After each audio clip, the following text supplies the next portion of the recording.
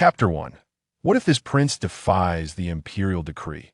In the grand empire of Dang, on the 8th day of the first month in the 10th year of Shunchong, the chief eunuch and the grand counselor stood solemnly at the entrance of the left chancellor's residence, unfurling the imperial edict with grave expressions to belie the grace of heaven and the decree of the emperor. It has come to my attention that the daughter of the left chancellor, Qingyun, possesses commendable virtues. Her demeanor is respectful and astute, her manners refined and gentle, and her beauty striking. I have taken great pleasure in hearing of her qualities. Now, the sixth son of the emperor, Prince Lin, Yi Chung, has reached the age of marriage, 22 years. It is time to select a worthy bride. As Qingyun remains in her boudoir, she and Prince Lin are indeed a match made in heaven. Thus, I hereby betroth her to Prince Lin as his princess. All ceremonial arrangements shall be coordinated by the Ministry of Rites and the Astronomical Bureau, who will select an auspicious date for the wedding. This decree shall be proclaimed far and wide, so that all may know. As the chief eunuch concluded his proclamation, the crowd gathered at the entrance of the left chancellor's residence erupted in astonishment. Whispers circulated among the onlookers. The left chancellor's legitimate daughter, Qingyun, truly achieves her desire to marry into the Lin prince's household. I thought Qingyun merely spoke of her disdain for all but the prince. Yet it seems the left chancellor genuinely sought this imperial decree on her behalf. What does it matter to marry into the Lin prince's household? A frail and infatuated woman, given the prince's tempestuous nature, who knows if she will survive the wedding night? Some began to speak derisively. Have you lost your mind? To speak ill of the Lin prince, be cautious lest his men overhear, you would surely meet your end. At that moment, a voice from the crowd silenced the chatter, and a heavy stillness enveloped them. After a prolonged pause, discussions resumed, albeit on a different topic. I heard from my cousin working in the palace that this decree was procured by the left chancellor at great cost. One bystander remarked. Intrigued, the crowd turned their attention to him, eager for more details.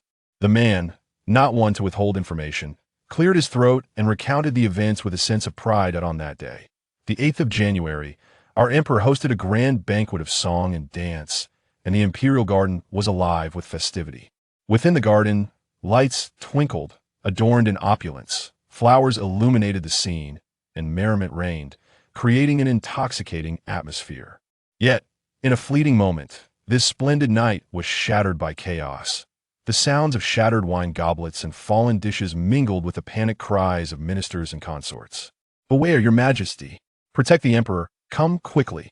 Amidst the assembled crowd, a stunning dancer, summoned to the emperor's side, wore a beguiling smile. In a swift and unanticipated motion, she drew a dagger from her waist, aiming for the emperor's heart. Panic ensued. Yet standing beside the emperor, the left chancellor, Su He, felt a twinge of boredom due to the absence of his wife and daughter.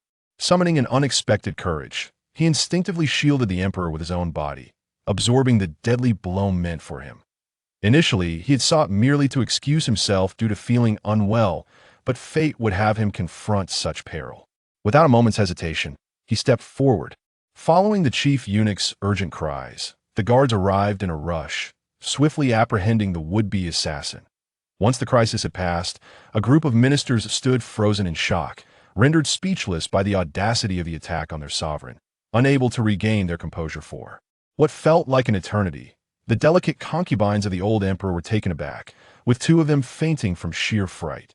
The emperor, still shaken, cast his gaze upon the chancellor, Zhuo Qingxiang, who lay in a pool of blood. A wave of fear washed over him, yet he felt a deep sense of gratitude. At least Zhuo Qingxiang, Su He, was loyal. The emperor promptly commanded the chief physician to attend to him. Fortunately, the dagger's position had not pierced too close to the heart, allowing for a chance of survival. Subsequently, Zhuo Qingxiang was specially arranged to recuperate within the palace on this day. A month later, Zhuo Qingxiang was nearly recovered, and the emperor ordered his return to his residence, accompanied by a trusted eunuch and a decree adorned in bright yellow.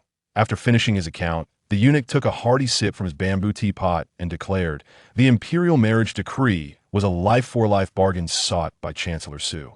Upon hearing this, the onlookers were struck with enlightenment. They had long wondered why Qingyun had been inquiring about Prince Lin's whereabouts over the past year, orchestrating various coincidences to encounter him. Alas, her endeavors had been in vain, and they had secretly mocked her for it. Now, with the sudden imperial marriage decree, their astonishment was palpable. It was all a testament to Zhuo Chengxiang's deep paternal love, bartered at the cost of his own life. Once the eunuch had finished reading the decree, all members of the Zhuo family knelt in gratitude. Lady Lu, the chancellor's wife, discreetly signaled to her personal maid, who promptly understood and retrieved a bulging purse to present to the chief eunuch. The chief eunuch, chuckling as he weighed the purse, tucked it into his sleeve and graciously congratulated the chancellor and his wife before taking his leave. After their departure, Zhuo Chengxiang turned to his daughter, smiling gently. "My dear daughter, have you not long cherished feelings for Prince Lin? I have procured the imperial decree for you. Are you not satisfied?" A young lady, veiled in white and draped in a snowy fox fur, was supported by her maid. Her porcelain-like complexion appeared even more radiant in the sunlight. At this moment, she was demurely coughing into a silk handkerchief while bashfully expressing her gratitude to her father, embodying the essence of a delicate beauty. "Thank you, Father, I am finally receiving my heart's desire." However, Lady Liu's countenance betrayed her concern. "You are well aware of Prince Lin's notorious reputation for bloodshed. How could you push our daughter into such peril? The Emperor has bestowed this marriage. Prince Lin would not dare to harm our daughter, and we are not easily trifled with. Do you wish to see her languish in sorrow?" Suhi retorted defiantly. Unexpectedly, his words earned him a reprimand as Lady Lu grasped his ear, admonishing him, "Do you believe that just because you hold the position of Chancellor, Prince Lin would refrain from causing harm to Yun'er? If anything were to happen to her and his household, I would not continue this marriage with you." He fell silent, pondering for a long moment. Indeed, even with their considerable influence, they were as powerless as a mere ant against the might of Yin Yicheng. Driven by paternal love, he had made a grave miscalculation. Yet, it was too late. The decree had been issued, and there was no room for regret. My lady, the decree has been granted. Oh dear, my lady, please be gentle in the regal abode of the Lin Wang. A chilling aura enveloped the atmosphere, akin to a frigid, desolate pond. My lord, His Majesty has remarked that you are no longer a youth, and it is time for the royal lineage to flourish, the steward of the Lin Wang respectfully conveyed, bowing deeply.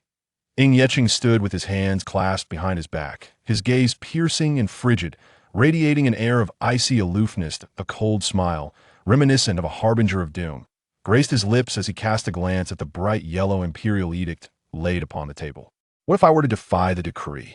The steward was momentarily taken aback by his master's words, stammering, "My lord, such a course of action is utterly inadvisable." On the 6th day of the 3rd month in the 10th year of Shunchong, the skies were clear, perfect for nuptials. At the entrance of the left chancellor's residence, a procession of brides adorned in resplendent red trailed behind the bridal sedan, the line of well-wishers extending into the horizon, while countless soldiers maintained order amidst the throngs of jubilant citizens. The sounds of gongs and drums resonated joyously in the air. The young maiden, clad in a magnificent red gown threaded with golden silk, adorned her head with a golden phoenix crown encrusted with 106 exquisite Eastern pearls. Assisted by her maidservant as she ascended the bridal palanquin, a gust of wind lifted the curtains of the sedan, unveiling her face as she gazed out, only to behold a splendid black steed bedecked with a large red silk flower. Yet there was no groom to be found upon it. "Your Highness, the Lord requests your presence in the study," came the calm voice of Yi Beiping, Ing Yeching's personal guard, from outside the door. Su Qingyun rubbed her throbbing temples, the interruption of her thoughts leaving her in considerable discomfort. "Understood," she replied, her voice soft and melodious, a stark contrast to her usual tone, which elicited a frown of discontent. "The prince has finally returned. I shall prepare you for his presence, ensuring you appear splendidly before him." Her personal maid, Qingyun, was overjoyed.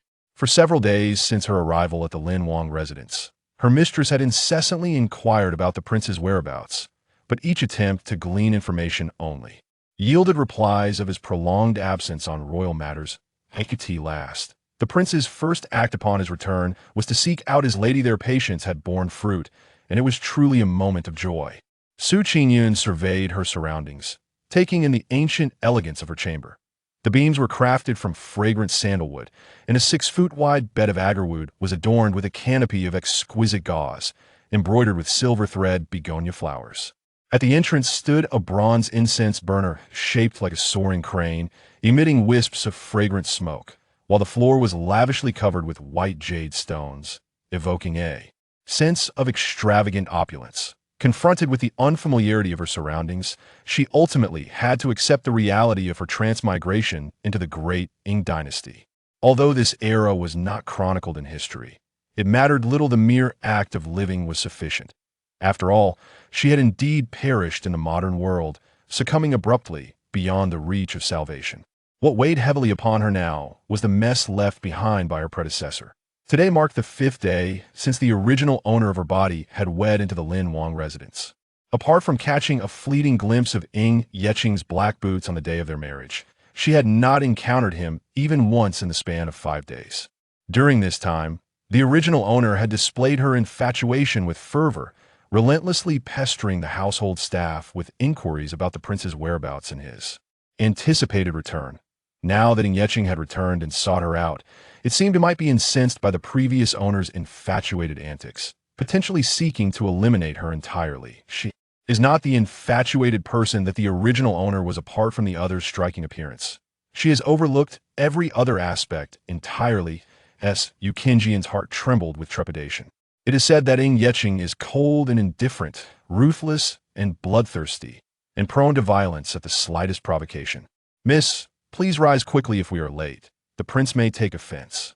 Qingyun silently lifted the covers and cast a sidelong glance at the scenery outside the window. She might very well be the first person in history to meet the king of hell immediately upon her arrival in this new world. She should cherish today's sunlight. Chapter 2.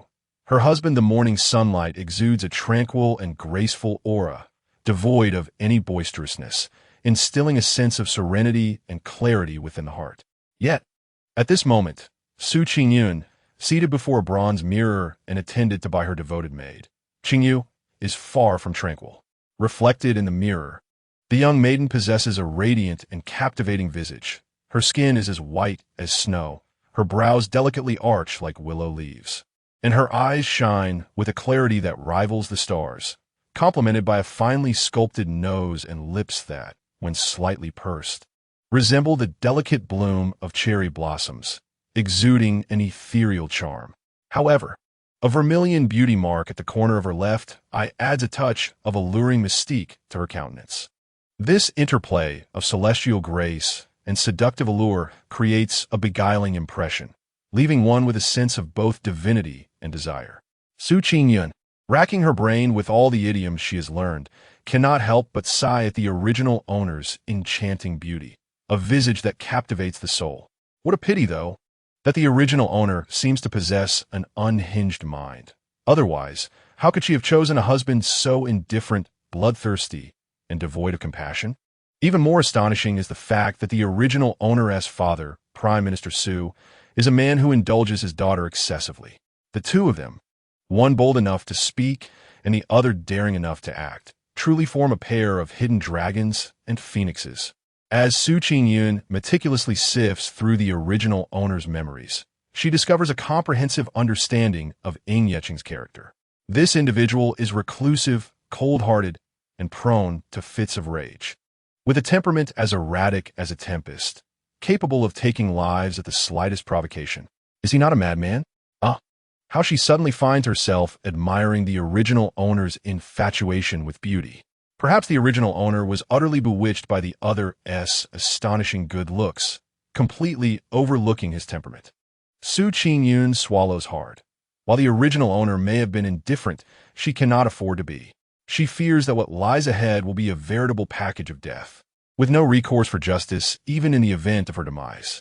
For, according to the original owner's memories, the old emperor dotes on Ying Yeching and would never hold him accountable for his murderous ways. As for the reasons behind this favoritism, it comes down to his mother, Yi Tingwan, who was originally a seamstress in the weaving workshop. One day, when she delivered a palace skirt to the favored concubine Hua, she fortuitously crossed paths with the emperor, who was also visiting concubine Hua. The moment he laid eyes on her, A look of disbelief flashed across his face. Yi Tingwan's resemblance to his youthful beloved, the white moonlight, instantly bewitched the emperor, leading him to take her back to the Yangxin palace. The very next day, he conferred upon her the title of Guerun, bestowing the honorific name of Yu. Newly favored, she was granted a high rank and title, marking the first such occurrence during the emperor's reign. Soon, this news spread like wildfire throughout the inner palace and even reached the court, astonishing the women of the harem while simultaneously igniting their discontent. Particularly incensed was concubine Hua, who was nearly driven to gnash her teeth in fury over this unexpected usurpation. Nevertheless, many of the other concubines remained poised, biding their time and watching for an opportunity to strike. However, Guerun was not easily trifled with. She successfully navigated through wave after wave of treachery within the harem and managed to conceive the emperor's son. The emperor was overjoyed, promoting her to the rank of Yueli. The foremost among the 4 concubines in the harem, her status slightly below that of the empress and concubine Hua. Regrettably, the moon consort perished during childbirth, leaving behind the infant Ying Yeqing, who was still in swaddling clothes at the time. Yet, who can truly ascertain the cause of her demise? According to Qingyun, drawing from her experience with palace dramas, she suspects that the situation is far from straightforward. The unfortunate baby Ying Yeqing, born amidst his mother's tragic labor, found himself neglected by the emperor, who merely cast a fleeting glance at him and never returned. Initially, the women of the harem remained cautious, for it was well known that the moon consort had enjoyed a favored status for years, achieving a level of affection unparalleled in the court. They believed the emperor's dismissive attitude was merely a transient sorrow, and that he would eventually visit Ying Yeqing. However, the emperor's apparent disregard for his existence eventually compelled the women of the harem to resort to hidden schemes of malice. Had it not been for the wet nurse and numerous loyal confidants left by the moon consort to protect him, Ying Yeqing would have faced an even graver fate, as despite their vigilant efforts, his protectors continued to meet untimely ends one after another. This harrowing existence of struggling in the dark abyss persisted until Ying Yeqing reached the age of 16, when he finally came of age. At that time, the western frontier was under threat of invasion, and he volunteered to serve at the border. He remained there for 4 years, participating in numerous battles, each time emerging victorious, which showcased his remarkable strategic prowess. Naturally, the hardships he endured were largely unknown. It was precisely due to these commendable achievements that the aging emperor took notice of him. Upon his return to the palace 2 years later, he was directly granted a royal title and bestowed the appellation of Lin, making him the first among the princes to be conferred such an honor. Initially, the populace held him in high esteem, viewing him as a righteous and valiant protector of the nation. However, the unfolding events took everyone by surprise. Within merely 2 years of returning to the capital, Ying Yeqing made it abundantly clear through his actions that anyone who crossed him would meet a dire fate. As time passed, his reputation for being bloodthirsty and ruthless grew increasingly notorious. Yet the people dared not voice their grievances, given that the borders had been frequently besieged by enemy forces, resulting in the loss of many capable generals. Only a handful remained who could lead troops into battle. Ying Yeqing, relying solely on his own strength, rendered the adversaries powerless to retaliate. It could be said that as long as he stood with the great Ying, the enemies would refrain from making reckless incursions. Therefore, regardless of how bloodthirsty Ying Yeqing appeared or how many adversaries he eliminated, the old emperor trivialized the matter, diminishing it to mere jest. Over time, it became evident to all how elevated Lin Wang's status was in the emperor's eyes, instilling a profound fear that any misstep could lead to their demise at Ying Yeqing's hands. It was a desperate situation with no recourse. As for the original protagonist's infatuation with Ying Yeqing, to the point of proclaiming that she would marry no one else, it stemmed simply from her prolonged boredom during her convalescence. One fateful day, while out for a stroll, she caught a distant glimpse of Ying Yeqing and was struck by his extraordinary appearance, which ignited her desire to wed him. As Qingyun pondered this, she couldn't help but pinch her brow and sigh. She suddenly recalled the lyrics of a song. Just because I glanced at you amidst the crowd, I can never forget your visage. Was the original protagonist not a quintessential case of being enamored solely by looks, merely captivated by his appearance? She neglected to consider Qingyun's character. What a predicament. This mess is now hers. Qingyun once again rubbed her temples with considerable force. My lady, are you feeling unwell again? Allow me to fetch the physician for you, Qingyun said, pausing her motions of arranging her mistress's hair, her face etched with concern. Why again? It is simply because the original owner of this body was a frail wretch who spent over half the year recuperating at home. Ah, weak and ailing, yet lecherous. Iaim mefine, Qingyun replied. Just as her words fell, a jumbled sequence reminiscent of a computer glitch flashed through her mind. Qingyun froze momentarily. What on earth was that? Chapter 3. Speak properly, my lady. It is done, Qingyun said softly after pinning a magnolia hairpin into her mistress's hair. As the maid's voice broke the silence, the chaotic thoughts in Qingyun's mind vanished in an instant. She nodded, temporarily casting aside her confusion. Let's go. Reluctantly, she rose, moving at a tortoise's pace alongside Qingyun towards the study in the prince's residence. Every second delayed is a second gained. To reach the study from the Qingfeng courtyard, they had to traverse a small garden, which bloomed with the warmth of spring. Along the path, the apricot blossoms were in full bloom, and a gentle breeze caressed the air, bringing warmth that made Qingyun even less inclined to go. The world was so beautiful, and she had not yet savored it enough. Qingyun, do you hear that? The swallows sing so beautifully, don't they? Indeed, my lady, it is delightful. However, we should listen to them upon our return after meeting the prince, Qingyun replied, her heart racing with urgency. This rare opportunity to meet the prince was at hand. Yet her mistress seemed utterly unconcerned. Just days before, Qingyun had inquired daily about the prince's whereabouts. Yet this morning she astonishingly did not ask at all. Now, summoned by the prince, she was merely reveling in the flowers and the birdsong. What a precious opportunity this was. Was her lady playing a game of subtlety? That cannot be allowed. If this continued, news of her being overlooked by the prince would inevitably spread throughout the capital.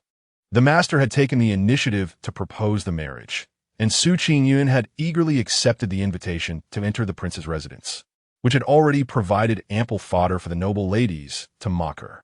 Now, having married into the royal household but not receiving the prince's favor, they would undoubtedly find even more to ridicule her about. Regardless of the prince's lofty status, an uncherished wife would be looked down upon. In the future, attending various banquets, she would not only lack respect from the elite, but might also face disdain and even trouble, which would be detrimental to her. As for why trouble might find her, although the prince's nature was somewhat cruel, his appearance was undeniably handsome, and there were still a few noble ladies with lingering affections. Seeing Qingyun enter the royal household without garnering favor would surely revive their ambitions. Of course, if her lady were to be favored, the dynamics would be entirely different. Who would dare disregard her then? They would have to consider the prince's sword first. Qingyun believed that since the prince had taken the initiative to summon them, there was still hope, and her mistress should be more proactive. If Qingyun were privy to Qingyun's thoughts, she would undoubtedly burst into laughter.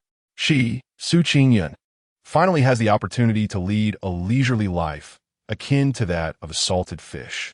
Why strive? Whether loved or not is of little consequence. As long as there is food and drink, she is content. Henceforth, she resolves to be a salted fish, rolling over yet remaining a salted fish, merely wishing to languish and await death, with no desire to engage in palace intrigues or compete with various noble ladies. It must be said that the Lin Wangfu has its advantages, primarily the absence of female relatives, which spares her from incessant strife, perfectly aligning with her aspirations of a laid-back existence. However, the paramount concern at present is survival. Only by preserving her life can she hope to embrace this idle dream. Seeing her master remain silent and motionless, Qingyun grew increasingly anxious, urging, "Miss, we must depart swiftly, lest the prince grows impatient." Qingyun pouted, reluctantly moving forward, her face betraying her discontent as she muttered, "Who knows if I will even return alive?" In the study, Yi Bei remarked, "Is Qingyun not here yet?" His brows knitted together, impatience flickering in his gaze. Yi Bei's expression shifted, hurriedly organizing his thoughts. An hour ago, I informed the princess. She should be arriving shortly. As if on cue, another guard, Yinan, announced from outside the study. Master, the princess has arrived. Let her enter, came the cold, piercing command. Inside the study, the man donned a dark brocade robe, cinched at the waist with a deep blue belt adorned with lychee patterns, a coiling snake sword hanging at his side. His hair, dark as ink, was secured with a jade crown. His features were sharp and defined, with brows like distant mountains, a straight nose, and thin lips pressed into a line. His eyes, deep and frigid, momentarily flickered with a dark light upon hearing the announcement, before returning to an unsettling calm, exuding an aura of chilling danger. Outside, Qingyun gripped Qingyu's hand tightly, instinctively taking a step back. Goodness, that voice was like the sound of ice shattering, laced with an undercurrent of menace. Qingyun froze, feeling as though she was about to step into the realm of the underworld. What was she to do? Gritting her teeth, she steeled herself to proceed. Even Qingyu, upon hearing the prince's frigid tone, began to regret her previous encouragement. She should have suggested they listen to the birds instead of urging her mistress towards peril. As Qingyun entered, she intended to bow in greeting, but her slender neck was seized by a long, cool hand, the grip tightening with increasing intensity. A sensation of suffocation began to envelop her. She had indeed guessed correctly. The likelihood of her leaving the study alive today was exceedingly slim. Her hard-won dream of a leisurely life was on the brink of being extinguished. A solitary tear, emblematic of her salted fish existence, fell onto the man's icy hand. From Yi Cheng, a negative value of 1,000. What sound was that? Am I hallucinating? Yi Cheng's gaze fell upon the tear on his hand. His lips pressed tightly together as he furrowed his brow, appearing as though stung by something. Suddenly, he released his grip on Qingyun's neck. Subsequently, he extended his hand towards Yi Bei, who, understanding the unspoken command, swiftly produced a new silk handkerchief, offering it to his lord with the ease of a well-rehearsed routine. Coughing, Qingyun glanced at Yecheng and Yi Bei, utterly bewildered by the actions of the duo before her. Was this disdain for her tears?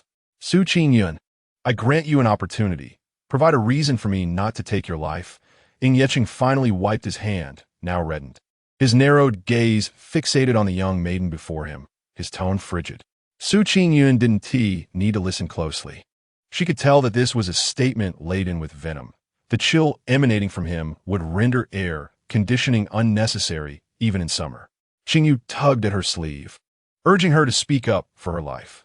Rising to the occasion, Qingyun snapped back to reality, and in a moment of panic, blurted out, I can eat.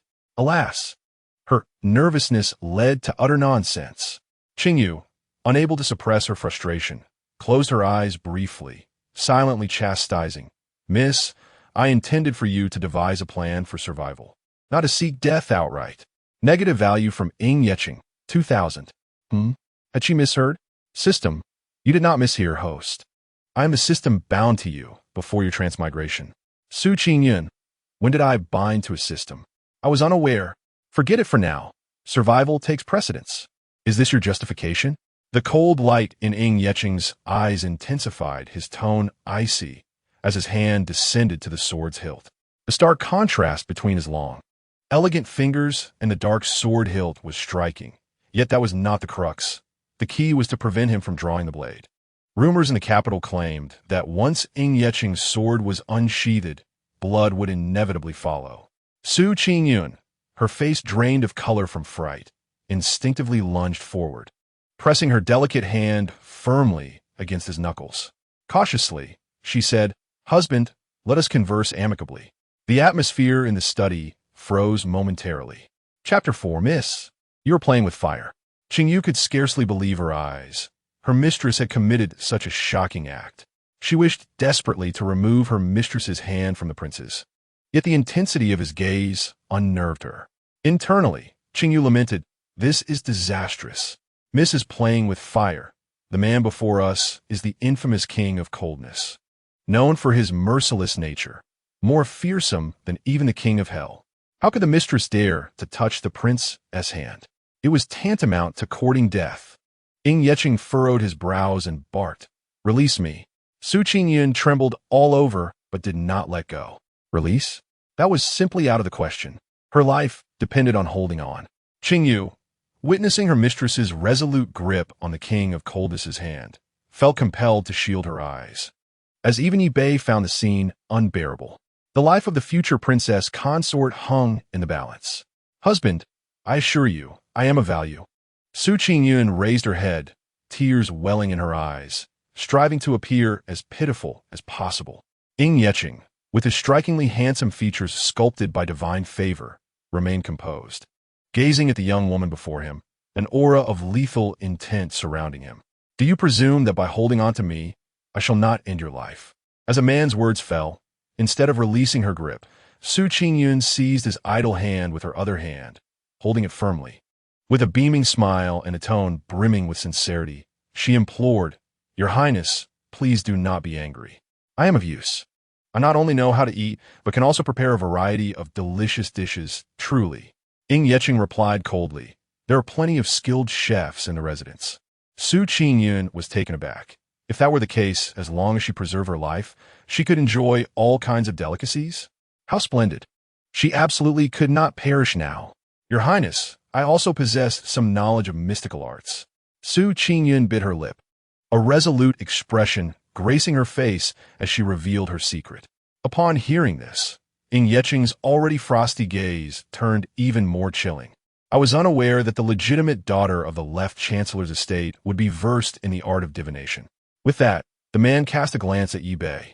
Understanding the cue, Yi Bei stepped forward, intending to forcibly separate Qingyun. However, she was quicker. Before he could act, she suddenly released her grip and, before anyone could react, wrapped her arms around Ying Yeching's waist. "Your Highness, I truly can perform mystical arts. You are aware that my health has been poor, and I spent much of my childhood recuperating outside. It was during that time that I found my master. I swear, I speak nothing but the truth." Ying Yeching immediately tensed, his ears slightly reddening. He looked down at the woman clinging to him, her grip unyielding, and his deep-set eyes radiated an icy chill. In his 22 years of life, whether in the capital or at the borders, he had never encountered a woman so unabashedly shameless. "Vows are worthless. I do not believe such claims. Do enlighten me as to your masteress' identity. You had best speak the truth. Should you lie, I shall have your hands and feet severed, turning you into a wretched creature." After a prolonged silence, Ying Yeching finally spoke, his tone laced with barely concealed rage. Qingyun silently exhaled, relieved that he had calmed down. This indicated a glimmer of hope. "Your Highness, to be candid, I was initiated into the Gu Yi sect from a young age."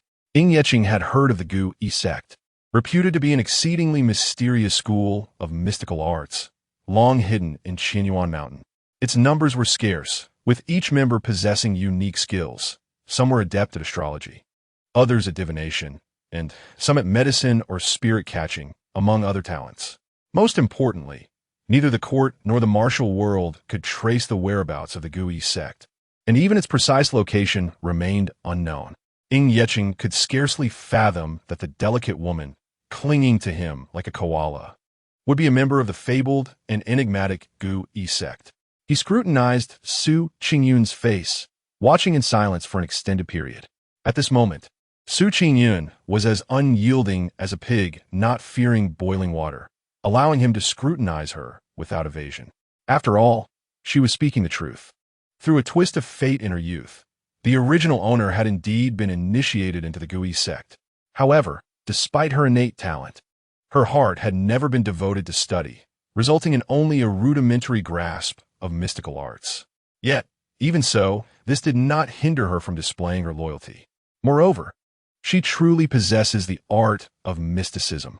With her life-preserving skills, she should be beyond the threat of death, should she not? She could bask in the tranquility of a leisurely existence, much like a carefree fish. Should Ying Yeching find utility in her, she need only exert a modicum of effort, thus not impeding her leisurely way of life. As the seconds drifted by in the silence of the study, a pin drop could be heard, and at last, Ying Yeching spoke in a low voice. What evidence do you possess to prove you are a member of the Gui sect? My lord, you must first assure me that you will not draw your sword before I reveal it. Su Qingyun stubbornly clung to Ing Yicheng, her tone unyielding. A barely noticeable vein throbbed on Ing Yicheng's forehead, his expression dark enough to evoke ink. I will not draw my sword, but you must relinquish your hold. Upon hearing his words, Su Qingyun promptly released her grip. Despite his cold, ruthless demeanor and bloodthirsty nature, Ing Yicheng was a man of his word. If he claimed he would not draw his sword, he meant it. Retrieving a purple gold jade pendant from her bosom, she presented it to Ing Yicheng, confident that its authenticity would convince him of her claims. My lord, this is the identity token of the Gui sect. Each member possesses but one. Ing Yicheng accepted the pendant, his gaze fixated on the rare material in his hand. The jade's hue was unparalleled. Even the royal family had not laid claim to such a treasure. Inscribed in cursive on one side were the characters for Gui, while the reverse bore Su Qingyun's name. My lord, do you now believe? I truly have value. Can you spare my life? Su Ying pinchet hertaich, coaxing forth 2 tears, her voice laced with an imploring tenderness. Ing Yicheng's expression remained unchanged, his tone cool. For now, I will take your word. Instantly, Su Qingyun's tears transformed into a radiant smile as she embraced Ing Yicheng once more, her eyes sparkling with uncontainable joy. Husband, it is wonderful that you believe me. I adore you. Ing Yicheng was momentarily taken aback by the girl's sudden embrace, only for even more shocking words to escape her lips. The corners of the man's mouth twitched imperceptibly. Was this truly the standard for selecting members of the enigmatic Gui sect? Such shamelessness. Su Qingyun, as the legitimate daughter of the left chancellor's estate, has no one taught you the meaning of shame? Do not utter such disgraceful words again and release your hold. Chastened, Su Qingyun withdrew her hands, realizing her momentary excitement had led her astray. The allure of a leisurely life had beckoned to her, and she had succumbed. My lord, I recognize my error and shall never speak thus again, I assure you. Ing Yicheng nodded slightly, returning the pendant to Su Qingyun before producing a stack of silver notes from his robe and handing them to her. Take this, it is your monthly allowance. Remain in the palace and refrain from causing trouble. As Su Qingyun beheld the pile of silver notes, she swallowed hard, her eyes glimmering with excitement. Such fortune was indeed a delightful surprise. It is not entirely her fault for feeling envious. After all, the original owner's biological parents, despite possessing numerous shops, were inept at management. The earnings barely sufficed for social obligations and daily expenditures, while the remaining savings from various land leases were entirely allocated for her dowry, nearly depleting the family's assets. Thank you, my lord. You are truly wonderful. I shall remain obediently within the palace and will certainly avoid causing any trouble. Su Qingyun said with a sweet smile, accepting the silver note handed to her by the man. With lightning speed, she tucked it into her bosom. Ing Yicheng lowered his gaze, observing the myriad of expressions flitting across the young girl's face. She was somewhat money-minded, a tad clever, and a little shameless. Yet, these traits posed no significant concern, as keeping her within the inner court was manageable. Your Highness, if there is nothing else, I will take my leave. Su Qingyun said cheerfully, patting the silver note in her bosom, preparing to exit. However, Ing Yicheng's voice, deep and resonant, halted her. I have not yet granted you permission to leave.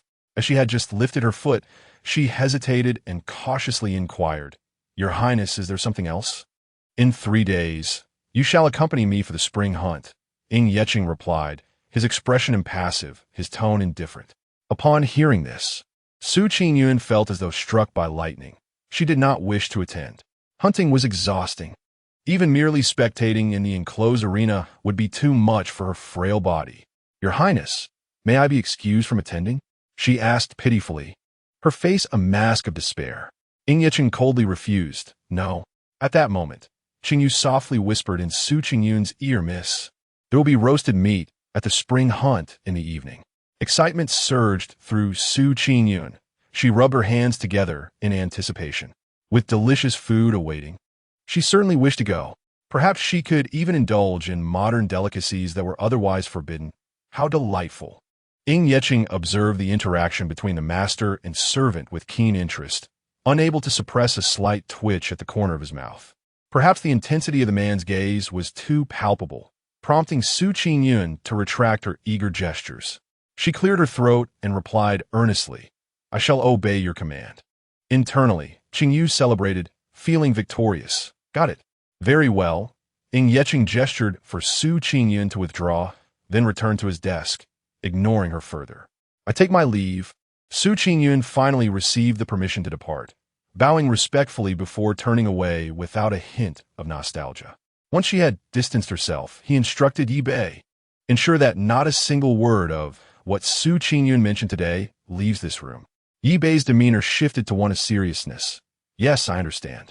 At Qing Foam Courtyard, upon returning to her chambers, Su Qingyun collapsed onto the chaise lounge like a puddle of soft clay, squinting her eyes and weakly requesting of Qingyu, "I would like some milk tea." Qingyu, puzzled, asked, "Miss, what is milk tea?" Su Qingyun turned onto her side, propping her forehead with her hand, and languidly explained, "It's black tea with sugar caramelized to a slight char, then boiled with milk. Once brewed, strain out the tea leaves, and what remains is milk tea." "Do you understand?" Qingyu's eyes lit up with realization. "Oh, so that is milk tea. Quite simple. I shall make it for you right away." She delighted in pampering her mistress, especially when it came to culinary delights. Qingyu departed, leaving Su Qingyun languidly reclining back on the imperial concubine's couch, silently calling for the system within her mind. "System, are you there?" As soon as the words left her lips, a circular hologram materialized before her. It was a whimsical creature, short-limbed and round-bodied, adorned with fluffy hair. Its large, expressive eyes, tiny nose, and plump mouth lent it an endearingly foolish appearance. A pouch reminiscent of a certain beloved cartoon character hung from its rotund belly, rendering it anything but a serious system. "Host, the system is here. What can I assist you with?" Upon seeing the small figure, Su Qingyun was momentarily stunned. Just moments ago in the study, she had indeed not been hallucinating. She had truly bound herself to a system. Could she possibly unbind it? Given her experiences in the online literature realm, systems and novels were typically tasked with missions. And as a mere slacker, she could hardly afford to squander her time on such endeavors. "System, can we negotiate a way to unbind?" The system's voice remained devoid of inflection. "No, host, you should abandon any thoughts of unbinding. Doing so would lead to your demise." Qingyun retorted.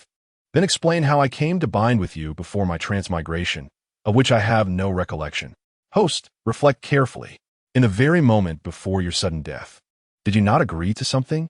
Su Qingyun paused, finally willing to recall the scene preceding her transmigration.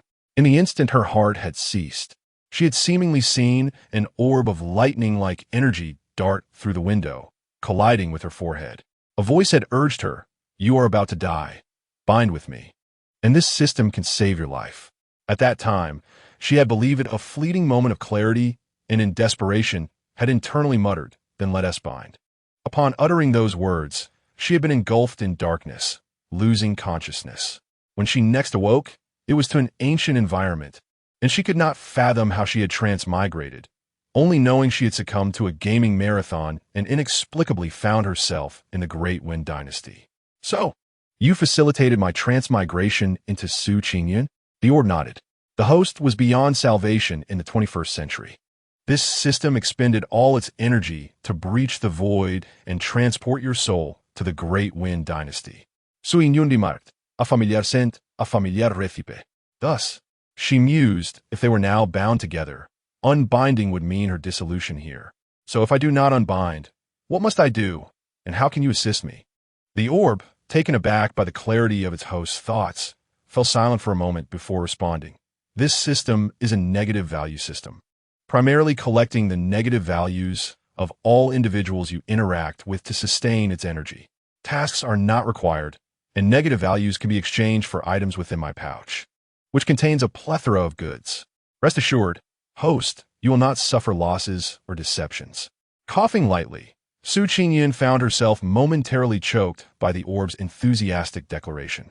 It had begun with a serious tone, yet upon mentioning its pouch, it seemed to revel in its frivolity, exuding an aura of entrapment. Su Qingyun pressed further. How much negative value is required to sustain the system for a day? And how much do I currently possess? She remembered having accrued a significant amount of negative value from her encounter with Qingyun in the study. 1,000 negative points can sustain you for a day. After deducting the 1,000 points required for today, dear host, you still possess 20,000 negative points. Su Qingyun felt a surge of joy. With just a few words exchanged in the study of Qingyun, she had been granted a fortune of 20,000 negative points. What more could she possibly desire? She declared that from this day forth, Qingyun would be her benefactor. Not only could he provide her with silver notes in the real world, but he could also furnish her with negative points, a perfect arrangement indeed. Recalling the silver notes, she realized she had yet to tally how much Qingyun had truly bestowed upon her. She needed to count, as that represented her sustenance for a leisurely life. All right, I understand. Round ball, you may retreat for now. I shall call upon you if necessary. Host, this system is not named round ball. The system attempted to assert its identity. However, she replied, from now on, your name shall be round ball. It is a splendid name, filled with auspiciousness. Miss, your requested milk tea has arrived. Qingyun called out from a distance, balancing a tray. Upon hearing this, Su Qingyun lazily propped herself up and shouted back, Qingyun, bring it in quickly. Did you bring any sweet treats as well? Moments later, the milk tea appeared on the small tea table beside the imperial couch, accompanied by a plate of preserved fruits and a dish of peach blossom cake. Qingyun, you truly are my thoughtful darling. Su Qingyun praised as she sipped her milk tea and bit into the cake, expressing her delight.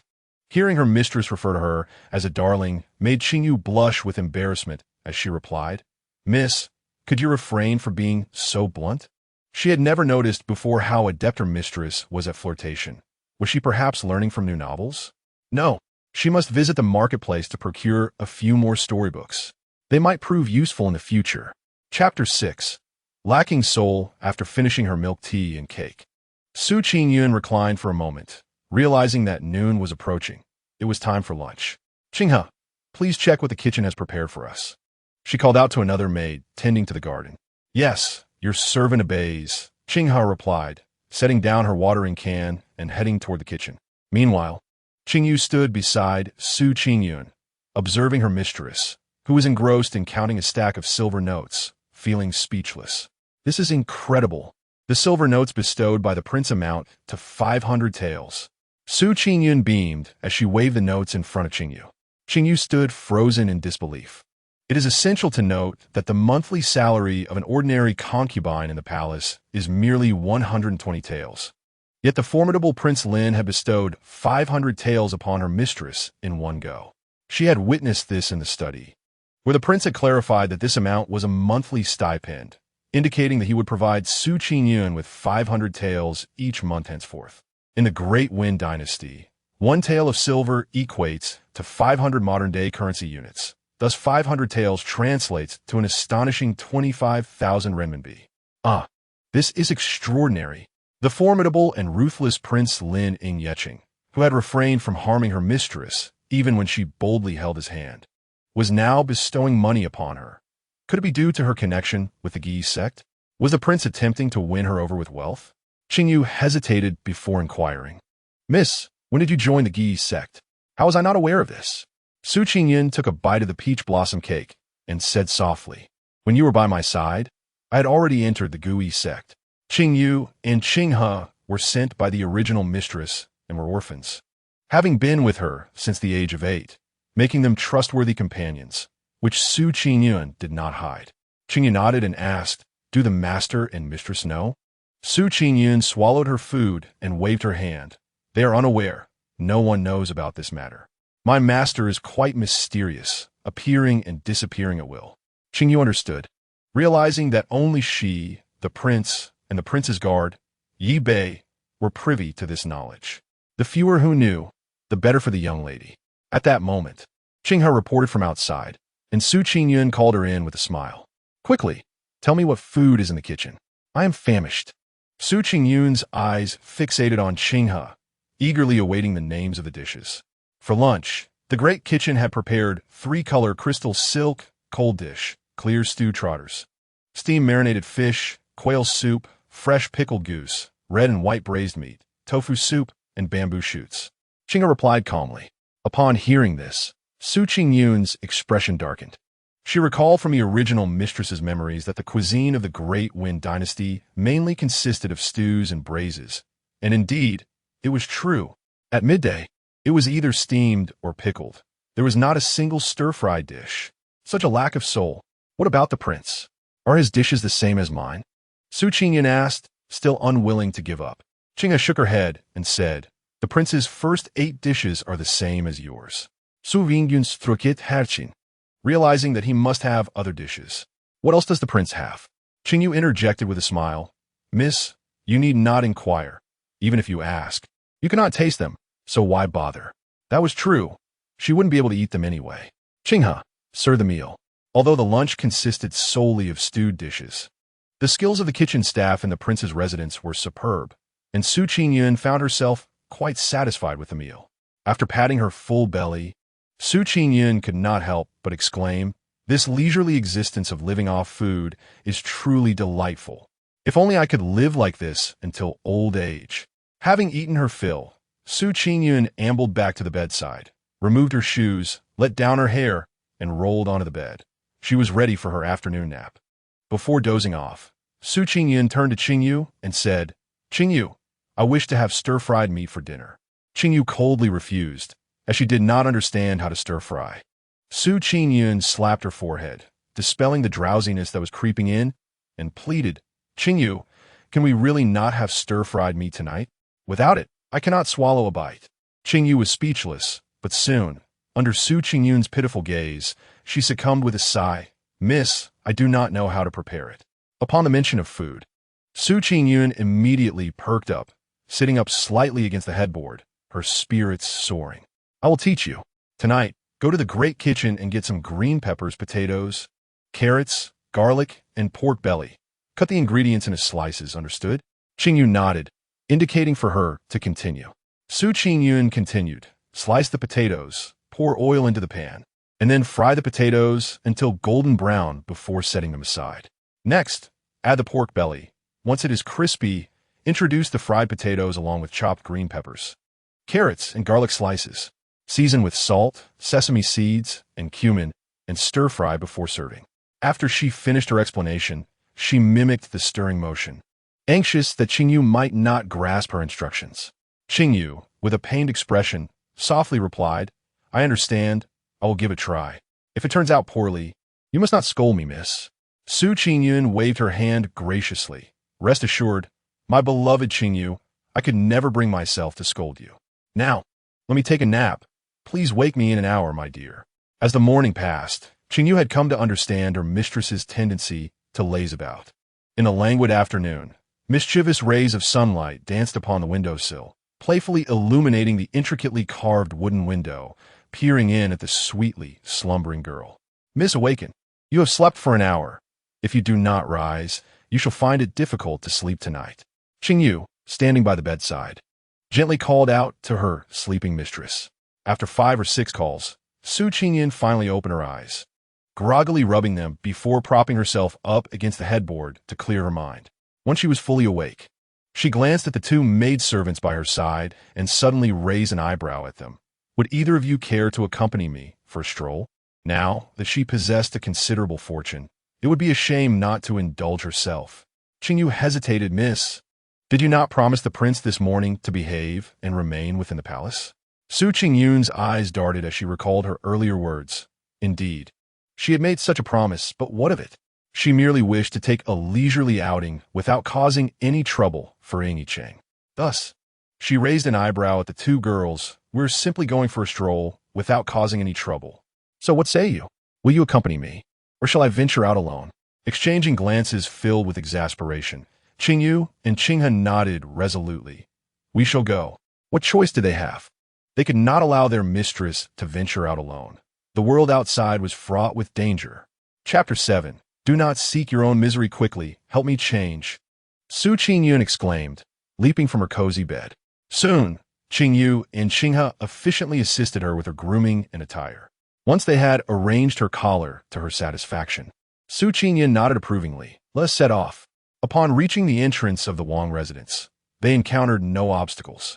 They boarded the carriage that Qingyu had prepared and departed the Lin Wangfu, heading straight for the bustling market of Ling City.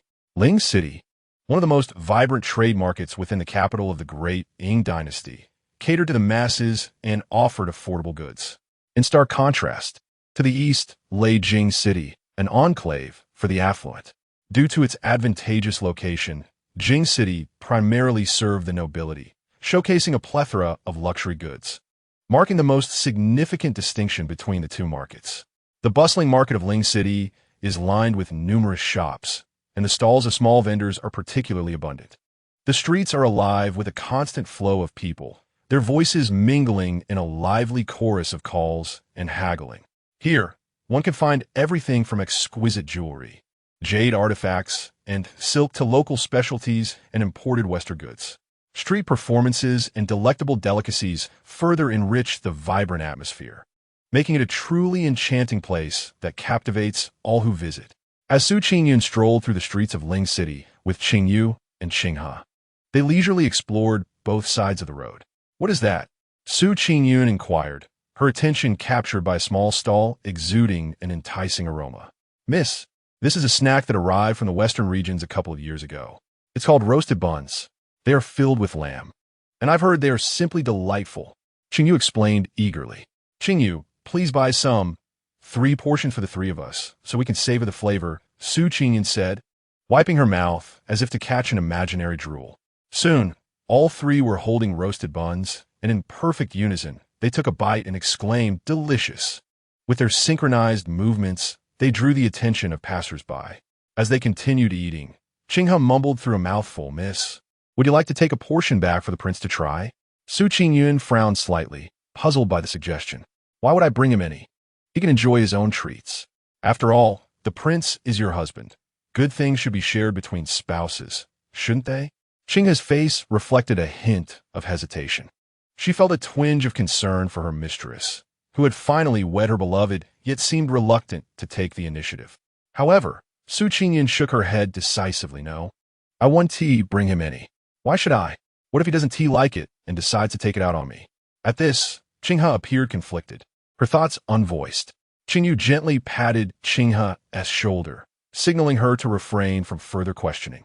Soon, Su Qingyun dismissed the topic from her mind and led the 2 girls to the next stall. Boss, I'll take 15 skewers of grill meat.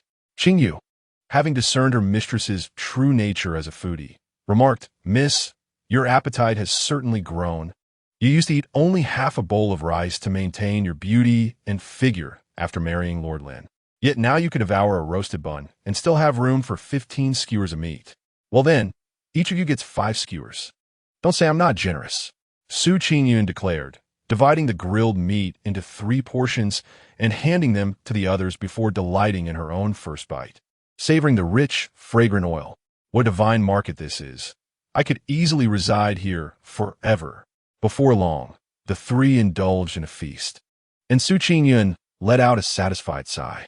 Ahem, miss. Mind your image, Qingyu whispered, glancing around to ensure no one was watching them. Su Qingyun, however, paid no heed to her warning. Having satisfied our appetites, it's time to attend to business. Qingyu, Qinghe, let's head to the blacksmith's. Su Ying suddenly exclaimed, Starte Linginyu. Both Qingyu and Qinghe exchanged puzzled glances, but followed her lead as she walked purposefully toward the blacksmith's shop. Upon arriving at the blacksmith shop, Su Qingyun produced a detailed blueprint of a hot pot and presented it to the blacksmith. Master, is it possible for you to create this? The blacksmith examined the intricately drawn design and, after nodding in agreement, inquired about the material to be used. It should be made of copper, master. Also, could you take a look at this rack? As she spoke, Su Qingyun retrieved another blueprint from her sleeve. Her companions, Qingyu and Qinghe, stood in astonishment as they watched their mistress pull out one blueprint after another. When had she secretly sketched these designs? They resolved to inquire about it later. As a true epicure, Su Qingyun's primary objective for this outing was to custom-make a hot pot and a barbecue rack. With eager anticipation, she gazed at the blacksmith, who assured her that it would not be a problem. She then requested him to craft a pair of tongs and 2 ladles. essential items for both barbecue and hot pot. After agreeing on a collection time and paying a modest deposit, she left the shop with a buoyant spirit, accompanied by Qingyun and Qingyu. Feeling as though a weight had been lifted, she led the two into the Ling City agricultural market, a veritable cornucopia of chickens, ducks, geese, and various game, alongside a plethora of vegetables, fruits, seeds, and spices. When the trio emerged, Qingyu struggled to carry a large basket filled with fish, crucian carp, black fish, grass carp, and silver carp, while also balancing a basket of fresh produce bought from local vendors, her other hand laden with packets of spices. Qingyun, on the other hand, gripped a basket of chicks with one hand and various vegetable seeds with the other, both of them laboring to keep pace with Su Qingyun. Suddenly, Su Qingyun paused in front of the livestock market, staring at a dairy cow for a few moments before stepping inside. "Miss, what more do you intend to buy?" Qingyu exclaimed in shock. They had already tried to dissuade her from purchasing the earlier items, never anticipating that the agricultural market was merely a warm-up. Su Qingyun waved them into silence, then engaged in spirited haggling with the vendor and ultimately sealed the deal. Triumphant, Su Qingyun boarded the carriage with her handmaidens, the vehicle brimming with her acquisitions, and a cow tethered to the rear. Upon reaching the entrance of the royal residence, the two guards were left dumbfounded, unable to intervene, as they witnessed their princess leading a dairy cow into the estate. On their way back to Qingfeng courtyard, the trio encountered the estate steward, Wang Dian, who stared in disbelief. "Your Highness, what is the meaning of this?" Su Qingyun cheerfully replied, "Steward Wang, all of this is for raising livestock." The steward was taken aback, questioning whether he had misheard. "You intend to raise chickens, fish, and cows within the palace?" "Indeed," Su Qingyun affirmed earnestly, leading the cow and her companions toward Qingfeng courtyard. Wang Dian gently interjected, "Your Highness, if you desire something to eat, simply instruct the kitchen to prepare it." His implication was clear. There was no need to keep such livestock within the palace grounds. Su Qingyun shook her head, declaring, "Food that one raises oneself tastes far superior." "Wang Guanjia, you simply do not understand." Enough of this discussion. Wang Guanjia opened his mouth, straining to find a way to dissuade the princess from her resolve. Yet he recognized her status as the princess, which rendered him unable to intervene. Thus, he could only watch helplessly as his princess gradually receded from view. Chapter 8. Take care. Host upon reaching her Qingfeng courtyard, Su Qingyun joyfully dashed toward the rear garden. After a quarter of an hour, she finally arrived at her destination. Su Qingyun could not help but exclaim how immensely vast the ancient courtyard was. Behind her, a voice called out, "Miss, do slow down. If you run too quickly, you might find it hard to catch your breath." The youthful girl abruptly halted her hurried steps and began to walk at a more measured pace. Internally, she lamented, nearly forgetting her frail body. Even running a little too fast was impossible.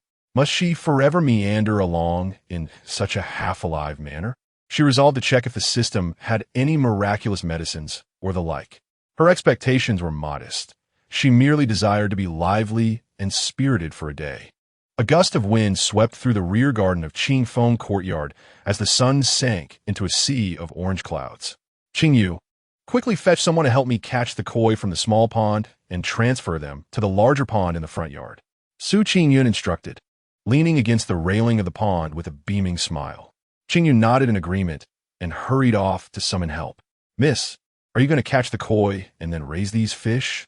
Qingyun asked, gesturing towards a basket of edible fish on the ground. Su Qingyun nodded and added, "Qingyun, once Qingyu has gathered the people, have them retrieve the cypress, maple, and locust trees from the flower bed to the east, along with the lilacs, peonies, and roses on the ground. Have the soil turned as well." After such an extensive list, her mouth felt a bit parched. She licked her lips and continued, "Also, the flora and trees on the western side should be uprooted, and then go find the steward to procure some timber for constructing a chicken coop. We shall also build a cow shed in the corner." Do you remember? Though it seemed a modest number, merely 10 chicks, she insisted that a proper nest was still necessary. And as for the cow, she must care for it diligently, for with milk comes the promise of countless delightful desserts beckoning her. Qinghe nodded, somewhat bewildered. Having taken note of her instructions, "Miss, Are we not uprooting the fruit trees on the eastern side? She inquired, recalling that the two jujube and loquat trees had not been mentioned. Su Qingyun glanced at the nearby fruit trees and quickly shook her head. Those that bear fruit shall remain for now. We shall leave them for future enjoyment. I wonder if the fruits from the Lin Wangfu will be sweet.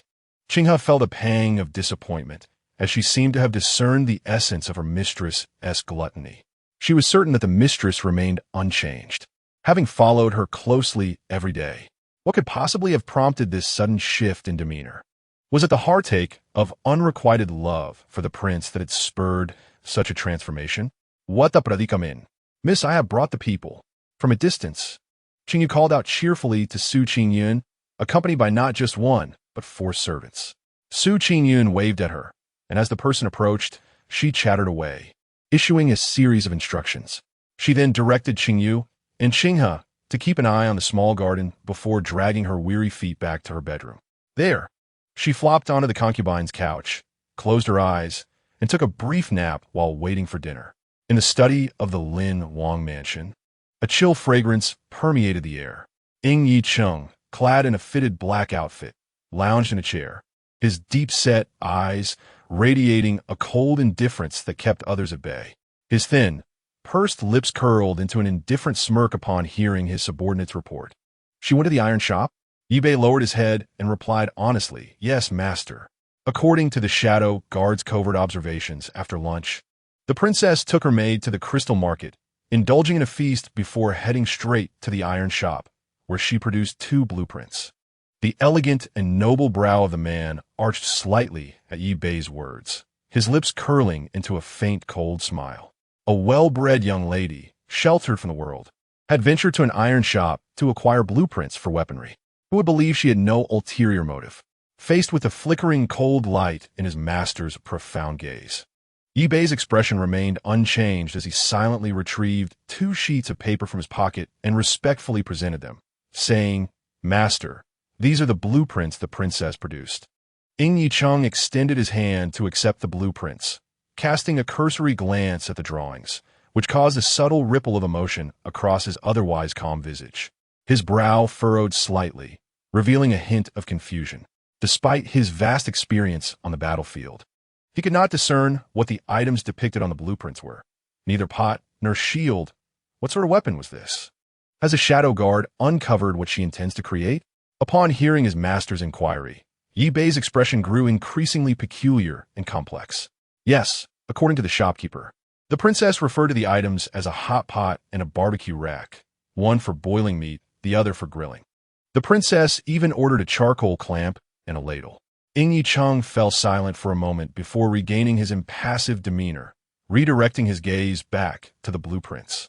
Upon closer inspection, it was indeed a pot, albeit with a tray-like structure beneath it, whose purpose remained unclear. As for the barbecue rack, it appeared suitable for grilling meat, albeit with an odd design. Yet, it must be said that compared to their traditional grilling methods, Su Qingyun's blueprint seemed far more rational. Despite traversing various regions and borders, he had never encountered such peculiar cooking utensils. Yet it was certain that Su Qingyun designed these 2 implements for the purpose of eating. A glimmer of dark intrigue flickered within his profound eyes, understood by none. Meanwhile, in the Qingfeng courtyard, the system announced negative value from Ying Yicheng, 1,000. Negative value from Ying Yicheng, 2,000. Negative value from Ying Yicheng, 50,000. Upon hearing the staggering figures, Su Qingyun was jolted awake, her drowsiness vanishing. What had she done to offend Ying Yicheng, causing his negative value to surge so dramatically? She had just closed her eyes for a brief moment when the system's notifications began to flood her mind. When the negative value from Ying Yicheng rose by 1,000, she was quite delighted, as it meant she could sustain the system's energy for many days without effort, perfectly aligning with her leisurely lifestyle. However, the sudden influx of 50,000 left Su Qingyun utterly bewildered. Round sphere, do you know why Ying Yicheng's negative value suddenly surged by 50,000? The system offered no answer to Su Qingyun's inquiry, merely responding with 4 words, "Take care, host." Subsequently, no matter how fervently she called upon the system, it remained unresponsive, as if it had never existed. In the study, Ying Yeching took a sip from his teacup, his voice calm as he continued. The Dark Guard reported that the princess consort visited the agricultural and livestock markets with her maidservants. Furthermore, Knight Bei seemed hesitant to elaborate. Ying Yeching cast a cold gaze upon him. Furthermore what? The princess consort purchased a basket of fish, a basket of chicks, a large bag of vegetable seeds, and even a dairy cow. Now, the lady has instructed the servants to uproot the rare flowers and trees from the back garden of Qingyun courtyard, claiming she intends to cultivate vegetables, raise chickens, fish, and cows. Knight Bei painstakingly articulated the report, word by word.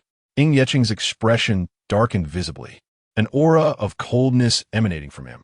That woman dared to establish a farm within his royal residence? This was utterly preposterous. He had sent the Dark Guard to investigate Su Qingyun out of skepticism regarding her identity, hoping to uncover some secret. Instead, he received this shocking news. In the vast Daqing dynasty, numerous princess consorts were dedicated to self-cultivation, appreciating tea and flowers. Why was it that the woman he had welcomed into his residence was so uniquely different? Feeling a chill, Knight Bei discreetly glanced at his master's expression and, summoning his courage, suggested, "Master, should I send someone to dispose of those items the princess consort purchased?" Chapter 9. The door crashes down. Ying Yeching shook his head slightly, his entire demeanor radiating cold fury as he strode towards Qingyun courtyard. He would handle this matter personally. Knight Bei followed closely behind, inwardly mourning for the princess consort for a minute. Upon entering Qingyun courtyard, they found the dining hall door tightly shut, a dim flicker of candlelight seeping through the windows. From within, a soft voice could be heard. "Qingyu, your culinary skills are quite impressive. The stir-fried pork is flavorful. I shall have 2 bowls of rice tonight." Ying Yeching approached with a stern expression. Inside, Su Qingyun was about to swallow a piece of meat. With a resounding crash, the door fell open. Almost immediately, a tall and imposing figure, exuding an aura of lethal intent, advanced towards her. It was Ying Yeching. Their eyes met, and the atmosphere in the dining hall turned particularly tense. The negative values of 500, 1,000 from Ying Yeching, along with the incessant notifications, warned Su Qingyun that her situation was dire. She needed to devise a plan to preserve her life. "Husband, have you dined yet? Would you care to join me for a meal?" Su Qingyun rose to her feet, her smile radiating warmth as she jogged eagerly to Ying Yeching's side. With her delicate, jade-like hand, she picked up a piece of meat from the table and offered it to the man's lips. "This stir-fried pork, made with Qingyu, is particularly delicious. Would you care to try it, my lord?" Both Ying Yeching and Yi Bei regarded the young woman before them with a peculiar expression. Ying Yeching's gaze, laced with a hint of amusement, bore into Su Qingyun, his deep eyes making her feel quite uneasy. What was the matter? Was her smile not sweet enough? Not radiant enough? Awkwardly, Su Qingyun withdrew the meat from his lips and silently popped it into her own mouth, swallowing it hastily. Negative value, 2,000. Su Qingyun thought to herself, "Offering you food while I eat it myself, and yet this lord still adds to my negative value." She felt wronged, still oblivious to what had provoked this nobleman's ire. "I have heard that you are raising chickens, fish, and cattle within the palace, even discarding the most precious koi from our royal collection." Ying Yeching's eyes fixed on Su Qingyun, his expression chilling and his tone as cold as the depths of hell. The intensity of his gaze sent a shiver down her spine. From his perspective, the woman before him, with her lively eyes darting about, dared not meet his gaze directly. After a prolonged silence, as Ying Yeching's patience waned, Su Qingyun forced a signature smile and explained, "My lord, do not underestimate these small creatures. They can bring unexpected joy. Moreover, I did not discard the koi. I had them relocated to the pond in the royal garden, and they are alive." Ying Yeching cast her a sidelong glance, a cruel smirk playing at the corners of his mouth. "You have 2 choices. First, dispose of the chaotic mishmash of creatures you have brought and restore the backyard to its former state. Or second, dispose of yourself." Upon hearing this, Su Qingyun's mind raced, and without hesitation, she threw herself onto Ying Yeching, secretly pinching his thigh. Her eyes glistened with unshed tears, her expression one of deep grievance, though no tears fell. Ying Yeching. Yi Bei. This woman is resorting to this tactic again. Neither option appealed to her.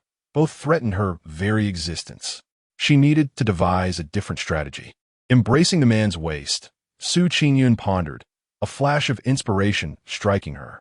Suddenly, she cleared her throat, her voice soft and sweet, closing her eyes as she fabricated a tale. My lord, you must have heard that my heart has long been devoted to you. I tended the garden and raised the chickens solely for you. I wish to cultivate the vegetables myself, raise the chicks with my own hands, and prepare exquisite meals for you as a testament to my sincerity. Therefore, is it possible for me to choose neither? After speaking, Su Qingyun cautiously opened her eyes, her gaze landing on the noble visage of the man, whose eyes were like fathomless depths. She wondered whether Ying Yeching believed her or not, and if she could secure both her life and the treasures of her backyard. The nearby Qingyu and Qinghe hesitated, feeling that the mistress's life was far more valuable than the trifles in the backyard. Eventually, Ying Yeching coldly rejected her plea. You must choose one. This infuriating man was indeed a tough nut to crack, impervious to both coaxing and threats.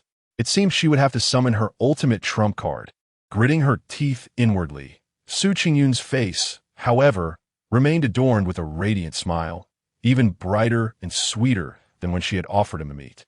Then, she discovered that the torrent of negative thoughts in her mind had suddenly ceased. Su Qingyun couldn't help but glance at Ying Yeching. It seemed that the cold air emanating from him had lessened somewhat. This was a fortunate turn of events, and she knew she must seize the opportunity. Husband, may I trade the protective talisman and military text from the Gi sect for that piece of land in the backyard? Ying Yeching gazed at the girl who clung to him, his eyes falling upon her excessively radiant smile. He was momentarily taken aback, a ripple of contemplation crossing his gaze. Su Qingyun's clear, luminous eyes, partially veiled by her fluttering eyelashes, blinked repeatedly. Husband, is it possible? Ying Yeching, who had initially prepared to decline her request, found himself hesitating. Very well. Fortunately, his royal residence was spacious enough, and the backyard was sufficiently distant from the main courtyard. Otherwise, upon receiving Ying Yeching's consent, Su Qingyun promptly released her embrace around his waist, performed a gesture of gratitude, her eyes crescent-shaped with delight. Thank you, my lord. You are truly the best person in the world. Ying Yeching internally scoffed at the notion of being a good person. At that moment, Qingyu finally found the courage to speak. The maidservants will assist the princess in managing the backyard. Please rest assured, my lord. Rest assured? He mused. If it's not well maintained, he left that thought unspoken. But it was evident to Su Qingyun that whatever remained unsaid would not be pleasant. With that remark, Ying Yeching departed with Yi Bei, not bothering to look back. Inside the dining hall, the three main figures exchanged glances, their eyes landing simultaneously on the dining hall door that had been kicked down, now marred by a significant crack. That was close. Their fate had nearly mirrored that of the door. In the fleeting moments that followed, Su Qingyun hastily returned to the dining table, picking up her chopsticks and quickly stuffing her mouth with stir-fried meat. Fortunately, it still retains a hint of warmth. Otherwise, it would be unpalatable. After Qingyu served her a bowl of chicken soup, she inquired, Miss, should we find someone to repair the door? As she chewed, Su Qingyun nodded. Please ask the steward to arrange for repairs. I shall not use my own resources for this door. After dinner, Qingyu went to find the steward. Su Qingyun rummaged through her treasure chest of dowry, extracting several sheets of talisman paper and an old, yellowing book. Qinghe, prepare the writing materials. The ink must be cinnabar.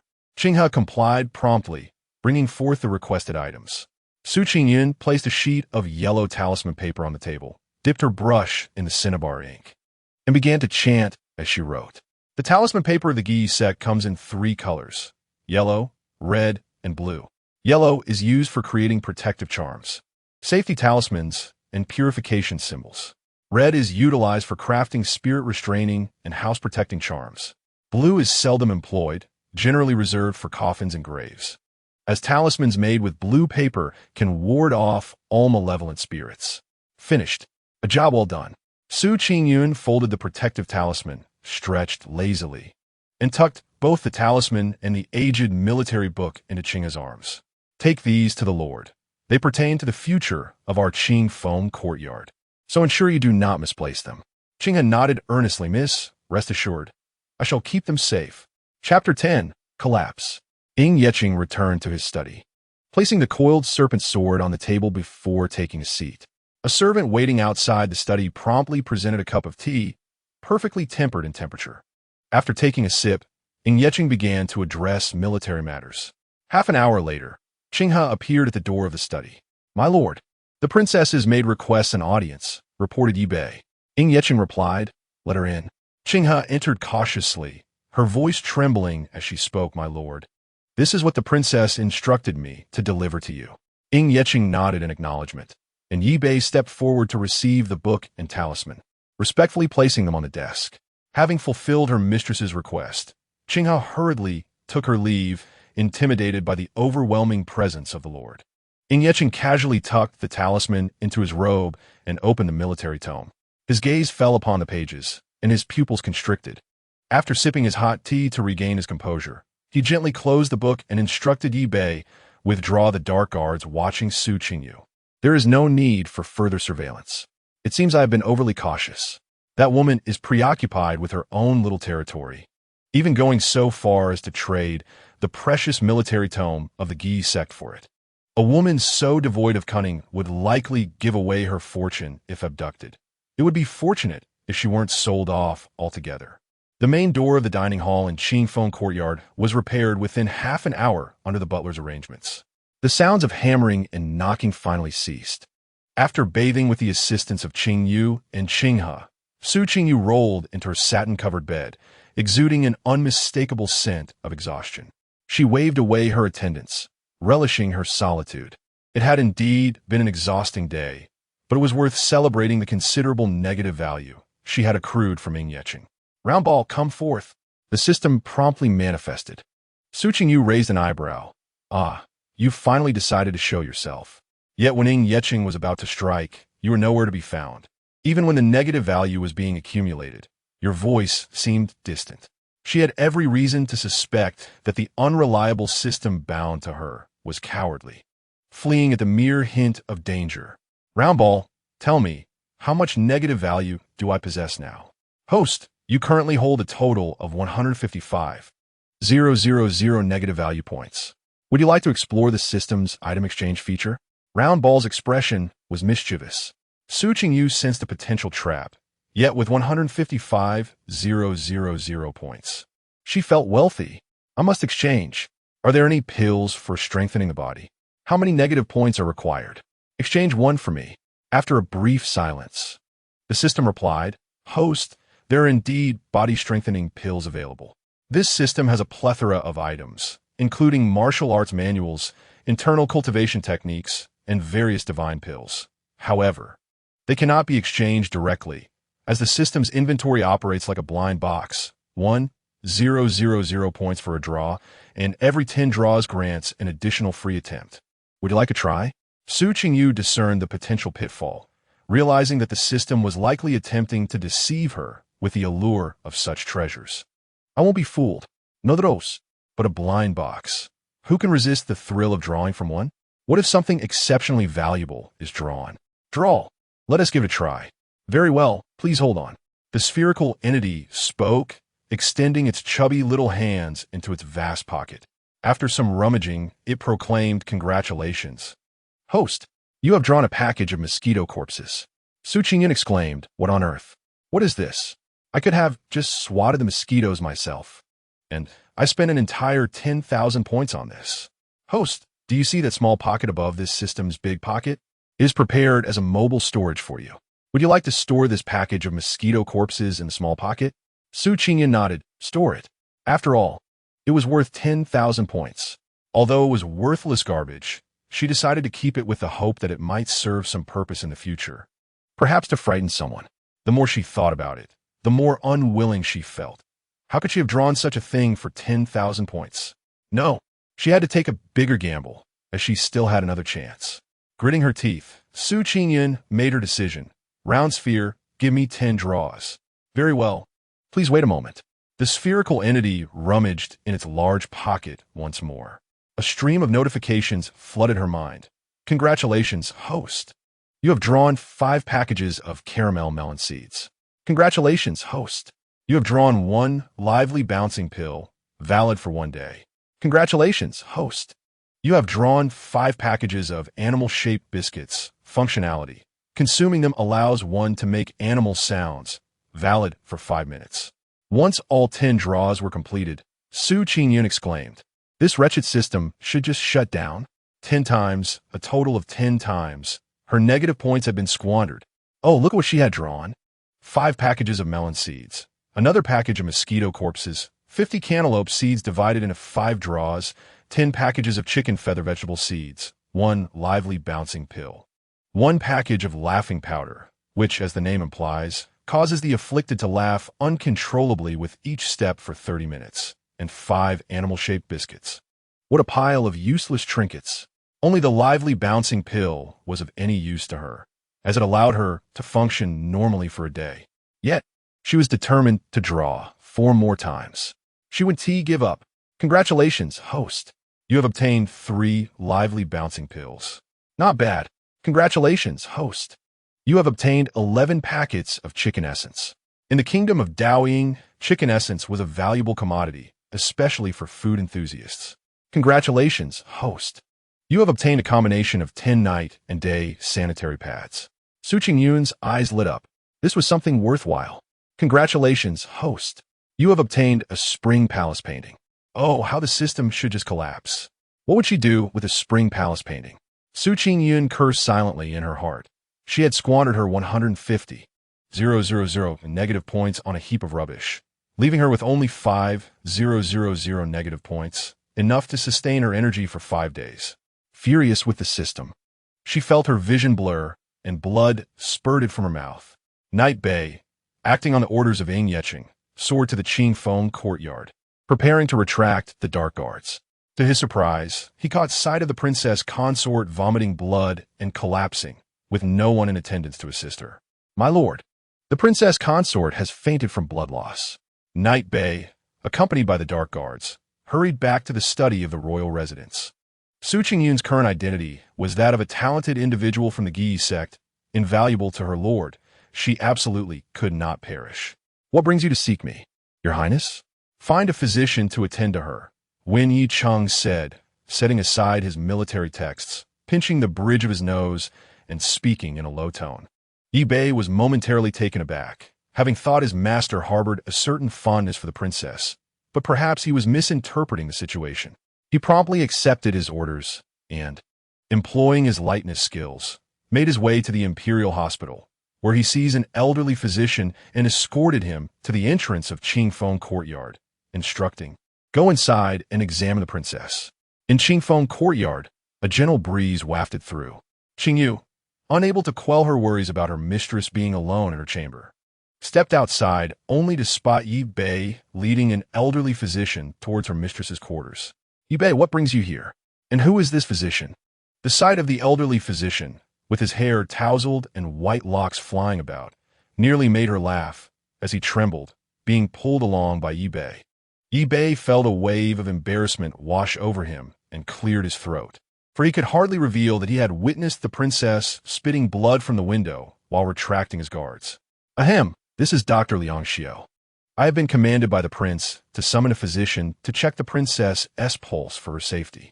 Qingyu retorted, "Who summons a physician in the dead of night? Are you trying to deceive a ghost?" She then gestured respectfully, "Dr. Liang, please come this way." Setting aside her misgivings, she smiled and invited the physician to examine her mistress, acknowledging that the princess's health was indeed precarious. With a creaking sound, the door swung open. Just as the trio entered the bedroom, the recently awakened Qingyun coughed up another mouthful of blood. From Yi Bei, a negative value of 100. Yi Bei tooked. I have long heard of the princess's frail condition. It seems the rumors are true. I wonder if she can endure the night. From Liang Xiao, a negative value of 500. Liang Xiao's legs buckled, and he knelt, exclaiming, "It's over. It's over. My life is at its end." Given the princess's current state, she may not survive. I do not think I will leave the Lin prince's residence alive. I pray the prince spares my body. From Qingyu, a negative value of 100. Qingyu lamented, The princess's condition has worsened. Dr. Liang, quickly treat the princess. Yi Bei seized the prostrate Liang Xiao and hurled him towards Su Qingyun. Su Qingyun weakly opened her eyes, gazing upon the three individuals before her, each bearing a distinct expression. She felt a complex swirl of emotions.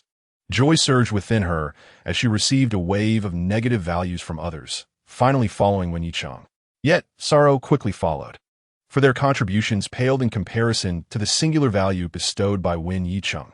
Indeed, he remained her foremost benefactor. "Qingyu, I desire water," she murmured feebly. As the physician pressed her wrist to take her pulse, Qingyu sprang into action. By the time she returned with a cup of warm water, the physician had concluded his examination. Without delay, Qingyu dipped a silver spoon to moisten Su Qingyun's lips, feeding her water one spoonful at a time. "Dr. Liang, how was the princess?" Yi Bei inquired after a prolonged silence, having received no response from Liang Xiao. After checking the pulse, Liang Xiao's heart finally settled. Although the princess's pulse was weak and feeble, her life was presently not in immediate danger, and thus, he too was momentarily safe. He calmed his mind, stroked his beard, and spoke steadily. "The princess is fine. She merely experienced a moment of anger that caused her to spit blood. This is, in fact, a good sign, as this dark blood has been accumulating in her body for some time. Once I prepare the appropriate remedy, she shall recover well with proper rest." Upon hearing this, both Yi Bei and Qingyu sighed in relief, grateful that the princess was unharmed. However, they did not anticipate that, at that moment, Su Qingyun began tapping her head, exclaiming in pain. The negative values from Yi Bei registered at 100,100, from Liang Xiao at 200, 200,200, and from Qingyu at 100,100. With each tap, a series of negative value notifications echoed in her mind, bringing her a strange joy. "How delightful that I can gain negative values from this," she thought. Qingyu interjected. "Miss, you are delicate. Do not harm yourself. Strike me instead. My skin is tough and impervious to pain." Yi Bei added, "Your Highness, is there anywhere else you feel unwell? Please tell the physician." Liang Xiao urged, "Yes, indeed. If you feel discomfort, inform me, and I shall procure the necessary medicine at once." The three of them displayed varying degrees of urgency, each harboring their own thoughts. After a while, Su Qingyun noticed that the negative values from the three had ceased to increase, leaving her puzzled. She continued to tap her head while clutching her chest and coughing a few times. Despite the differing expressions on the faces of the three, no new negative values appeared. Could it be that, aside from Yin Yicheng, the negative values from others had a limit? She promptly ceased her tapping and lazily reclined against the headboard. It was merely a minor headache, now alleviated. As she spoke, the three of them froze in astonishment. After a brief moment, they regained their composure. Physician Liang quickly prepared a hemostatic and soothing potion for her and hurriedly took his leave. His weathered heart could no longer endure the princess's antics. Yi Bei also departed, needing to report back to his master regarding the princess's condition. Qingyu called for Qing, he to attend to Su Qingyun while she went out to prepare the medicine. In the study of the Wang residence, Yin Yicheng lightly tapped the desk with his fingers, gazing down at Yi Bei, who knelt before him, his tone frigid. "In response to your master, the princess has spat blood twice tonight. The physician has indicated that her condition is due to excessive anger, but there is no cause for alarm." Yin Yicheng's mind suddenly conjured the image of the young girl's radiant smile. What could she be dreaming of while lying in bed? Could such thoughts truly provoke such anger? Notify the steward to select some nourishing items from the storeroom for the princess tomorrow. Understood. Yin Yicheng dismissed Yi Bei and completed the final paperwork before the night deepened. After a brief rest of 3 hours, he rose, had a simple breakfast, and proceeded directly to the palace for court. In the Qingfeng courtyard, early in the morning, Steward Wang arrived with a full box of items. "Your Highness, these are the nourishing treasures sent by the prince." Su Qingyun, who was enjoying her breakfast, swallowed a mouthful of porridge and, upon seeing the steward's arrival with a box filled with ginseng, ganoderma, and snow swallow, beamed with delight. After expressing her gratitude, she took out a jade pendant engraved with the Tai Chi Bagua design from her sleeve. "Steward Wang, please help me deliver this pendant to the prince. It is said to protect against malevolent forces and ensure safety." The jade pendant serves a purpose akin to that of an amulet, yet it surpasses the latter in efficacy. for it is imbued with a formation that can safeguard Ying Yeqing 3 times. She intends to languish in the Lin Wang mansion, subsisting without effort, and must ensure the safety of the Lin Wang's life. During breakfast, while sipping porridge and conversing with Qingyun, a sudden thought struck her. According to the ancestral laws of the Dang dynasty, should a prince meet with an untimely demise, all the female members of his household are to be buried alive alongside him. How inhumane such a tradition is. This implies that not only is she bound to the system, but also to Ying Yeqing. If he perishes, so too shall she. The original owner of this body is but 17, a tender age akin to that of a blossoming flower. She has no desire to meet her end so soon. As long as Ying Yeqing lives well, her splendidly languid life can be sustained. The steward, Wang, cautiously accepted the jade pendant and tucked it away, a smile gracing his features. Indeed, as the rumor suggested, the princess is quite attentive to the prince. Rest assured, my lady, I shall personally deliver the pendant to the master. Su Qingyun nodded, smiling as she bid farewell to the steward. She then returned directly to the imperial concubine's couch, languidly reclining upon it, her petite feet propped up as she called out to her 2 maidservants. Qinghe, I wish to have some fruit. Qingyu, bring me a book. The 2 maidservants responded in unison and went to prepare what their mistress desired. Chapter 12. Open sesame, the spring breeze stirred the willow leaves, sending the floating catkins into a whimsical dance. Su Qingyun leaned against the couch, one hand clutching an apple, taking a hearty bite, while the other held a book, engrossing herself in its contents. To her surprise, the writings of ancient times were rather explicit, filled with vividly colorful segments. Qingyu, from where did you procure such a book? Qingyu, unfazed, replied, this was given to me by the lady when you were to be wed, suggesting it might prove beneficial to you. The visage of the original owner's mother, Lu Yinglan, immediately surfaced in Su Qingyun's mind. In her youth, Lu Yinglan was a rare beauty in the capital, which perhaps explains the original owner's striking looks. However, it was difficult for Su Qingyun to fathom that the dignified and graceful Lu Yinglan would secretly bestow such a book upon the original owner. It was a true testament of her affection. A subtle shift crossed Su Qingyun's expression. Qingyu, how many books did mother give you? Qingyu remained composed. There are a total of 10 volumes.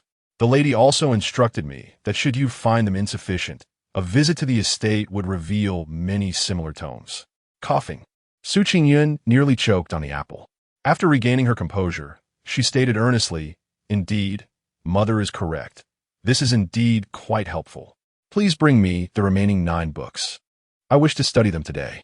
Qingyu complied, retrieving the volumes from the box and presenting them to Su Qingyun. With a mischievous grin, Su Qingyun stuffed the first book into Qingyu's arms. Qingyu, I've finished this one. You should take a look as well. It may serve you well in the future when you marry. By the way, after you're done, remember to let Qinghe read it too. Qingyu blushed, mistress. I have no intention of marrying. I wish to serve you for a lifetime. Every girl must marry at some point. Do not speak of such things. Now, sit quietly and read. Su Qingyun grabbed a handful of sunflower seeds from the table, munching on them as she spoke. Qingyu, ever obedient, dutifully opened the book. The initial pages were tolerable, narrating a tale of a scholar and a young lady who fortuitously met, overcame numerous obstacles, and fell in love. But as the story progressed, it delved into their married life. Soon, Qingyu's eyes widened, her face flushing with embarrassment. Miss, this is utterly shameless. Perhaps we should stop reading. Upon hearing this, Su Qingyun burst into laughter, her melodious giggles resonating throughout the Qingfeng courtyard. There is much to learn about the nuances of marital knowledge. Qingyu, pay close attention. It will greatly benefit you in your future marriage, she teased. Qingyu pondered, realizing that her mistress seemed to possess an unexpected penchant for mischief. After the court session, Ying Yeqing returned to the manor, and as he passed by Qingfeng courtyard, he fortuitously caught the sound of laughter within. He paused for a moment, then turned back towards the study, having spent the entire day attending to official duties. After dinner, Steward Wang arrived, presenting a jade pendant with both hands. Master, this is the jade pendant that the princess instructed me to deliver to you. She claims it possesses protective properties. Qingyun took the pendant in hand, his slender fingers gently caressing it, and suddenly the image of a girl with pure, radiant eyes and delicate brows flashed through his mind. The wares produced by the Yi sect were undeniably effective. This was beyond dispute, as they were revered by all nations on this land. However, the sect was shrouded in mystery, with only a select few possessing even a couple of their treasures. He fastened the pendant to his waist. "What has Su Qingyun been up to today?" he inquired of Steward Wang, who answered truthfully, "The princess has spent the entire day in Qingfeng courtyard without stepping outside." Qingyun fell silent for a moment, contemplating that this woman was quite obedient. If she continued to be so compliant, he would not mind supporting her in the long term. Steward Wang assumed his master was going to seek the princess, but instead, Qingyun, with an impassive expression, signaled for him to withdraw and return to his paperwork. That night, Su Qingyun lay in bed, inquiring of her system about her remaining points before succumbing to temptation and try her luck with 2 blind boxes. "Congratulations, host. You have received an invisibility cloak. Duration, 1 hour. Congratulations, host. You have obtained a random teleportation scroll. Duration, 1 hour." Su Qingyun nodded in satisfaction. Although her negative points had dwindled to a mere 1,000, barely sufficient to maintain her energy, she was pleased with her recent acquisitions. "Roundball, what is the purpose of the random teleportation scroll?" "Where can it transport me?" the system explained earnestly. "The random teleportation scroll can transport you to any location on this continent, ensuring a safe arrival. Simply open the scroll and utter the phrase 'Open Sesame' to initiate the teleportation. Essentially, it allows you to explore a random place on this continent, having been ensnared by this troublesome system in the past." Su Qingyun was wary yet unable to suppress her curiosity. "What should I do? I really want to try it. It won't endanger my life. Trying it seems feasible." Resolute, she decided to give it a go. "Let us see where I can end up. Perhaps I'll have the chance to visit other countries." Open Sesame. Yet again, she found herself ensnared by this troublesome system. As she teleported, she suddenly materialized in mid-air, plummeting rapidly towards the ground below. A resounding crash echoed as a section of the roof of the Lin Wangfu was breached. With a thud, Su Qingyun landed directly into a large bathtub within. Dazed from her sudden descent, she found herself enveloped in confusion, experiencing no pain or injury, just as the system had assured her of her safety. Yet she pondered, where exactly was she? A chilling, deep male voice pierced through her bewilderment, jolting her back to reality. She raised her gaze to find the source. "Why is Qingyun here?" The man's expression was dark, resembling a grim reaper from the depths of hell, his gaze as piercing as a cold blade, sweeping over Su Qingyun's face. "Hubby," Su Qingyun stammered in fear, her words faltering. Wasn't this supposed to be a random excursion? Why was she still in Lin Wangfu? She felt betrayed by the system. Although the random teleportation had proven harmless, landing in Qingyun's bathtub was likely to be fatal. "Release me," the man commanded coldly, his voice laced with barely restrained fury. At his words, Su Qingyun's attention shifted to her small hands, and her eyes widened in shock. Under the flickering candlelight, the man's well-defined upper body was fully revealed, muscles sculpted to perfection, his abdomen taut. A single droplet of water glided down his exquisite features, pausing momentarily at his collarbone before reluctantly cascading down, disappearing into the water beneath. This was utterly overwhelming. She felt the urge to blush profusely. Wait, it seemed her hands were still resting on the man's chest. She was truly in peril. Qingyun Forstesmite, awkwardly retracting her hands to conceal them behind her back. Hubby, it was unintentional." Qingyun's deep gaze settled upon her face, noting the absence of any hint of embarrassment. Such audacity was remarkable. "Turn around." At his command, Su Qingyun obediently turned her back. Qingyun executed a graceful leap from the bathtub, donning a black robe that enveloped his imposing figure completely. "My lord, I apologize for the delay. Please punish me." Yi Bei and a cadre of shadow guards appeared at the door, their expressions revealing astonishment at the unexpected occurrence within the prince's bathing chamber. "Yi Bei, remain. The rest of you, return to your posts," he ordered. "Understood."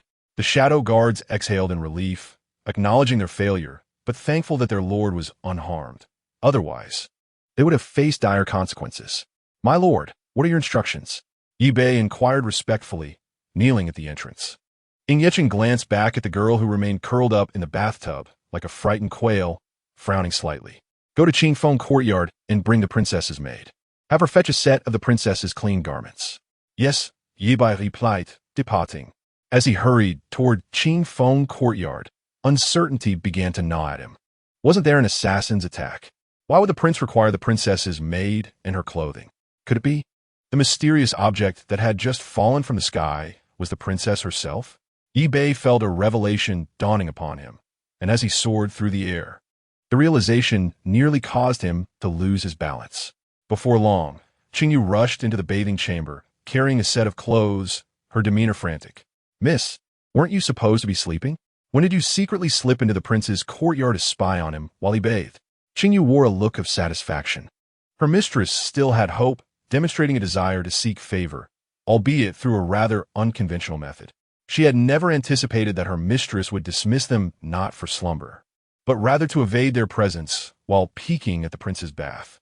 She initially believed her mistress had truly lost interest in the prince, only to discover her waiting for such an opportunity. This tactic must have been learned from a storybook, as the lady had suggested. Indeed, it proved to be effective. Qingyun resolved to procure more of such literature for her mistress. Qingyun, with her gaze lowered, remained silent, lost in her thoughts. A quarter of an hour later, in the main hall, a freshly bathed Qingyun stood in a posture of feigned innocence before Qingyun, while Qingyu and Yi Bei had long since been dismissed by the two lords. "Pray tell, how did my princess, a refined lady of society, find herself falling from Qingfeng courtyard into my Qinga courtyard?" Chapter 13. A bowl for the prince. Here it begins, the interrogation by the king of hell. How should she explain her sudden appearance? A torrent of negative thoughts flooded her mind. This was decidedly unfavorable. Qingyun stood obediently in place, racking her brain until she finally concocted a plausible excuse. With her clear, innocent eyes blinking pitifully, she said, "Husband, I truly do not know. I was peacefully asleep in my chamber, only to wake and find myself having fallen from the sky." Qingyun regarded the young lady's tearful expression, remaining silent and inscrutable. Qingyun noticed the silence, clearly awaiting her further explanation.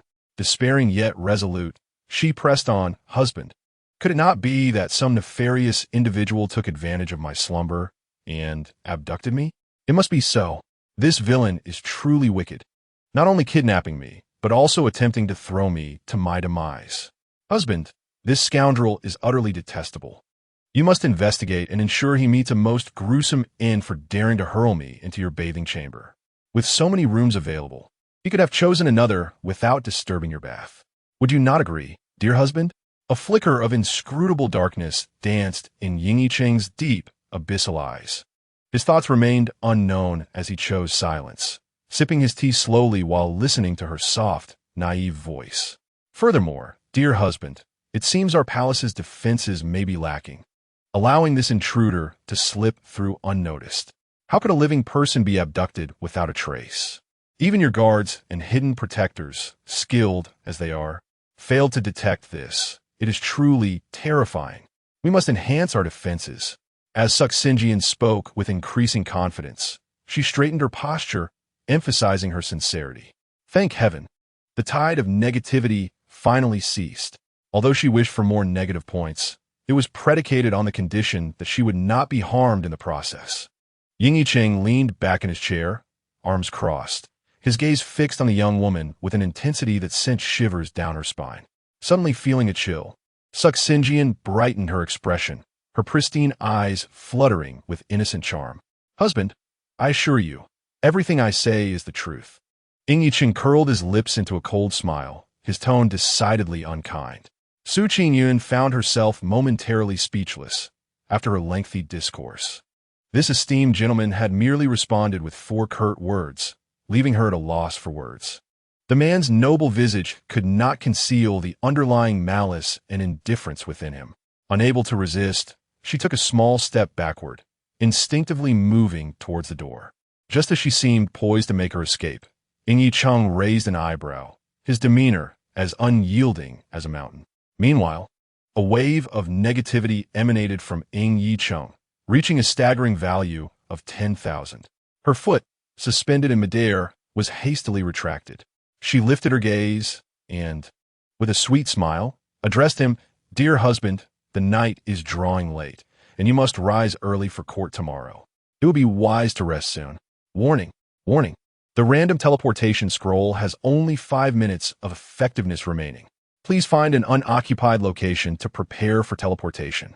Cursing under her breath, Su Qingyun swiftly withdrew her foot and bolted for the door, her departure punctuated by her melodious voice carried by the breeze. "Good night, my husband."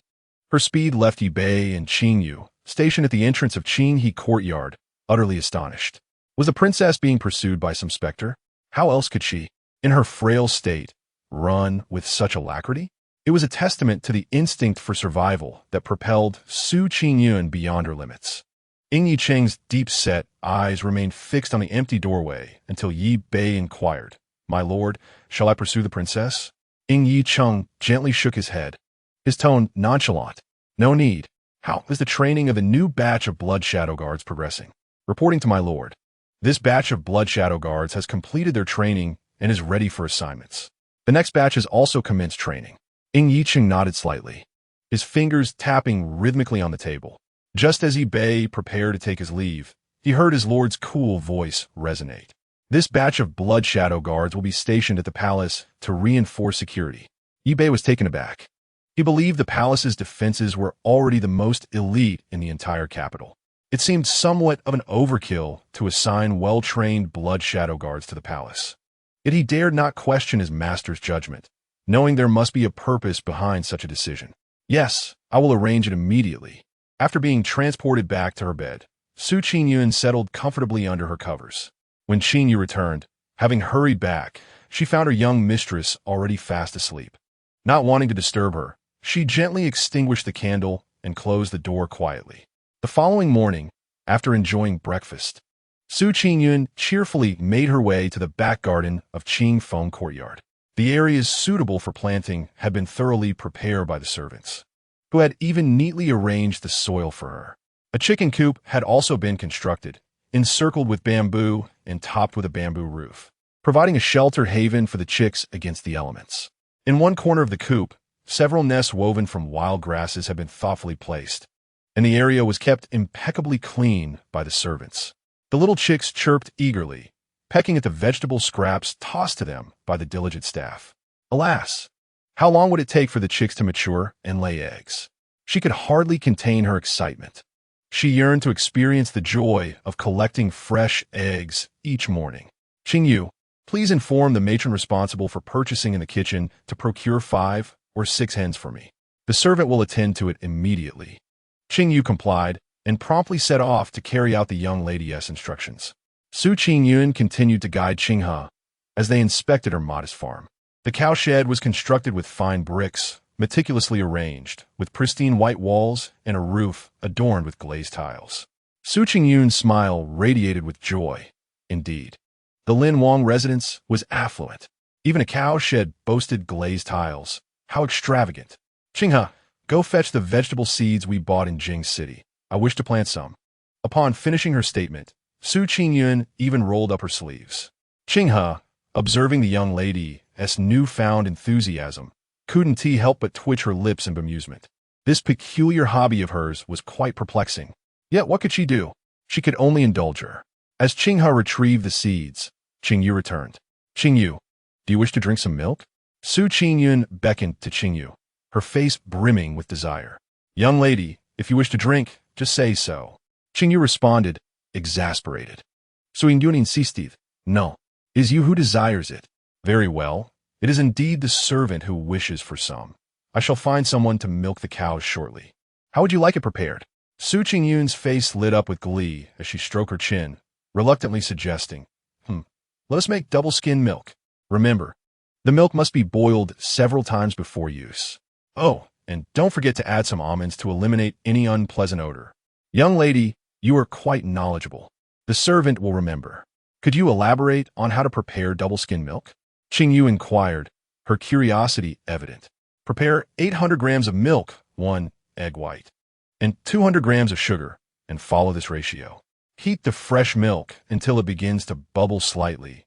Pour it into a bowl, and let it rest for about 5 minutes. Qingyun continued, pulling out a handful of sunflower seed from her pouch and munching as she spoke. Then, take another bowl. Add 1 egg white and 10 grams of sugar, and mix well. After the milk has rested, break the milk skin and pour it into the bowl with the egg white, mixing thoroughly. Strain it back into the original bowl and find a steaming container with holes in the lid. Steam it over low heat for about 5 minutes, and it's done. Qingyun rattled off the instructions, leaving Qingyu momentarily stunned. Where on earth did the young lady learn this? The servant was unaware that milk could be prepared in such a manner. Could you repeat that? Pay attention. I will only say it once more, and if you ask me again, I shall not tell you. Qingyu perked up her ears, listening attentively. After she finished, she nodded solemnly. The servant has memorized it. I shall make the arrangements. Just as Qingyu was about to turn to leave, Qingyun called out to her. Qingyu, gather a few people to prepare more. Share some with everyone in the residence, and send a bowl to the prince as well. Qingyun recalled how, after she had fled last night, Ying had not pursued her. She wondered if he was upset. After all, he was her benefactor. She must not offend him too much. For the sake of her leisurely life, she resolved to appease the esteemed elder brother. Understood, the servant takes her leave. Chapter 14. Miss, the seeds have arrived. Are you truly planning to plant the vegetables yourself? It is quite exhausting. Perhaps it would be wiser to leave it to me. Qingyun, unfazed and resolute, nodded earnestly. Of course, I shall plant them myself. You do not comprehend the joy of gardening. Throughout the morning, Qingyun, accompanied by Qinghe, busied herself in the rear garden like a diligent little bee, laughter occasionally echoing through the air. Upon returning from court, Ying made his way directly to Qingfeng courtyard, harboring a lingering curiosity about Qingyun that necessitated further verification. As he strode into the front yard, the cheerful sounds from the back garden momentarily halted his steps. With his pale, elegant fingers thoughtfully brushing his chin, he paused in contemplation. The next moment, he diverted his path towards the rear garden. In the garden, the slender figure of the young lady rolled up her sleeves, revealing an arm as delicate as a lotus root, crouched on the ground. Wielding small tools to dig and sift through the soil, completely absorbed in her task, unaware of Ying's silent approach. Unbeknownst to her, a subtle warmth began to creep into Ying's otherwise cold and profound gaze as he observed her in silence. Meanwhile, Qinghe, squatting nearby, endeavored to catch her mistress's attention with frantic eye gestures, yet received no acknowledgement. Occasionally, when their eyes met, Qingyun noticed Qinghe's face contorting into a series of bizarre expressions. After a brief pause, she quipped, Qinghe, have your eyes cramped? Should I summon a physician for you? Miss, you are beyond saving. Qinghe retorted, rising to kneel before Ying, declaring, I pay my respects to His Highness. May you be blessed. The moment Qingyun heard Qinghe address him as Your Highness, she was taken aback, losing her balance and collapsing onto the ground. Ying fixed his gaze on the girl sitting on the earth, her blue gauze skirt now muddied at the hem, with smudges of dried dirt adorning her cheeks, evidence of a careless swipe during her labor. In every regard, the young lady's appearance bore no resemblance to that of a pampered daughter raised within the Prime Minister's estate. His penetrating gaze remained locked on Qingyun, and after a prolonged silence, he slowly extended his long, elegant hand to grasp her wrist, effortlessly pulling her to her feet. Qingyun was momentarily startled by his action, but warmth blossomed within her heart. It was unexpected to witness the reputedly cold-hearted king of hell displaying a moment of tenderness, willing to lend her a hand. In her thoughts, she mused, You are rather kind indeed. Thank you, my lord. However, Ying's brow furrowed slightly. His grip on her wrist had been a ruse to ascertain her pulse and evaluate her martial prowess. To his dismay, he discovered that she possessed no inner strength whatsoever. Her physical condition was alarmingly frail, weaker than an average person, thus rendering her incapable of executing lightness skills. It seemed that she had not approached him last night with ulterior motives, and he realized he had misjudged her, observing the deepening crease on his brow. Qingyun sensed trouble brewing. She quickly donned a radiant smile. My lord, You must be weary after court. Allow me to fetch you some delightful treats shortly. How's that sound? Qingyun silently regarded her for a moment, pursed his lips, and replied softly. With that, he turned and departed with purposeful strides. Accompanied by Yi Bai. Su Qingyun originally believed that Qingyun would refuse her, but to her surprise, he actually agreed. Did this imply that the events of the previous night were now behind them? As she watched the tall figure of the man departing, her smile grew ever more radiant, and no negative thoughts clouded her mind. Indeed, it seemed that the storm had passed and the sun was shining once more. After tending to her garden, Su Qingyun returned to freshen up and changed into a new outfit. Following a modest lunch, she reclined on the chaise longue for a brief nap. An hour later, Qingyun approached, carrying a bowl of freshly made double-skim milk to rouse Su Qingyun from her slumber. Leaning languidly against the couch, Su Qingyun savored the delightful dessert. Feeling utterly content, standing nearby, Qinghe reminded her, "Miss, aren't you going to deliver this sweet treat to the prince?" Why don't you go instead? After swallowing a mouthful of double-skinned milk, she spoke with an air of certainty. Qinghe, frustrated by her lack of ambition, retorted, "Miss, this is an excellent opportunity to win the prince's favor. Besides, he has just agreed to taste what you send him. How can you simply shirk this responsibility and send me instead?"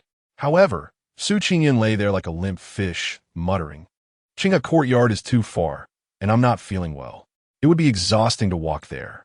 You go instead. I want to read my book." With that, she waved her hand dismissively, urging Qinghe to hurry along, and picked up the book from the table, engrossing herself in its pages. With a resigned sigh, Qinghe accepted this burdensome task and made her way to Qinghe courtyard with the dessert. Servant Qinghe seeks an audience with the prince. She called from the door of the study. After a moment of silence without a response, she announced, on the orders of the princess, "I have brought a sweet treat for you to sample." "Bring it in," came a deep, resonant voice from within. Qinghe breathed a sigh of relief and respectfully entered, placing the dessert on the table before preparing to exit the study quietly. Qingyun cast a detached glance at the bowl of creamy dessert without tasting it and directly inquired, "What is the princess doing?" Qinghe, caught off guard by the question, lowered her head and hastily concocted an excuse. The princess had lunch and is feeling unwell, so she's gone to rest. Qingyun's gaze remained inscrutable, revealing no emotion. Su Qingyun was nothing but a little invalid and a small deceiver. At that moment, as she lounged on the chaise, she felt another wave of negative energy from Qingyun wash over her. Su Qingyun mused. Happiness had arrived too swiftly. She almost succumbed to the impulse to open a blind box. No, she must resist. With her negative energy depleted, she needed to find a substantial benefactor to exploit. Just as the clouds had parted, one misstep could lead to dire consequences. It was best not to provoke her wealthy patron further and to preserve her life. Biding her time for greater negative energy. "Miss, the spring hunt is tomorrow. Have you decided what outfit you will wear?" Qingyun inquired, offering a platter of sliced fruit to Su Qingyun. Receiving the fruit, Su Qingyun leaned back against the couch and asked, "Is there a riding outfit?" Qingyun hesitated. "There is, but given your health, I fear you might not be able to participate in the hunt. Everyone else will undoubtedly wear riding attire. Must I be the only one to set out in a skirt? That would be far too conspicuous." It was clear to her that being too noticeable could invite unnecessary trouble, as she had no desire to engage in such conflicts, which would only exhaust her mind. "Miss, how do you find this violet riding attire?" After rummaging through the belongings, Qingyun presented a set of riding clothes for Su Qingyun's inspection. Su Qingyun glanced casually at it, nodded, and decisively declared this will do. With her exquisite features, any outfit would be flattering. It was unnecessary to be overly selective, as it would be rather bothersome.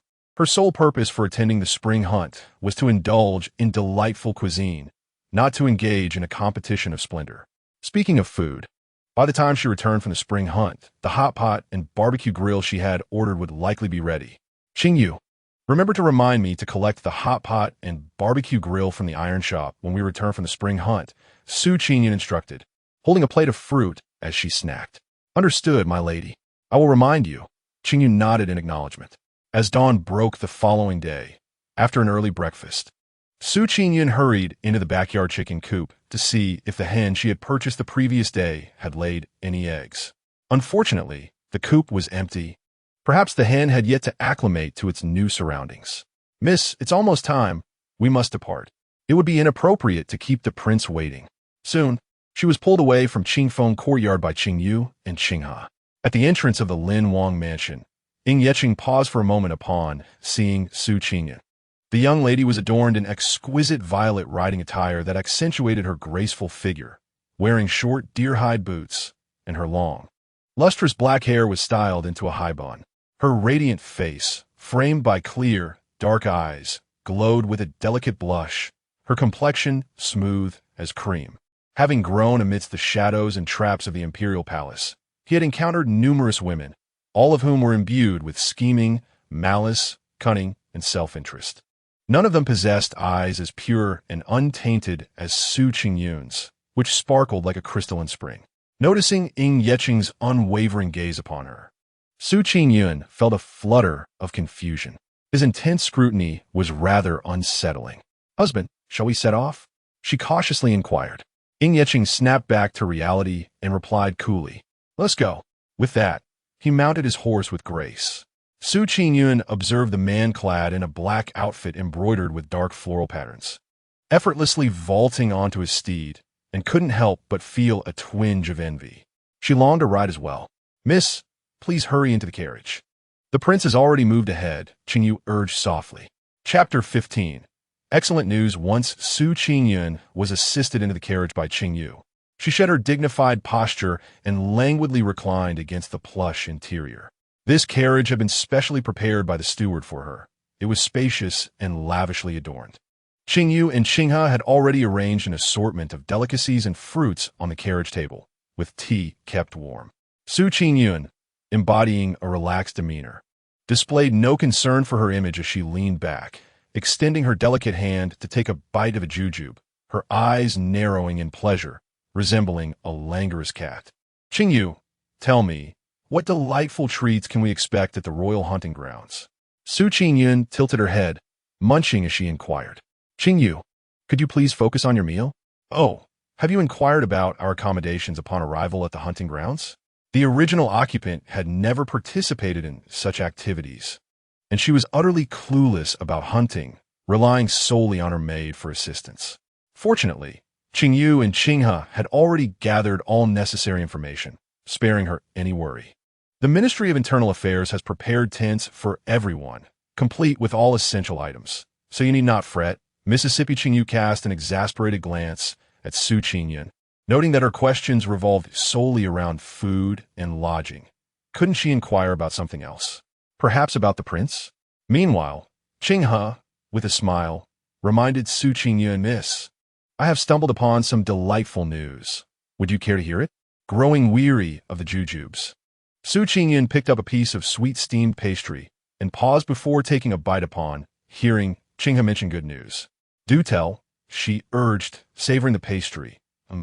Delicious. You will be sharing a tent with the prince tonight, Mississippi. Is that not splendid news?" Qinghe coughed lightly, clearly excited about this revelation. However, the pastry in Su Qingyun's mouth lost its sweetness, and her expression soured. She had never experienced romance in either this life or the last. Now, she was to share a bed with a man? The mere thought sent her mind racing. She mentally resolved to inquire if the Ministry of Internal Affairs had any spare tents available for her.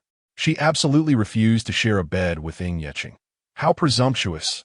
All the esteemed guests participating in the hunt were gathering at the palace, and as Su Qingyun's thoughts wandered, their carriage came to a halt. On March 20th, the air was thick with the essence of spring in the imperial city. Before the grand, resplendent palace, the royal procession assembled. Fans and banners raised according to the great Ying tradition, awaiting the emperor's arrival. Soon, the emperor's chief eunuch and the eunuch Guanghe bowed, leading a group of young eunuchs quietly behind the emperor as he strode forward. Moments later, eunuch Guanghe cleared his throat, announcing the imperial departure, and the crowd moved majestically towards the royal hunting grounds. The carriage resumed its journey. Having feasted well within the carriage, Su Qingyun, curious, lifted the curtain. her gaze meeting a pair of deep, dark eyes. She immediately averted her gaze.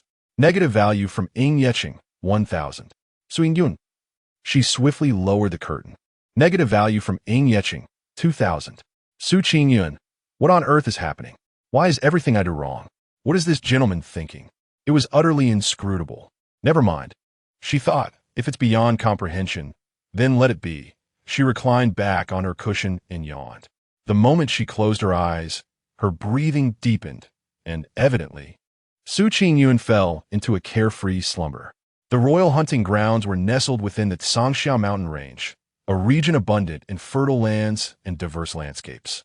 This area provided an exceptionally conducive environment for the great Qing ancestors, facilitating activities such as hunting, fishing, agriculture, and livestock farming. The vast Zhangxiao forest, in winter, resembled a snowy expanse by the sea, while in spring, it transformed into a verdant ocean, with trees standing tall in endless succession. After the hunting expedition had journeyed for 4 hours, they drew ever closer to the Zhangxiao mountain range. Approaching the Zhangxiao forest, the atmosphere varied, at times. The woods were enveloped in an eerie silence, while at other moments, the howling wind and rustling trees instilled a sense of dread. Qingyun had been asleep throughout the journey and only awakened upon reaching the hunting grounds. As she alighted from the carriage, she noticed that Qingyun was not present, but she paid it no mind, her sole desire being to locate a member of the imperial household department to arrange for a new tent. All the courtiers and their female companions dismounted from their carriages, after which the chief eunuch approached to convey the emperor's decree, essentially indicating that after a day of arduous travel, everyone should retire early to rest, for the hunt would commence the following day. Qinghe, please seek out someone from the imperial household department and inquire if there are any available tents. Arrange for a new one for me. I shall first find father and mother, and you can return to me shortly. Qingyun whispered to Qinghe. Qinghe acknowledged her request and departed. Meanwhile, Qingyun, accompanied by Qingyu, headed directly to find her father, Su He, and her mother, Lu Yinglan. As a high-ranking official, Su Chengxiang was indeed entitled to bring his family along. Lu Yinglan had initially hesitated to join, but changed her mind upon hearing that her beloved daughter would be present, thus accompanying Su He to the royal hunting grounds. They were joined by Su Qingyun's elder brother, Su Qingyun, and the adopted daughter of the Su family, her younger sister, Su Qingji.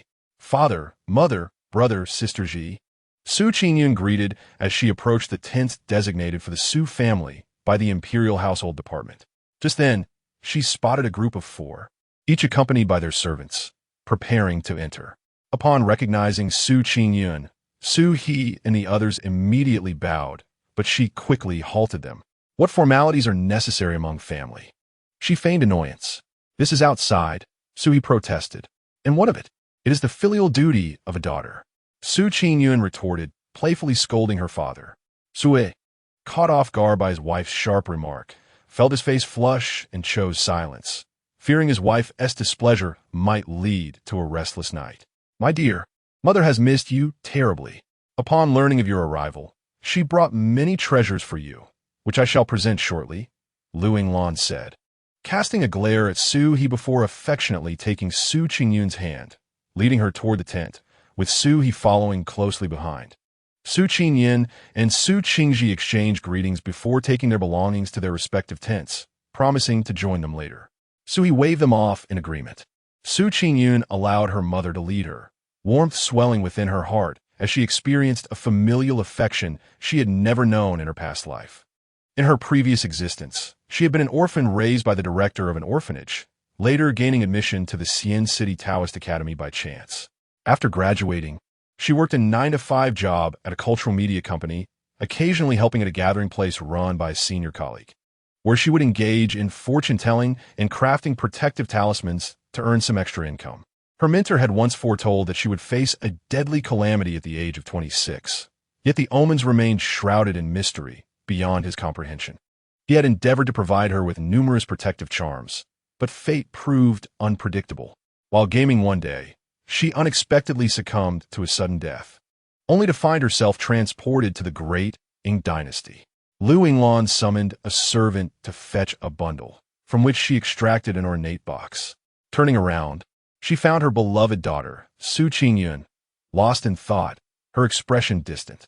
Man, she gently called, breaking the reverie of her daughter. Man was the original name given to her, embodying the essence of cuteness, charm, and innocence, reflecting her parents' lofty hopes for her. Man, this is a collection of stories specially prepared for you by your mother. Lu Yinglan spoke with a smile, wrapping one arm around Su Qingyun while placing the brocade box into her embrace. Nestled in her mother's arms, Su Qingyun initially felt elated, for she had the love of her parents in this life. Yet, upon hearing her mother's words, the warmth of her emotions dissipated, replaced by an awkward frown. "Thank you, Mother." Su Qingyun felt her cheeks flush. It was all her mother's heartfelt intention, and she couldn't bear to refuse. In the presence of Qingyu, she could tease them without a hint of embarrassment, but facing her mother and considering the contents of the storybook, she felt a tinge of shyness. "My dear, if there is anything else you need, do not hesitate to instruct Qingyu or Qinghe to relay your message.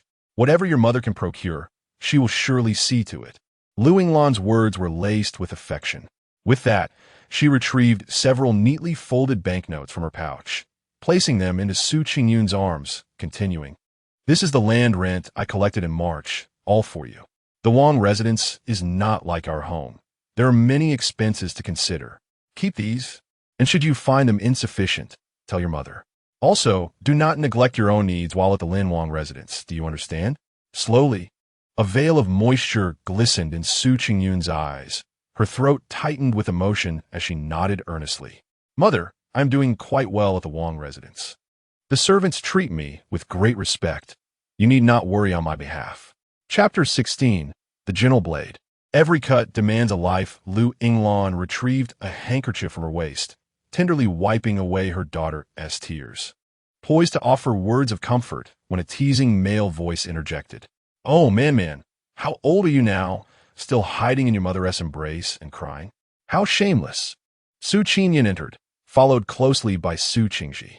As soon as they stepped inside, both Su He and Lu Yinglan shot him a disapproving glare. Su Qingji entered, performed a respectful bow, and stood quietly to the side, her demeanor serene. Su Qingyun rose from her mother's embrace, regarded her brother with a mischievous smile, and posed a series of probing questions. "Brother, do you have confidence in this year's autumn examinations? After the exams, shall you find me a sister-in-law?" At 21, Su Qingyun remained unengaged, and every time Lu Yinglan attempted to arrange a marriage for him, he found a way to evade, much to Lu's mother's frustration. "Indeed, after this autumn examination, you must settle on a marriage," Lu Yinglan declared with a stern countenance, delivering her final ultimatum. Su Qingyun rubbed his nose, casting a discreet glare at Su Qingyun, muttering that they would discuss it after the exams. How could he face marriage without first obtaining a degree? "By the way, man, would you like to join us for a stroll? After sitting in the carriage all day, I feel as though I might fall apart." This tactic was familiar. In the original memories, Su Qingyun had repeated this invitation countless times. At this moment, Sui spoke up. "All right, you three young ones go out and play. Take man for a stroll nearby. Qingyun, make sure to protect your two younger sisters. Understood?" He then turned to Su Qingyun with a smile. "My precious daughter, the fresh air outside is beneficial for your health. Go on." Su Qingyun returned his smile. "Got it." Su Qingyun pouted, feeling that their parents always indulged man, spoiling her excessively. Meanwhile, Su Qingji, who stood quietly to the side, observed the warm interaction of the four family members within the tent, and a sense of despondency washed over her. Originally, she was the daughter of a distant cousin of Su He. However, after a family upheaval, she was left as the sole orphan. Unable to bear the thought of his dear friend's bloodline fading away, Su He, after informing his wife, adopted her, renaming her Su Qingji and registering her under Lu Yinglan's name. Though she was raised by the Su family, enjoying a life of luxury with servants attending to her every need, she had never suffered any hardship. Yet, the family treated her with a polite distance, never showering her with the heartfelt affection they bestowed upon Su Qingyun. Countless times, she had witnessed the tender love and indulgence Su He, Lu Yinglan, and Su Qingyun showed towards Su Qingyun. Over time, A yearning had blossomed within her heart, a longing to receive even a fraction of their affection, if only once. Alas, all their love was reserved for Su Qingyun, leaving none for her. "Qingji, why are you just standing there, lost in thought?" Su Qingyun called out to the dazed Su Qingji, who hung her head, lost in contemplation. The system recorded a negative value of 500 for Su Qingji. Su Qingyun was perplexed. She had always treated Su Qingji well, and since her arrival, she had been in the Lin Wangfu without having met her even once. What could be the source of this negativity? Was it jealousy over her beauty? Glancing at Su Qingji, Su Qingyun noted that although she didn't understand her thoughts, the system's persistent notifications of negativity indicated that her thoughts were indeed related to her and were not of a positive nature. "I got a bit distracted. Let us go." Su Qingji smiled and replied, leading the way out. Su Qingyun and Su Qingyun followed, and soon the three of them reached a small stream not far from the campsite. Su Qingji instructed a maid to bring a blanket, and the three of them sat on the ground, chatting and laughing, creating an appearance of harmony. This facade was maintained. Yet Su Qingyun's mind was often interrupted by thoughts of Su Qingji's negative value. "Sister, after the hunting trip, the last day of March is the kite festival. Would you like to join us?" Su Qingji said with a gentle smile, her words as soft as a spring breeze. If it weren't for the system, Su Qingyun might have been deceived by the outward gentleness of the person before her. Truly, a gentle knife, sharp enough to claim a life. Su Qingyun added, "Yes. Doesn't T-Man love flying kites in spring? This year's festival will be even livelier than last year.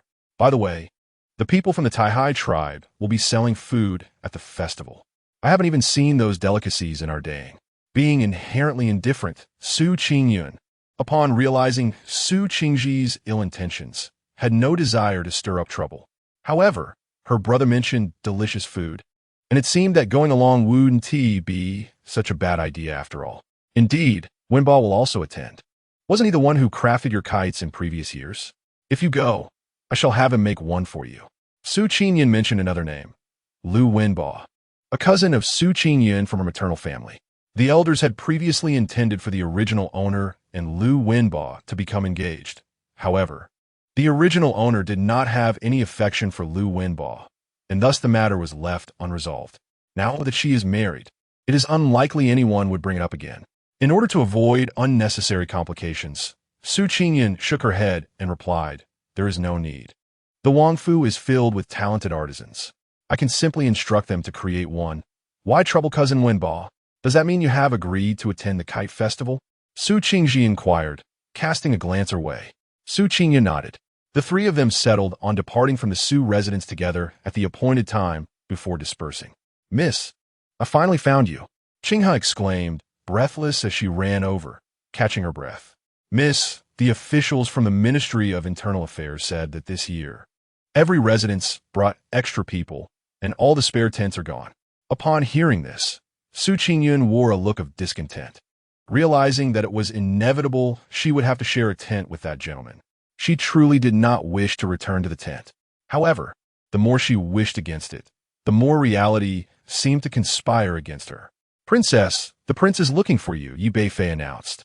Having landed gracefully before kneeling in greeting to Su Qingyun, she sighed internally, her tone becoming weary as she replied, "I understand." A quarter of an hour later, Su Qingyun dragged her weary feet and finally made her way to the tent belonging to her and Ying Yeching. Inside the tent, a table was set with a feast, emitting warmth and a delightful aroma. "What are you standing there for? Come here," Ying Yeching said, casting a fleeting glance at the girl lingering by the entrance. Obediently, Su Qingyun approached the dining table and took her seat, only beginning to eat after Ying Yeching lifted his chopsticks. The atmosphere was profoundly quiet, with only the sound of their chopsticks clinking against the bowls. Eventually, unable to bear the awkwardness any longer, Su Qingyun picked up a piece of shredded chicken and placed it in Ying Yeching's bowl, smiling brightly as she said, "Husband, I have tasted this dish. The chicken is exquisite. You should try it." Ying Yeching regarded her several times before finally sampling the food she had offered. The atmosphere lightened considerably, and Su Qingyun began to eat joyfully and without a care. In her enthusiasm, she accidentally overindulged, straightening her back as she took Qingyun and Qinghe for a stroll around the tent. Chapter 17. To go or not to go? Oh, isn't that the shameless daughter of the left chancellor's residence? Eager to marry my sixth royal brother. Ha! How laughable. You poor thing. Have you not yet shared a bed with my royal brother? TSK, TSK, TSK. Wouldn't it be better to remain a useless vase at the chancellor's residence? Su Qingyun, along with her two companions, was enjoying a leisurely walk when a haughty voice pierced through the air. She lifted her gaze to find Ying Xianglian approaching, accompanied by several noble ladies from the capital. Princess Lianhua, the 13th princess of the emperor, bore the title Lianhua. Her mother was merely a minor concubine. Had it not been for this woman's sweet tongue and her frequent presence by the Empress Dowager's side in dutiful service, the emperor might not have even granted her a title. Ying Xianglian adorned herself in a flowing gown of pale yellow chiffon, complemented by a purple outer garment and a pair of intricately embroidered shoes featuring golden threads and blooming lotus flowers. Her makeup was strikingly bold.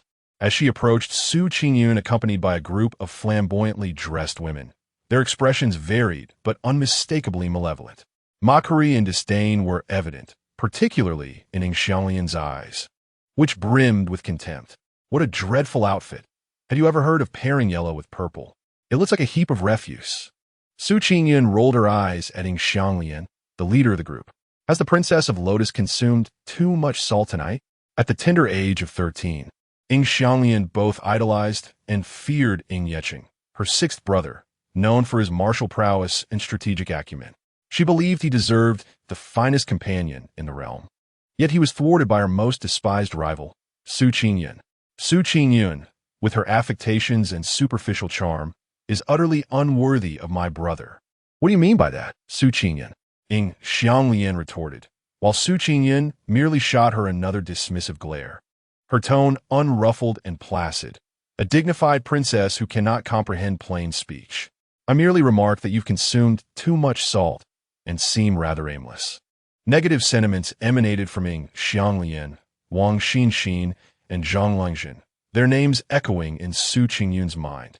She inwardly scoffed, pathetic. Their negativity is even less than what Yi Bei and his crew would muster. How unfortunate.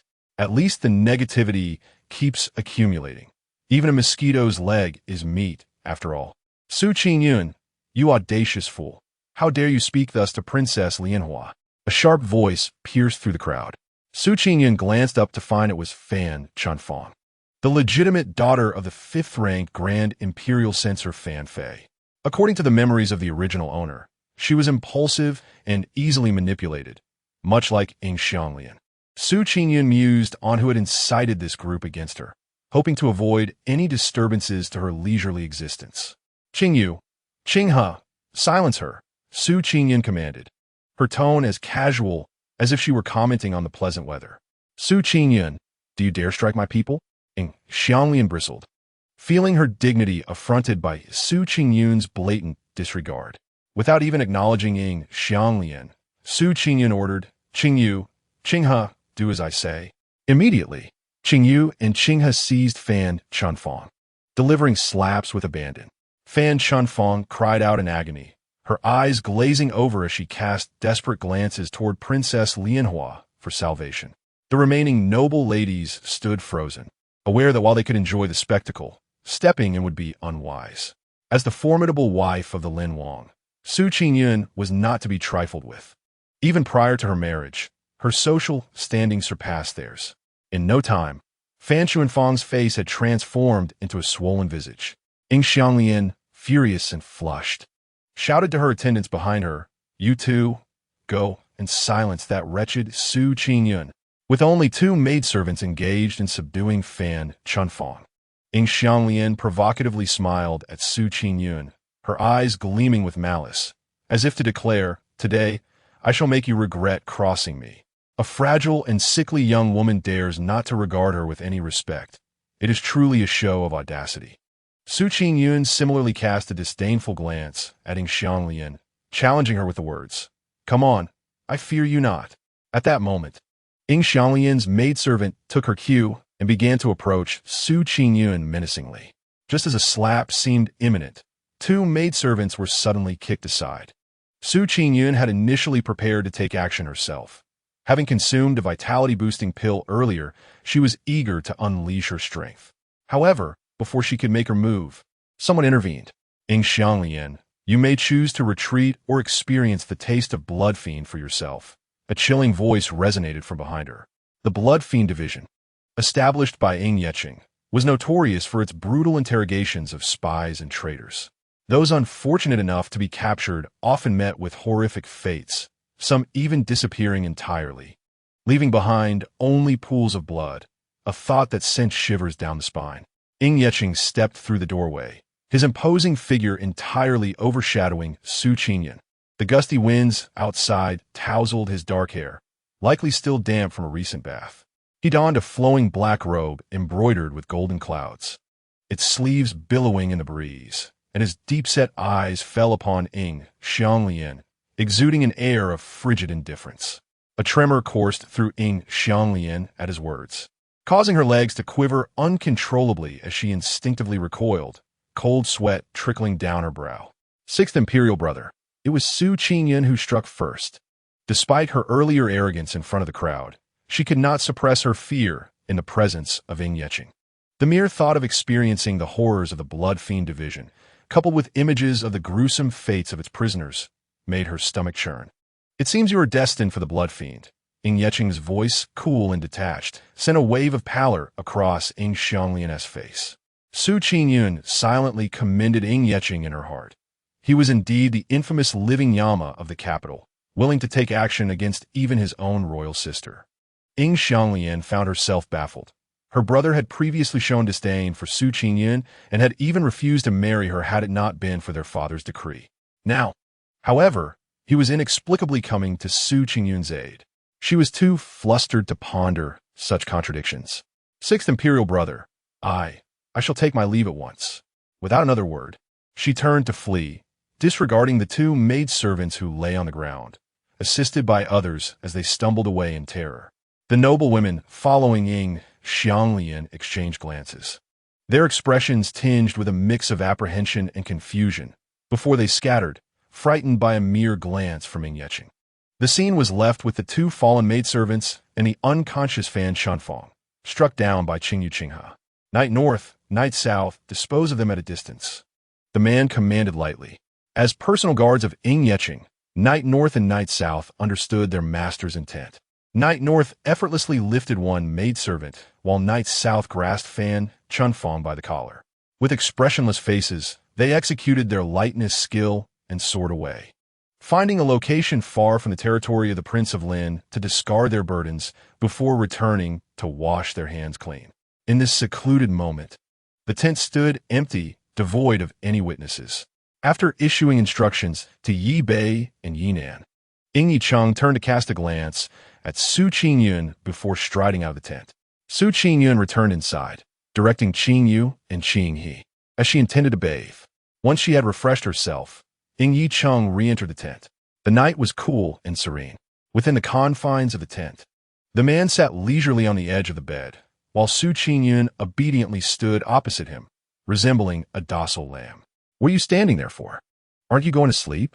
Yicheng observed the girl before him, who was behaving remarkably well, with a smile that was almost enigmatic. Qingyun's mind buzzed with uncertainty at his words.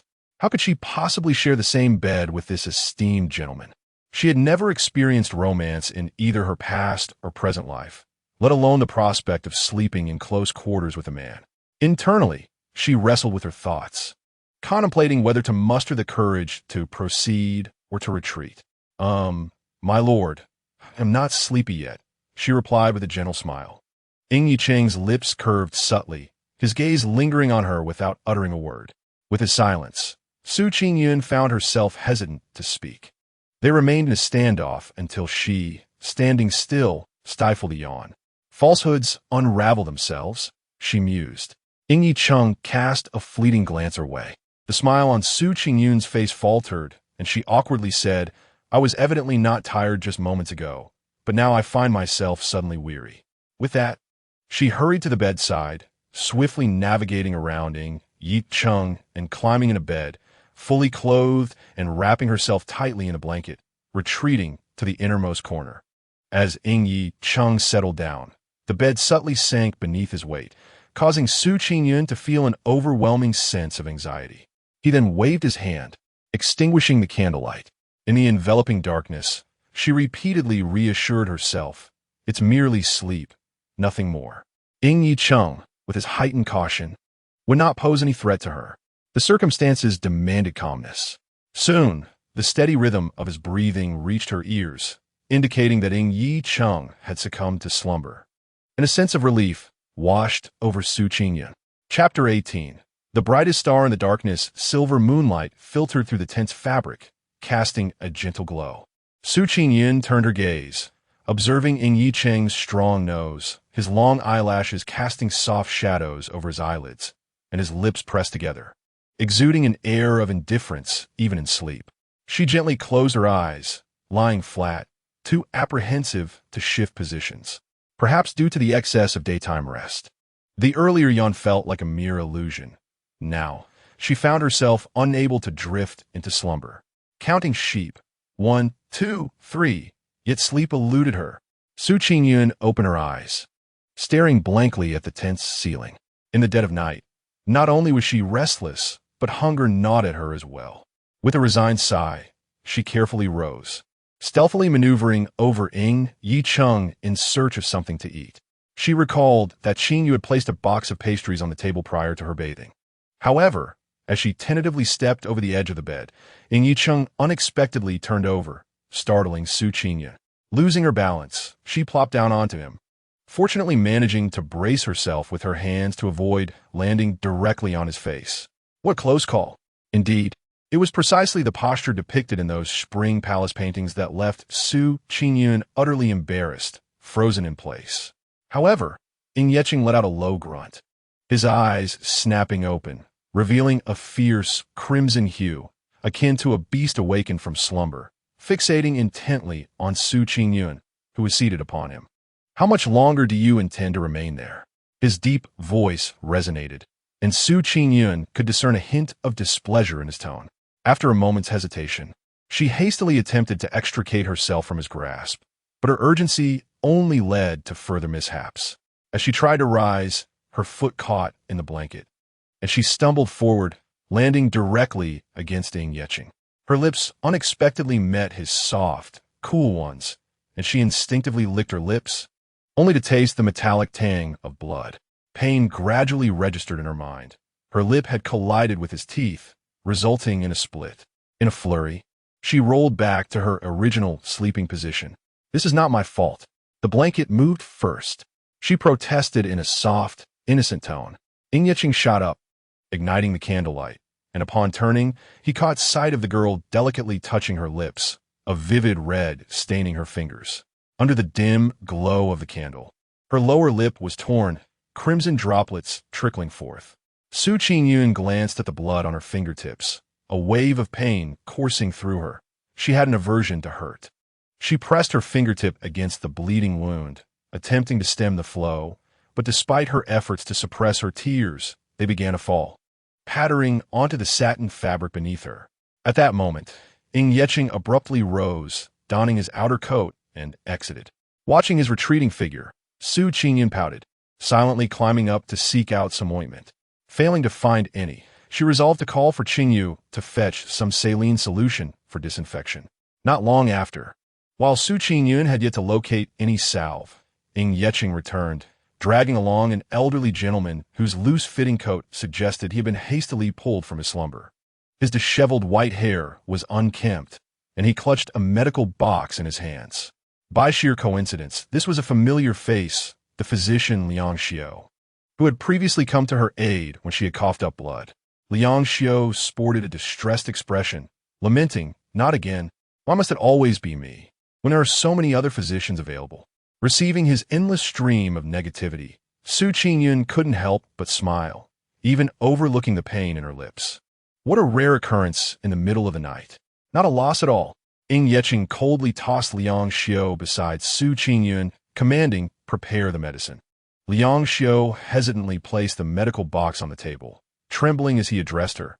"Your Highness, Please extend your hand so I may take your pulse.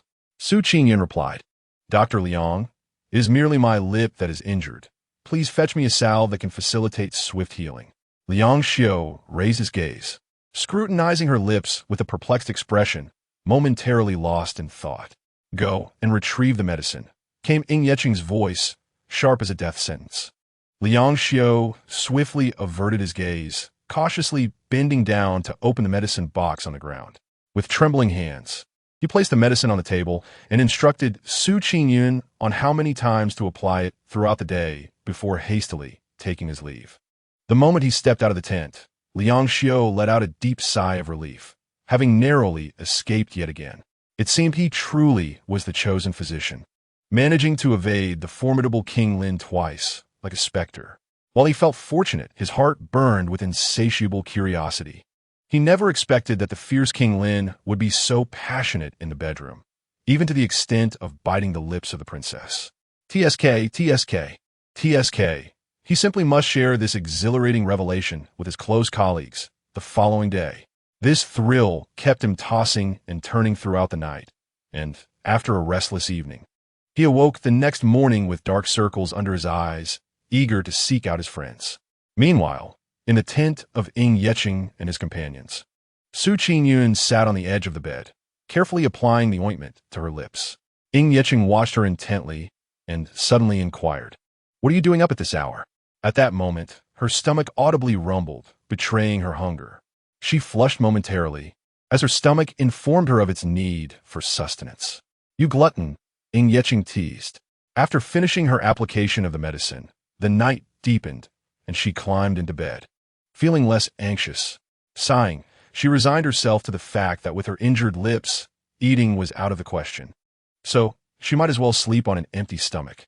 Initially, she thought it would be difficult to drift off, yet surprisingly, after relaxing, she soon fell into a deep slumber. Just as she was lost in dreams, she was awakened by Qingyun, who brought her a bowl of red bean porridge.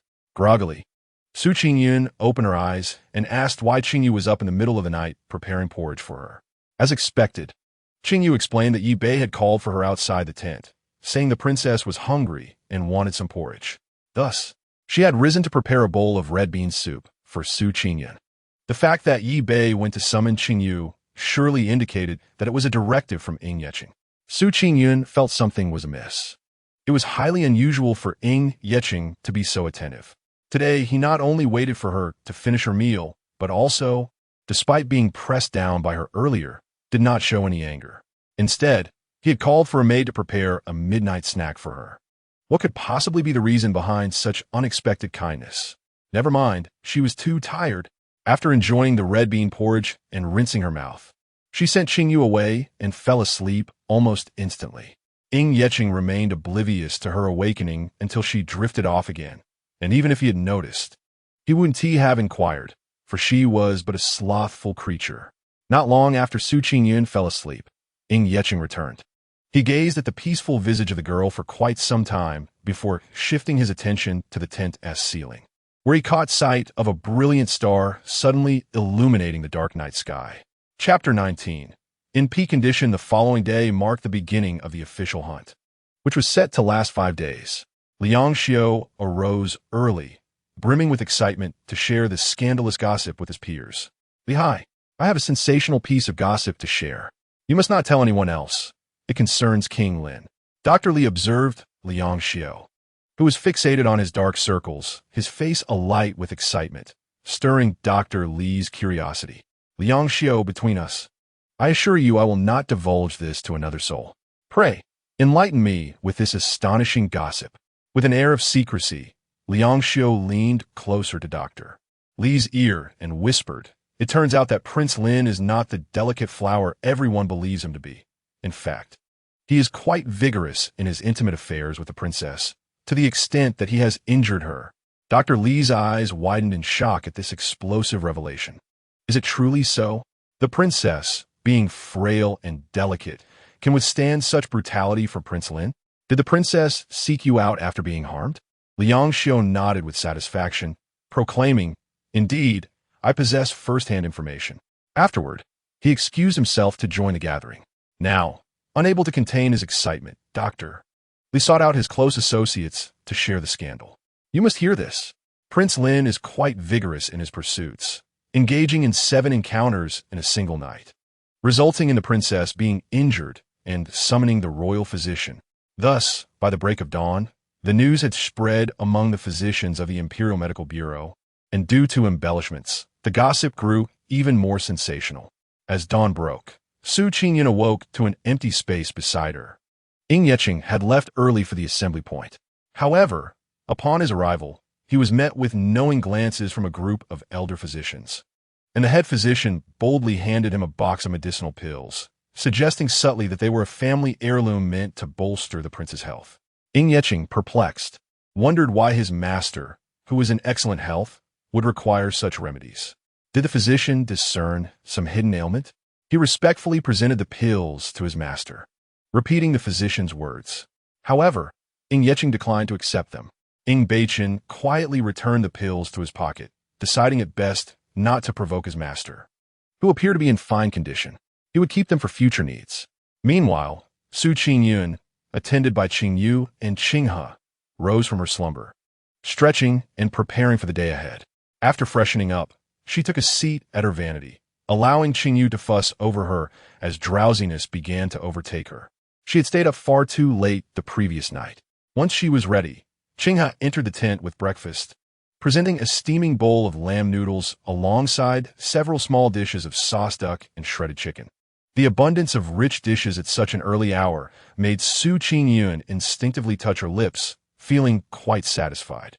It was surprising that the disheveled doctor, Liang, had such commendable skills. The medicated plaster was remarkably effective. If Liang Xiao were aware of Su Qingyun's thoughts, he would surely exclaim that with Prince Lin personally seeking his assistance, he had no choice but to provide the most potent plaster. The chilly air of the Zhangxia Mountains in March was palpable as Su Qingyun arrived at the assembly point, where the noble lords and ladies of the Great Wen dynasty had already gathered. As she and her attendants were about to approach Ying Yecheng, a palace maid rushed past, accidentally bumping into Su Qingyun. Fortunately, Qingyu and Qinghe were quick to steady her, preventing a public fall. The palace maid immediately knelt down, tearfully offering her apologies. Su Qingyun waved her hand, signaling her to rise. It was evident that the maid had not acted with malice, and since she had not received any negative feedback, her actions could not be deemed intentional. As Su Qingyun settled beside Ying Yecheng, he cast several glances her way, leaving her somewhat perplexed. Husband, do I appear strange in this attire? Su Qingyun pondered only the matter of her clothing. Ying Yecheng paused, surveying her from head to toe before offering a succinct appraisal. Not bad. Upon hearing this, Su Qingyun felt a surge of happiness, her face instantly brightening like blooming peach blossoms in the spring, a sight to behold. Thank you for the compliment, my husband, she replied in a melodious voice, causing the corners of Ying Yecheng's mouth to involuntarily lift, though he quickly suppressed it at the moment her gaze turned towards him. It was evident that Su Qingyun was admiring the man's striking features. Regardless of any other considerations, Ying Yecheng's beauty was unparalleled. At that moment, Su Qingyun also noticed that he wore a purple garment that matched her own, accentuated by a dark night blue belt adorned with auspicious cloud patterns, presenting an air of unmatched nobility. Su Qingyun opened her mouth, intending to speak, when she overheard the eunuch discussing the rules of the hunting event. As in previous years, the victor of the hunt would receive commendation from the emperor to ensure fair competition and prevent any deceit during the hunt. All participants were provided arrows inscribed with their names. In the Great Wen dynasty, both men and women could partake in a hunt. After the eunuch finished outlining the rules, ministers, princes, and young ladies alike eagerly prepared to mount their steeds, with Ying Yecheng mounting his own magnificent horse. With a decree from the emperor, the hunting competition commenced, a throng of participants making their way towards the Zhangxia forest. To the onlookers, Su Qingyun appeared as a frail soul, and naturally, she remained behind, while all 4 members of the Left Chancellor's household joined the hunt. Once the crowd had dispersed, only the elderly, weak, and infirm remained.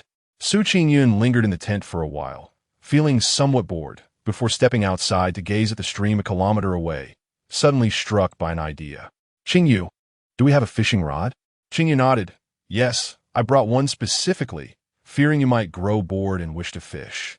Then you and Qinghe prepare some food, and summon 2 male servants to bring 3 stools. We shall go fishing. Oh, and remember to take a wooden bucket for the fish.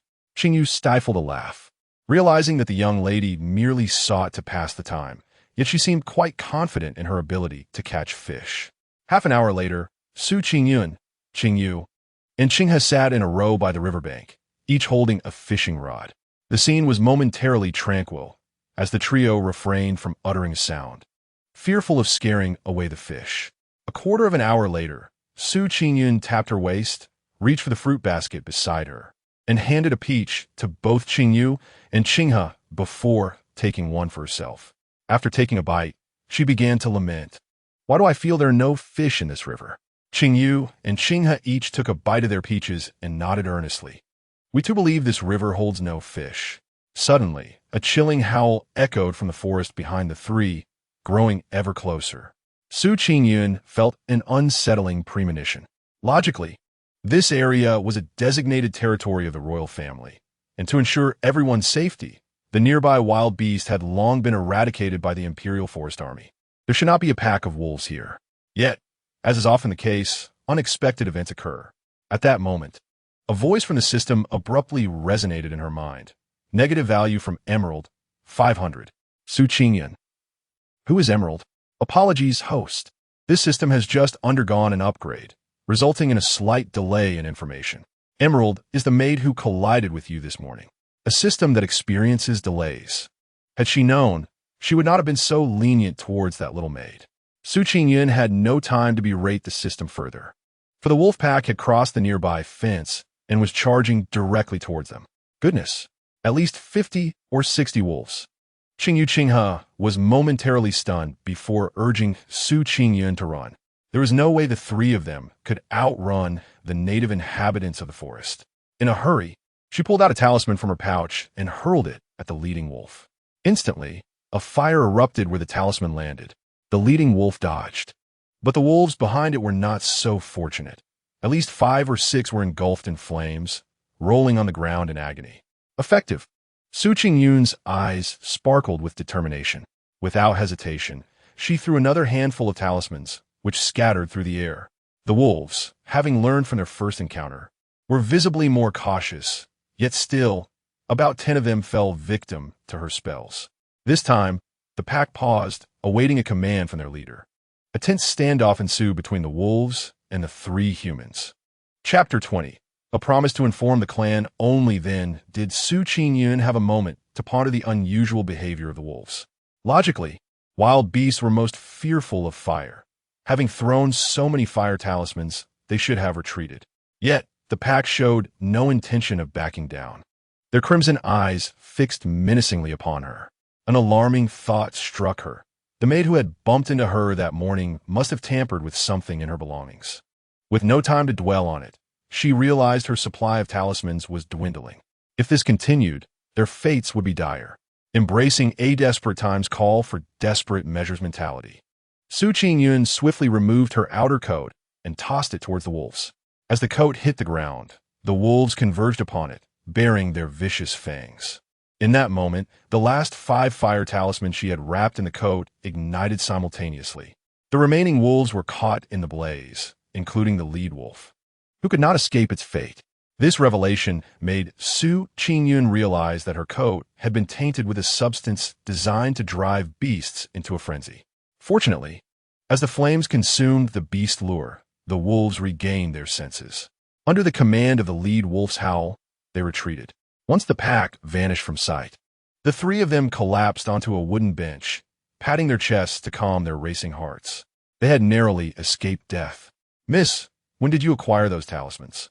In this dynasty, there is an abundance of Taoists, many of whom possess peculiar charms and incantations. However, regulations across various nations prohibit the use of such charms on the battlefield. Any nation that defies this will face a coalition of other nations in retaliation. Qingyu and Qinghe were not particularly surprised, as they were aware that their young lady belonged to the Gi sect. They were merely curious as to when she had acquired the charm paper, as they had been attending to her closely without noticing. Qingyun picked up another apple and took a bite to calm her nerves. While you were dressing this morning, I was a bit dazed and inadvertently grabbed the wrong pouch. It was only after Ying had cast several glances her way that she realized her mistake. Since she wasn't spending any silver at the arena, she decided to keep it tied on and didn't bother asking Qingyu or Qinghe for a new one. Qingyu exchanged glances with Qinghe, silently communicating. Fortunately, their lady was feeling rather lazy today, and Henti swapped out the pouch, inadvertently saving their lives. "Miss, what shall we do about those two wolves?" Qingyu inquired, gesturing towards the charred remains of the two wolves not far away.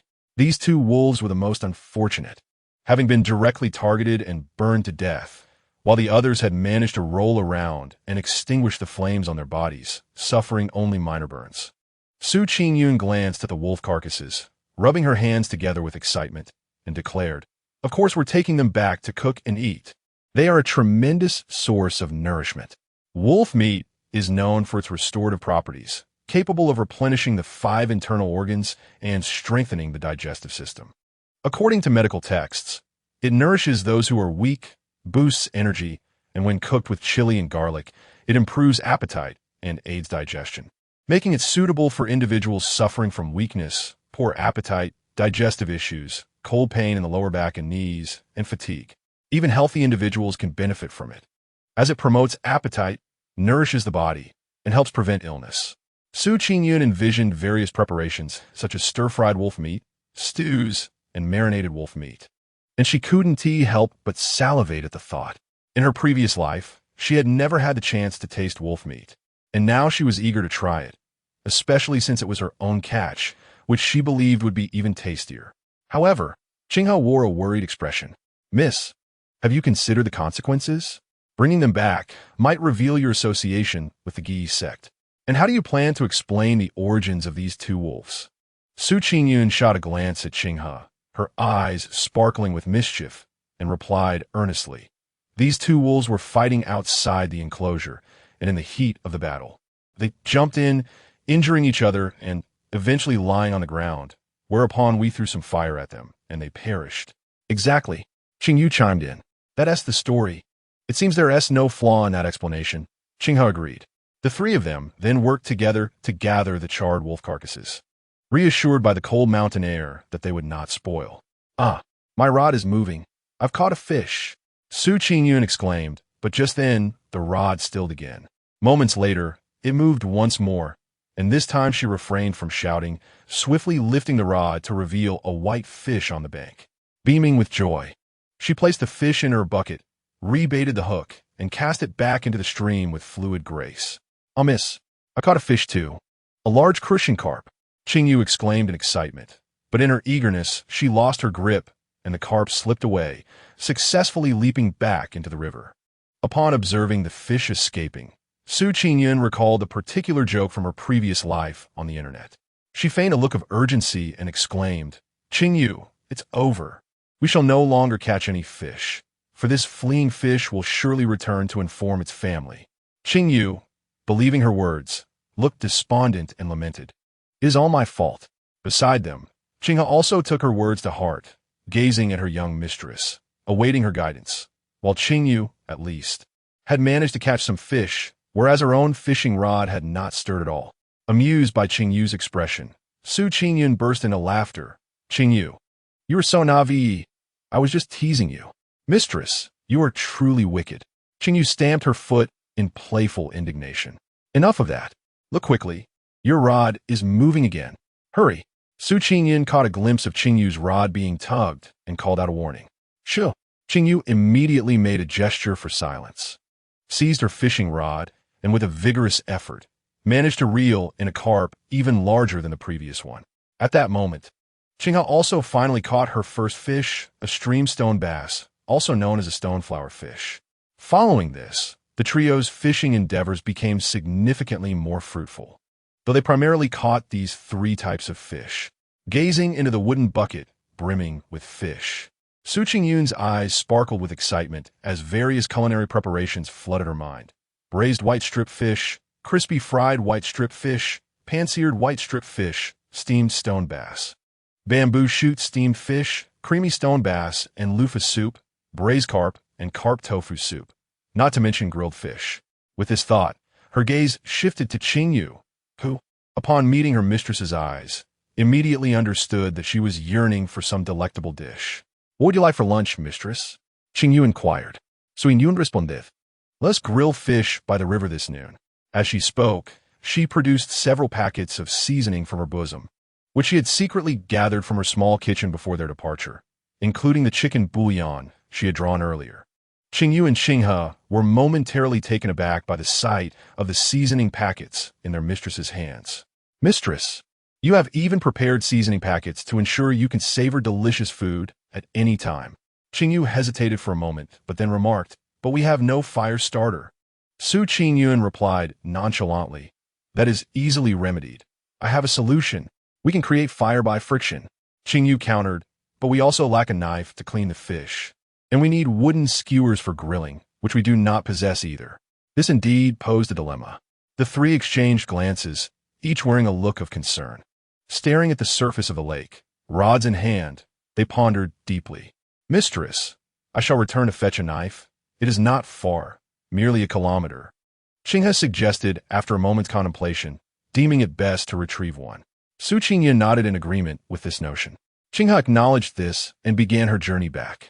However, after taking only 100 steps, she suddenly exclaimed in astonishment, "Heavens, mistress, look what I found." She held up a dagger, shimmering with silver light. "We need not return now," Qinghe exclaimed excitedly, racing back to Qingyun's side. Qingyun, seeing the pristine dagger in Qinghe's hand, raised an eyebrow at the spot where Qinghe had just found it, skeptical of such serendipity. "It suffices that it exists. The manner of its arrival is inconsequential. Qinghe, you shall go catch fish, while Qingyun accompanies me to gather some dry firewood." Qingyun instructed the two. Leading the way into the grove on the opposite slope of the stream, Qingyun followed closely behind her. Upon entering the thicket, Qingyun diligently collected dry branches, while Qingyun glanced around, searching for wild onions. Unfortunately, her quest yielded no onions, yet she stumbled upon a few wild ginger roots, which would certainly serve well for grilling fish. She also uprooted several spring bamboo shoots, perfect for preparing wolf meat. Qingyun carried a bundle of dry wood and had slung a fresh bamboo shoot over her shoulder, newly sprouted this year, slender enough to be split for skewering fish. With a handful of leafy wild ginger, Qingyun made her way back, only to discover several clusters of wild onions on the grassy slope. Overjoyed, she nearly danced with delight. Her wishes had come to fruition, and now she had all the ingredients for a fragrant grilled fish. Meanwhile, after an hour of riding, the hunting party finally reached their destination. Upon the emperor's command, everyone chose their preferred path and set off. This year, all the princes participated in the hunt, except for the 11th prince, who was away on a trip, the 3rd prince, whose frail health had rendered him incapable since birth, and the 16th prince, still swaddled in infancy. The elderly emperor, aware of his advancing years, had organized this spring hunt with the intent of selecting capable princes for focused cultivation, thus identifying those most likely to ascend to the highest throne. Consequently, all were determined to give their utmost effort, as the current sovereign had yet to designate an heir. The most prominent candidates included Ying, the 1st prince, the 2nd prince, and the 7th prince, all of whom stood a great chance of inheriting the grand position. The 1st prince, Ying, born of concubine Hua, had the unwavering support of his full-blooded brother, the 4th prince, Qingyun. The 2nd prince, Ying, was similar to the 1st prince, having a younger brother, the 5th prince Ying, both sons of concubine Ling. Lastly, the 7th prince, Ying, was allied with the 8th prince, Ying Yi, and the 9th prince, Ying, who were his loyal confidants. Both of these princes hailed from humble maternal backgrounds and had followed the 7th prince's mother, the virtuous consort, into the palace. With no formidable backing to seize power, they chose to rally around the 7th prince to support his claim. "6th brother, I know of a place where firefoxes are known to roam. Shall we go?" The 10th prince, Ying, galloped up beside Ying, grinning. The 10th prince, Ying, whose mother was Consort Lin, had fallen from grace due to false accusations of plotting against the heir, leading to his own neglect. He had once shared a dark period in the palace with Ying Yeching, supporting each other through adversity. After Consort Lin succumbed to madness and took her own life in the cold palace, the emperor, prompted by the investigation of another heir's murder, uncovered her wrongful accusation and, feeling remorse, grew to care more for the 10th prince. As the words Fire Fox escaped Ying Yang's lips, an image of a young maiden clad in red riding attire, her charming smile bright, flashed in Ying Yeching's mind. He closed his eyes, suppressing the memory of her visage, and calmly replied, "Lead the way. 6th brother, 10th brother. Wait for me." The 12th prince, young Yahao, rode in on his magnificent steed. Young Yahao, being born of a humble lineage, lacked the means to raise offspring due to his lowly status. Furthermore, during that time, Lin Pin was favored by the emperor, and thus, the 12th prince was entrusted to her care. Consequently, the 12th prince and the 13th prince grew up together, and through young Shicheng, their bond deepened over time. Intertwining their interests, Lin Pin, possessing a gentle disposition, often invited the humble lineage to visit her son, fostering a sense of gratitude rather than harboring the resentment typical of palace intrigues stemming from the adoption of her son. Regrettably, Lin Pin was later demoted, while the humble lineage had just been elevated to the status of a concubine, unable to advocate for her. Eventually, it was revealed that Lin Pin had been wronged, with the humble concubine playing a part in uncovering the truth. "Next time you dawdle like this, I want to include you in our games," young Yang teased with a smile. With that, he cracked his whip and, along with young Shicheng and young Yahao, set off towards the area where the fire foxes were rumored to dwell. Meanwhile, others were engrossed in the thrill of the hunt. While Qingyun was preparing to roast fish by the stream, she selected 3 of the largest fish from 3 different species, totaling 9, which Qingya had already cleaned and prepared. Using the seasonings provided by Qingyun, along with wild scallions and ginger, she marinated the fish before threading them onto fresh bamboo skewers. After Qingyun and Qingyu returned, they began digging several pits in a clearing, securing branches to facilitate the roasting of the fish. Subsequently, under Qingyun's guidance, Qingyu attempted to start a fire by drilling wood. The first attempt resulted in but a fleeting spark that quickly extinguished. The second attempt produced a cloud of smoke, but in her excitement, Qingyu inadvertently snuffed it out once more. "Miss, I fear this method of fire starting may not be effective. If it fails, perhaps we should retreat to the tent for our meal," Qingyu lamented, feeling despondent as everything was prepared except for the fire, and her hunger was growing palpable. "How can it not work? Just wait," Qingyun retorted, undeterred. In her modern life, she had successfully practiced this technique while accompanying her master in the mountains to seek auspicious sites. It must be that the shavings they had produced were inadequate. Rising from her spot, Qingyun hurried to the stream and gathered a handful of reeds, tossing them onto the wood Qingyu had gathered, signaling her to try again. This time, flames finally erupted, and the 3 of them joyfully ignited the kindling, ensuring the fire burned robustly before suspending the fish over the forked branches, turning them continuously. As the fish sizzled and the surface turned golden, they ceased adding wood and allowed the fish to smoke over the charcoal until the oils dripped away, filling the air with the mouth-watering aroma of cedar-smoked fish. As the trio awaited their roasted delicacies, they could barely contain their salivation. Once ready, each eagerly seized a fish, unable to resist the temptation. Meanwhile, hidden in the trees, Yinan observed the 3 with quiet envy, pulling out a dry biscuit from his pocket. He unconsciously inhaled the tantalizing scent wafting from their grilled fish, lamenting how the meager biscuit he held paled in comparison to the delectable feast prepared by the princess. "This is delicious," Qingyun exclaimed, savoring the crispy, fragrant fish. Qingyu and Qinghe nodded in agreement, acknowledging its exquisite flavor, crispy on the outside, tender within, and thoroughly infused with seasoning. Hidden among the branches, Yinan swallowed hard, resolved that upon his return, he would petition his master for a different assignment. For merely inhaling the aroma, while being unable to partake, was indeed a woeful plight. Sated and content, Su Qingyun reclined languidly on the wooden bench, while Qingyu and Qinghe imitated their mistress, leaning against the bench as well. A gentle spring breeze caressed the treetops, and the gossamer-like stream meandered gracefully through the thickets. Beneath the sun's warm embrace, the water surface sparkled like 1,000 diamonds. Suddenly, Su Qingyun bent down to pick up a few small stones from the ground, tossing them idly onto the water's surface. Intrigued, Qingyu and Qinghe joined in, mimicking her actions. In the river, two amorous giant soft-shelled turtles, startled by the trio's playful bombardment, hurriedly scrambled to the riverbank. Just as they managed to rise, the sharp-eyed Qingyu spotted them. "Miss, there are two sizable turtles here, one of which is injured and bleeding. Allow me to catch them for a delicious turtle soup." With that, Qingyu dashed forward with the speed of a sprinter, pinning down one of the fleeing turtles. Not to be outdone, Qinghe joined forces with her, and together they secured both turtles. Su Qingyun's eyes sparkled with excitement, her lethargy forgotten. What splendid fortune! Such nourishing treasures! Since the day had proven so bountiful, she resolved to part with one turtle as a gesture of gratitude for Ing Yeching's kindness in inviting the physician and having Qingyu prepare supper for her the previous evening. "Qingyu, Qinghe, let us tidy up and return," she yawned, feeling drowsy.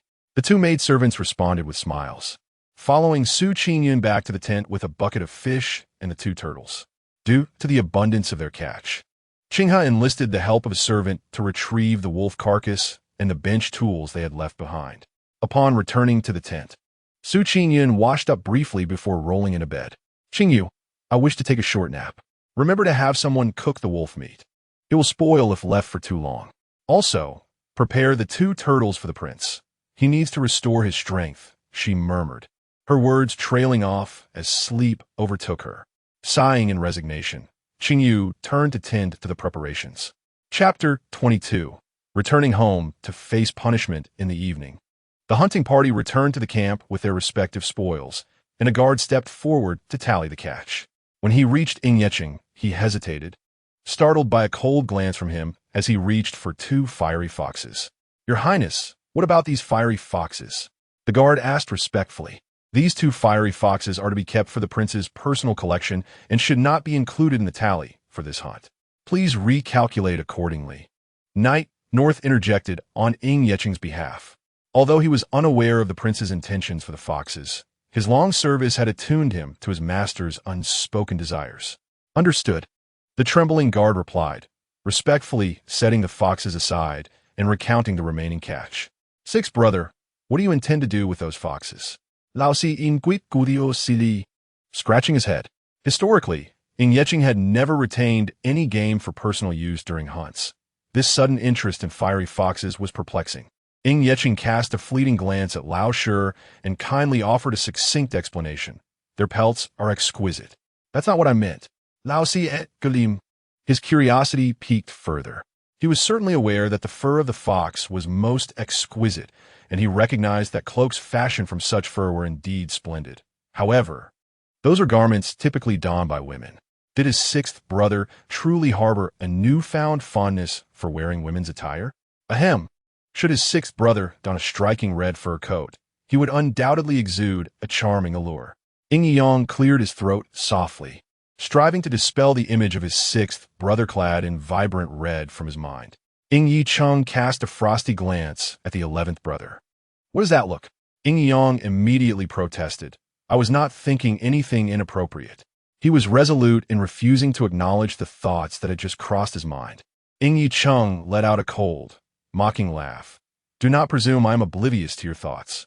Ing Yong offered an awkward chuckle, sheepishly touching his nose. "Sixth brother, I shall find the 12th brother. Do arrive early for tonight's bonfire. Let us three brothers enjoy a drink together." Ing Yi Chung nodded slightly and turned to leave, presenting Ing Yi Yang with a cool silhouette. As twilight descended, the sky was bathed in a soft glow. Streaks of crimson intertwined with fish-scale clouds, creating a layered tapestry. Upon returning to the tent, Ing Yi Chung found Su Qingyun still soundly asleep. The man lowered his gaze, observing the girl cocooned in her blanket, only the fuzzy crown of her hair visible. The evening glow filtered gently through the tent, casting a warm halo around the maiden, reminiscent of a little cat radiating light.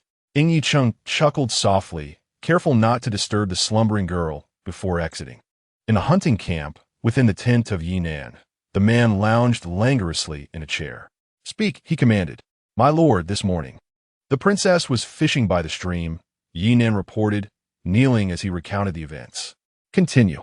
Initially, the princess was enjoying a fruitful fishing experience, when suddenly a frenzied pack of wolves appeared, numbering at least 50. Qingyun's brow furrowed slightly. His thin lips pressed together as a chilling voice reached Yinan's ears. How was it resolved? Yinan relayed the facts. "Without your command, I did not intervene." Fortunately, the princess carried talismans with her, which frightened off the wolves. Later, she devised a clever plan, wrapping the talismans in clothing and throwing them, subsequently repelling the wolves with flames. The princess is truly astute. Yinan assumed that this would elicit praise for the princess from the lord. However, he was met with a piercing gaze and a cold retort. "Return to the palace to face punishment for your negligence." Yinan was perplexed. "What fault have I committed? I was merely following your orders to monitor the princess." "Silenge, Yinan darit not retort." "Continue," the lord commanded. Yinan resumed, after scaring off the wolves. The princess continued to fish, catching an abundance of fish, which she grilled by the riverside. The aroma wafted through the air, truly a delightful scent. "Unfortunately, I cannot partake," Qingyun remarked. "You think of nothing but food." The image of the girl's radiant smile as she savored the grilled fish, her mouth glistening with grease, involuntarily tugged at his lips.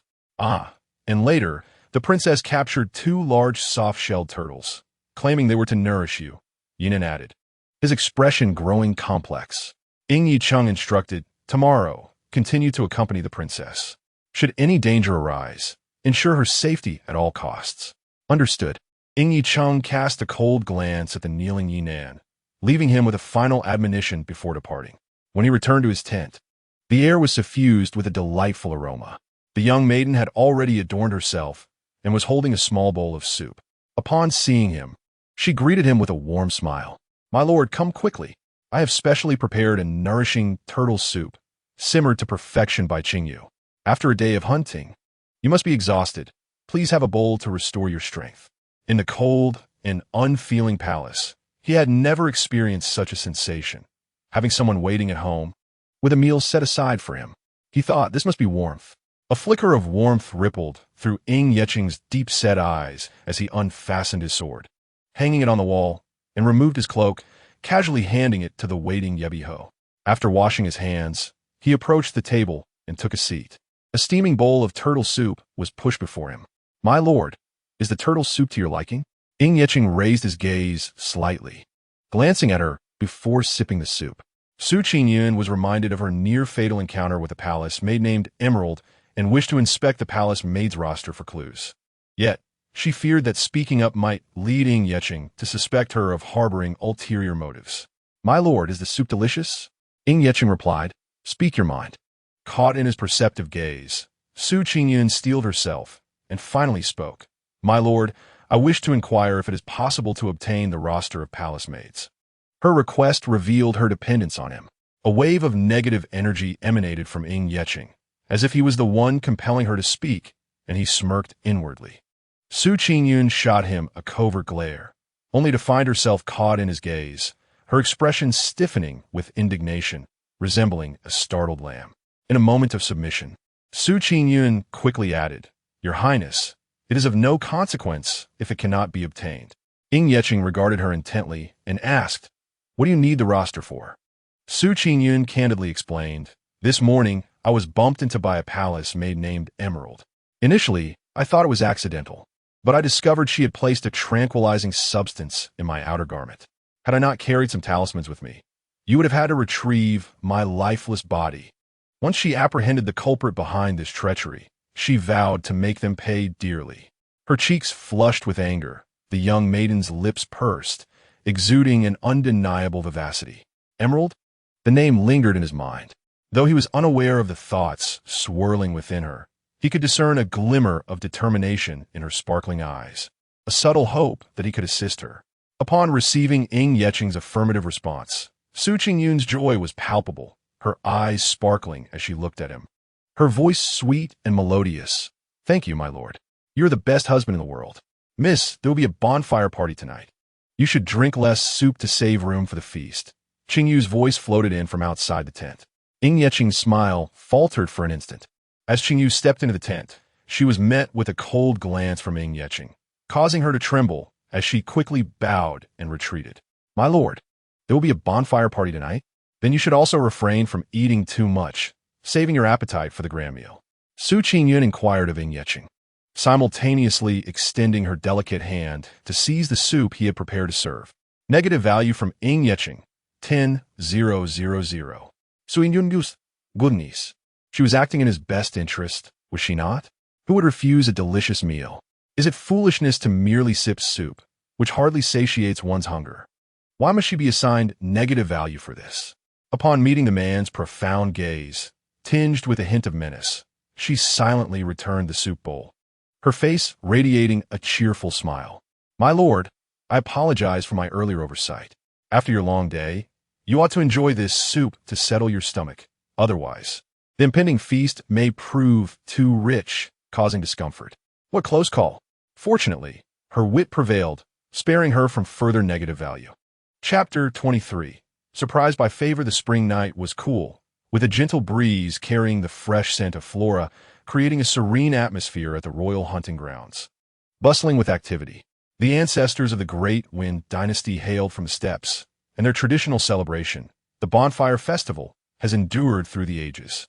It is said that in ancient times, upon discovering fire, humanity not only learned to cook food, but also to fend off wild beasts, ensuring the safety of their kin. Thus, an initial reverence for fire was born. In time, to celebrate bountiful hunting spoils, people would gather around the fire, holding hands and expressing joy while roasting meat, a practice that has persisted to this day. When Su Qingyun followed Ying Yeching to the bonfire gathering, men and women were already reveling amidst the verdant hills and waters, singing and dancing with laughter echoing around them. Soon, the old emperor arrived with his father-in-law. Upon his entrance, a brief silence fell over the crowd as everyone bowed in respect, creating a moment of formality. Today marked the first day of the hunt, and the emperor was merely there to glance at the results. Starting with the eldest prince, Ying Yetoa, who had hunted 4 rabbits, 2 pheasants, and 1 sparrow. The old emperor nodded approvingly, offering a simple compliment. Next was Princess Lianhua, who had caught 1 rabbit, 1 sparrow, and 1 pheasant. Although her haul was modest, she received praise for being the only princess participating in the hunt, with the emperor remarking that she was no less capable than a man. Delighted, Princess Lianhua cast triumphant glances at Su Qingyun. In response, Su Qingyun rolled her eyes dramatically, her expression one of disdain. What comparison can be made with someone as frail as she? How absurd to boast over just a rabbit, a pheasant, and a sparrow. Even Su Qingji outshines her, having caught 2 pheasants and 2 rabbits. Absurd. Then came the second prince, Ying Yetzong, whose catch mirrored that of the eldest prince. The emperor offered a casual compliment, while the 2 princes exchanged glances, their eyes narrowing in silent rivalry. The third prince, fourth prince, and fifth prince were all comparable in their hunting prowess, each bagging 3 rabbits and a wild chicken. The fifth prince even managed to catch a white fox, much to the delight of the old emperor, who praised him effusively, remarking on the fox's agility and the fifth prince's impressive archery skills. Seizing the moment, the fifth prince proposed to tan the fox's pelt into a fur collar for the emperor, eliciting hearty laughter from the old emperor. As the gathering reached its peak, all eyes turned to a collection of game, yet only Su Qingyun sat at the table, engrossed in devouring a roasted leg of lamb. Ying Yicheng's haul included 2 white foxes, 2 yellow martens, a still-living white marten with an injured leg, 3 rabbits, and a sizable deer. The quality of Ying Yicheng's game was commendable, soft, and lustrous, prompting the emperor to chuckle. Truly, my valiant Ying has outdone himself on the first day with a deer. My sons must exert themselves. If not, this year's top hunter may once again be Yicheng. The old emperor jested, inciting a wave of jealousy among the princes. Yet, Ying Yicheng stood stoically, betraying no emotion, exuding an aura of indifference. Particularly vocal was the 8th prince, a staunch supporter of the 7th prince, who questioned the emperor's unwavering confidence in his brother's prowess. Indeed, echoed the 9th prince, his discontent evident. However, the 7th prince, Ying Yifeng, smiled gently, patting his 2 brothers on the shoulders, saying, "Sixth brother has consistently excelled since returning from the battlefield these past 2 years. There is no cause for discontent. He has earned this recognition." The 8th prince, still unsatisfied, was about to retort when the old emperor approached them. The 3 brothers respectfully greeted their father, concealing their expressions. Ying Yifeng had hunted 3 rabbits, 2 wild chickens, a marten, a white fox, and even a wolf. Upon seeing this, the emperor noted that Ying Yifeng's catch was only 1 less than Ying Yicheng's and remarked, "Well done, Feng. It seems you and Cheng will have quite the competition this year, though today, Cheng has the edge." Hearing this, Ying Yifeng responded with a warm smile, "Thank you, father. Today's success was merely a stroke of luck. I cannot compare to 6th brother's remarkable archery skills." Ying Yicheng's penetrating gaze fell upon the gray wolf caught by Ying Yifeng, a flicker of intrigue passing through his eyes.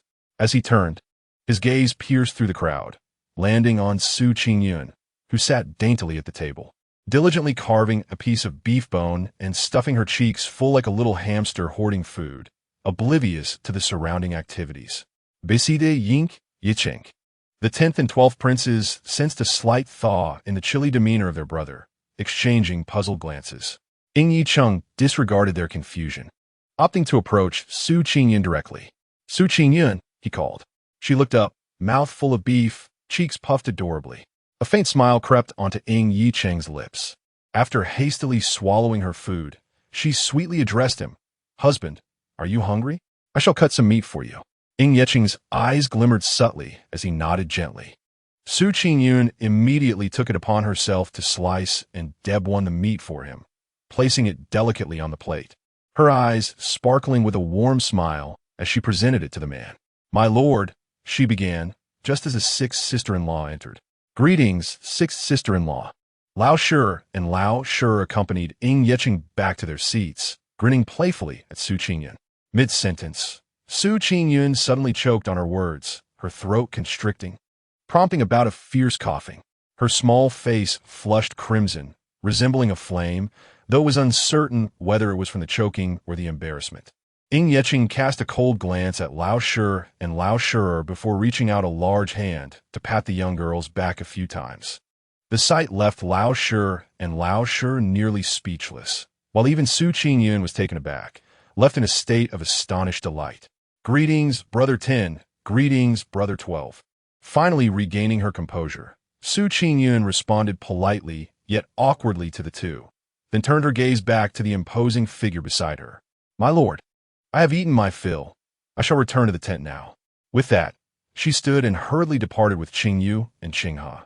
Ying Yicheng watched the girl's hasty retreat, his lips pressed together, and he shot a frosty glance at the still grinning Lao Shi and Lao Shi.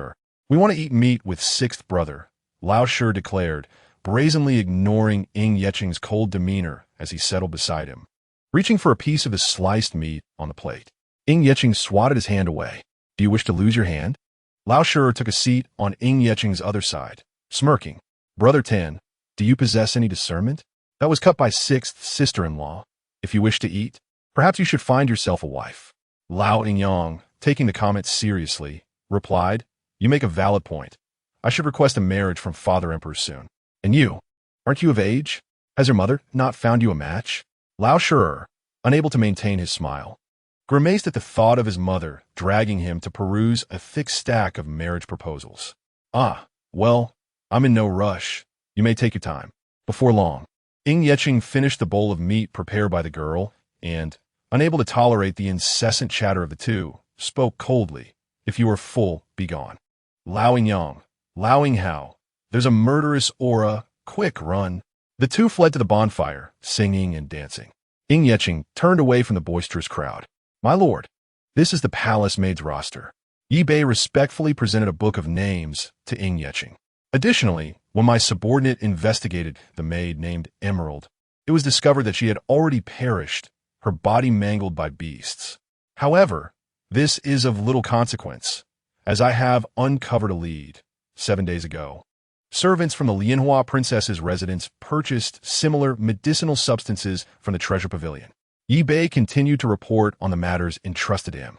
The beast-repellent medicine is considered rare in the Great Ying, sold exclusively at the treasure pavilion, which has branches across all nations of this continent.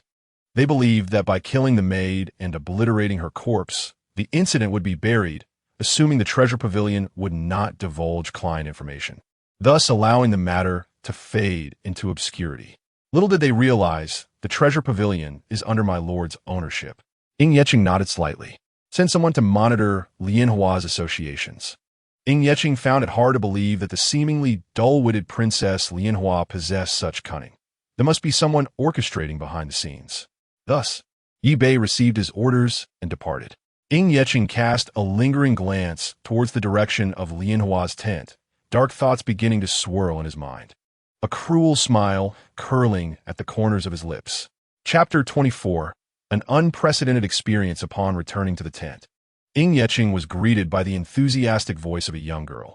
Husband, I have prepared some fruit for you to cleanse your palate after your meal. Ying Yeqing replied, Not everyone is like this little glutton who thinks only of food all day. Negative value from Ying Yeqing. 1,000 Su Qingyun's smile faltered, and she muttered to herself, Not again. Is my smile not sweet enough? Husband, after eating so much, you truly need some fruit to refresh yourself. Su Qingyun's smile brightened even more. Leaning against the table, Ying Yeqing toyed with the ring on his thumb, casting a sidelong glance at Su Qingyun. Her gaze was fervent, almost as if she were inscribing the words, I want the guest list on her face. Unbidden, Ying Yeqing extended his hand, directly handing over the guest list from his embrace to Su Qingyun. Upon receiving the list, Su Qingyun immediately set aside the fruit, turning to the edge of the bed to peruse it, not sparing a glance at Ying Yeqing. Negative value from Ying Yeqing. 5,000 Su Qingyun was startled by the numbers flashing in her mind, suddenly recalling that she had forgotten to thank Ying Yeqing. How petty of her, she thought, though she dared not show it. Setting down the guest list, she looked up to see Ying Yeqing seated beside her, and leaning closer to whisper in his ear, she said, Thank you, husband. Her soft, sweet voice, accompanied by warm breath, brushed against his ear, momentarily halting his fingers playing with the ring. He then continued his motions nonchalantly, nodding in acknowledgement.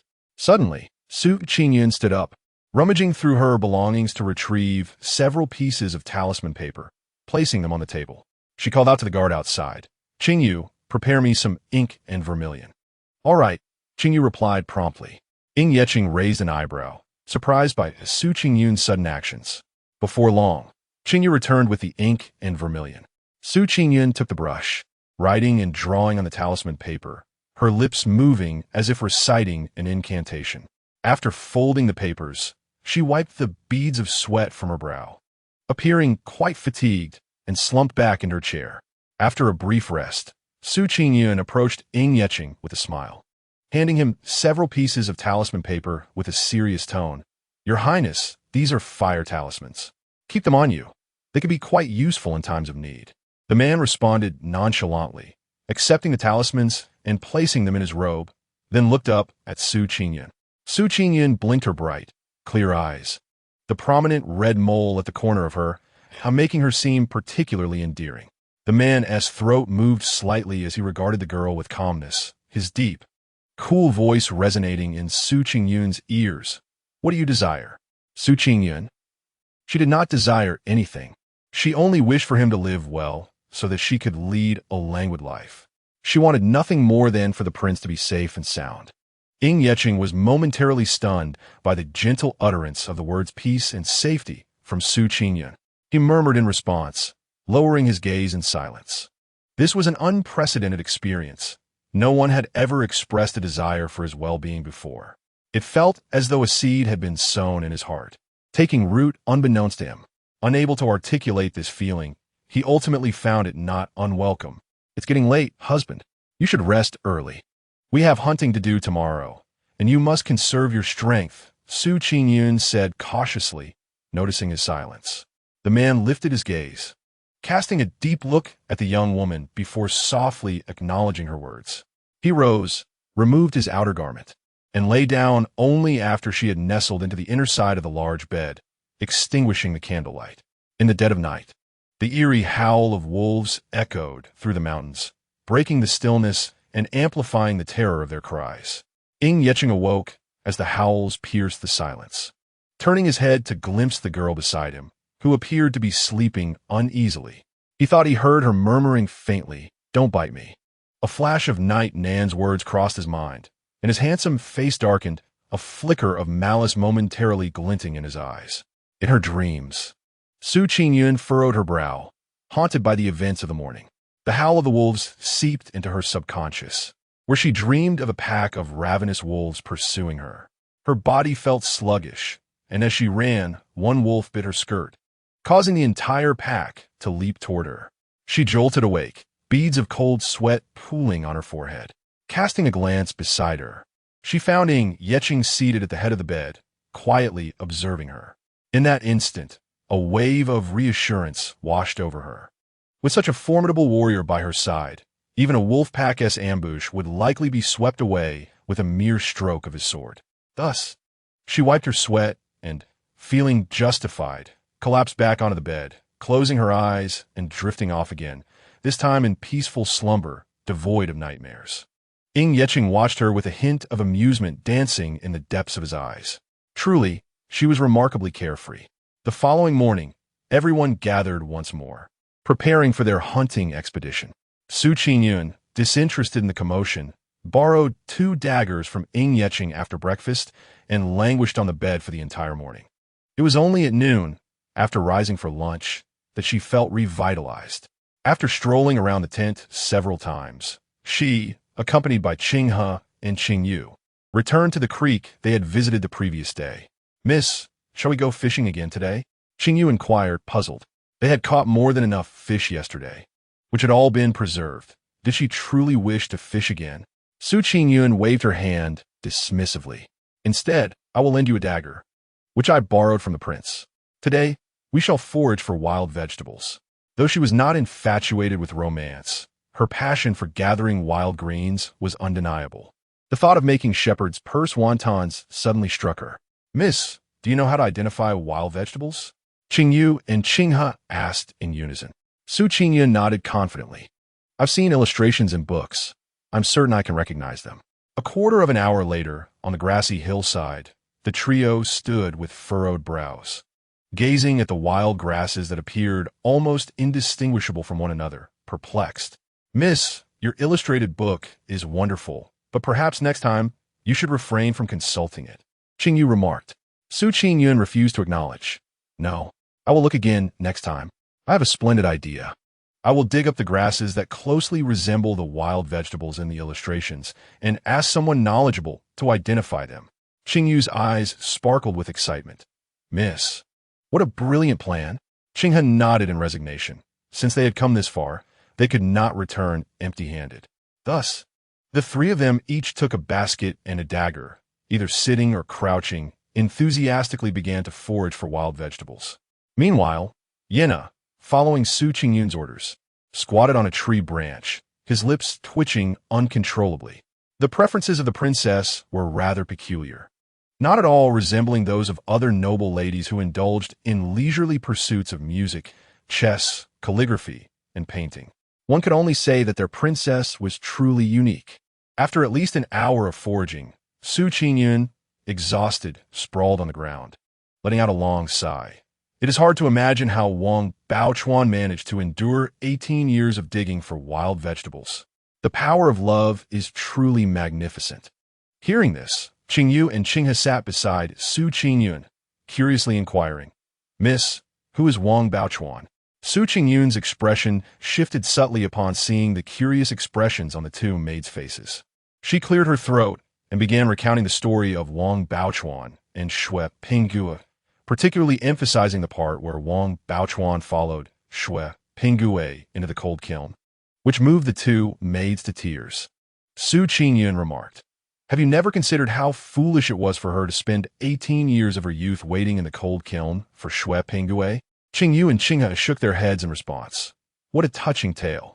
Such unwavering love. Su Qingyun thought to herself. These two are beyond saving. Determined to rescue her two love-stricken maids, Su Qingyun questioned, is it truly worth it to endure such hardship for love? To live off wild vegetables day in and day out, only to become empress for just 18 days before passing away? What could have been accomplished in those 18 years of youth instead? Qingyu clapped her hands and declared, after all, it's just a story from a book. Our prince would never let the princess suffer such hardships. Qinghe nodded in agreement. Even Yena, perched on the tree branch, shared this belief that his master would never allow the princess to lead a life of hardship. Su Qingyun interjected, how did we end up discussing Ying Yicheng again? She responded dismissively, yes, you're right. Let us head back. It's time to make dumplings. In another scene, Princess Lianhua was vigorously pursuing a small antelope on horseback, with her two attendants behind her. To her left were the first Prince Ying Yituo and the fourth Prince Ying Yiyun, both parties fixated on the same quarry. As the antelope, exhausted from running, came to a halt, both groups carefully drew their bows. Simultaneously, arrows were released, but unexpectedly, a sharp arrow came hurtling through the air, directly aimed at Princess Lianhua's right shoulder. Seeing the arrow approach with formidable speed, her attendants swiftly employed their agility to save her. However, the arrow's velocity surpassed their nimbleness, and Princess Lianhua, unable to evade in time, was struck in the right shoulder. The intense pain caused her to lose her balance and tumble from her horse, injuring her left foot in the process. Her subordinates felt guilty for failing to protect their mistress in time. The two attendants promptly knelt, their faces drained of color. It is well known that Princess Lianhua possesses myriad methods of tormenting her subordinates. This time, their failure to assist her would undoubtedly result in her relentless cruelty. Lianhua, are you all right? Can you stand? The fourth prince, Ying Yun, dismounted and approached Lianhua, intending to help her rise. At that moment, Princess Lianhua grimaced in pain. When Ying Yun offered her a hand, she collapsed back down, a piercing agony radiating from her legs. What are you waiting for? Hurry and pursue the assassin who shot the hidden arrow. I wish to see which audacious fool dared to attempt the assassination of our nation's princess. The first prince, Ying Yetao, snapped back to reality and immediately commanded his attendants before stepping down to Lianhua's side. You two useless fools, why are you still dawdling? Go fetch the physician at once. The two groups of attendants, under orders, were about to depart when a chilling voice echoed from afar. No need to search. It was I who shot the arrow. The two princes, the princess, and their attendants turned their gazes to the right. A figure approached, riding a magnificent black steed, clad in dark robes, with ink-black hair flowing in the wind. He came to a steady halt before them, his eyes glinting like blood-stained stars, his exquisitely handsome face looking down upon them with an oppressive aura.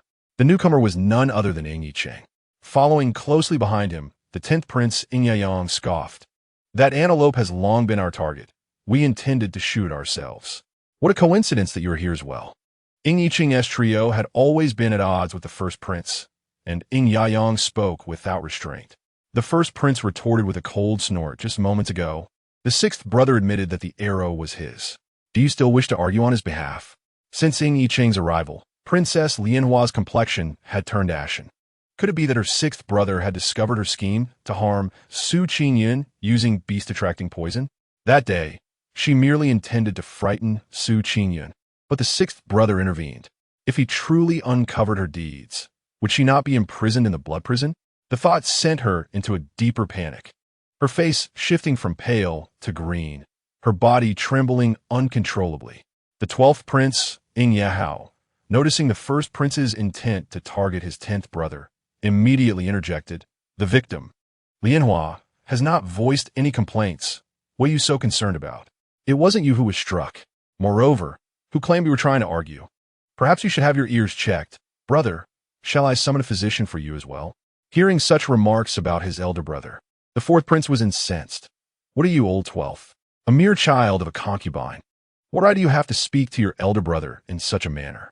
The conversation escalated, the atmosphere thick with tension. Just then, The cold-faced man cast a fleeting glance at the individuals on the ground and stated, "It was I who shot the arrow. I simply lost my aim. Does Lianhua intend to hold me accountable?" For a moment, everyone present was rendered speechless by Ying Yicheng's declaration. In the Grand Dynasty, anyone could miss a shot, but it was inconceivable for Wen Yicheng to falter. He was renowned across the continent as a divine marksman, capable of hitting a target 100 paces away, striking true with every arrow, even with eyes closed. It was astonishing that he would nonchalantly claim to have lost his aim. Who would believe such a thing? Yet, none in attendance dared to contradict him, not even Wen Yituo or Wen Yiyun, who refrained from opposing him openly. Under Wen Yicheng's cold and piercing gaze, Lianhua trembled and shook her head vigorously, asserting that the blame lay with her position, not with her sixth brother. "Eldest brother, fourth brother, thank you. I assure you I am fine, just a minor injury." Wen Yicheng lowered his gaze slightly, a cryptic smile playing on his lips as he regarded the eldest prince. "Wen Yituo, are you considering reporting this to father?" Wen Yituo was momentarily at a loss, having thought he had captured evidence of Wen Yicheng's siblings' wrongdoing. Yet, with a single, soft remark from Wen Yicheng, this advantageous proof evaporated. Even if he were to inform their father, he knew the emperor held Wen Yicheng in high esteem, and given that even Lianhua did not intend to pursue the matter, what could he possibly do? With a forced smile, Wen Yituo gritted his teeth and replied, "We are all brothers. It was merely a misunderstanding." How could the eldest brother report this to father? Wen Yicheng inclined his head slightly, casting a cool glance at Lianhua. "Since you are injured, you should return to the princess residence to recuperate for a year or so." He then departed on horseback with the 10th and 12th brothers. The remaining onlookers were puzzled. Lianhua's injury should heal within 2 months, so why did Wen Yicheng suggest a year and a half? Could it be that the cold and indifferent King Lin was beginning to embrace familial ties? Only Lianhua, upon hearing Wen Yicheng's words, felt a tremor in her heart. He clearly understood the implication. She was to avoid appearing before him, or else, "Princess, the physician has arrived." A retainer called out from a distance. Immediately after the retainer's words, Lianhua felt darkness envelop her and fainted, whether from pain or fright was uncertain. "Sixth brother, why did you shoot an arrow at Lianhua?" The 10th brother finally could no longer contain his curiosity after they had ridden some distance. He could not believe that Wen Yicheng had acted inadvertently. There must have been a reason behind his actions. Suddenly, an image of a young girl waking in the dead of night, drenched in cold sweat, flashed through Wen Yicheng's mind, and he pressed his lips together. The lesson was too lenient. "Sixth brother, you must tell me, or I won't be able to sleep tonight." The 10th brother, seeing Wen Yicheng's silence, grew even more inquisitive. To his surprise, Wen Yicheng merely cast him a detached glance, delivering a cold retort. "If you cannot sleep, then do not. Practicing martial arts all night would be quite beneficial." Old 12 rode up beside them, patting Old 10 on the shoulder, and then burst into laughter. "Brother 10, do you think our sixth brother would divulge anything? There are reasons behind his actions, and I believe you are destined for a sleepless night." Su Qingyun, accompanied by Qingyun and Qinghe, ventured to seek the expertise of the chefs in the imperial kitchen, hoping they could identify the wild vegetables she had gathered. However, much to her dismay, the chefs, accustomed to preparing exquisite delicacies, were unable to recognize the humble shepherd's purse.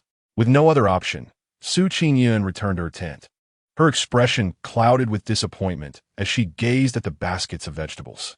Merely looking at them was torture for her appetite. Before long, the sound of footsteps echoed at the entrance of the open tent, and a tall, imposing figure entered. As he had done the previous day, the first thing he did was remove his sword and cleanse his hands. Su Qingyun, seemingly oblivious to his return, remained fixated on the wild vegetables, lost in thought.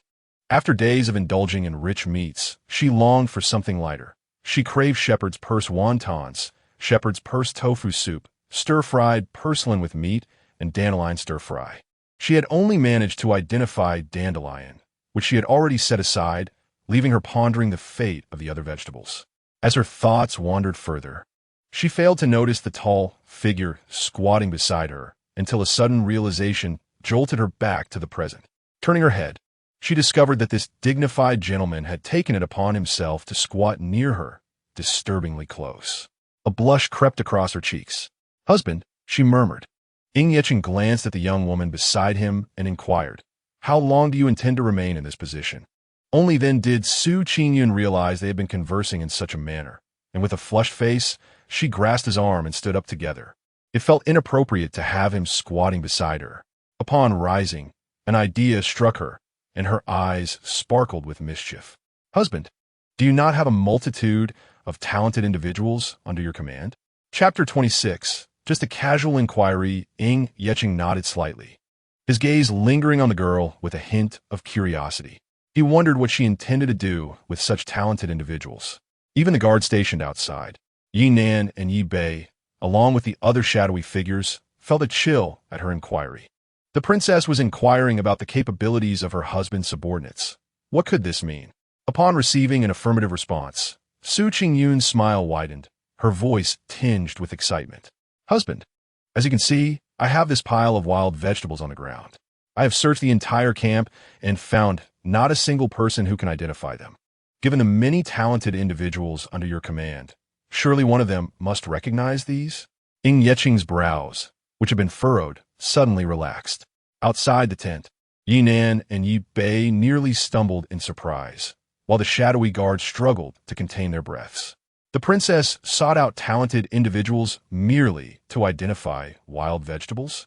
They had feared she had ulterior motives, only to discover it was for such a trivial matter. What an extravagant use of resources.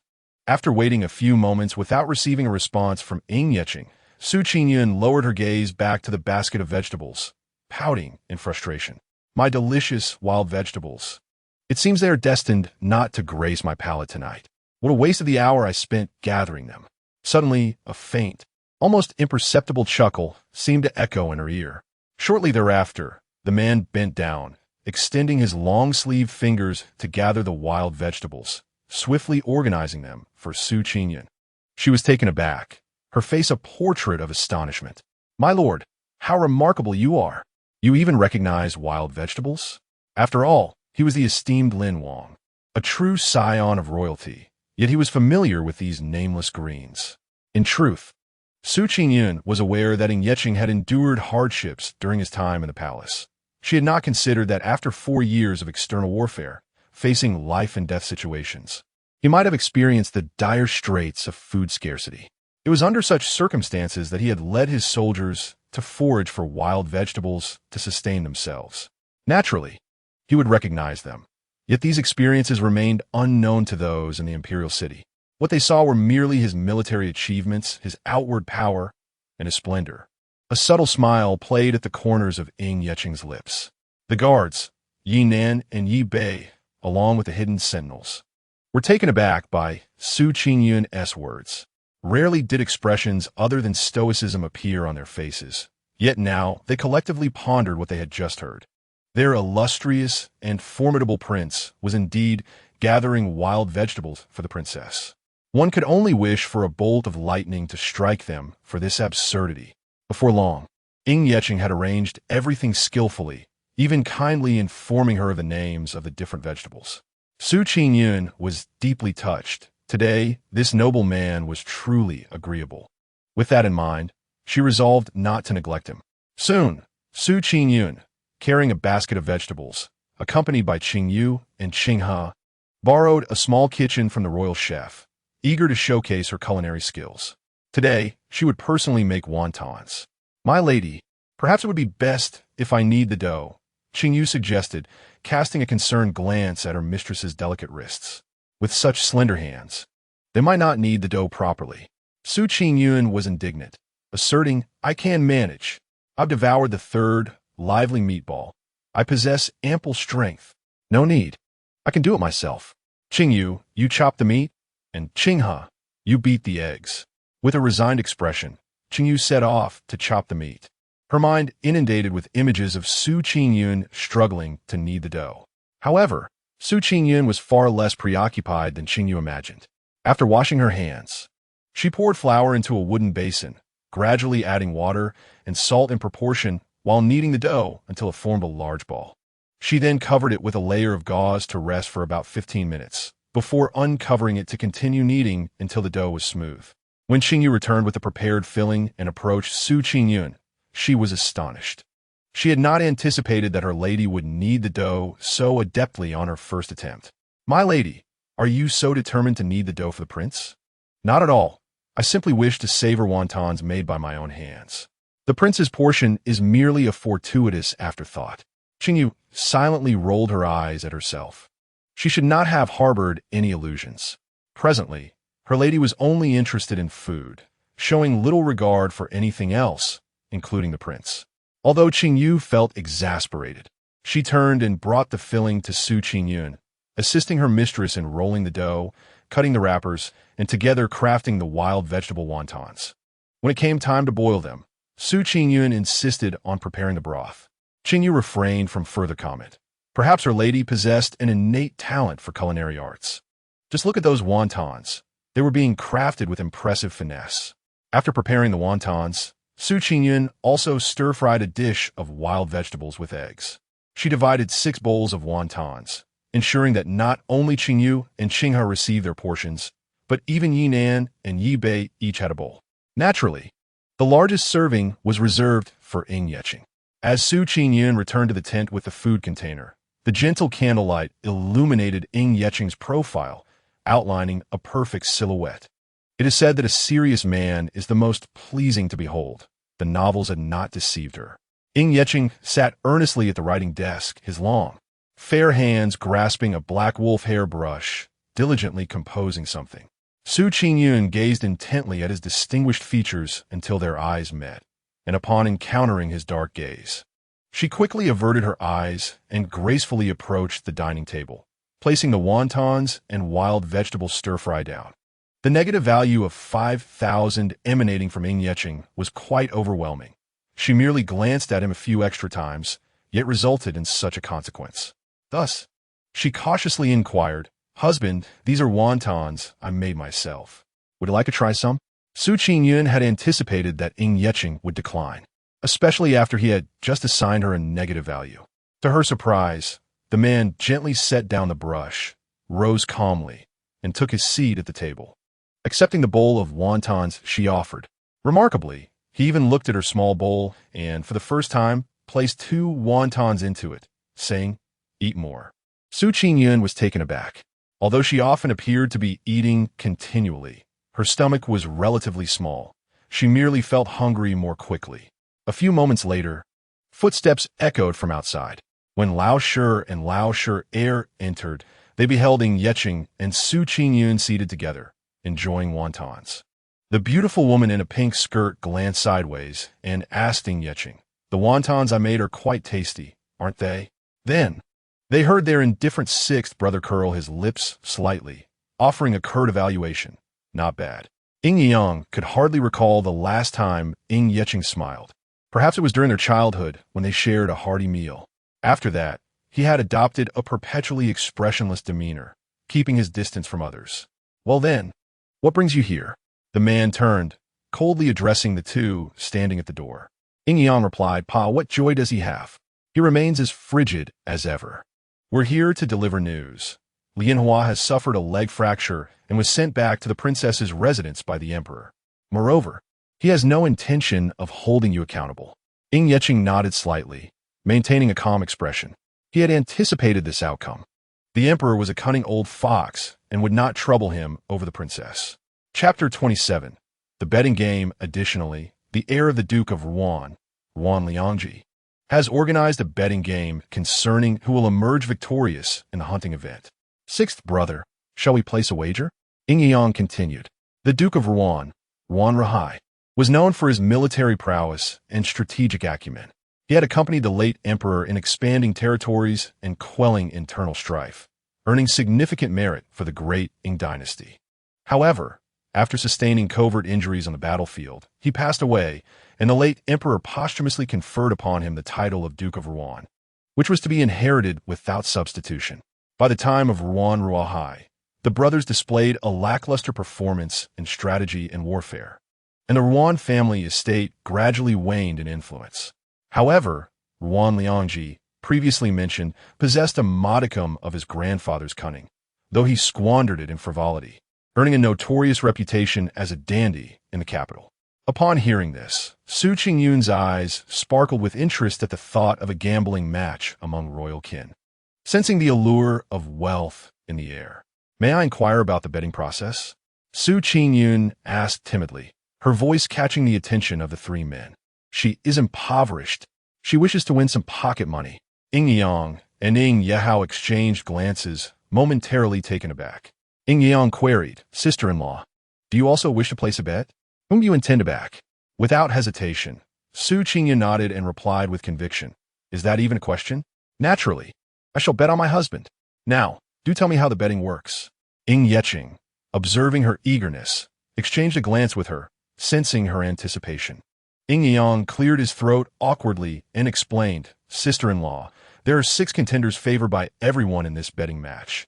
The eldest prince, the second prince, the 6th prince, the 7th prince, the leader of the Imperial Forest Army, Dugu Ping, and the young general, Guan Shiran. Anyone attending the spring hunt can place bets, with a minimum wager of 100 taels. And what are the odds?" Su Qingyun pressed, her eyes gleaming with impatience. "The odds for the eldest and second princes are equal, at 1 to 3. The 7th prince stands at 1 to 2, while Dugu Ping and Guan Shiran are at 1 to 4. Only the 6th prince has the lowest odds, at 1 to 1. Seeing that his brother was becoming dry of mouth, Yehao took over the explanation for Su Qingyun. She nodded, indicating her understanding. According to the odds, a 1-to-1 bet means that if she wagers 1 tael of silver on Yeqing and he wins, she would receive 2 taels, including her original stake. Indeed, the heir who organized the betting was quite astute. After all, anyone with discernment knew whom to bet on, based on previous performances. It was highly likely that Yeqing would emerge victorious.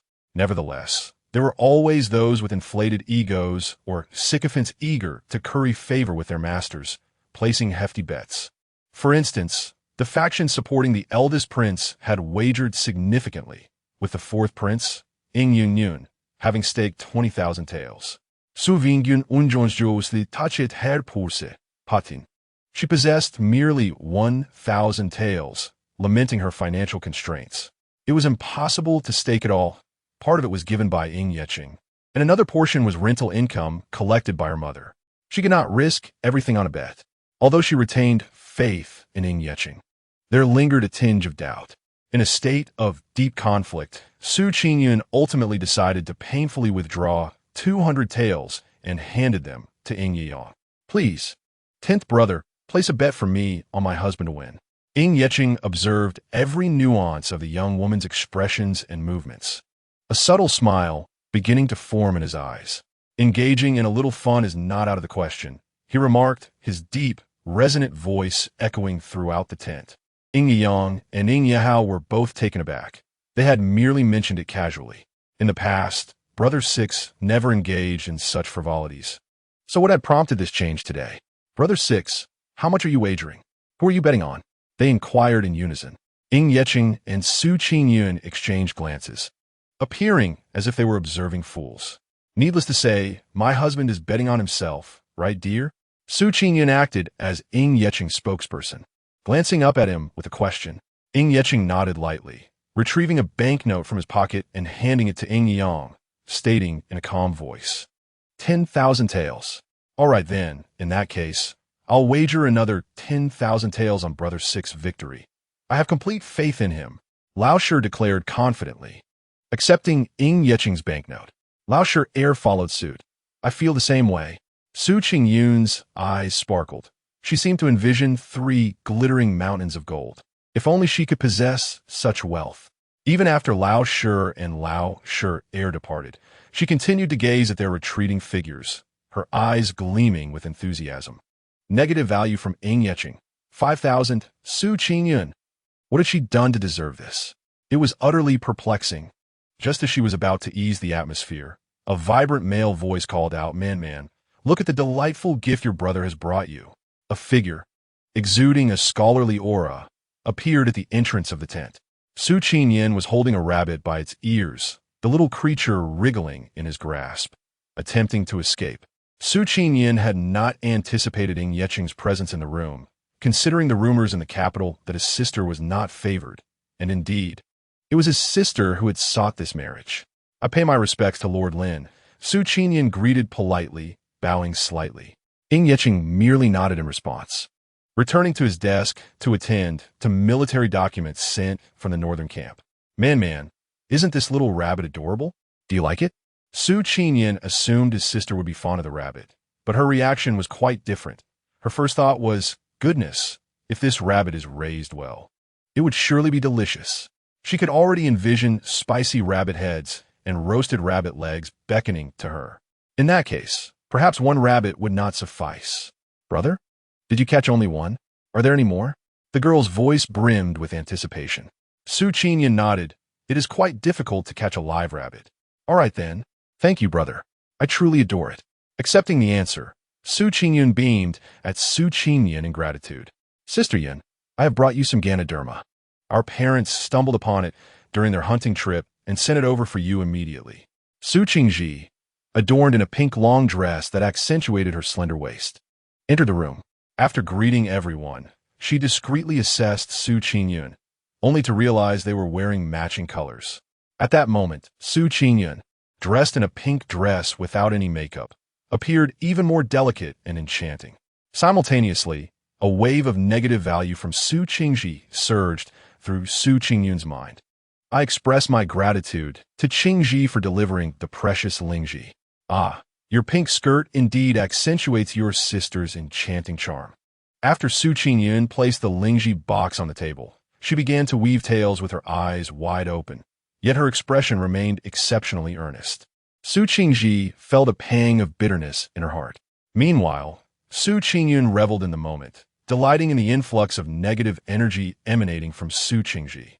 Despite being fully aware of Su Qingji's malicious intent towards her, she remained unperturbed. After all, the allure of negative energy was simply irresistible. First, she would reap the benefits. At that moment, Ying Yecheng, who had been diligently attending to his affairs, suddenly lifted his gaze and fixed it on Su Qingyun, his eyes deep and inscrutable. Su Qingji noticed Ying Yecheng's movement and instinctively adjusted her hair, attempting to adopt a bashful demeanor. However, he did not spare her glance. Conversely, Su Qingyun felt a chill run down her spine under his scrutiny, unable to meet his gaze. From Ying Yecheng, negative energy 10,000 what? Her joy had dissipated. The sudden influx of negativity left her heart racing. Su Qingyun quickly turned to Ying Yecheng, but he had already lowered his head, exuding an aura of indifference. Confusion reigned. "Mian, how do you intend to handle this rabbit?" Su Qingyun interjected timely, as the little white rabbit in his hands had begun to tire from struggling. Its eyes reddened and undeniably pitiful. Su Qingyun summoned Qingyu to fetch a cage for the rabbit. In the hunting activities, various cages were plentiful, as noble ladies often cherished fluffy little creatures, either to nurture themselves or to amuse younger siblings. And some gentlemen would take them back to win the affection of their beloveds. Qingyu responded promptly, returning shortly with a cage. Su Qingyun and Su Qingyun encircled the little rabbit in the cage, engrossed in discussion, completely forgetting about Su Qingji. Su Qingji, however, remained unfazed, her mind lingering on the moment when Ying Yecheng had glanced at Su Qingyun, only for her to avert her gaze, followed by Ying Yecheng's icy glare directed at her. Was she truly despised by the Cold King? Why did everyone seem to gravitate towards Su Qingyun? What made her, Su Qingji, inferior? Su Qingyun glanced outside, noting that dusk was approaching. He took his leave from Su Qingyun and Ying Yecheng, then turned back to Su Qingji, who stood with her head bowed. "Sister Ji, are you not leaving? I must return." Su Qingyun called out loudly. How could Su Qingji be so oblivious? Failing to sense the increasingly frigid atmosphere exuding from the Cold King, it was so cold that he felt a shiver, startled from her reverie.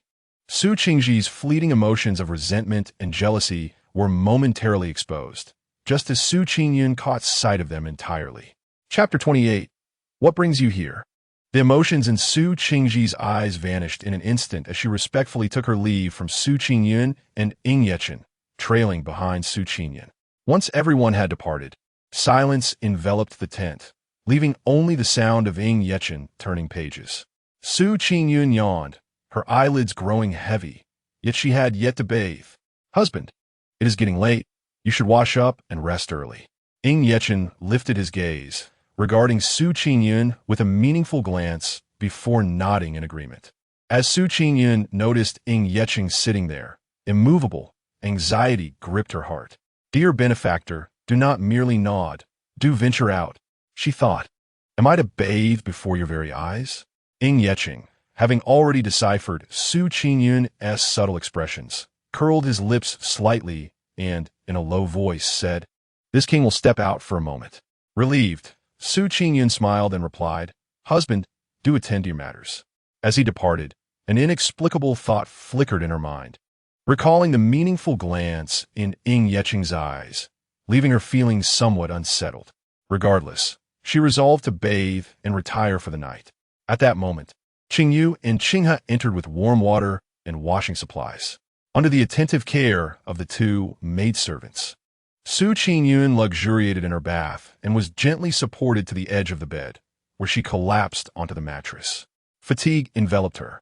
In a drowsy haze, she heard the sound of water and turned to see, behind the screen illuminated by candlelight, Ying Yechen bathing. Su Qingyun's eyes widened in surprise.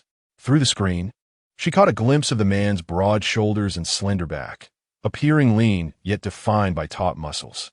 She swallowed hard, hastily closing her eyes to avert her gaze. Moments later, he emerged clad in a black bathrobe that enveloped his tall frame, approaching the bedside. Hearing his footsteps, curiosity compelled her to sneak a peek. The neckline of his robe was carelessly open, revealing a hint of firm muscle, leading her gaze along the exquisite lines of his physique, igniting an urge to explore what lay beneath the robe. No, such sights are not for the eyes. Su Qingyun's face flushed crimson as she quickly shut her eyes and turned away.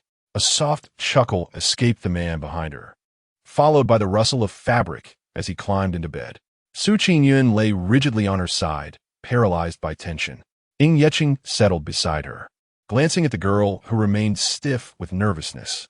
A smile widened on his lips as the image of her blushing cheeks and innocent eyes lingered in his mind, contrasting with her earlier unabashed demeanor while in his bathing tub. The night air was cool and serene. Unbeknownst to her, Su Qingyun drifted into slumber just as Ying Yechen reached for the candle to extinguish its flame. Outside the tent, a voice called, "My lord, the camp perimeter is under siege by thousands of wolves. The Imperial Guard on watch is struggling to hold them back." Ying Yechen sat up, furrowing his brow. His dark eyes momentarily lowered to the sleeping girl, whose cheeks glowed with a soft pink hue. A surge of wrath welled up within him. A pack of beasts, courting death. He swiftly donned his attire, grasped his sword, and strode out, leaving Yinan and 8 shadow guards to protect the tent. That evening, a bonfire banquet continued without their presence, and the ministers and princes, having feasted and indulged in drink, returned to their tents late into the night, oblivious to the soldiers' cries of despair. In the depths of the night, countless pairs of eyes gleamed with a greenish hue, fixated hungrily on the soldiers guarding the fence, poised for an attack. Subsequently, the alpha wolf emitted a series of howls, prompting the pack to surge forward over the enclosure, relentlessly pursuing the soldiers to rend their flesh. The disparity in numbers rendered the soldiers increasingly unable to defend themselves until the air was filled with anguished cries. Upon hearing these desperate sounds, the elder rushed to investigate, only to discover a throng of wolves fiercely battling the Imperial Guard, with their leader, Dugu Ping, engaged in the fray. Alarmed, the elder disregarded the disturbance to the royal presence and urgently shouted for protection, awakening the various nobles and ministers within the tent. By the time Ying Yicheng arrived, the aged emperor and the princes were encircled by the remaining Imperial Guards for their protection. The ground was strewn with the mangled corpses of the fallen, alongside the valiant guards who fought against the wolves, though they were gradually succumbing to fatigue against overwhelming odds. Su Qingyun awakened upon Ying Yicheng's departure, feeling an inexplicable sense of unease as she beheld his retreating figure with sword in hand. Prompted by this disquiet, she swiftly rose to follow him, but was intercepted at the tent entrance by Yi Nan. "Your Highness, I apologize, but on the orders of the Crown Prince, you cannot leave the tent this night." Su Qingyun furrowed her brow at his words, turning back to the table within the tent. She cast a divination and sensed that Ying Yicheng faced grave peril this night. Although she possessed mystical arts, she seldom engaged in such calculations, as recklessly probing into destiny could invite divine retribution. She was but a fish seeking to live a long life. How could she squander her vitality over trivial matters? Yet tonight was evidently no trifling matter. Should Ying Yicheng encounter misfortune, she would be compelled to accompany him in death. No, she must find a way to escape. "Sphere, bring me that cloak of invisibility." She then reclined back on her bed, extinguishing the candlelight and feigning slumber. Wearing the cloak, she held her breath and silently slipped from the tent, making her way towards the cacophony of screams. Meanwhile, with Ying Yicheng's arrival, the tide of battle shifted dramatically. He swung his sword, and with a surge of energy, a dozen wolves fell lifeless to the ground. The aged emperor, sheltered in their midst, exhaled a heavy sigh of relief. Soon, the wolves were decimated, leaving only a few remaining, leading the crowd to believe the threat had dissipated. However, to their horror, the ground suddenly teemed with a multitude of venomous insects and serpents, advancing ominously from afar. The princes and ministers, unaccustomed to such a sight, were gripped by terror, with some fainting outright.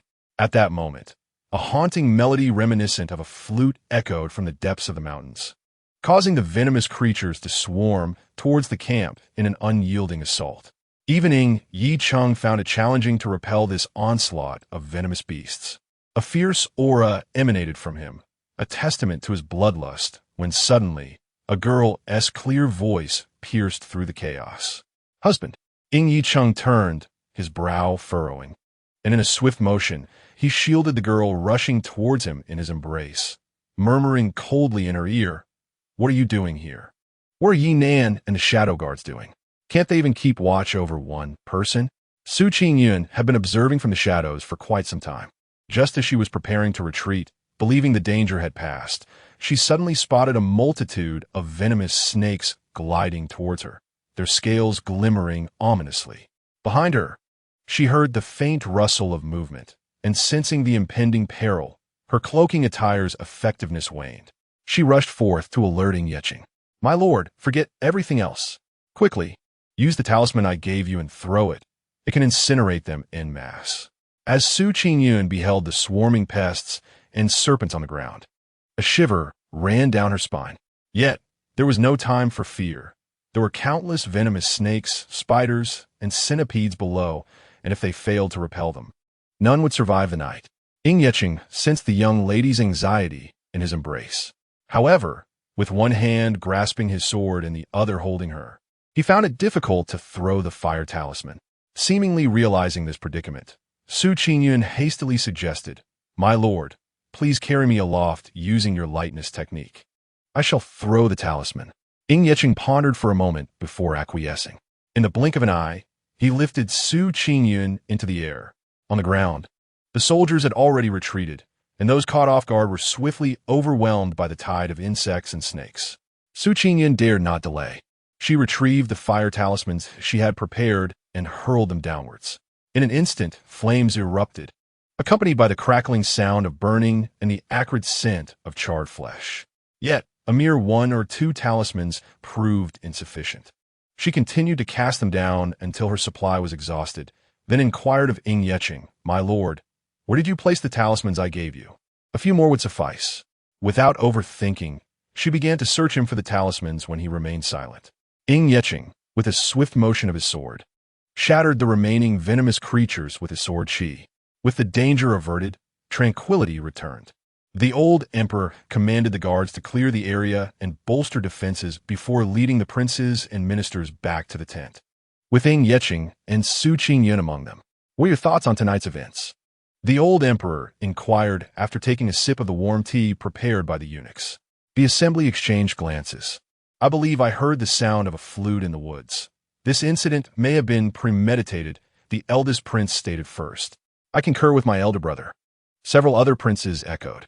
"Shinger, what of you? What is your opinion?" The old emperor's gaze fell upon the stoic Ying Yeqing. I have no opinion, Ying Yeqing replied coolly. Qingyun, was he truly this indifferent even toward his own father? Sixth brother, therein lies your error. If you have an opinion, voice it instead of keeping it hidden. The second prince, unable to tolerate Ying Yeqing's demeanor, seized the opportunity to chide him. In response, Ying Yeqing merely shot him a cold glance. The old emperor waved his hand, signaling the second prince to be quiet. Familiar with Ying Yeqing's temperament, he shifted the conversation to the matter of the fire talismans. Ying Yeqing stated it was merely a coincidence that he had purchased them from the treasure pavilion, and that he had exhausted his entire supply. With that single statement, he distanced Su Qingyun from the matter entirely. Su Qingyun, completely oblivious, had succumbed to slumber after the effects of a lively medicine wore off, her head drooping as she dozed beside Ying Yeqing, swaying gently until she ultimately leaned against him. Ying Yeqing cast a sidelong glance at the young girl, pressed his lips together, and spoke. My men have already ventured deep into the mountains for reconnaissance. I believe we shall have results by morning. If there is nothing further, I shall take my leave. The old emperor nodded in appreciation and satisfaction upon hearing this. Afterward, Ying Yeqing supported Su Qingyun as they exited the tent, then bent down to lift the drowsy girl into his arms, hastening back inside to place her gently upon the bed before turning to depart. Unbeknownst to her, the guards left behind, along with Yinan, were both astonished and fearful at the sight of their master carrying the princess consort back. They exchanged glances, astonished that their master, who shunned the company of women, would carry the princess consort without a hint of impatience. This was indeed a spectacle to behold. Had it been any other woman, she would have been unceremoniously cast aside. They had witnessed such occurrences before. What filled them with dread was the realization of their failure. They had not fulfilled their master's command and allowed the princess consort to slip away from their watchful eyes. When had she left, they had been vigilant, ensuring not even a small insect could enter the tent. Ying Yeqing, for the moment, had no intention of punishing them, merely casting a cold glance in their direction that sent a chill through all who felt its weight. Soon, having cleansed himself of the wolf's blood, Ying Yeqing returned to the tent, gently lifting the blanket to lie down without disturbing the slumbering figure beside him. As dawn broke, the sunlight awakened the flora of the mountains, streaming through the tent's apex and illuminating the two slumbering individuals. Ying Yeqing stirred awake, intending to rise, when unexpectedly, a slender arm encircled his waist, the owner nuzzling against him. Startled, the warmth enveloping his midsection caused him to momentarily freeze, his throat involuntarily constricting as a flicker of desire ignited in his deep-set eyes. Master, I have matters to report, came the voice of Yi. The disturbance roused Su Qingyun, who opened her bleary eyes in discontent. As she raised her hand, she suddenly realized she had spent the night wrapped around Ying Yeqing. In an instant, her face flushed crimson. Her arm recoiled abruptly. Hubby, Yi has business with you. You should go, she stammered, her words tumbling out clumsily. The sight of the young girl's flustered demeanor did not escape Ying Yeqing's notice. Her face bloomed like a peach blossom, even more captivating than when she had secretly observed him the previous night. Ying Yeqing's earlier irritation at being interrupted by Yi dissipated in that moment. He gazed intently at the girl's still blushing cheeks for several heartbeats before acquiescing, rising to wash up before stepping out of the tent. It was only after Ying Yeqing had exited that Su Qingyun exhaled in relief. She felt an overwhelming urge to scold herself. How could she have slept so soundly, clinging to Ying Yeqing as if he were a comforting teddy bear? Wait a moment. Surely, she hadn't mistaken him for such while asleep, had she? No, that couldn't possibly be the case. After a brief session of psychological suggestion, Su Qingyun summoned Qingyu and Qinghe to assist her with her morning routine. Master, we have discovered that the individual who commanded the wolf pack and manipulated the venomous snakes last night is Ying Yeqing from the Jianghu faction, Wuwang Tower. This person is exceptionally skilled in sound-based attacks. Furthermore, my subordinates have also uncovered that Ying Yeqing is affiliated with the dancer who previously attempted to assassinate the emperor within the palace. Should we inform His Majesty about this matter? Yi relayed all his findings in one breath. Ying Yeching nodded and instructed Yi Bei to report back to the emperor. He had always disregarded such Jianghu factions, believing it best to let that old fox handle it himself. Today marked the 4th day of the hunt. Soon, everyone gathered as before and set off for the hunt. Qingyun, however, found herself at loose ends, even feeling somewhat bored. She thought of the cows in her backyard, the little chicks, and even pondered whether the old hen had laid any eggs. In the hunting grounds, after exchanging pleasantries, a group of riders, each accompanied by their followers, ventured into the woods. Not long after entering, Ying Yeching spotted several red foxes and galloped after them, with Lao Shi and Lao Shi Air trailing behind, but unable to keep up. Just as Ying Yeching raised his bow, his steed suddenly reared, neighing loudly, nearly unseating him. In that moment, a hidden arrow shot forth from the depths of the forest, aimed directly at his heart. At that instant, Ying Yeching felt a warm sensation in his chest, as if the arrow had encountered an invisible barrier, deflecting and falling to the ground. The unexpected assault, coupled with the sudden distraction from his horse, was enough to inflict injury despite his extraordinary skills. Frowning, he pressed his lips together tightly and retrieved the protective talisman from his chest, only to find it charred and unrecognizable. A gentle breeze swept through, scattering it into dust amidst the trees. A memory surfaced in Ying Yeching's mind. The first time Qingyun had exchanged this talisman and a military treatise for a piece of land. A flicker of confusion crossed his heart. The military treatise was ample for such a trade. Why had Qingyun felt the need to include a talisman as well? Had she foreseen his peril? Moreover, the return gift she later bestowed upon him was a jade pendant. Along with the charm, she pressed into his hands the very next day of the hunt, her pure eyes gazing at him softly as she expressed her desire for his safety. The dark abyss at the bottom of the cliff seemed to be pierced by a warm ray of light. Sixth brother, what just happened? Isn't your horse the most obedient? I could have sworn I heard it neigh just now. Ying Yang and Ying Yeho arrived at last. Ying Yeching returned to the present, his expression regaining its customary calm, his gaze fixed on the fallen arrow. Without uttering a word, Ying Yeho dismounted and retrieved the unmarked arrow, circling around Ying Yeching's steed, Heifeng. His keen eyes noticed that Heifeng's hindquarters had been pierced by a fine needle. This type of needle would not be felt by the horse upon insertion, nor would it cause discomfort while running slowly. However, once the pace quickened, the pain would become apparent. This also elucidates the reasons behind the actions of the Black Wind. Ying Yehao cautiously extracted the dagger, exhibiting it to Ying Yicheng and Ying Yayang. Sixth brother, this dagger is unique to the assassin organization Yin Yang Gate. It seems someone can no longer suppress their urge to act. The Yin Yang Gate possesses its own code of conduct. Once a task is accepted, even at the cost of their lives, they would never betray their employer. This signifies that here, the trail has gone cold. Sixth brother, what shall we do next? Ying Yayang inquired. Ying Yicheng's tone was as frigid as icicles. Annihilate the Yin Yang Gate.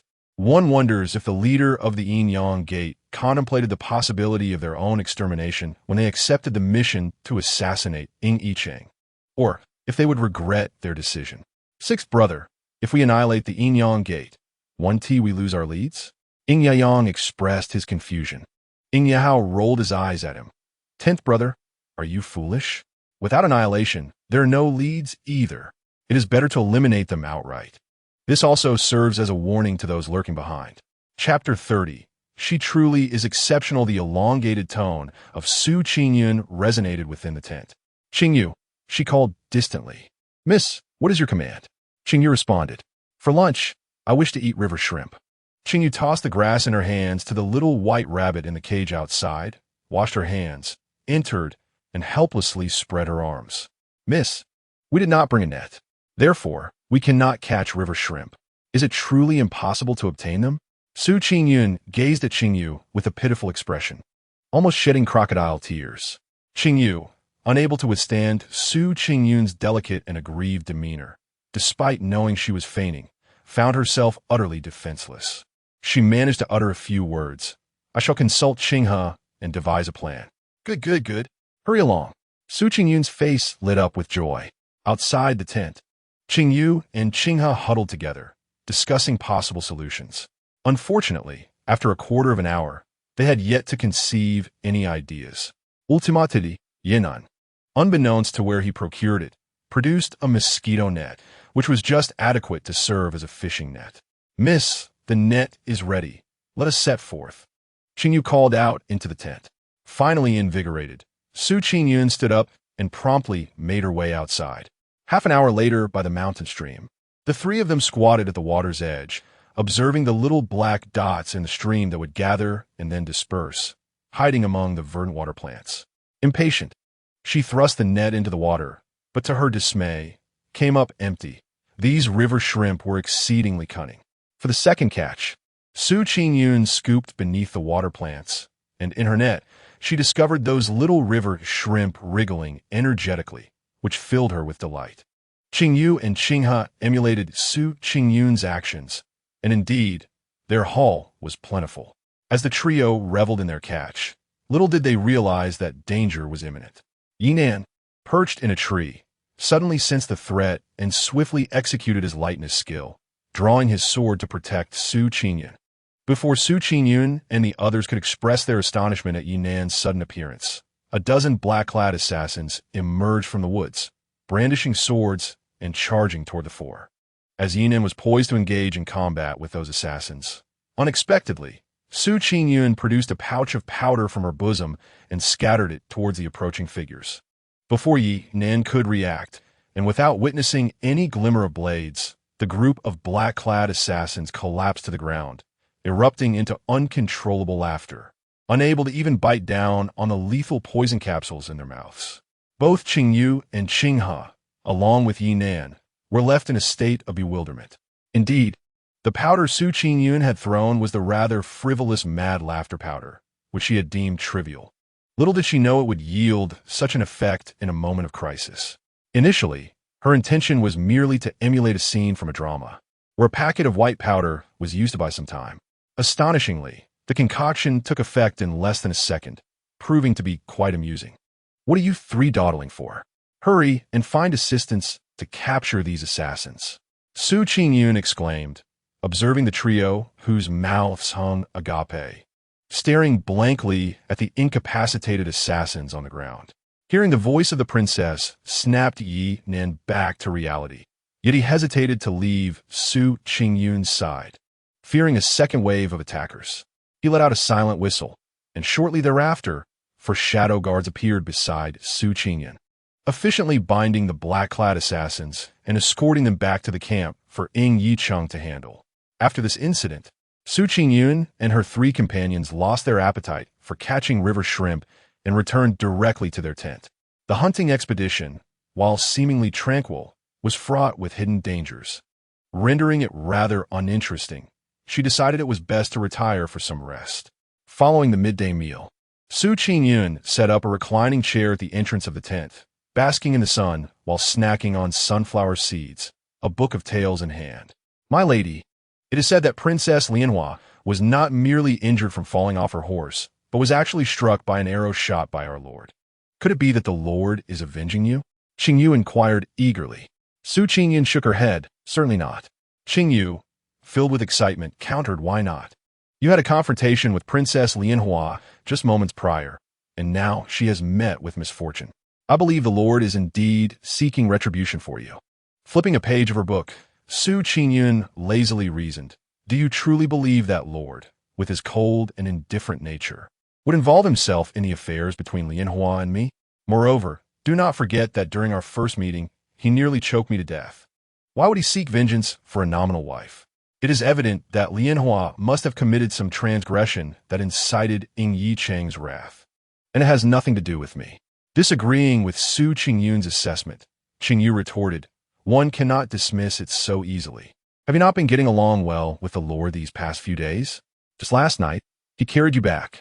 Su Yingyun abruptly posit herseniking. "He carry me back?" she queried, perplexed.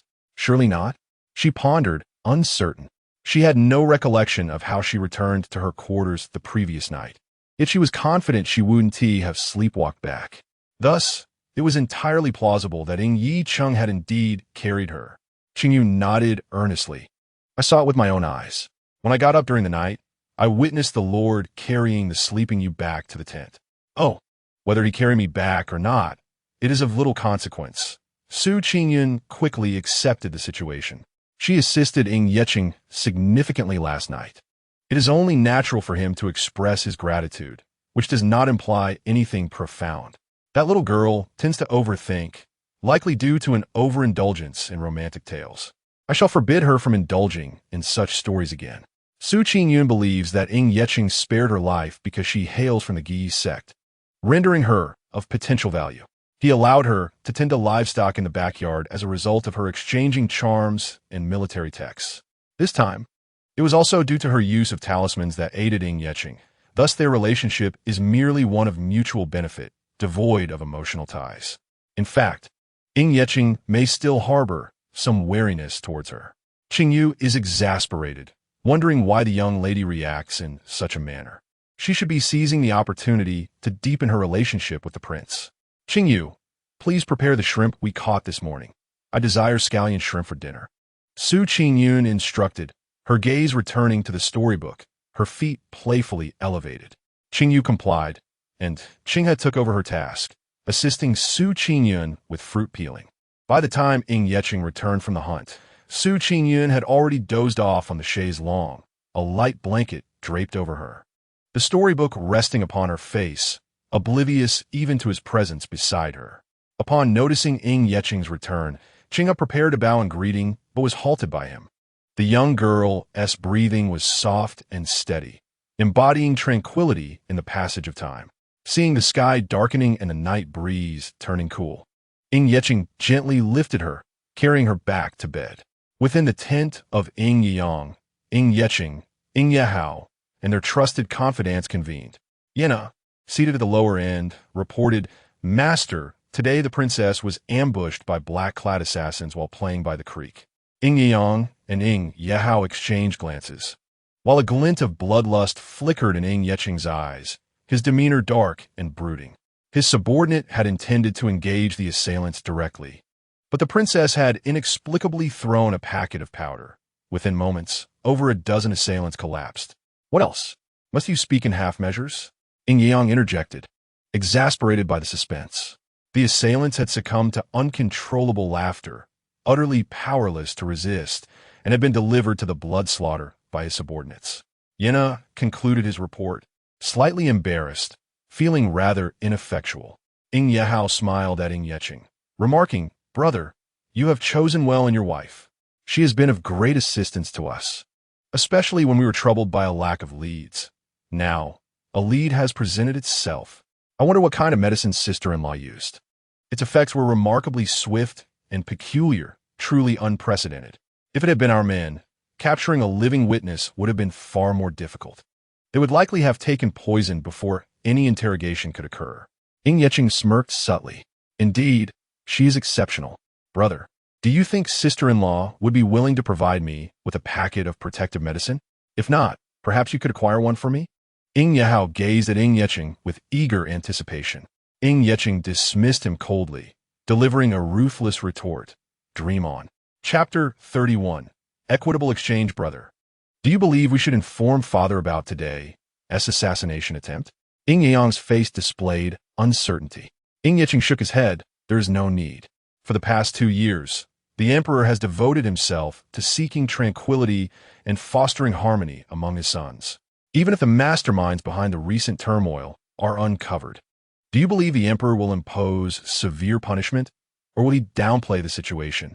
Qingyahao articulated his innermost thoughts. "These assassins are most likely dispatched by one of the factions among the princes. Even if they fail to eliminate Qingyun, they have prepared a contingency plan. After all, Qingyun's maternal family is the left chancellor's residence. Should anything happen to Qingyun, the left chancellor, known for his doting nature, would undoubtedly confront Qingyun aggressively.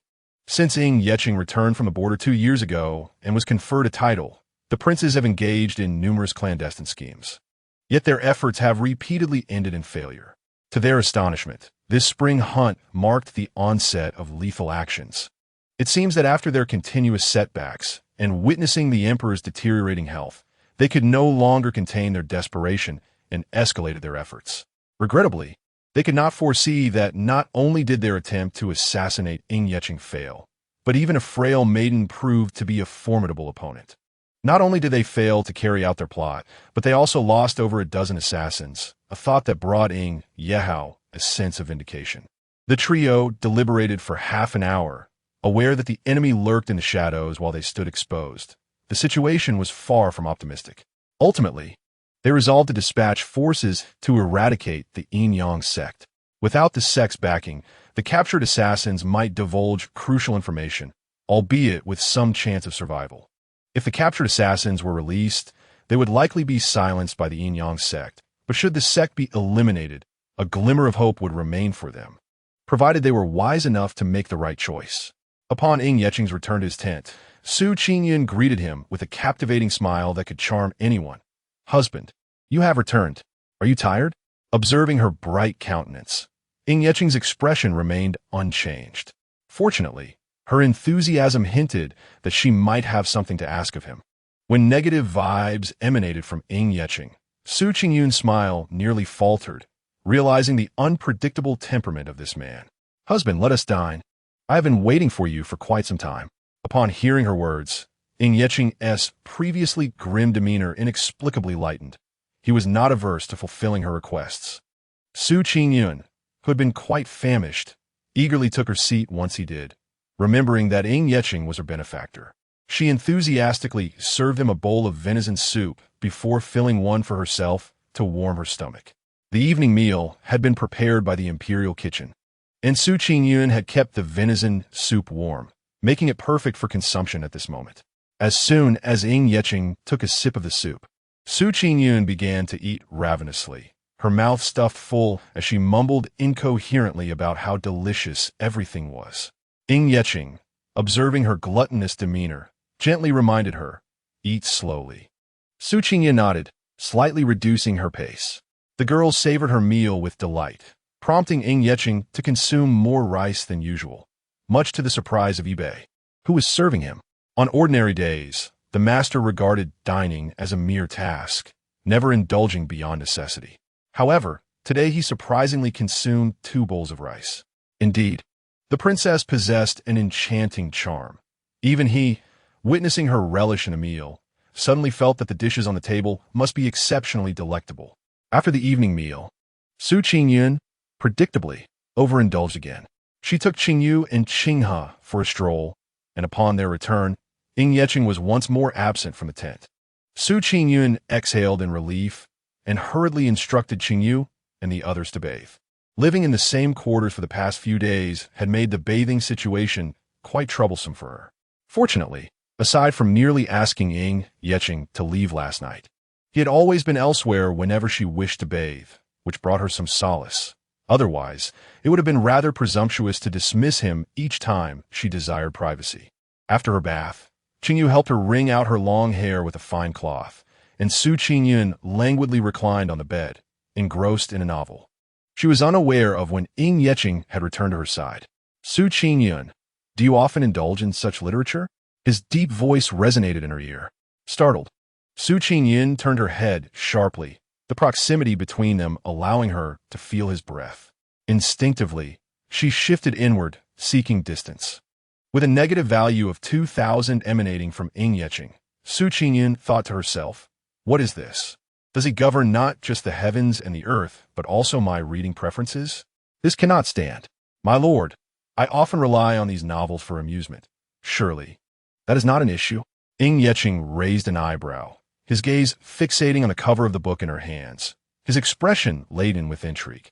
"I was unaware that my beloved consort harbored such tastes." Following his gaze, Qingyun glanced at the title of her book, which read, "The War God Prince Falls in Love with Me," adorned with an illustration of a couple in an intimate embrace, the imagery quite scandalous, rivaling even that of spring palace paintings. Qingyun gasped and swiftly closed the book, tucking it beneath her pillow. "My lord, it is not as you presume. Although the cover may suggest otherwise, the content is quite respectable." "Oh, is that so? Allow me a glance." Qingyun froze, faced with the enigmatic expression of the man. She excitedly rubbed her hands together. Could it be that Qingyun shared this interest? Kindred spirits, indeed. With a grin, she placed the concealed book into his embrace, saying, "Take your time, my lord. I have more for your perusal after you finish." Ying Yeching was taken aback, his deep-set eyes resting on the girl's beaming face. His feelings complex, yet maintaining an air of indifference. He spoke in a low tone. "Focus on reading more beneficial texts." Qingyun wished to argue that these novels were indeed valuable, for they brought her immense joy. It turned out he was not a kindred spirit after all. Her hopes were in vain. She had intended to share her cherished collection, hoping to endear herself to him. Never mind, such thoughts were best kept from Ying Yeching. She obediently nodded, signaling her understanding. Then, with great care, she retrieved the book from his embrace and concealed it once more. Ying Yeching observed her demeanor, sensing that this young lady had no intention of exploring other literature. Qingyun had already curled up in her blanket, cautiously murmuring, "My lord, rest early. Good night." Under the soft glow of candlelight, the young girl resembled a gentle kitten as she stifled a yawn, her eyelashes kissed by a mist of humidity. Ying Yicheng found himself inexplicably softened at that moment, the flicker of discontent in his heart dissipating almost instantly. Well, let it be. Observing her was of no consequence. After Qingyun bid good night, she swiftly drifted into slumber, her breathing steady and prolonged, exuding an admirable serenity in her sleep. Ying Yicheng smiled faintly and extinguished the candle. The following morning, when Qingyun awoke, Ying Yicheng and the others had already commenced the final day of their hunting expedition. Once she had partaken of her breakfast, Yinan brought over a cage containing a mother rabbit and 5 baby bunnies. "Yinan, where did you procure so many rabbits?" Qingyun inquired, gazing at the tiny creatures, barely the size of her palm, with curiosity. "How adorable, so small and fluffy. I almost feel reluctant to eat them." "Your Highness, the master stumbled upon a nest of rabbits while hunting yesterday and brought them back for you to handle," Yinan replied. Qingyun's face was a canvas of confusion. "Are you implying that the ownership of these rabbits belongs to me? Is Ying Yicheng truly so benevolent? Previously, when he brought back a few chickens, some fish, and a cow for me, he did so with a fierce demeanor demanding accountability. Now he has returned with an entire nest of rabbits, claiming they are for my management. I cannot shake the feeling that there is a hidden agenda." Indeed, the talisman she had crafted for him was utilized yesterday. She was well aware of the potency of her own creations. Thus, his generous gesture of presenting her with rabbits must surely entail an exchange. Yinan nodded earnestly, "Yes, Your Highness. I am grateful to the prince for the rabbits." Realizing this, Qingyun accepted with a smile, acknowledging it as a mere exchange of equals, a trivial matter. At most, she could simply create another talisman later. She had been concerned that one rabbit might be insufficient, but the arrival of the mother rabbit and her offspring was fortuitous. The male rabbit her brother had sent the day prior could be kept in the backyard, thus ensuring a continuous lineage of rabbits. The prospect filled her with delight. Chapter 32. The Bounty in the Capital, at the residence of Princess Lianhua. She was informed by the royal physician that the location of her right arm, struck by an arrow, had sustained a fracture. It would require at least 6 months of careful recuperation before she could exert any force. Otherwise, her right arm would become useless, barring her from future hunting activities. The more Ying Xianglian contemplated this, the angrier she became, her fury erupting uncontrollably. Wretched woman! With her uninjured left hand, she hurled the medicinal cup presented by a maid to the ground with a forceful crash. Ever since she had been nurtured within the Empress's vicinity, she had never endured such indignity, and now her 6th brother dared to reprimand her over that ailing wretch. "Qiuju, go to the right chancellor's residence and summon Yao Shui-ro to see me." "Yes," the maid responded, bowing respectfully before hastening to the right chancellor's estate. In the royal hunting grounds, Qingyun had consumed all the lively pills she had drawn the day before and could only recline in her chair like a lazy fish, indulging in the desserts prepared by Qingyu and Qinghe. Unexpectedly, as she lay there, she experienced an unforeseen gain. A negative value of 500 from Ying Xianglian flashed on her screen, continuing to accumulate until it ceased to increase. Qingyun took a bite of the sweet cake, and without a moment's thought, she realized that Princess Lianhua would undoubtedly harbor resentment towards her for being struck by a dart from Qingyun. Alas, it was unfortunate to be unjustly burdened with such blame. However, it mattered little. As long as there were negative value earnings, she was willing to shoulder this burden. "My lord," reported a subordinate, "the Blood Shaman leader has informed us that last night, over 100 black-clad assassins forcefully invaded the Blood Shaman dungeon. While our men fought with the captured assassins, another group arrived and nearly wiped out all those taken captive. Currently, only 2 black-clad assassins remain, clinging to their last breath. However, the individuals sent by the opposing side have all been eliminated by our Blood Shaman personnel." Upon receiving the news, Yibei hastened to finding Yeching and his companions, who were still hunting. Yeching spoke coldly, "Two will suffice. Notify the Blood Shaman to keep those 2 assassins alive with ice heart pills, and redirect the Blood Shadow Guards remaining in the manor to the Blood Shaman to keep watch over the 2 assassins until I return to deal with them." "Understood," Yibei replied, taking his leave. Qingyun scoffed, "Sixth brother, it seems the other party is quite fearful of us uncovering who the true puppet master is, to the extent of dispatching so many to eliminate witnesses. Their losses must be severe. Not only have they failed to erase all traces, but they have also suffered heavy casualties. If they were to learn of this, they would surely be driven to madness." "Ha!" Yao furrowed his brow, noting, "It appears the opposing forces possess considerable dark influence. The situation ahead seems increasingly grim. We must exercise caution." A moment of silence enveloped the 3. Indeed, the struggle for the throne and the fratricidal drama had only just begun. Who would ultimately emerge victorious remained uncertain. As the sun descended in the west, the 5-day hunting expedition concluded. Each participant returned to the camp with their respective spoils. The emperor, accompanied by his guards, also returned, and all had thoroughly enjoyed the 5-day hunt. That evening, a bonfire gathering ensued, albeit with a different purpose: to tally the game and determine who would emerge as the ultimate victor. All eyes were fixed on the counting guards, except for Qingyun, who was determined to indulge in the final day's roasted meats.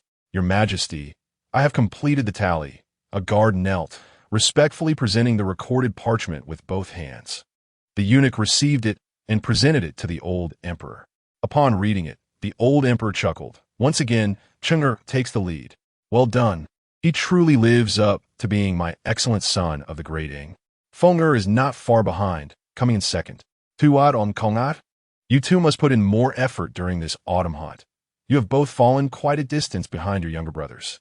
Yetu and Yetsan exchanged glances, their expressions profoundly discontent. Yeching remained impassive. Yefeng smiled warmly, replying, "Thank you, Father Emperor, for your praise." The old emperor waved his hand with a smile, continuing, "Higuang, summon the rewards I have prepared for you." Anticipation filled the air as everyone awaited to see what treasures the emperor would bestow for this year's spring hunt. When a servant brought forth the tray and unveiled its contents, gasps of astonishment echoed through the crowd. They beheld a treasure unlike any they had ever seen. Subsequently, he commanded the eunuch to present the rare stone to Yeching, who received it from Yibei behind him. Yeching merely inclined slightly, uttering a phrase of gratitude. "Thank you, Father Emperor, for your generous bestowal." Nestled within the exquisitely carved jade box was a gem radiating a kaleidoscope of colors. This is the national treasure offered by the Kingdom of Brahma, the extraordinary Brahma stone. According to the envoy from Brahma, placing this gem indoors emits a marvelous fragrance, and prolonged exposure can enhance one's internal strength. Moreover, it possesses another remarkable property. When carved into a jade pendant and worn by those who are chronically weak and ailing, it may restore their health. As the elder explained this to the crowd, they looked at Yeching with envious eyes, particularly the martial artists, whose eyes glistened with green envy. However, Yeching's gaze rested upon a contented girl nearby, showing no interest in the strength-enhancing Brahma stone. Yet, a flicker of emotion stirred within him as he concluded his words with the elder. "In addition to the extraordinary stone, I shall bestow 200 taels of gold. There are also reward for the second and third place, 500 taels of silver for the 7th prince, Yefeng, and 300 taels for General Guan Shiran. My son, or humble servant, expresses gratitude to the Emperor, Your Majesty, for the generous reward.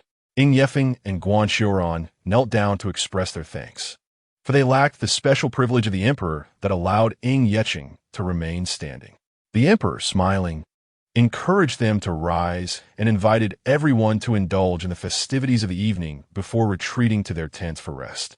As the bonfire party thrived with merriment, people sang, danced, and engaged in drinking games. Sixth brother, I have arrived. Ying Yi raised a stack of silver notes, unable to conceal his joy, for he had indeed won. Following closely was Ying Yahao, who appeared equally elated, having also wagered 10,000 taels of silver, an effortless gain to be joyous about. Sixth brother, here are your 20,000 taels. Sixth sister-in-law, this is your 400 taels. Ying Yi took a seat opposite them and presented their respective notes. Initially, Su Qingyun was quite pleased to have won, but upon seeing the mountains of silver notes in Ying Yecheng's possession, she glanced at her own meager 4 notes and found her joy waning. Alas, she sighed, and the pheasant meat lost its allure. Ying Yecheng, catching her sigh, expressionless, extended a hand and placed a 1,000-tael note before her. A token. Su Qingyun's eyes lit up instantly, yet her words belied her gratitude. This is too much. Surprisingly, her hands did not hesitate and swiftly tucked the note into her bosom. Ying Yang and Ying Yahao, seated across, were taken aback. Was this truly their sixth brother? Had he not been possessed by a spirit? When had he developed such benevolence? Perhaps they should try their luck. Sixth brother, we also desire a token, they exclaimed. The response was a cold glare from Ying Yecheng and a harsh retort. Those who win more should share with those who win less. The threat in his eyes was palpable. Reluctantly, Ying Yang and Ying Yahao, under the weight of his dark gaze, extracted 2,000-tael notes and placed them before Su Qingyun. Sixth sister-in-law, this is our token for you. At this moment, Su Qingyun's joy was boundless, nearly propelling her to leap with delight. Her benefactor had not been in vain. She beamed as she accepted the silver notes. Thank you, both of you. Profiting immensely, he suddenly recalled Su Qingyun's peculiar medicine. Having already spent the money, it wouldn't be unreasonable for him to request a packet of this extraordinary remedy. Sister-in-law, I heard from Yi Nin that you used a packet of the amusing medicine to repel the enemies. Do you still have any left? If so, could you possibly spare me a packet? Su Qingyun was not surprised that he knew about her possession of the laughing powder, as she had long since realized that the 3 of them belonged to the same faction over the past 5 days. Ying Yang chimed in, Sister-in-law, I want one too. This request left Su Qingyun in a quandary. While she wished to oblige, feeling somewhat awkward after accepting their money, she unfortunately had none at the moment. Perhaps she could try her luck with the blind box later that evening? I apologize, Your Highnesses, but I currently do not possess that medicine. Once I acquire it, I shall send it to you. Ying Yang and Ying Yahao were not disheartened. After all, such rare medicine was not easily obtained. Both expressed indifference, content to wait until she had it in her possession. From Ying Yecheng's negative value, 5,000, Su Qingyun declared, You may leave now. Ying Yang and Ying Yahao exchanged glances, quickly raising their cups to gulp down the wine before making their exit. At least they managed to sample the wine from Sixth Brother's table, which was quite delightful. My lord, you have already used the previous talisman, Haven to you? Here, this is a new talisman I crafted during the day. Please keep it safe. Su Qingyun beamed as she produced a talisman from her sleeve and placed it into Ying Yecheng's hands. Just as she attempted to withdraw her hand, he suddenly grasped it. His cool hand enveloped her smaller one, causing a brief flutter of anxiety within her. Your Highness? From Ying Yecheng's negative value, 5,000, Su Qingyun cautiously glanced up at his expression, which was deep and inscrutable. My lord, what is the matter? Help! Why is he looking at her like that? Why? The man inquired. Su Qingyun was perplexed. Why what? Why did you give me the talisman? His voice was low. She smiled. As long as my lord is safe, I can be at ease. With a sense of contentment akin to that of a carefree fish, she believed that as long as Ying Yecheng remained alive, she could leisurely tend to her garden and chickens in the Qingfeng courtyard, enjoying a peaceful life of retirement. After all, based on her understanding of Ying Yecheng, he was intelligent, cunning, and strategic. Aside from ensuring his survival, he would not require her to concern herself with much else, which aligned perfectly with her current desires. Ying Yecheng remained silent, yet something within him felt as if it had been pricked. His dark gaze lingered on her, as if attempting to peer into her very soul. Slowly, he extended a cool fingertip, gliding over her cheek before resting on her chin. The chilly touch seeped into her skin, prompting Su Qingyun to instinctively recoil. Unexpectedly, he lifted her face, their eyes locking. "You had better be speaking the truth." Su Qingyun opened her innocent, large eyes and blinked twice, neither dodging nor flinching. She spoke nothing but the truth, genuinely wishing for Ying Yecheng to live well. Ying Yecheng gazed intently into the girl as excessively pure and clear eyes. Momentarily lost in thought, her eyes were as transparent as crystal, seemingly incapable of harboring any impurities. "What I say is indeed true," she insisted, raising 3 fingers and continuing. "I swear to the heavens." Suddenly, her lips were pressed by the man's fingertip, as if she had been hit with a pause button. She stared in astonishment at Ying Yecheng, who had made this unexpected move, the words of her oath caught deep in her throat. Although he did not believe in the supernatural, for some unknown reason, he was unwilling to hear the oath she was about to utter, fearing it might invoke calamity or a fate worse than death. In short, he simply did not wish to listen.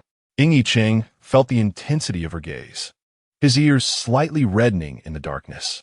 "You should return," he said, releasing his hold on her lips with a calm tone. Dazed, Su Qingyun returned to the tent, bewildered as she was attended to by Qingyu and Qinghe during her bath, and lay down on the bed. Even when Ying Yecheng came back and lay beside her, she remained in a state of confusion, unable to comprehend why he had stopped her from swearing and sent her back. Glancing at the man beside her, still lost in thought, she absent-mindedly asked, "Husband, have you bathed?" "Mm." Ying Yecheng replied with a tranquil expression. "Oh, then let us sleep." "Good night, husband." With that, she closed her eyes. In truth, she realized she had asked a rather foolish question, feeling a bit embarrassed. As Ying Yecheng extinguished the candle and lay down at the moment she closed her eyes, Su Qingyun was not truly asleep. "Roundball, how much negative value do we currently possess?" she inquired. She had promised to provide Ying Yang and Ying Yihao with an opportunity for laughter, and since depleting her 150,000 last time, she had accumulated quite a bit during the recent hunts, ready to try her luck once more. The host currently possesses 210,000 negative value. "Roundball, I recall you delayed your upgrade a couple of days ago, nearly costing me my life. Shouldn't you compensate me?" The system. It felt that her host possessed an audacious sense of entitlement. "If you remain silent, I shall assume you have acquiesced. How about granting me 2 additional exchange opportunities?" "Agreed, host. This time it was at fault, and it would certainly make amends next time." "Hey, Roundball, what exactly did you upgrade? Do tell." Su Qingyun asked curiously. This system has added some new exchange items. What they are, the host must discover through exchange. That was tantamount to saying nothing. Was it merely a tactic to entice her into spending her negative value? She wondered what purpose the Roundball had in draining her of negative value. Just for the sake of upgrading? Never mind, she would eventually find out. For now, she simply wished to take a gamble and transform her bicycle into a motorcycle. "Roundball, let's start with 10 exchanges plus 3 complimentary ones." "Understood, please hold on." The system extended its short, plump hands, rummaging through its pockets with a grin, its eyes squinting with delight. "Su Qingyun, why does it seem as though the round sphere is grinning so mischievously?" "Congratulations, host, you have acquired the weeding artifact, the serrated rake." "Congratulations, host. You have obtained a bottle of premium seal oil pills. 1 pill equals 10, totaling 50 pills. Qingyun, is it as she suspects?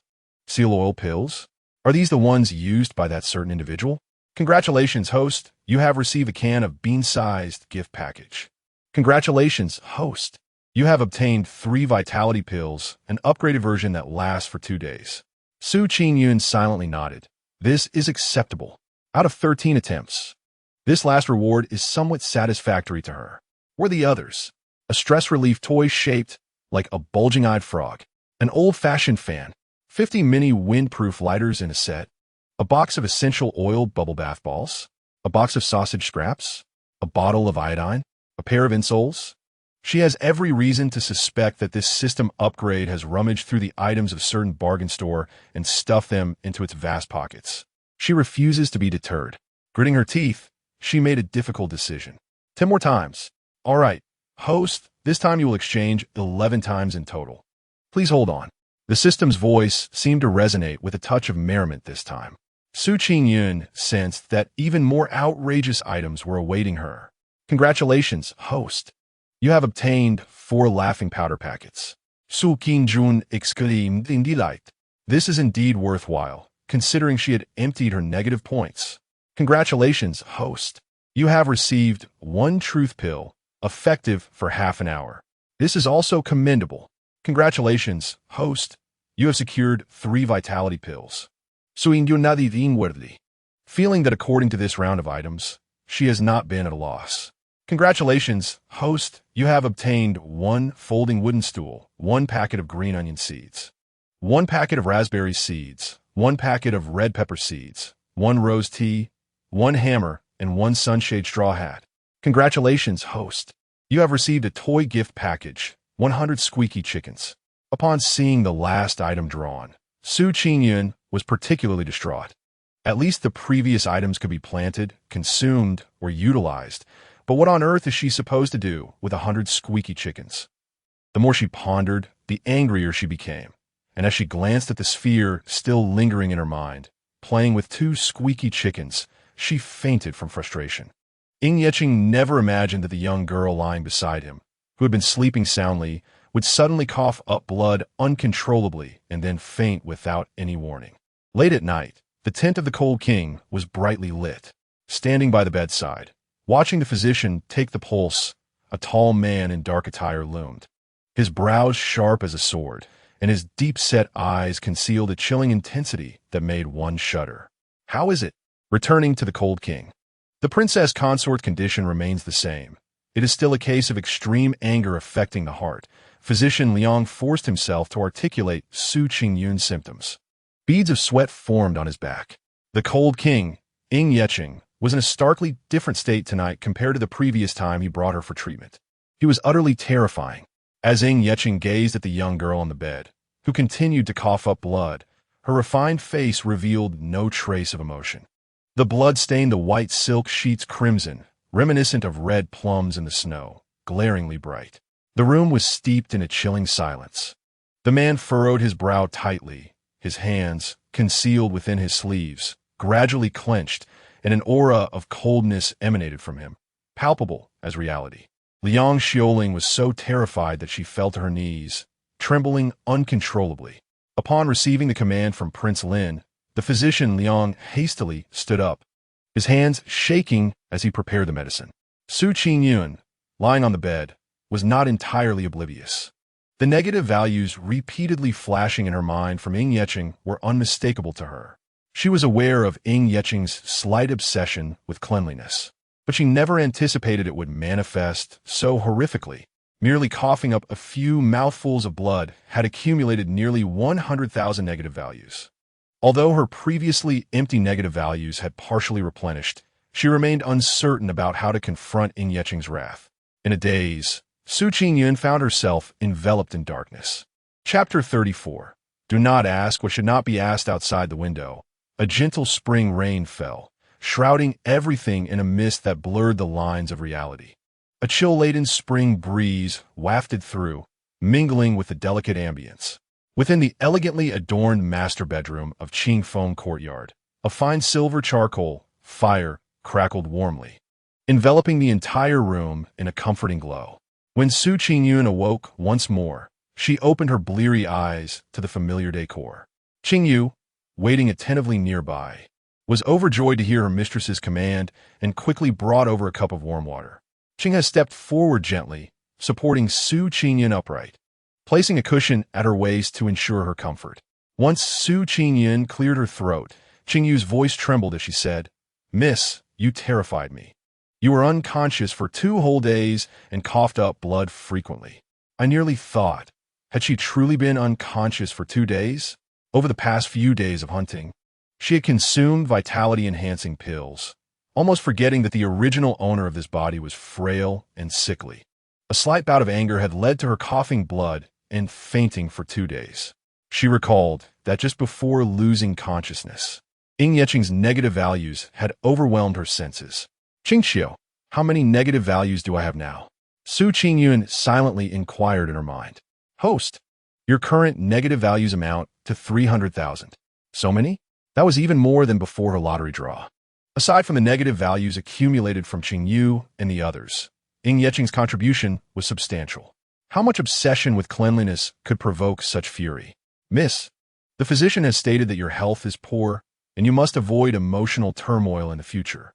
In short, you must take good care of yourself," Qingyu said, wiping her tears. Qinghe nodded earnestly, her eyes reddened, as if their concern would bring her to tears if she disregarded their advice. "By the way, your condition that night was perilous.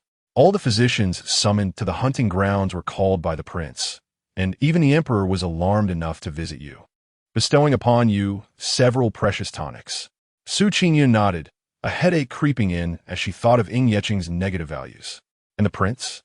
During these past 2 days, the prince kept vigil by your side the entire night, and the following morning he ordered your immediate return without waiting for the hunting party," Qingyu said, her heart swelling with gratitude.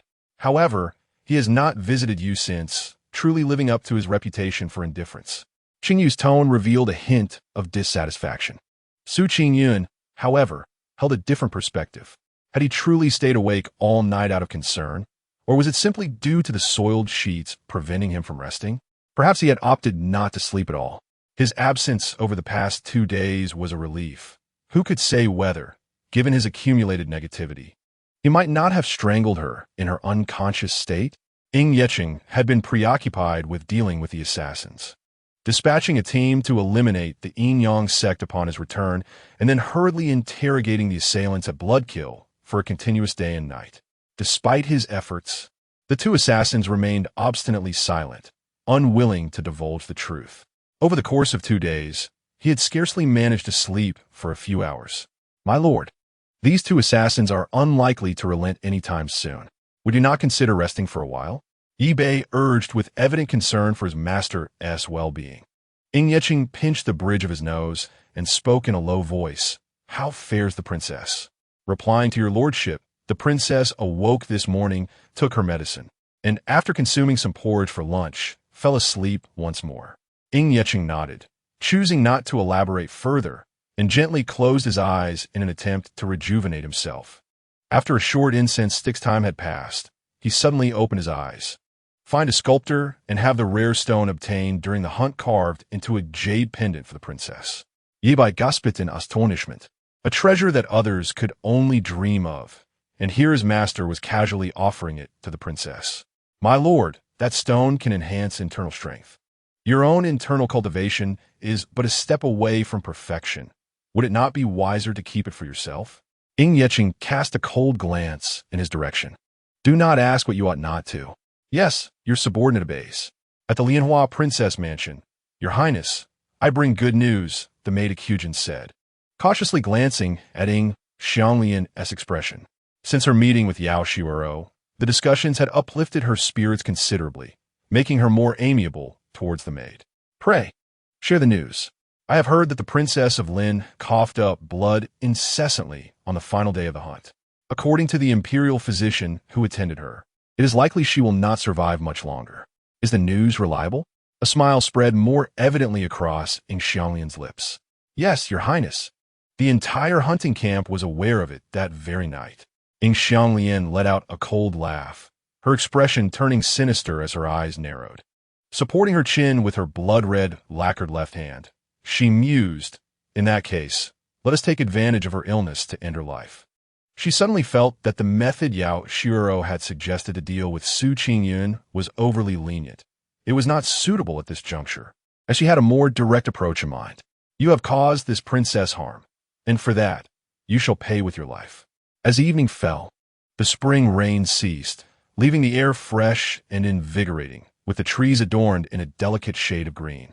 Su Qingyun leaned against the head of her bed, sipping her second bowl of plain porridge and nibbling on tasteless vegetables, secretly lamenting her plight. "Qingyu, may I not have some other dishes to eat?"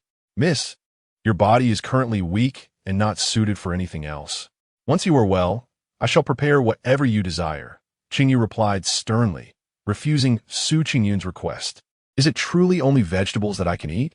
After finishing her last spoonful of porridge, Su Qingyun elongated her tone, lamenting that she was still not full. How could you be satisfied with just vegetables? Qingyu responded, there is still warm black-bone chicken soup in the kitchen. I shall fetch you a bowl. She yielded once more under Su Qingyun's gaze. Satisfied, Su Qingyun nodded. At least it was meat, albeit merely soup. Qingyu turned to fetch the warm black-bone chicken soup for Su Qingyun. As she approached the door, she encountered the leisurely arriving Ying Yeqing along with Yi Nan and Yi Bei, promptly bowing in greeting. After 2 days, the prince had finally deemed it fit to visit the young lady. With a tranquil expression, Ying Yeqing raised his hand, signaling Qingyu to rise.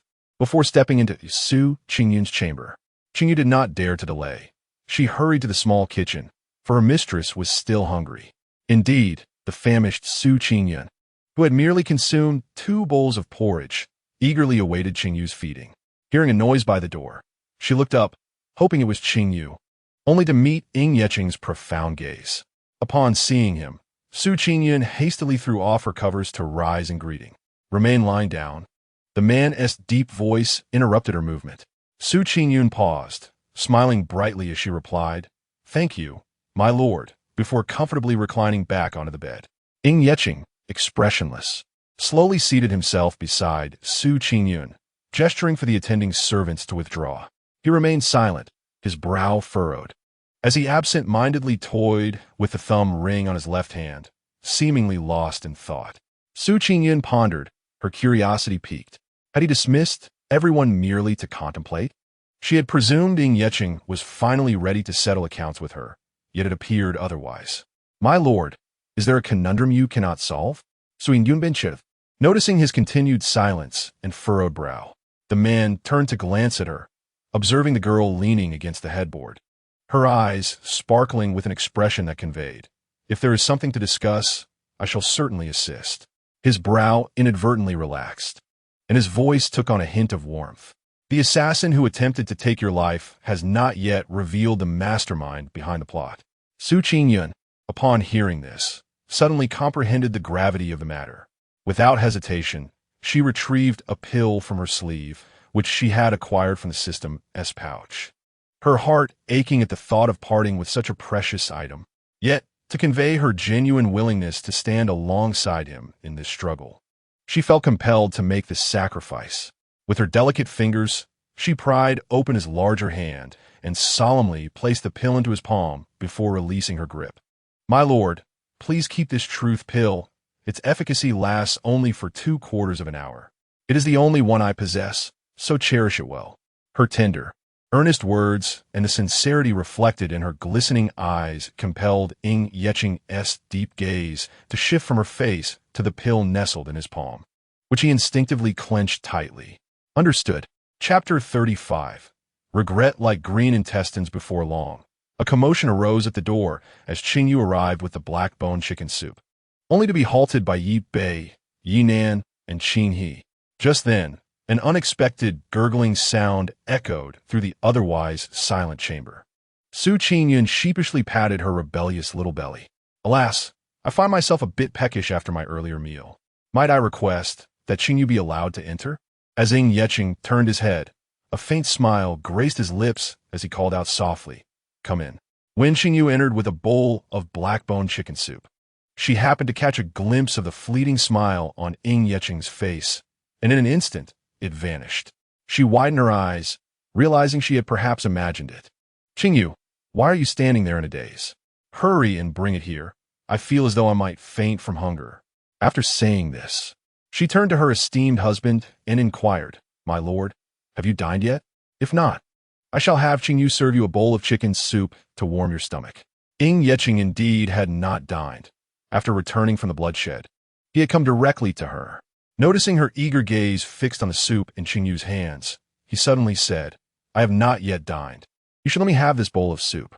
As expected, Su Qingyun swiftly grasped the bowl, took a sip, and declared, My lord, I have already tasted this soup.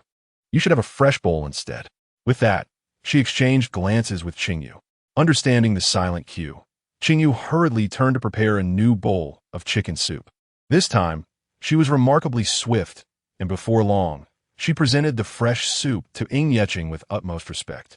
Meanwhile, Su Qingyun had already begun to indulge in her bowl, consuming it voraciously without even using a spoon, finishing it off entirely, leaving no trace of the chicken. In contrast, Ying Yeching savored his soup slowly, finishing it deliberately. After sipping the tea that Qingyun offered, he rose and stated coolly, "I have matters to attend to. You may rest well." Su Qingyun obediently nodded in reply. Once Ying Yeching had distanced himself, Qingyun excitedly rushed to the bedside, her cheeks flushed. "Miss, I believe I just saw the prince smile." Su Qingyun was taken aback. "When did this happen?" "It was just now when I brought you the chicken soup." Su Qingyun mused. If what Qingyun saw was indeed true, it would mean that my esteemed husband was mocking my gluttony. "Qingyun, you must be exhausted from taking care of me these past days. You are merely imagining things." Ying Yeching could not possibly smile. She would never admit to feeling ridiculed. "Miss, do you also think I have imagined it? Then perhaps it is indeed an illusion." "Very well. I am full and weary. I shall retire for the night. You and Qinghe should also return to rest early." Su Qingyun sprawled back onto the bed like a salted fish basking in the sun, languidly issuing her command before closing her eyes. "My lady, your health has only just begun to recover. Perhaps tonight, Qingyu and Qinghe could take turns keeping watch. Should you require anything in the night, please call for me." With her eyes closed, Su Qingyun waved her hand dismissively. "No need. I shall not call for you if I fall asleep. Be good and return to rest. You both have been weary these past 2 days." Qingyu felt a wave of warmth in her heart. Her lady was truly kind, understanding their fatigue. In the dead of night, Ying Yeching returned to the study of the royal residence after the bloodshed. Ying Yang and Ying Yehao, clad in dark garments and cloaked, appeared in the study. "Elder brother, have you obtained any information?" Ying Yang asked eagerly upon seeing Ying Yeching's silhouette. Ying Yeching's expression was impassive. "Yes. Who is it?" Ying Yehao inquired, his gaze fixed on Ying Yeching. "The Hua family." Ying Yeching slowly uttered 2 words as he hastily clutched the pill given to him by Su Qingyun, making his way back to the bloodkill. Previously, he had ruthlessly silenced an assassin who refused to divulge the truth, but within moments, the assassin began to reveal the secrets. To ensure accuracy, he also extracted information from another assassin who had not consumed the pill. After careful comparison, it became evident that the hidden hand behind the chaos was none other than the Hua family. Moreover, the Yin-Yang sect was established solely by the Hua family, which in turn was the maternal clan of concubine Hua. Ying Yang remarked, "Concubine Hua has truly exerted herself for the sake of the crown prince." "Brother 6, should we take action?" Ying Yeching contemplated for a moment and then turned to Ying Yehao, inquiring, "What is the status of our people within the palace?" Meng Ru, who was pregnant, had recently garnered significant favor in the palace, with the emperor contemplating elevating her to the rank of consort. Additionally, Mo Zhen had risen from a talent to a concubine, making it an opportune moment for Meng Ru and Mo Zhen, both of whom were trained assassins from Ying Yeching's Blood Shadow Guard, originally infiltrated to investigate the circumstances surrounding his mother-esque demise, to serve a new purpose. After discussing strategies to confront the Hua family for a while, Ying Yang and Ying Yehao dispersed. Shortly after their departure, a cacophony of crowing roosters erupted from the direction of Qingfeng Courtyard, piercingly loud and unusually prolonged, startling everyone in the Lin Wangfu and even echoing throughout the entire street. Subsequently, a severely injured shadow guard stumbled into the Qinghe Courtyard where Ying Yeching resided. "Master, a multitude of unidentified assassins has infiltrated the Wangfu, led by the Night South leader, who engaged in combat. However, another group of assassins is heading straight for the Wangfei's Qingfeng Courtyard." Before the Shadow Guard could finish his report, Ying Yeching, accompanied by Night North and all the Shadow Guards at his side, rushed towards Qingfeng Courtyard like a tempest. A twinge of regret flickered in Ying Yeching's heart. He should not have recalled all the Blood Shadow Guards stationed in the Wangfu to Bloodkill just a quarter of an hour prior. In Qingfeng Courtyard, Su Qingyun awoke in the dead of night, urgently needing to relieve herself. After hastily finishing in the restroom and returning to her bed, she heard a series of clanging sounds from outside that hinted at a grave threat. Quickly, she swallowed a vitality pill, ensuring she had the strength to flee. She discreetly prepared to have Yuanxiu pass her a pack of laughing powder, hoping to catch the assassins off guard when they appeared. In mere moments, the two shadow guards dispatched to protect Qingyun were overpowered, and a dozen assassins seized the opportunity to burst through the door. At that instant, Qingyun waved her hand, unleashing a cacophony of chicken-like screams that startled the assassins into a stupor. Internally, she scolded the system while seizing the moment to throw a pack of laughing powder. Immediately, she commanded the system to retrieve the 100 scattered screaming chickens from the ground. Yuanxiu, are you trying to get me killed? In such a crisis, how could you conjure up such nonsense? The system remained silent, fully aware that it was indeed at fault. Over the past few days, it had developed an inexplicable fascination with the screaming chickens, which led it to hold both the pack of screaming chickens and the laughing powder when the host commanded it to throw them, resulting in an uncontrollable mishap. In the shadowy darkness, the room of Qingyun was inundated with a cacophony of screaming chickens.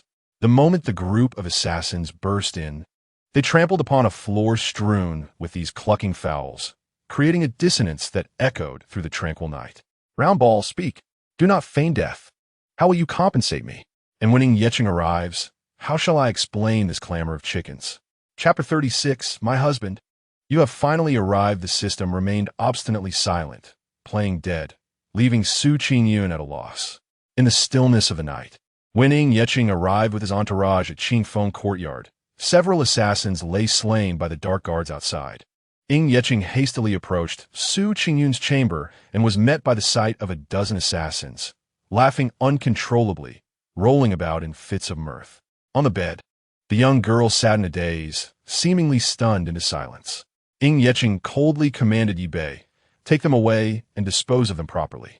Yi Bei nodded obediently and, accompanied by the dark guards, ignited the candles within the room before removing the incapacitated assassins.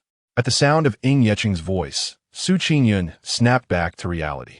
As he stepped closer to her, she suddenly threw herself into his embrace. Qingyun clung tightly to Ying Yeching, looking up with teary eyes. Husband, you have finally come. I was so frightened.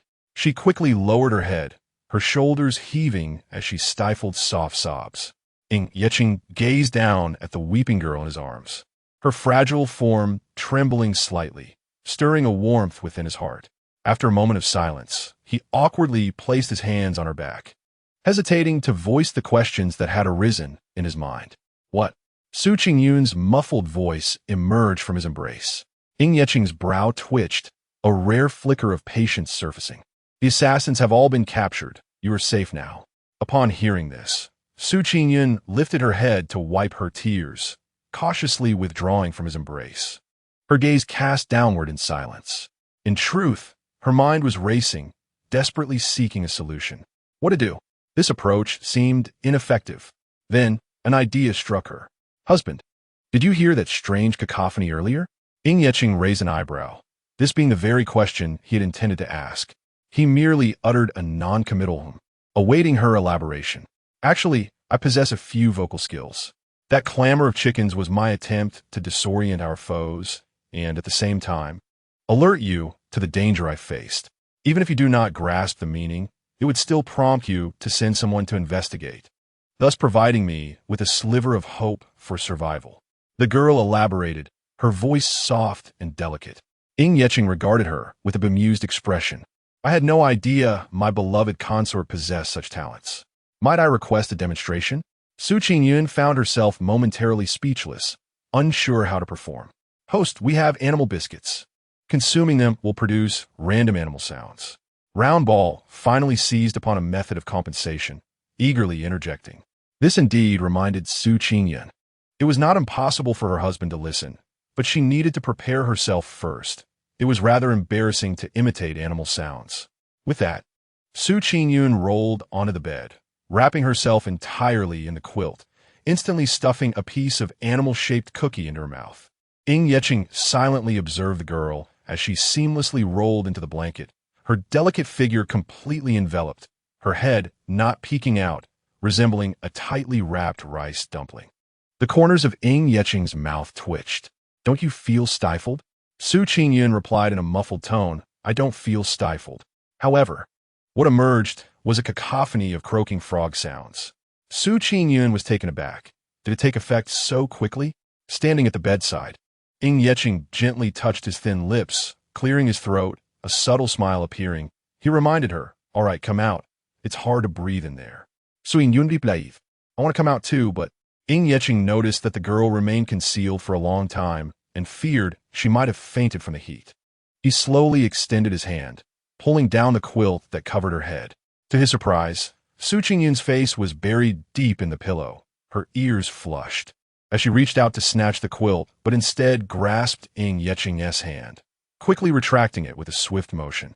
In her excitement, she couldn't help but speak. "I'm really fine. I want to suffocate." Yet, her voice was not her normal sound, but rather a series of harsh quacks like a duck. Su Qingyun regretted her decision deeply. Why did she feel the need to explain her ability to mimic sounds? It would have been unreasonable to feign unconsciousness. How mortifying. She had assumed it would randomly select one animal sound, but it turned out to be a mix of several. The corners of Ying Yeching's mouth curved again, this time with a more pronounced smile. "Ahem, I believe you, my beloved. Perhaps you should not suffocate yourself any longer." Qingyun fell silent, vowing that for the next 3 minutes, she would not utter a single word. If she could endure these 3 minutes, she would be free. However, Ying Yeching forcibly lifted her from the quilt. Su Qingyun hung her head, feeling utterly defeated, her cheeks flushed with embarrassment. It was truly mortifying. She wanted to tell Ying Yeching to leave quickly, but feared producing another strange sound, so she hastily covered her mouth, suppressing herself. At that moment, the voices of Qingyu and Qinghe drifted in from the doorway. "Miss, are you all right?" Su Qingyun thought. Soon after, the two maidservants entered, and upon seeing Ying Yeching, they halted in their tracks, hurriedly bowing before turning to leave. "You two stay and attend to the princess. I shall take my leave." "Yes." With that, Ying Yeching rose to depart. Behind him, the two maidservants continued to inquire, "Miss, are you injured? Where are you hurt? Why are you not speaking?" Qingyu and Qinghe were in a panic. The response they received was a low, "Moo, I'm fine." Finally, she returned to normal, although a final cow-like sound escaped her. Nonetheless, it was not a significant issue. Qingyu asked, "Miss, what sound did you just make?" Qinghe added, "Miss, are you poisoned? Should we summon the physician?" "How did you make a cow sound?" Outside, a low, subdued chuckle echoed. Su Qingyun thought to herself, wishing she could simply perish on the spot. With a sense of utter despair, she reclined back on her bed, waving her hand dismissively as she feigned being a lifeless, salted fish. "My lord." This time the assassins were sent by Princess Lianhua. They had barely arrived before the blood slaughter could extract information from them, and they succumbed to the torture. Ying Yicheng sat at his writing desk, his expression dark and menacing, a flicker of malice glimmering in his eyes. "I recall that Princess Lianhua has come of age for a year now, correct?" "Yes, my lord," replied Yi Bei. Ying Yicheng coldly stated, "Inform Meng Fei to advise His Majesty. It is time for Lianhua to be wed." Yi Bei, puzzled, wondered why the subject of Princess Lianhua's marriage had suddenly arisen. "To whom will Princess Lianhua be married?" "The Black Dog tribe," came the chilling reply, sealing the fate of Princess Lianhua. In 2 days, the Black Dog tribe would arrive at the great Ying dynasty to seek peace, desiring to wed a princess. Ying Xianglian, having walked into this predicament herself, will be given to them. Yi Bei's expression shifted to one of discomfort as he recalled his previous encounters with the Black Dog tribe. Having followed his lord into numerous battles, he had been fortunate enough to witness the brutality of the tribe as third prince, who had mercilessly beaten his wife simply because she refused to be shared among his brothers. The scene had been unbearable to behold. This time, Princess Lianhua had undoubtedly provoked his lord's wrath, especially after she had sent assassins to harm the princess. She deserved what was coming to her. Following the protective talisman that Su Qingyun had gifted his lord, which had saved his life, and their joint efforts in repelling serpents and insects during the hunt, Yi Bei had begun to regard Su Qingyun as one of their own. He was convinced his lord felt the same, for otherwise. He would not seek revenge against Princess Lianhua on behalf of the princess. The next day, at the Right Chancellor's residence, in the Feihua courtyard of Yao Shiro's abode, the sound of porcelain shattering resonated within. Fool! She disregarded my advice and directly sent someone to assassinate Su Qingyun. Does she think the people of the Lin Wang Manor are dead? My lord, please calm down. Be wary of ears on the other side of the wall. On the third day, the Black Dog tribe arrived at the great Ying imperial city to seek a princess for marriage. On the fourth day, the emperor issued a royal decree announcing the marriage. The decree was as follows: by the will of heaven, the emperor proclaims, the sixth son of the leader of the Black Dog tribe, He Zigao, has petitioned thrice for a union with a princess of the great Ying royal family. After careful consideration and in the spirit of fostering enduring friendship with the Black Dog tribe, I hereby consent to this request. Thus, my beloved daughter, Princess Lianhua, shall be wed to He Zigao as his primary consort.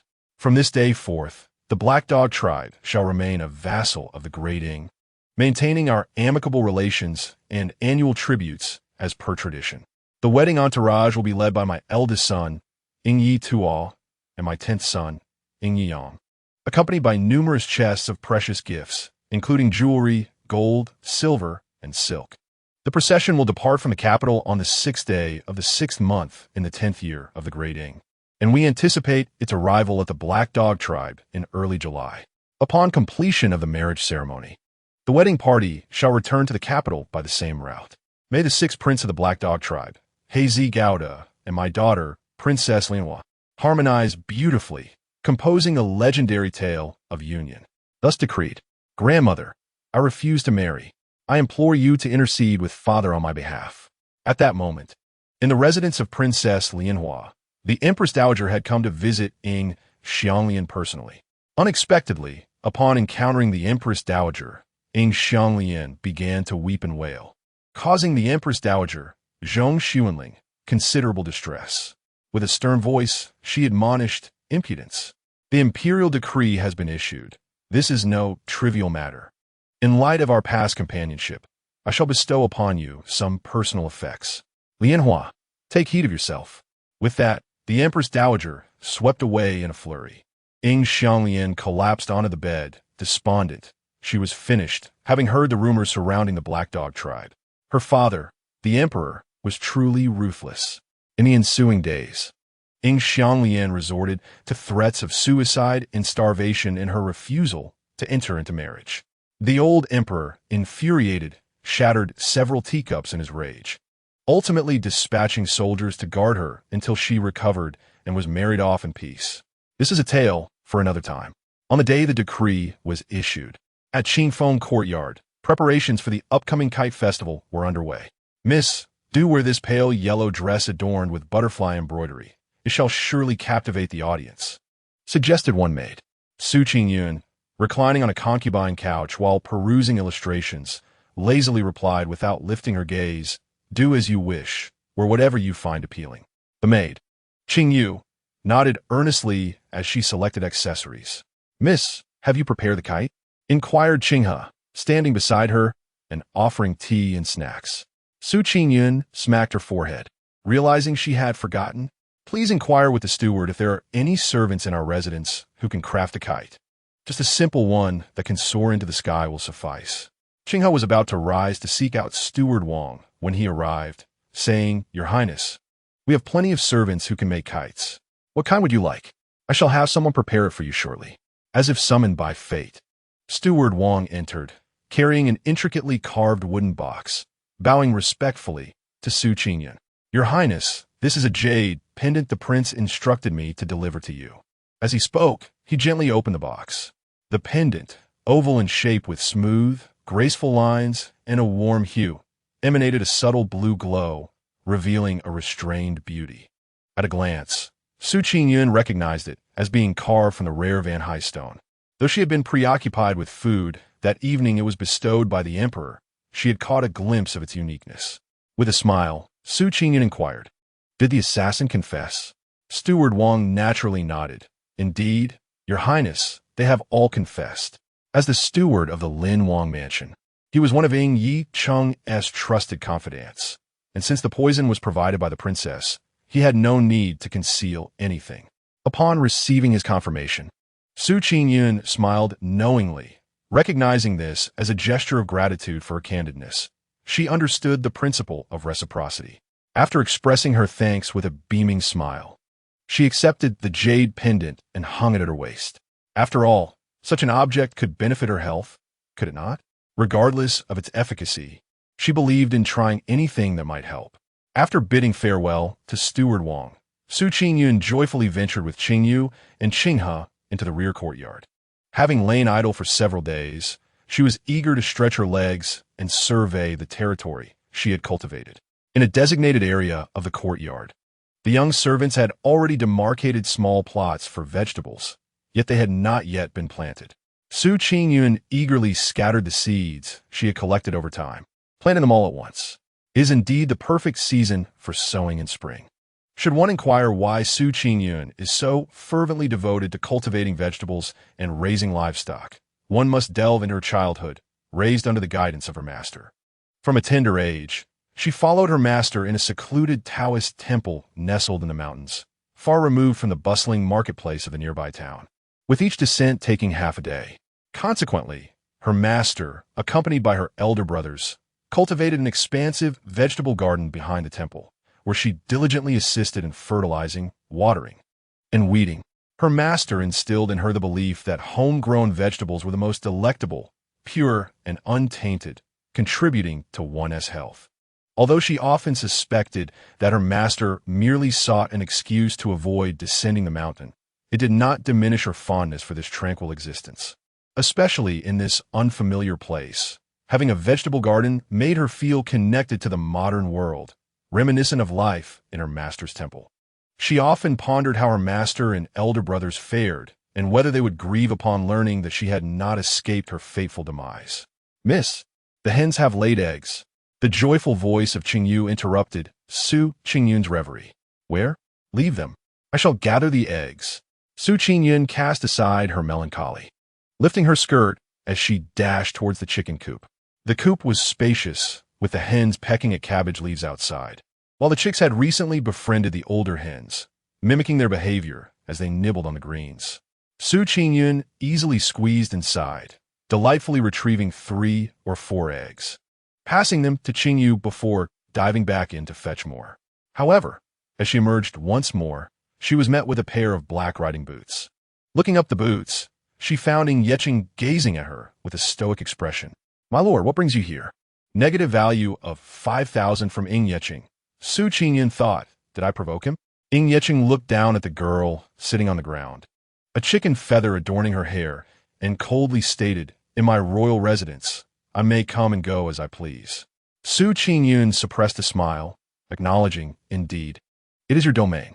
"My lord, look, the chickens I raised have laid eggs. Would you care to join me in tasting the flavor of our homegrown eggs?" Behind Ying Yecheng, Yi Bei and Yinan bit their lips, trembling with suppressed laughter, for the scene of the princess consort was utterly amusing. She seemed blissfully unaware of the feather on her face.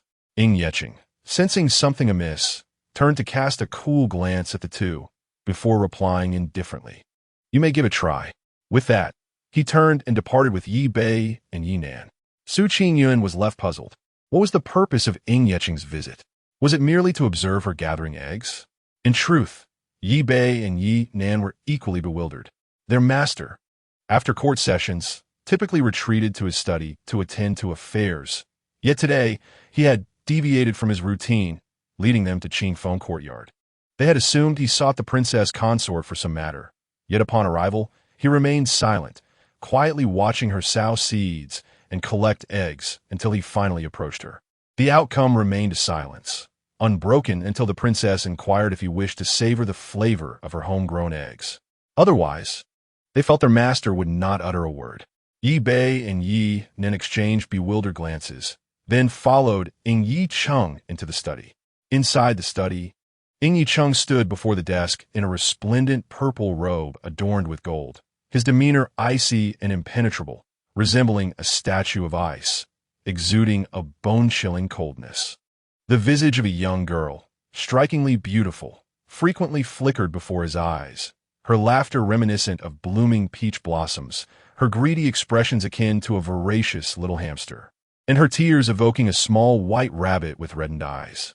Ying Yicheng clenched his eyes shut, striving to dispel the image of the girl from his mind. Once again, he found himself grappling with this uncontrollable emotion. Meanwhile, Yi Bei and Yi Nan, also present in the study, wished they could vanish into thin air, fearful that Ying Yicheng's wrath might ensnare them as well. They remained oblivious as to which fool had angered their master, noting the frigid aura radiating from him, as if it were free for the taking. How they longed for an escape from this predicament. On that day, the 8 hidden guards stationed outside the tent emerged. Yi Nan, aware that the matter of the princess's inadequate protection was finally being addressed, was the first to kneel. Yi Bei cautiously lifted his gaze to Ying Yicheng, hesitating to speak. Yi Nan had already endured 30 lashes for failing to assist the princess during the wolf attack. Should he face punishment again, he might find himself bedridden for a fortnight. At that moment, Su Qingyun appeared at the entrance of the study, bearing freshly made caramel egg pudding. "Master, the princess requests an audience," announced the servant. Ying Yicheng replied coolly, "Let her in." Upon hearing his voice, Su Qingyun entered with a bright smile, only to be startled by the sight of the kneeling guards. Her heart sank. It seemed she had arrived at an inopportune moment, as Ying Yicheng appeared poised to mete out justice. Dear husband, perhaps I should wait until you are finished?" Su Qingyun ventured cautiously, her tone imbued with trepidation. Negative value from Ying Yicheng, 2,000. Indeed, her timing could not have been worse. "Remain. The issue originates from you," Ying Yicheng stated flatly. Su Qingyun felt a wave of dread. Was she to be included in this inquiry? The troubling matter was that she had no inkling of what she had done wrong. "Husband, may I inquire about what exactly has transpired?" she asked, her head bowed in defeated resignation. Had she known, she would have refrained from coming. Chapter 38. The Depths of a Man's Heart. Yi Nan, what do you say? Ying Yicheng spoke in a measured tone. Su Qingyun gently placed the egg pudding upon the desk and stood beside Ying Yicheng, awaiting Yi Nan to elucidate the matter. "Your Highness, on the day the camp was besieged by wolves and serpents, we were ordered to protect the princess. Unfortunately, she vanished, and we naturally should face punishment." Su Qingyun suddenly comprehended. It was not entirely their fault. She had activated a cheat, donning an invisibility cloak, rendering her presence undetectable, even to Ying Yicheng. Yi Nan and the others had indeed suffered an unjust calamity. Stealing a glance at Ying Yicheng's expression, she noted his continued demeanor of coldness, concealing any discernible emotion. Summoning her courage, Su Qingyun prepared to confront the situation. "My lord, on that day, I employed an illusion, so it cannot be blamed on them. It is understandable. So let's simply let it go, shall we?" Ying Yicheng cast a gentle glance her way. When one makes a mistake, they must face the consequences. Su Qingyun cautiously tugged at his sleeve, her face adorned with a sweet smile, her gaze fervent as she looked at him. "My lord, I personally made this dessert.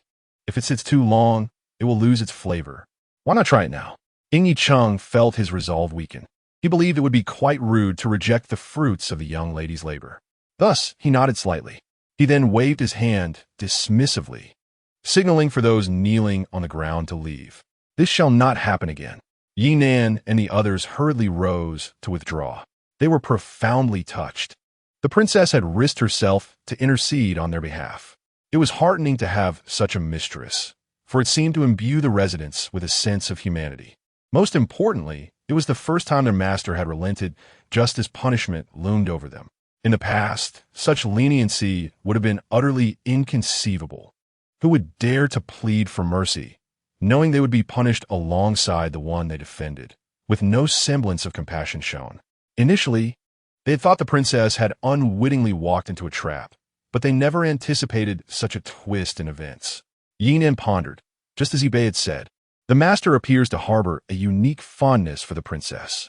No, not merely a slight fondness. It's profound. He suddenly comprehended why the princess had been punished with 30 lashes for his inaction when she was besieged by wolves. It was his own fault. Had the princess not possessed that fire talisman, and he had remained indifferent, leading to her demise at the wolf jaws, he would have been deserving of the gravest punishment. "My lord, come, taste this." In the study, only the two of them remained. Su Qingyun, her eyes twinkling, held up the caramel pudding, scooping a spoonful and offering it to Ying Yicheng's lips. He raised an eyebrow. You might say she is timid, at times more so than anyone. Yet, at this moment, she exhibits remarkable boldness. In the grand capital of the Great Ying, which woman would dare to so openly feed him? It is likely only Su Qingyun would. Well then, since it is already at his lips, he might as well indulge in a taste. In Su Qingyun's eyes, Ying Yicheng's expression was indifferent as he took a small bite from the spoon she extended, leaving her uncertain of his true feelings about the dessert. Is it delicious? This is my first attempt at making a dessert, so I'm unsure of the taste, she said, offering another spoonful of pudding, her eyes blinking eagerly, awaiting his response.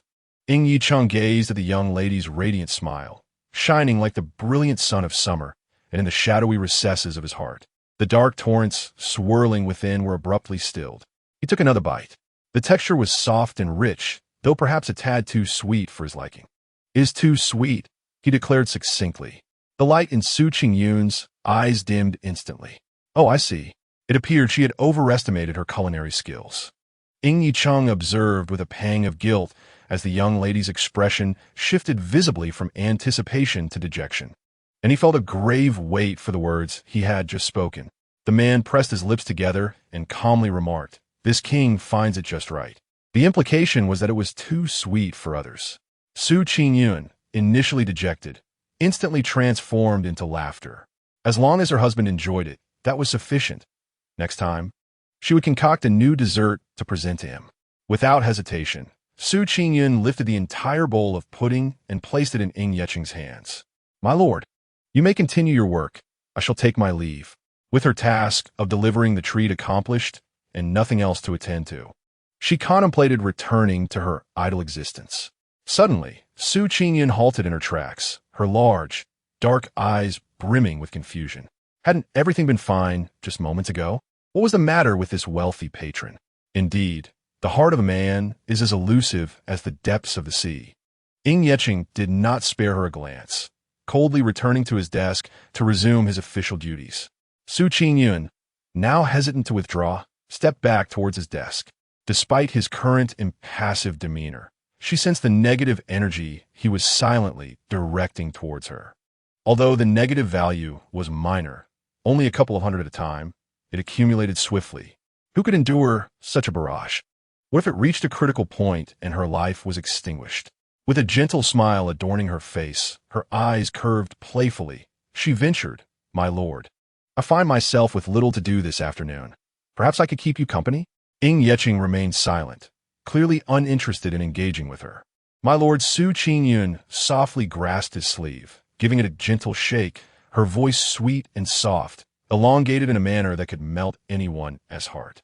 Ying Yicheng's breath hitched momentarily as he signaled her to grind the ink.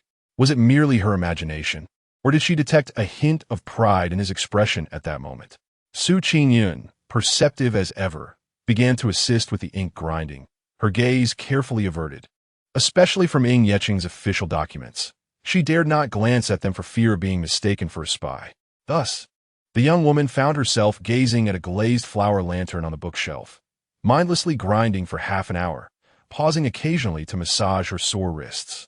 While she tended to her hands, Ying Yicheng would occasionally glance her way, yet remain silent. She paid no mind. At least the negative value had ceased accumulating for now. With over 300,000 negative values to her name, she truly lacked for nothing in that regard. She understood, well, that one must exercise moderation when reaping benefits. Excess could lead to ruin. An hour later, Su Qingyun leaned wearily against the desk, her eyes reddened. "My lord, I can grind no more." Ying Yicheng's lips curled into a slight smile. "You seem delicate. You may return." Whether it was merely her perception, she felt that Ying Yicheng was smiling, and that there was an element of mischief in it. How infuriating! With no lingering attachments, Su Qingyun retreated. Upon arriving back at Qingfeng Courtyard, she collapsed like a lifeless fish. The task of grinding ink was truly no small feat. Her hands and legs ached. "Qingyu, my hands hurt." "Qinghe, my legs ache." Upon hearing this, The two maids rushed over, their hearts aching for her, one offering to massage her hands while the other pounded her legs. Chapter 39 time seemed to freeze as she suddenly proposed, "How about we have barbecue for dinner?" After a brief rest, she recalled that the hot pot and barbecue grill she had ordered were already brought back by Qingyun. After finishing her work, she occasionally helped her senior to shop, and he would always treat her to some barbecue for a late-night snack, which made her mouth water just thinking about it. Qingyu and Qinghe were filled with curiosity. They knew that the young lady had ordered something called a barbecue rack, but they were still unfamiliar with how to use it. "Miss, what is barbecue, and how do we make it?" Qingyu inquired. Su Qingyun offered a brief explanation, piquing the interest of the two young maidens. One immediately raised her hand to prepare bamboo skewers, while the other rushed off to gather ingredients. Su Qingyun decided to let them be and closed her eyes for a moment of rest. During dinner, Ying Yeqing entered Qingfeng courtyard with Yi Bei and Yi Nan. As they approached the dining hall, they found the door firmly shut and thick smoke wafted from the windows. Faintly, they could hear Su Qingyun coughing. Ying Yeqing tightened his grip at his side and strode forward to kick open the dining hall door, which met its end once again. With a loud bang, a tall figure rushed in, followed by two equally imposing men. Ying Yeqing's deep gaze swept the room, searching for the girl trapped in the fire. However, the scene that unfolded was beyond his expectations. The six individuals inside and outside exchanged bewildered glances. The meat on the barbecue rack sizzled and oozed with oil, releasing an enticing aroma. Su Qingyun held an old-fashioned fan, waving it towards the window to dispel the smoke. Qingyu clutched a bunch of scallions, ready to sprinkle them evenly over the meat, while Qinghe was poised to use a pair of tongs to add a glowing piece of charcoal to the grill. Time seemed to freeze. Su Qingyun awkwardly hid the fan behind her and sheepishly said, "Husband, I have been experimenting with some new delicacies. Would you care to join me?" Ying Yeqing's expression darkened. Su Qingyun was well aware that her benefactor was displeased. After all, she had a system to gauge such emotions. "Husband, I recognize my mistake. Initially, I intended to barbecue in the courtyard, but due to a light drizzle, I opted for the dining hall instead, given its spaciousness. I assure you, I shall never barbecue indoors again. Please do not be angry, all right?" Ying Yeqing's face remained stern, his gaze fixed intently on the young maiden, who stood with her head bowed and hands behind her back, sincerely admitting her fault. After a prolonged silence from her benefactor, Su Qingyun cautiously lifted her head, only to be met with the acrid scent of burnt meat. Turning her gaze, she saw that the pork belly was on fire. This was a disaster.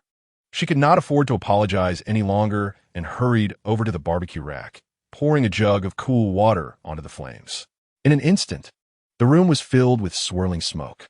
Half an hour later, the dining hall was tidied up, and the three figures of Su Qingyun and her companion stood there, looking disheveled, while the three men across from them were not much better off.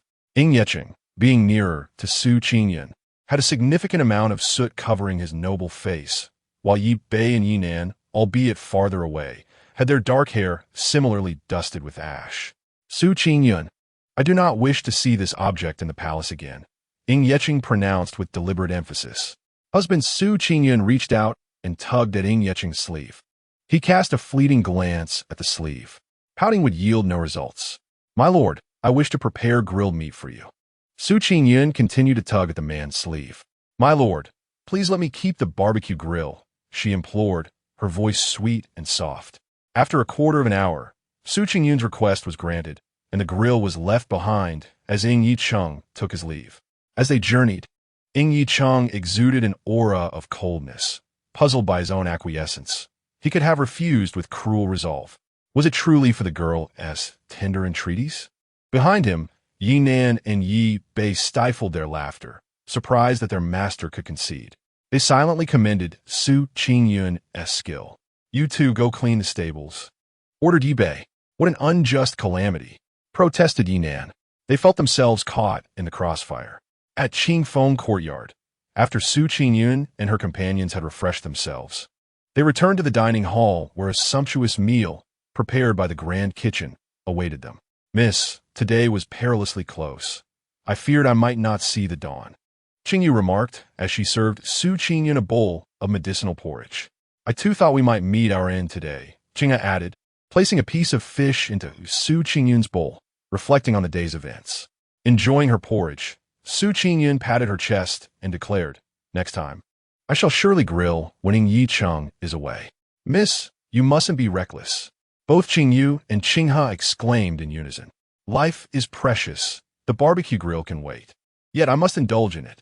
She insisted. The following morning, Su Qingyun was roused from her slumber by Qingyu and Qinghe, who hurried to adorn her.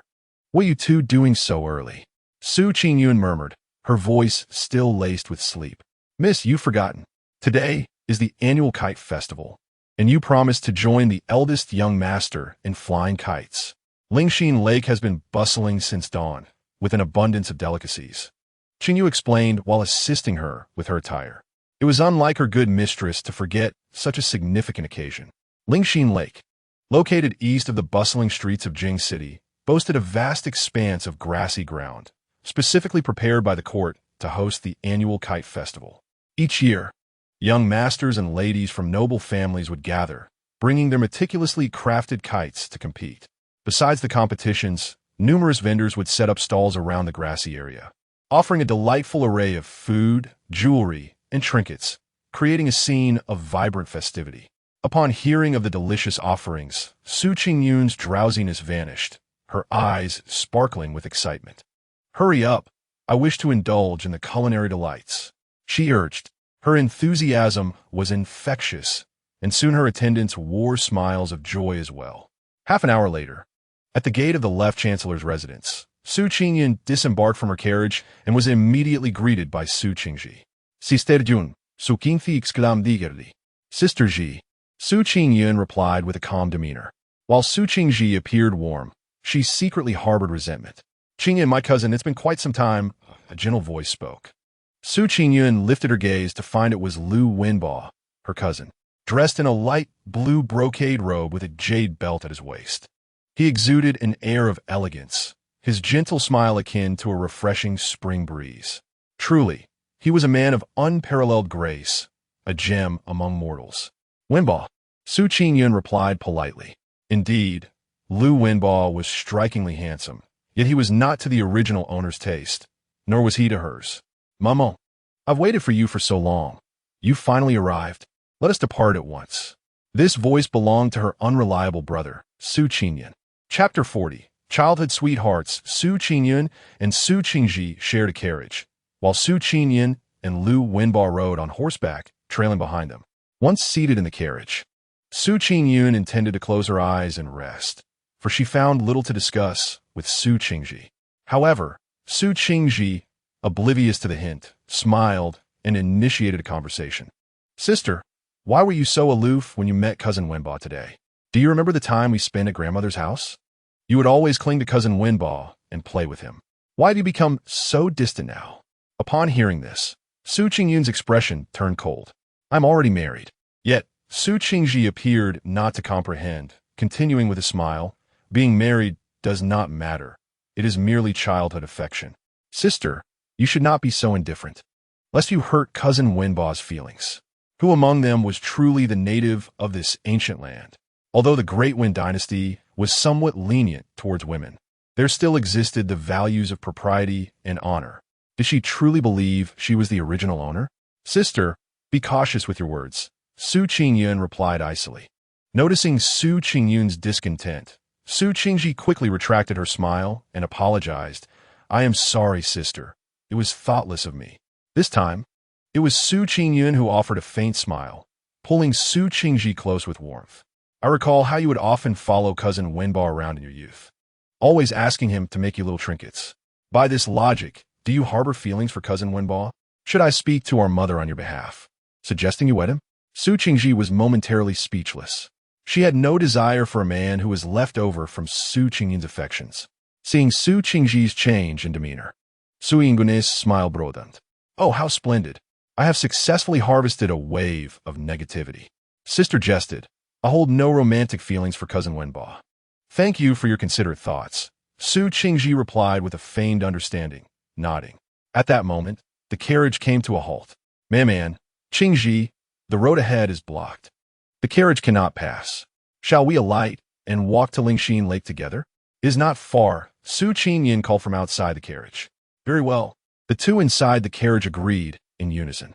Subsequently, Su Qingji, accompanied by her maid, was the first to descend from the carriage, followed by Su Qingyun, who was assisted by Qingyu and Qinghe.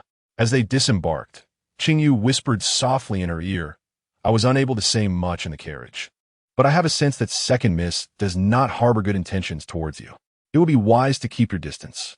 Su Qingyun raised an eyebrow, realizing that this maid had rather keen observational skills, a fact she had underestimated. "Cousin, how have you been recently?" Lu Wenbo unexpectedly stood behind her, softly inquiring. A hint of concern etched upon his face. Su Qingyun gently nodded, replying, "I am quite well. My husband has provided me with ample nourishing herbs, and during this time, the Lin Wang residence has cared for my health splendidly." She subtly conveyed her message, hoping her gentle cousin would comprehend her intention to extricate themselves from further entanglements. The smile on Lu Wenbo's face faltered slightly. He understood her meaning all too well. A bittersweet feeling began to rise within him. Had she ever harbored feelings for him? "As long as my cousin is well," he replied. At the top of the Snow Shadow Pavilion in Jing City, a man exuding an intimidating aura fixed his dark gaze upon a couple engaged in lively conversation on the street, an icy chill enveloping the entire room. The warm sunlight shone brightly on the two figures, creating a stark contrast. "Sixth brother, have you placed ice blocks in the room? Why is it so cold?" Qingyun entered, immediately feeling the frigid air wash over him, causing him to shiver. He glanced around, puzzled by the absence of ice blocks. "Tenth brother, why are you blocking the doorway? Hurry inside." Qingyun was pushed into the room by his brother, Qingyao. "Do you not find this private room particularly cold?" Qingyun questioned Qingyao, still skeptical. Upon entering, Qingyao too had sensed the unusual chill. However, it was still March, and surely the staff at Snow Shadow Pavilion wouldn't be foolish enough to place ice blocks this early. "I also find this room somewhat cold, sixth brother. Perhaps we should change to another room? It feels quite frigid here." "Oh, sixth brother, what are you looking at?" Yahao inquired, noticing Ying Yeching standing motionless by the window. Curiously, he joined him to peer outside, following his line of sight to the couple below. "Oh, is that not sixth sister-in-law?" And standing beside her is none other than the renowned talent and popular candidate, Lu Wenbo. Yao eagerly divulged what he knew. Yang, unwilling to be outdone, squeezed in beside the window and exclaimed, "Lu Wenbo, I know him. He and sixth sister-in-law grew up together as childhood friends." The moment those words left his mouth, the chill in the room intensified.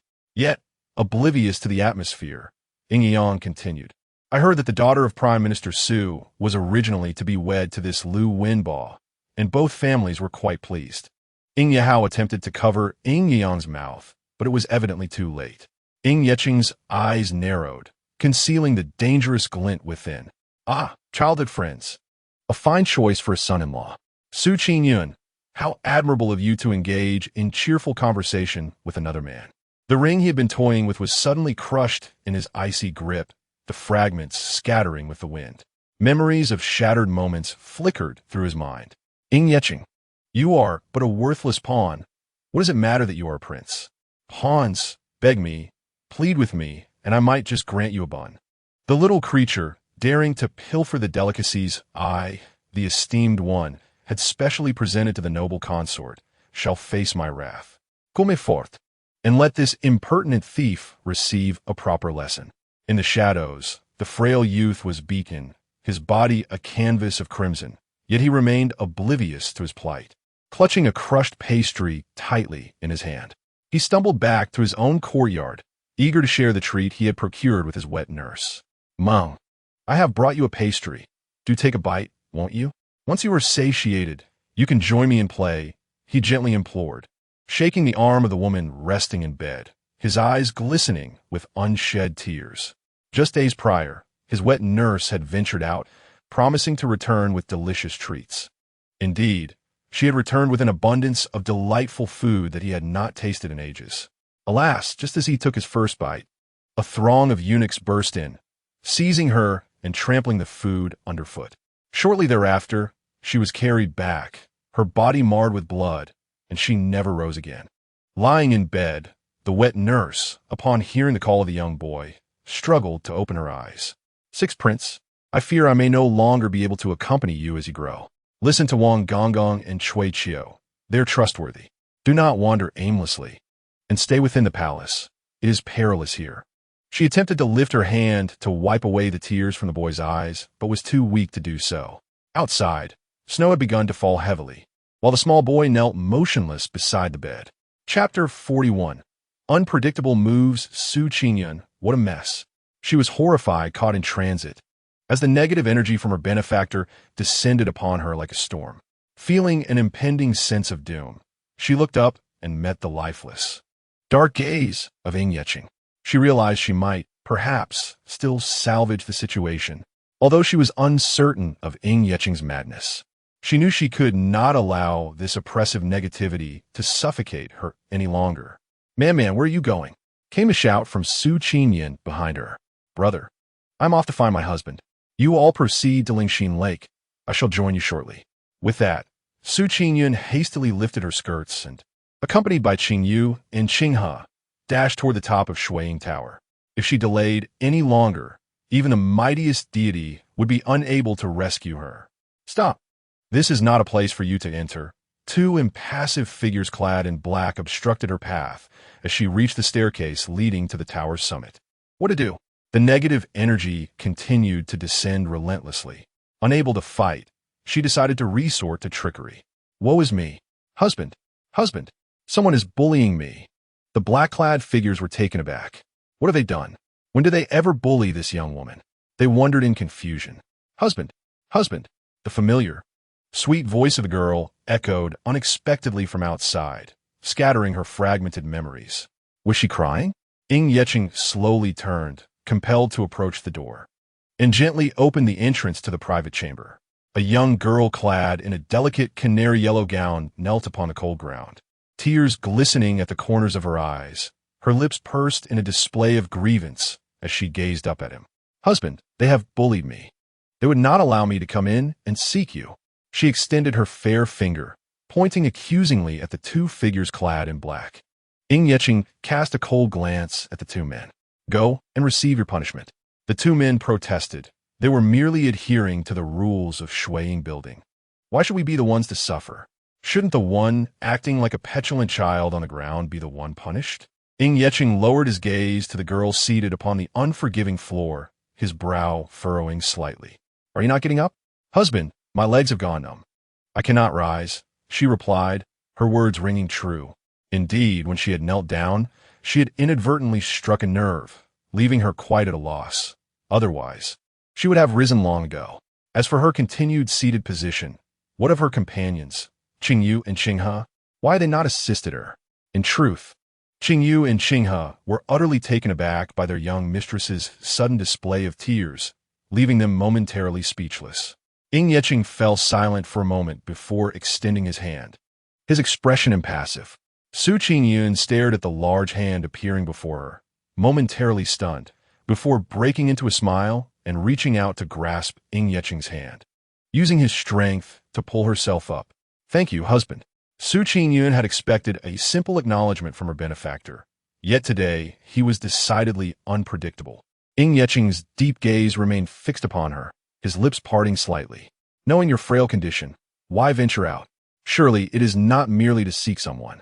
Behind him, Ying Yang and Ying Yehao seemed to detect a hint of sourness in the air. Su Qingyun paused at his words, perplexed. Was it her purpose to indulge in delicious food? Yet, she could not express it so bluntly. I have heard that the Kite Festival boasts an abundance of culinary delights, and I thought to venture forth and sample them. Should I discover something delectable, I could bring it back for you to enjoy. Ying Yeching raised an eyebrow, acutely aware of her deception, yet for reasons unknown, his displeasure began to dissipate. She was, after all, attempting to mislead him. Observing Ying Yeching's skeptical expression, Su Qingyun proposed. It is true. Since my husband is here, why not accompany me for a stroll? Ying Yeching remained aloof. I have no time. Then will you wait for me here? I promise to bring you something delicious shortly. She coaxed, clearly unable to relinquish her affection for him. From Ying Yeching's negative value. 5,000. Hadn't it just ceased? Why was it returning? What must she do to appease him? She yearned to savor the culinary delights. If this continued, the good food would be sold out. Husband, please accompany me. Qingyun suddenly looped her arm around his, raising her face in a playful manner. The girl's unexpected gesture, coupled with her sweet, coaxing tone, momentarily stunned Qingyun, causing him to hesitate, yet he unusually refrained from pushing her away or displaying his customary cold demeanor. Qingyun and Qingyun recoiled in astonishment, even gasping in disbelief. Sixth sister-in-law possesses remarkable audacity. They dared not approach their sixth brother so closely. Husband, let us go together, she urged, her overly sweet voice stirring an unsettling tumult within him. The soft, warm sensation at her arms spread throughout her body. Qingyun finally relented. All right. Both Qingyun and Qingyun almost had their eyes bulging out. Brother Six actually conceded. The key was that Qingyun had summoned them for a discussion, hadn't he? No. Qingyun began, but he was halted by Qingyun's cold gaze. He chose to remain silent. A quarter of an hour later, Qingyun walked side by side with Qingyun, followed by a trailing entourage, leisurely making their way toward Lingxin Lake. Qingyun and the others had been waiting for her at the entrance of the grassland by the lake. Upon seeing Qingyun arriving with Qingyun, accompanied by the 10th and 12th princes, Qingyun felt a moment of shock. Qingyun, aside from her surprise, felt a shadow of gloom pass over her eyes. In contrast, Lu Wenbo retained a calm demeanor. The three of them greeted Qingyun and his companions with varying expressions. Qingyun and Qingyun smiled and nodded, while Qingyun, with an impassive expression, acknowledged them with a nod, his deep gaze fixed on Lu Wenbo, concealing a terrifying ferocity beneath the surface. From Qingyun, negative value 5,000, Qingyun felt a chill. Could he refrain from frightening her so unpredictably? Her heart was struggling to bear it. Man, the kite competition is about to start. We should hurry over, Qingyun suggested. Can my husband fly kites? Qingyun hesitantly inquired, looking up at Qingyun. Upon hearing her words, Qingyun slightly furrowed his brow, shifting his gaze from Lu Wenbo to the girl's face. Qingyun swallowed hard, observing the man's slightly knitted brows. She cautiously reached out her delicate hand to grasp his arm, whispering, If my husband cannot, it's no matter. We can forego it and seek delicious food instead. She certainly wished to avoid another hefty negative value. In truth, she held no obsession with kite flying. Whether they flew kites or not was inconsequential. For her, the ultimate delight lay in food. Holding onto his arm, her bright, clear eyes gazed up at him, the red mole at the corner of her left eye adding to her charm. I can, he replied in a low voice, his words drifting through the air. Qingyun's face instantly brightened. Husband, then let us hurry. If we don't register soon, it will be too late. She was uncertain how things had transpired to lead Qingyun to accompany her in kite flying. But for now, the negative value had ceased, and she was safe, which was all that mattered. Meanwhile, Lu Wenbo observed their intimate interaction, emotions swirling within him, a pang of bitterness surging in his heart. Ultimately, he chose to avert his gaze. Qingyun, witnessing this scene, nodded in satisfaction, who said her sister was not cherished by her husband. Clearly, that was not the case. Qingyun and Qingyun remarked, Isn't anyone going to ask for their opinions? Only Qingyun's gloom deepened further. As long as Qingyun was present, she remained the focal point, while she herself was perpetually overlooked. Chapter 42. The kite on the last day of March. The sun shone brightly, the willow branches swayed joyfully, and the spring breeze was gentle, a perfect day for flying kites. On the lush lawn of Lingxin Lake, children of various ages joyfully showcased an array of kites, exchanging glances and laughter amidst the vibrant atmosphere. As the competition commenced, a resounding voice from the organizers signaled the start, prompting everyone to launch their paper kites into the sky. Qingyun, having never witnessed the ancient art of kite flying, looked around and realized that it was far more complex than the modern practice. For a kite to soar high and travel far, one must possess both exceptional skill and experience. She found herself doubting whether Qingyun, with his cold demeanor, had ever participated in such a kite festival. She questioned his capability in this endeavor. Her thoughts were evident on her face. Qingyun glanced at her from the corner of his eye and suddenly flicked her forehead gently. Qingyun winced in pain, her eyes instantly welling with tears. She returned to her senses, glaring at Qingyun with an accusatory look, as if to say, "Are you not aware of the pain your martial arts-infused hands can inflict?" With her eyes slightly reddened, she fixed her gaze upon him, reminiscent of the few tender rabbits he had once captured. Qingyun raised an eyebrow, observing her for a while before slowly uttering a single word, "Delicate." Qingyun was taken aback, feeling the frustration of being unable to communicate effectively. She contemplated rolling up her sleeves to retaliate, but under his dark gaze, she silently lowered her hand behind her back. "Not worth the trouble. Man, come look at your brother's kite. Is it flying high?" Qingyun's voice drifted into Qingyun's ears. Turning to the source of the sound, she saw that indeed, Qingyun's kite had surpassed the height of half the participants and continued to ascend. Qingyun, with an impassive expression, cast a glance at Qingyun before releasing her pink butterfly kite into the sky. His long, defined fingers expertly manipulated the spool of string, adjusting the tension and direction with finesse. When Qingyun turned back, she was astonished to see their kite had outstripped Qingyun's, exclaiming in awe, "My husband is remarkable."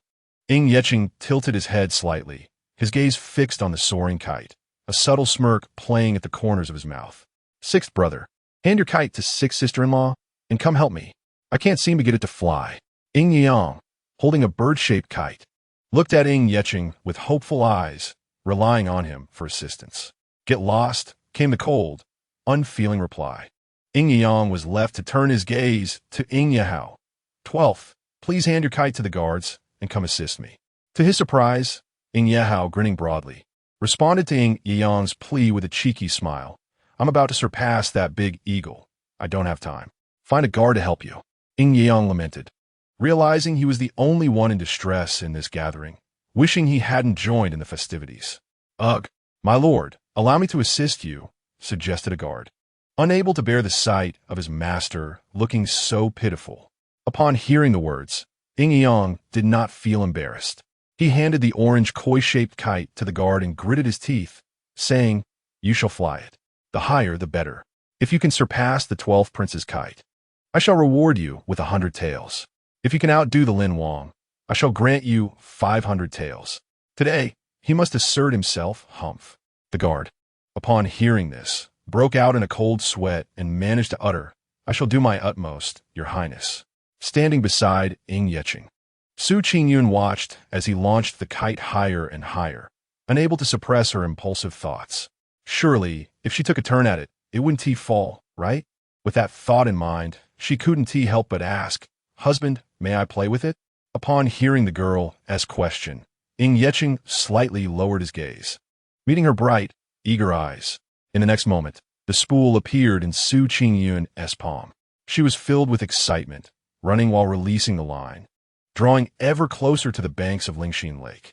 Qingyun remained tranquil, yet his steps mirrored those of the spirited girl, his gaze unwavering.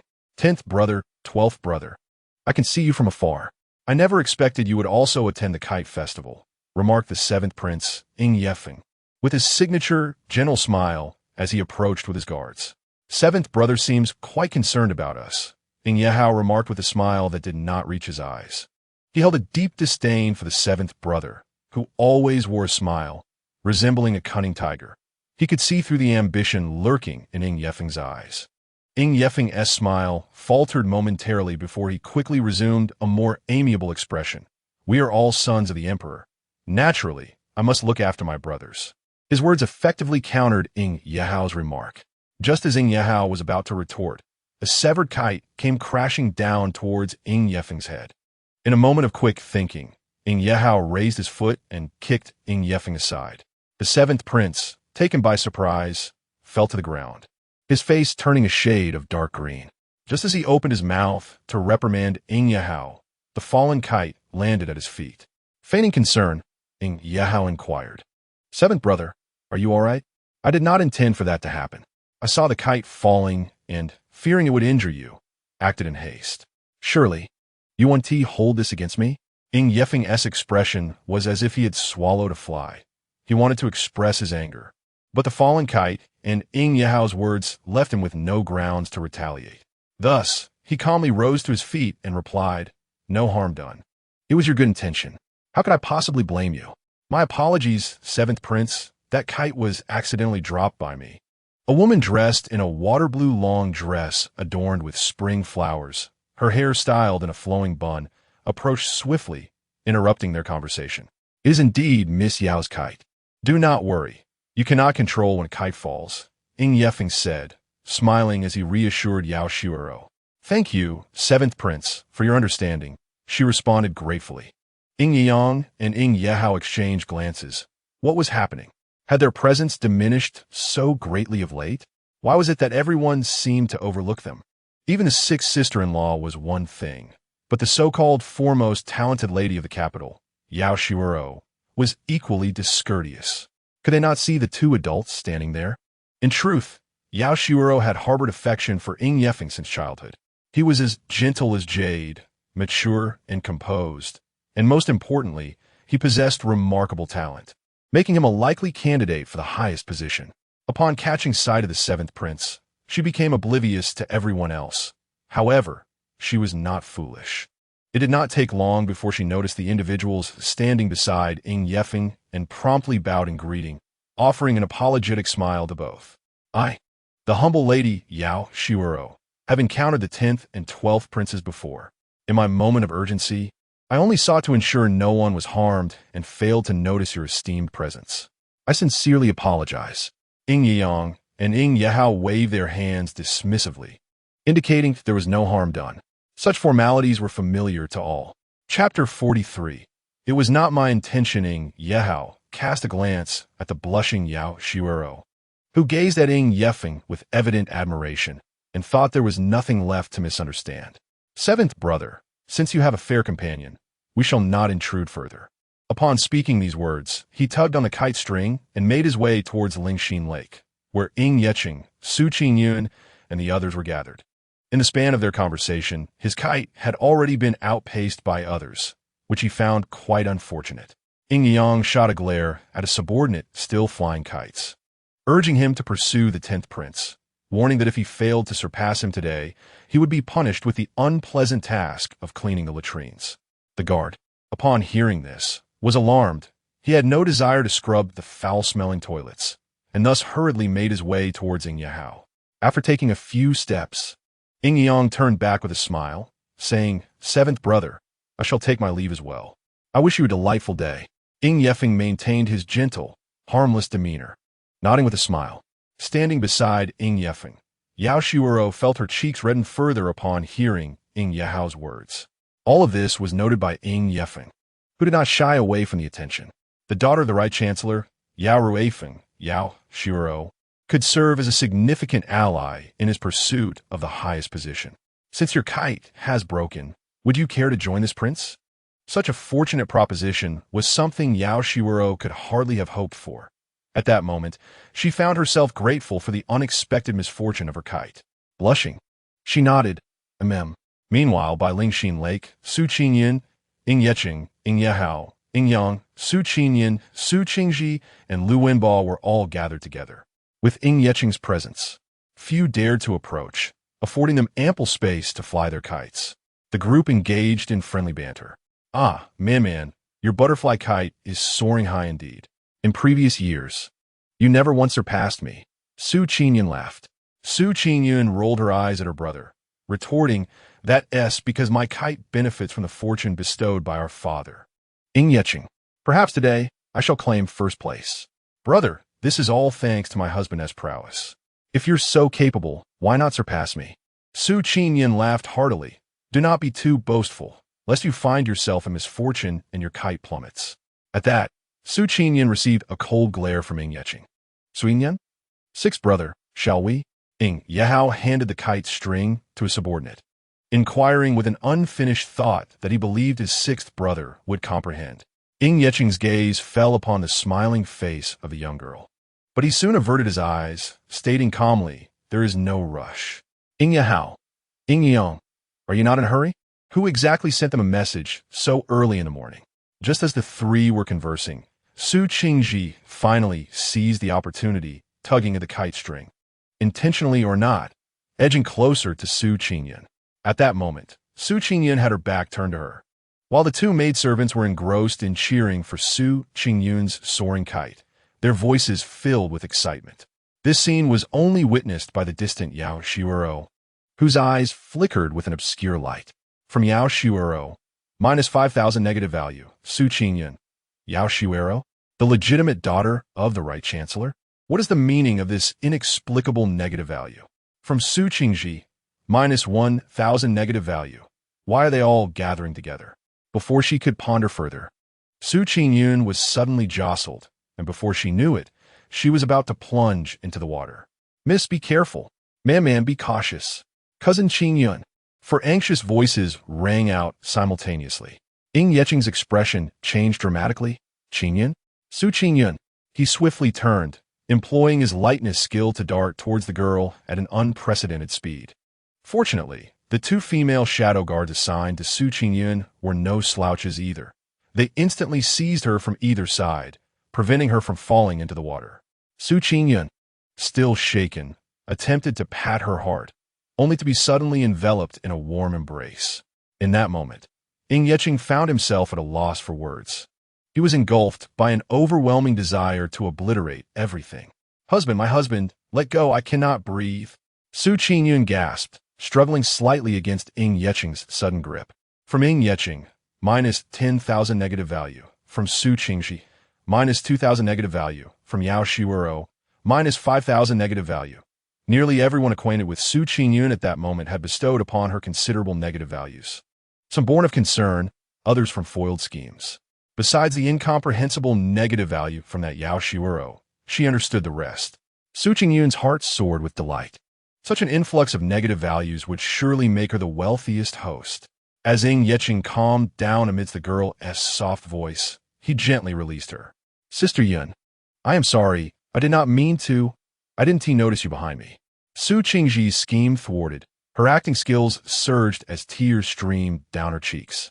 Pitifully apologizing to Su Qingyun. Just as Su Qingyun opened her mouth to speak, Ying Yeching kicked Su Qingji into Lingxin Lake. Then, with a stoic expression, commanded the guards to retrieve her. Dazed from the unexpected kick, Su Qingji shivered as she was pulled from the water, her mind somewhat hazy. Fortunately, Lu Wenba draped a cloak around her. However, with Ying Yeching remaining silent, no one dared to take Su Qingji away. This prince did not act with malice. Ying Yeching's deep gaze glinted coldly. Su Qingyun silently applauded Ying Yeching in her heart. Such brazen audacity was to her liking. She had indeed contemplated such an action. Yet her benefactor had acted first, leaving no one brave enough to voice a dissent. The scene was undeniably exhilarating. Although it was already late March, the air still carried the chill of early spring. The lake's waters were frigid, and with her frail constitution, a plunge into those icy depths would be perilous. Even a proficient swimmer could find themselves at death's door. It turned out that Su Qingji had been waiting for her here. She must be allowed to endure the brisk winds and suffer a little. Thus, regardless of how Su Qingyun gestured for mercy, she remained utterly unmoved. Unbeknownst to Su Qingyun, who lacked a system, Su Qingji had intentionally pushed her into the water. She bore no grudge against him, but she would not beg for clemency on his behalf. The onlookers continued to observe Su Qingji braving the cold until Ying Yeching spoke in a measured tone. Today serves merely as a minor lesson. You may leave. Had Su Qingji not been the sister of Su Qingyun, she would have faced dire consequences at that moment. Once he relented, Su Qingyun instructed a maid to assist Su Qingji away, and she, along with Lu Wenba and several princes, took their leave. As they departed, both turned back to glance at Su Qingyun, words unspoken. Following this incident, Su Qingyun lost her enthusiasm for kite flying. The prizes held no allure, especially when they were not monetary. Instead, she preferred to indulge in some delightful treats to soothe her nerves. Dear husband, shall we explore that area for delectable offerings? I have heard that today some members of the high ethnic group are setting up stalls. What do you think? The young maiden's eyes sparkled with joy. seemingly untouched by the recent ordeal. Ying Yeqing nodded slightly in agreement. With a buoyant step, Su Qingyun led the way towards the circle of stalls around the lawn. Having played for a while, her hunger had grown. Ying Yeqing observed her exuberance, a hint of a smile gracing his lips. "My lord, the 10th prince, the 12th prince. The emperor summons you to the palace's conference hall," a guard hurriedly informed them. Ying Yeqing furrowed his brow, pausing momentarily before nodding in acknowledgement. His gaze then drifted to the charming young lady clad in a pale yellow dress not far away. Chapter 44. Entertain yourself, I have matters to attend to. "You may amuse yourself," Ying Yeqing remarked, having approached Su Qingyun at some point. After leaving 100 taels of silver in her palm with remarkable swiftness, he departed before she could fully comprehend. Overjoyed, Su Qingyun tucked the 100 taels into her pouch. Her benefactor was indeed generous, and with such funds, she could indulge in treats worth at most 10 taels. Free money was a treasure not to be squandered. "Come, Qingyu, Qinghe, today you may have whatever you desire. I shall cover the expenses." With money in hand, Su Qingyun felt extravagant. "Miss, should we not return to the Prime Minister's residence to check on the second miss? What if she complains that you did not plead for her?" Qingyu inquired hesitantly, concerned that the master and mistress might blame her for being unfeeling. Su Qingyun shook her head. "We shall not go. I am not a physician. If mother seeks me for an explanation, I shall then make my way." Given the temperaments of Lu Lanying and Su He, who cherished their daughter dearly, it is only natural that they would inquire into the matter at hand.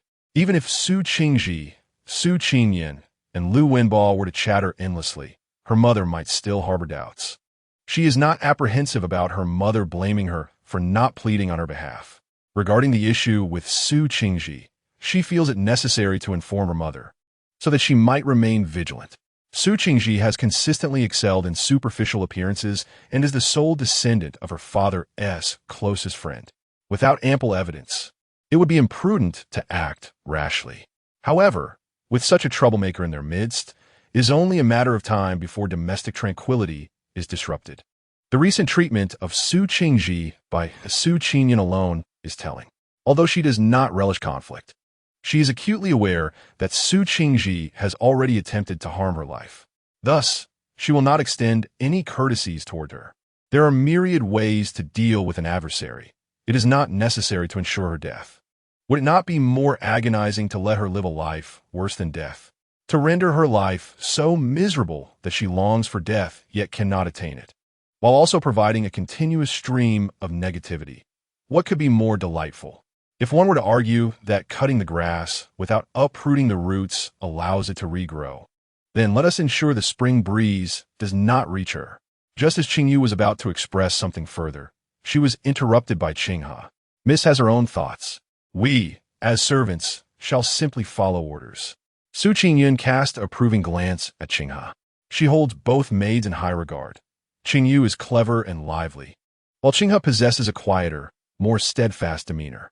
"Now let us not tarry and go find something delicious."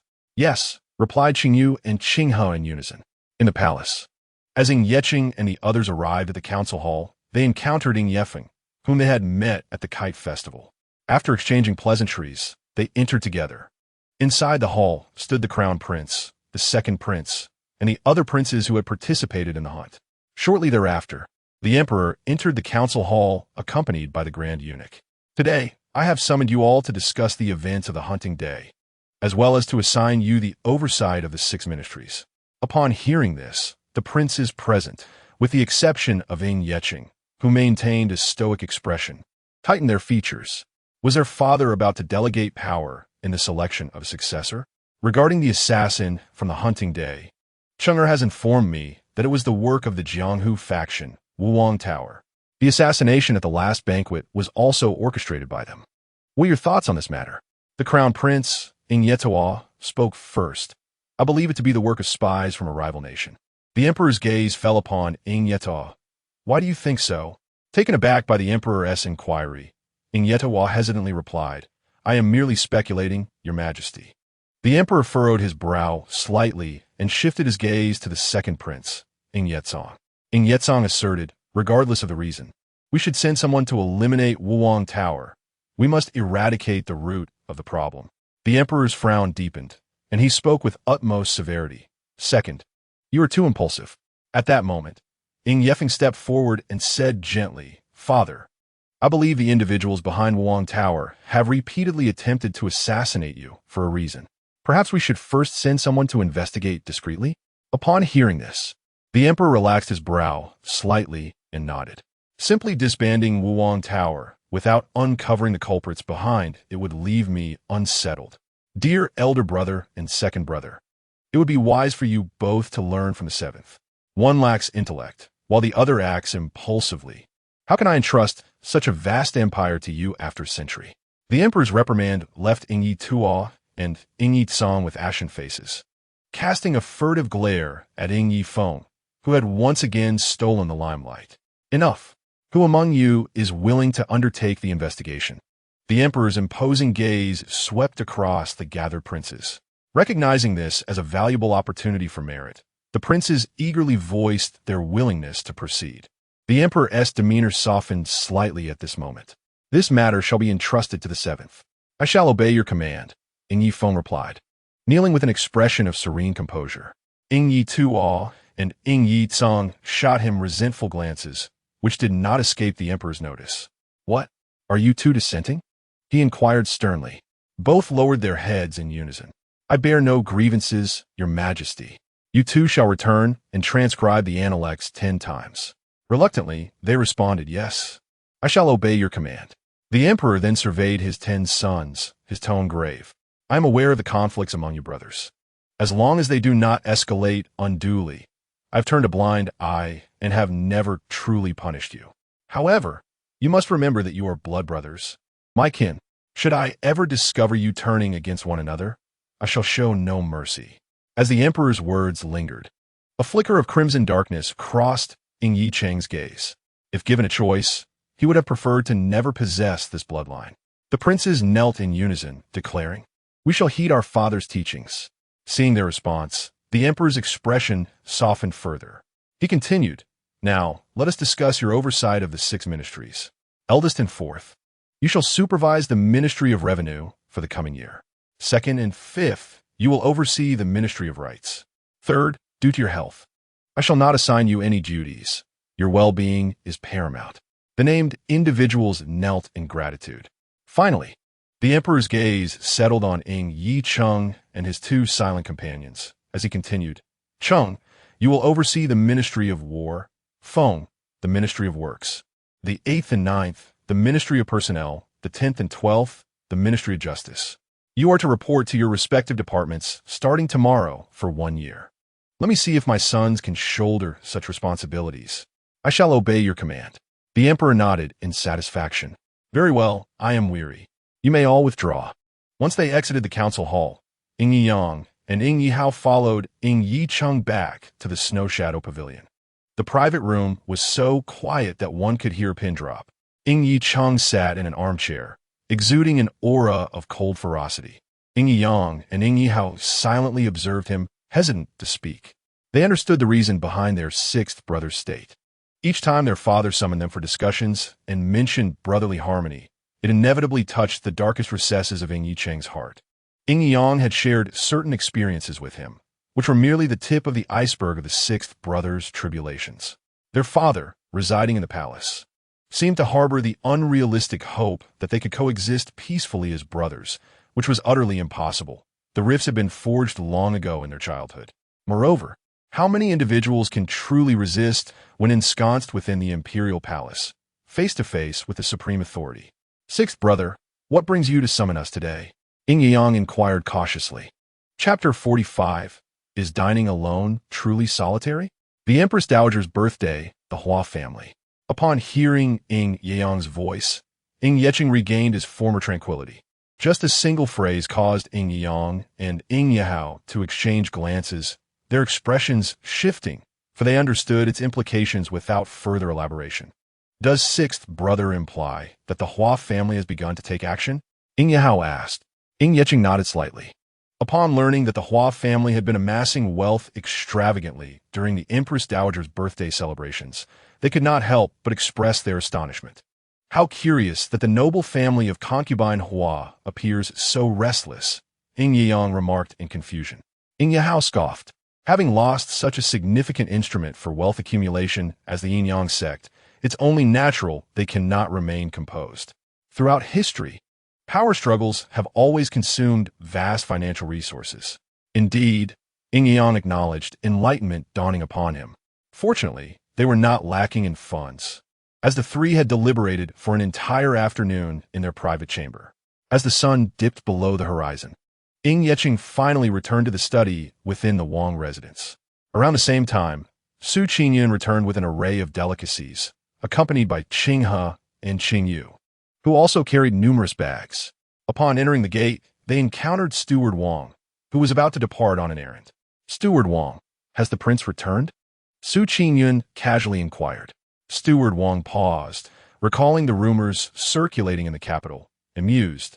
The princess is indeed quite enamored with her lord, as she immediately inquires about him upon her return. Your Highness, the lord has just returned and is currently in the study, he replied with a smile. It brought him comfort to see a devoted mistress in the Wang residence, for the lord had often appeared solitary, and this was indeed a welcome change. Very well. I understand. Steward Wang, please attend to your duties, Su Qingyun replied sweetly, making her way towards the study with Qinghe and Qingyu in tow. She was not one to lack gratitude. After all, her benefactor had provided her with 100 taels of silver today, and she felt compelled to share her bounty with him. A quarter of an hour later, in the study, Ying Yeqing emerged from the palace in a rather dismal mood. His previously indifferent aura now steeped in a brooding intensity, with a hint of crimson gathering in his gaze. My lord, the princess has arrived, Yi Bei reported, having followed his master back to the study and remaining at the door, hesitant to speak. It was evident to him that his master was in a foul mood. As he spotted Su Qingyun approaching from afar, he cautiously announced her presence. Ying Yeqing paused momentarily in his page-turning. Husband, look, I have brought you many delicious treats. Su Qingyun exclaimed as she stepped into the study, raising her spoils aloft. Her delicate face radiated with a sweet, soft smile, endearing and charming. The chill of discontent dissipated like the winter frost in the warmth of spring. Ying Yeqing responded calmly, his tone tranquil and unassuming. Yet Su Qingyun's keen eyes caught the fleeting upward curve of his lips. She could assure herself that she had not misjudged. It left her utterly astonished. Since her arrival, it was the first time she had witnessed Ying Yicheng's smile. How can one describe it? His smile was captivatingly handsome, a sight to behold. Even when not smiling, he was extraordinarily striking, but when he smiled, it was simply enchanting. She suddenly understood how the original owner could be utterly mesmerized by Ying Yicheng. Despite having seen numerous breathtaking male stars in the modern era, she was not immune to his charm at that moment. Come and grind. The man spoke in a deep voice, pulling Su Qingyun from her daydream. Wasn't she here to share food? Why must she grind? It was hard on her hands. Husband, look at the food I've packed. It's still warm. Why don't we indulge in it together first? Su Qingyun said with a particularly sweet smile as she opened the wrapping. Ying Yicheng raised his gaze and was met with the girl's radiant smile, akin to a flower blooming under the sun. It seemed he understood her thoughts. He nodded gently. At this, Su Qingyun's smile grew even sweeter. This is a unique coconut cake from the Taiwan Sea tribe. I have tasted it. It is soft, glutinous, and deliciously sweet without being overly so. This is called glutinous rice flour. I heard the vendors say it is made from peanuts and coconut flesh. I have tried it, and it is incredibly crispy and delightful. And this is pineapple pastry, tangy and sweet, bursting with fruity goodness, truly exquisite. With each item she unveiled, she provided a brief commentary.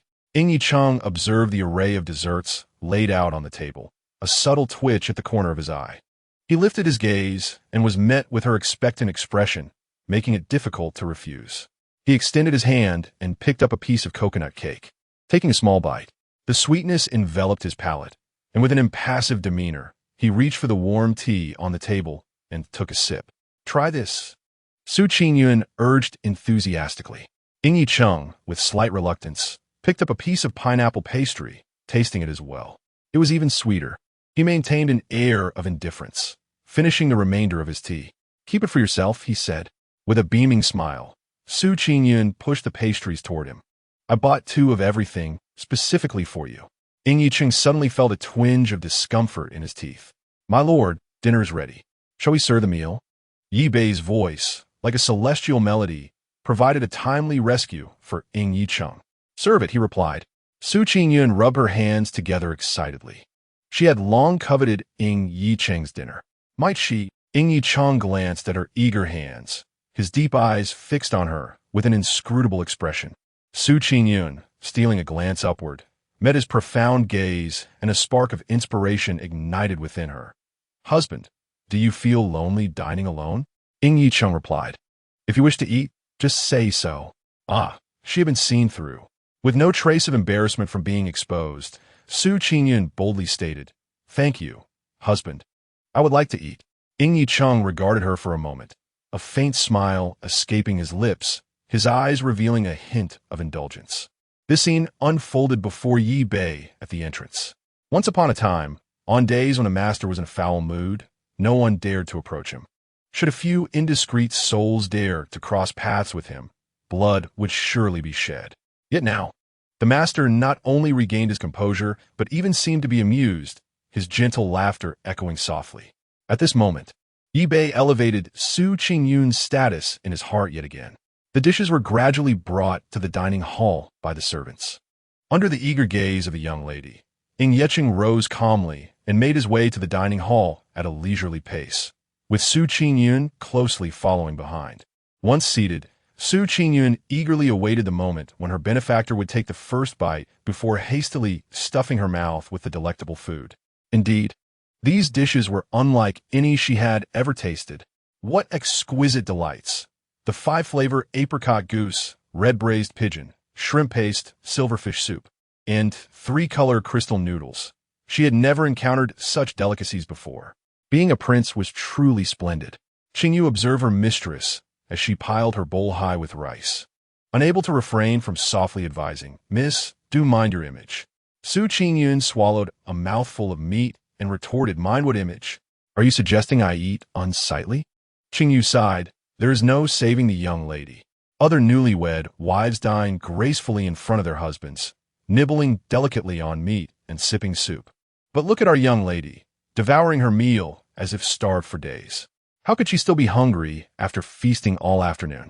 Stealing a discreet glance at her mistress's waist, Qingyu noted with relief that it remained slender. Yicheng silently observed the young lady who had buried her head in her food after he had taken his first bite.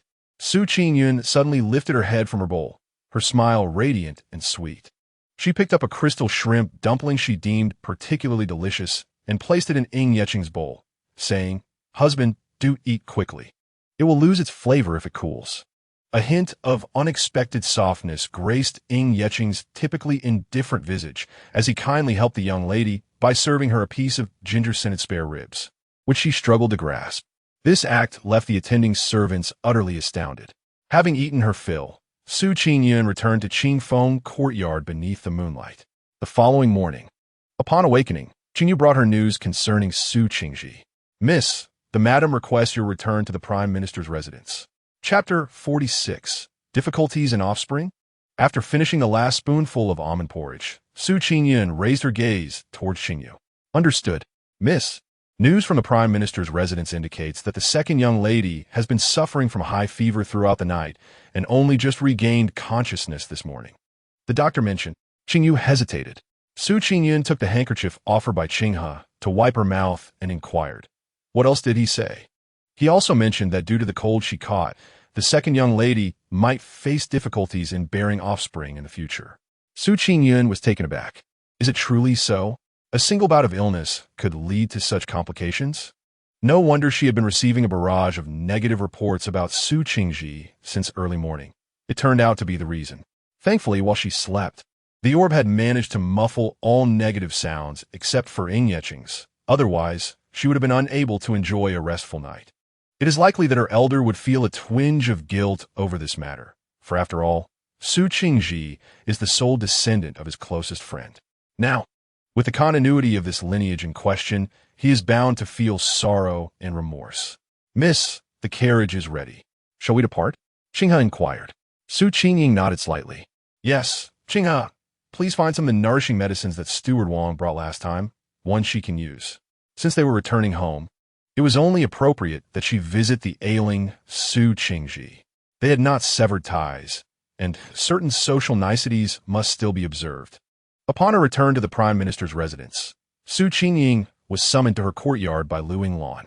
Man, come here, so I can see if you have sustained any injuries, Lu Yinglan urged, examining her meticulously from head to toe. Once satisfied that she was unharmed, she let out a sigh of relief. Mother, Su Qingyun cooed, clinging to Lu Yinglan's arm, her voice sweet and endearing. Lu Yinglan found herself amused. You, my dear, are already married and still so fond of being spoiled. Aren't you the least bit embarrassed? Su Qingyun felt a lump in her throat, believing her mother would first inquire about what transpired. Instead, her mother's first concern was whether she had been hurt. In her mother's eyes, she would forever remain the little girl. Her soft, nasally tone suggested she might be on the verge of tears. Lu Yinglan's expression changed, pulling Su Qingyun into her embrace. Man, did you suffer any grievances yesterday? Man has not suffered any grievances. It is Sister Qingji who has. Su Qingyun's voice suddenly cut in from outside, tinged with a hint of discontent towards Su Qingyun. As he entered Lu Yinglan's reception room, he was met with a fierce glare from Lu Yinglan, who reprimanded him. How dare you? Is this how you treat your own sister? Su Qingyun was taken aback, his expression one of defiance. I speak the truth, she was not injured. It is Sister Qingji who is truly hurt, he began, but faltered, knowing the audience understood the unspoken implications. After the court session, Ing Yeching passed by Qingfeng courtyard, which was unusually quiet, devoid of the usual laughter and joy. Where's the princess? He asked Night Bei. The princess has returned to the Prime Minister's residence. Night Bei replied, somewhat taken aback. Ing Yeching simply acknowledged this with a nonchalant HM, proceeding towards his study.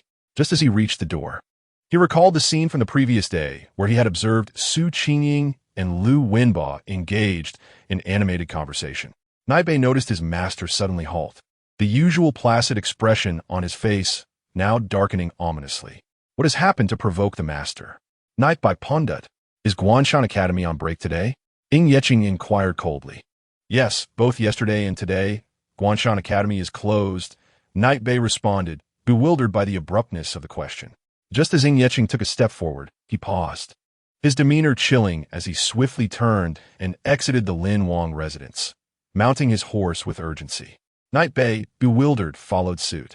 Meanwhile, Su Qingyun was secretly pinching the flesh of her thigh, startled by the sudden negative value of 20,000 emanating from Ing Yeching, causing her to inadvertently grip harder, resulting in genuine pain. The orbits of her eyes were swiftly tinged with red, brimming with unshed tears. Brother, it was indeed my misfortune to fall into the water yesterday. Thus, Sister Qingji would not have suffered. Upon witnessing this, Lu Yinglan's heart ached, prompting her to sternly admonish Su Qingyun, your studies have been in vain. I suggest you refrain from participating in this autumn's examination and stay home to reflect. Su Qingyun was momentarily taken aback by Su Qingyun's words. Indeed, had it not been for those two shadow guards who restrained Man, it would have been her plunging into the water, suffering from a relentless fever. Given Man's frail constitution, Su Qingyun did not wish to dwell further. If even Su Qingji, a normally healthy individual, had been diagnosed with difficulties in bearing children, then for Su Qingyun, who had always been frail, it could mean a fate far worse than death. How could he have been so bewitched by Su Qingji's sorrowful tears, to the point of unjustly blaming his own sister? What fault lay with Su Qingyun? It was Su Qingji who had collided with her. How could he cast blame upon her? Su Qingyun found himself engulfed in a sea of self-reproach. Go back to your own courtyard and reflect. Lu Yinglan glared at her son, who appeared dazed and lost.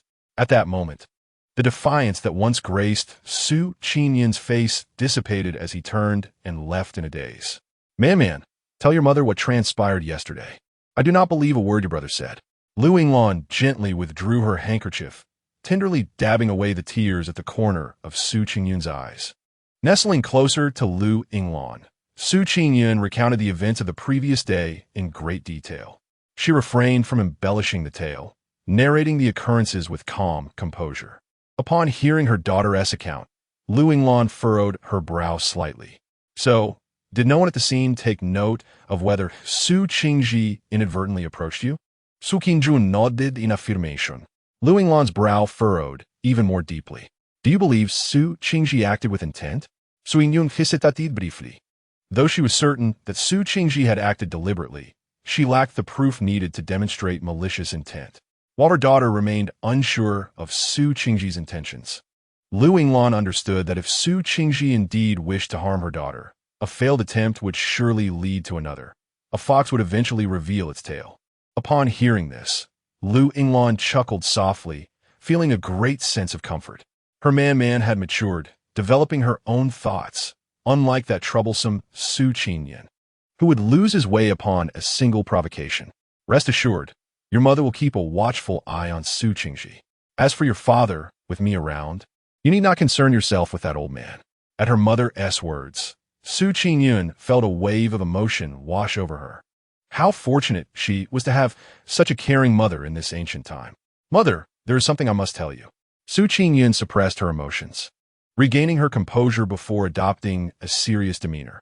Lu Yinglan immediately waved her hand, dismissing all the attendants. Only then did Su Qingyun retrieve 3 talismans from her sleeve and place them into Lu Yinglan's hands. Mother, I have concealed something from you. In my childhood, during my convalescence among foreigners, I took on a mentor. Lu Yinglan waved her hand dismissively. So you learned from a mentor, I would not hold it against you. Did you seek these talismans from the mountains? Chapter 47. It seems she has wept. Su Qingji shook her head, insisting, no, this was crafted by my daughter's own hands. Lu Yinglan gazed at her in astonishment. Su Qingyun continued, my daughter has taken a master from the Qi sect. Lu Yinglan gasped and quickly covered her mouth, whispering, who else knows about your initiation into the Qi sect? The Qi sect was renowned throughout the Great Wind and the entire continent.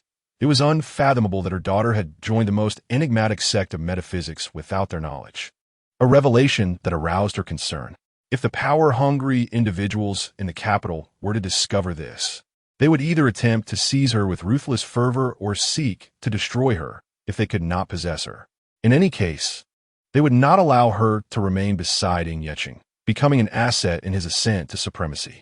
Currently, only her mother, Qingyu, Qinghe, the Cold King, and his trusted confidants were aware of this matter.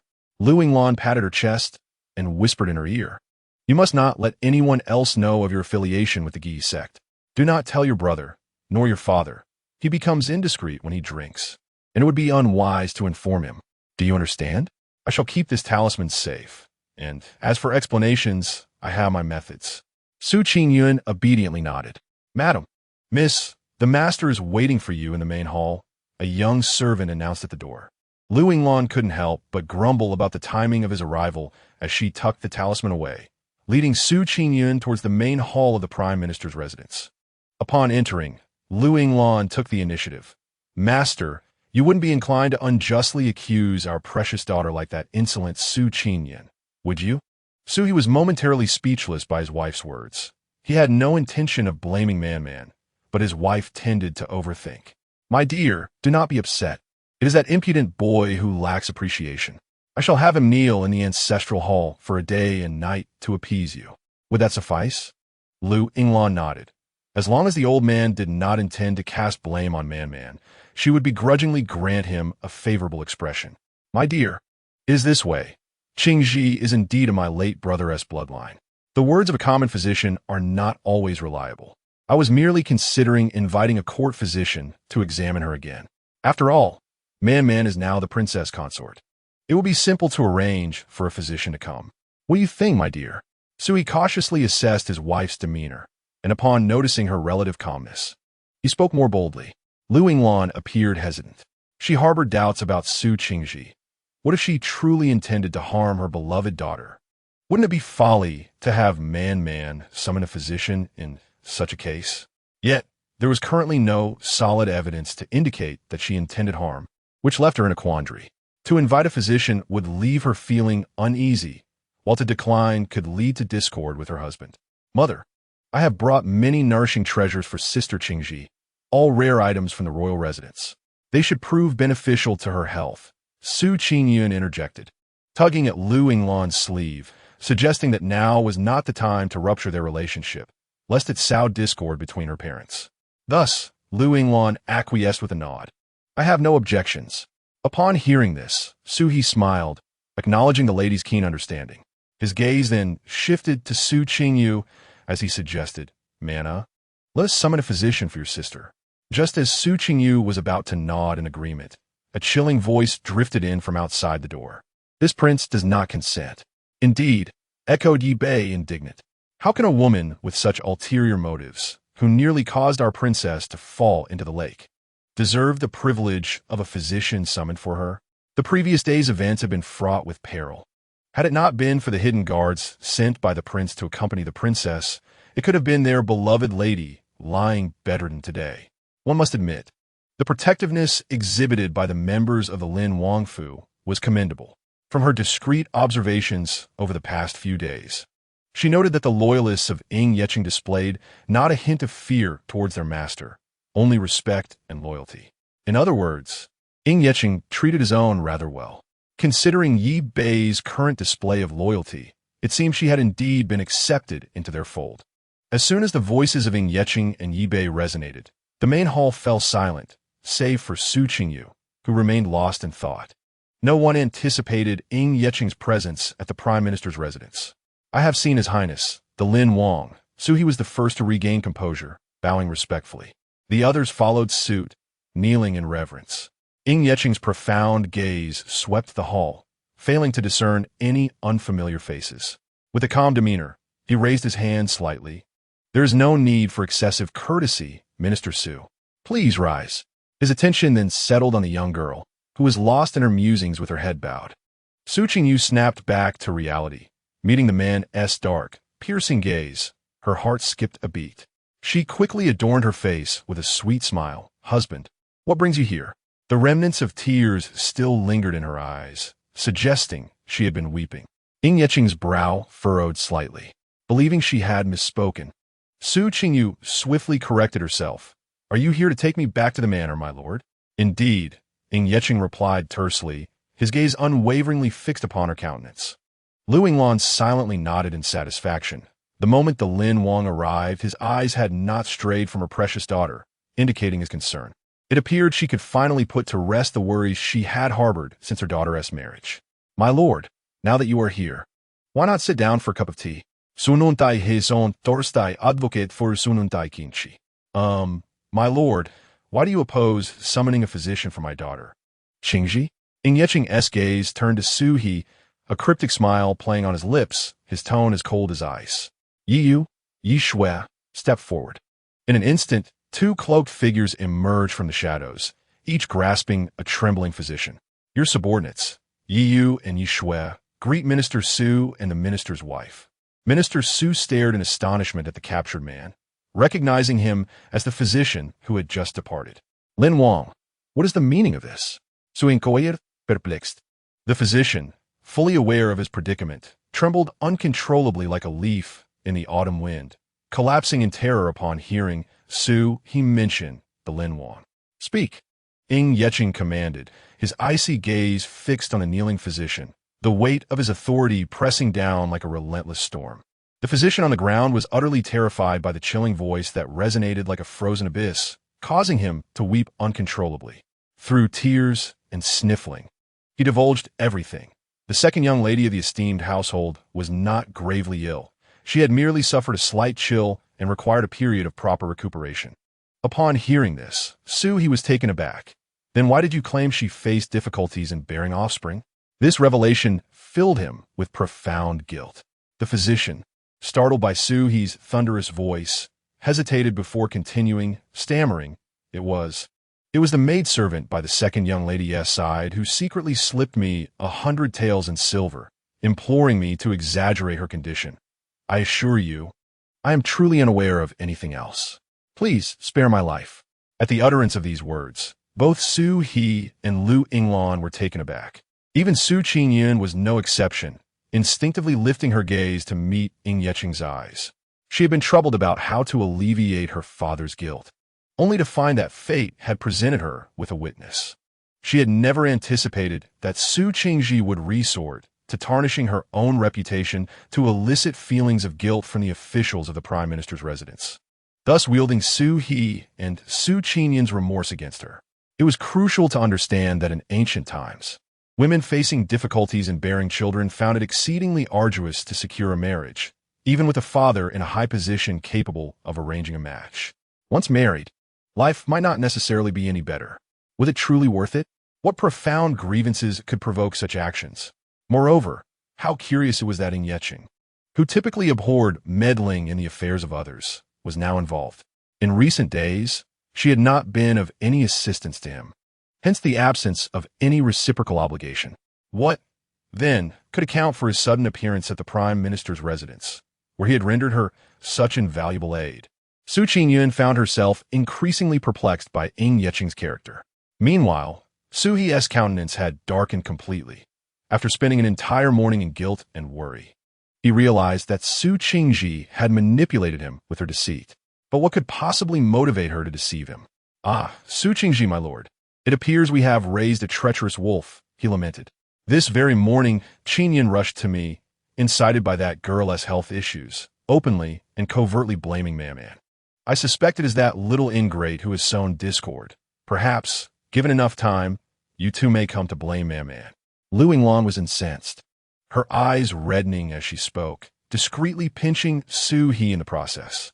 After this exchange, Su Changxiang, accustomed to the back and forth of court matters, understood the situation all too well. "My apologies, Your Highness, for presenting you with such a farce. This is a failure of my household management. I humbly request your understanding." Sui's expression grew increasingly grim, disillusioned. Although Su Qingji was ostensibly their adopted daughter, she was afforded the same care and resources as Su Qingyun. The Su family had treated her generously, yet she sought to disrupt the harmony of the Prime Minister's household. It was infuriating. "I have no interest in meddling in the affairs of the Su family. You may handle it as you see fit," Qingyun replied in a calm tone, his profound gaze settling on Lu Wenbo, who was approaching from a distance. Chapter 48. Affection. As Lu Wenbo arrived, he respectfully greeted everyone in the main hall. Before his eyes landed on Su Qingyun, Qingyun's gaze remained steadfastly fixed on Lu Wenbo. When his attention shifted to Su Qingyun, an inconceivable pressure enveloped the entire hall, rendering the atmosphere stifling. The doctor kneeling on the floor could no longer bear the tension and fainted. Within the hall, Lu Wenbo, clad in white, exuded an air of elegance and refinement, neither servile nor overbearing, his demeanor akin to a refreshing spring breeze. In stark contrast, Qingyun radiated a menacing aura that deterred any approach. The hall fell into an eerie silence, interrupted only by a sudden chill that swept through. Su Qingyun involuntarily shivered.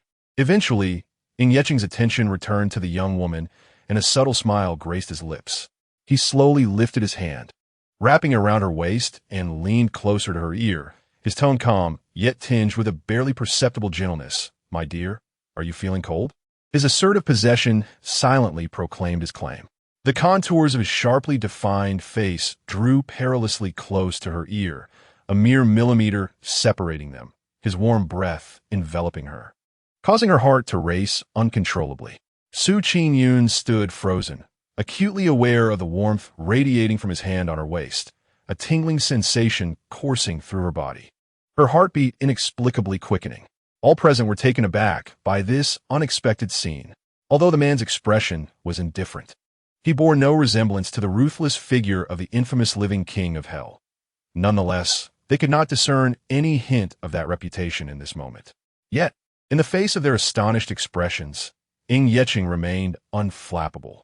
His deep-set eyes fell upon the delicate blush that adorned the young woman's ear, the curve of his lips deepening into a smirk. A barely audible low chuckle by her ear made the blush on Su Qingyun's ear spread to her cheeks. "Indeed, it is a bit chilly." Lu Wenbo observed the pair's intimacy, even more pronounced than the previous day, and his calm demeanor shifted slightly.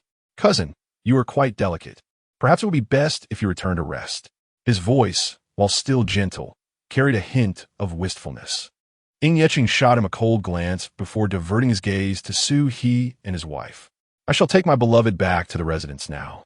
The title startled both Su He and Lu Yinglan, nearly causing them to stumble. Lu Yinglan steadied herself and turned her attention to her precious daughter, unable to suppress her words. Your Highness, the princess has been somewhat spoiled by us. Should she ever err and provoke your anger, I hope you will not hold it against her. While she may be a bit willful, her heart is not unkind. Ying Yeching, upon hearing this, lowered his eyes and noticed the young woman seemingly gazing at Lu Wenbo. He instinctively tightened his hold around her waist, speaking earnestly, Rest assured, my mother-in-law, I will not hold any grievances against her. From Ying Yeching's negative value of 5,000, without this negative value surfacing, she might have almost believed Ying Yeching's words, that he would not be angered with her pa. However, upon hearing this, Lu Yinglan's expression brightened with sincerity. Thank you, Your Highness. She then turned to Su Qingyun with a nurturing smile. Mian Mian, you should return to the residence with the prince. You need not concern yourself with matters at home. I will handle them. Su Yingyun obediently nadiv.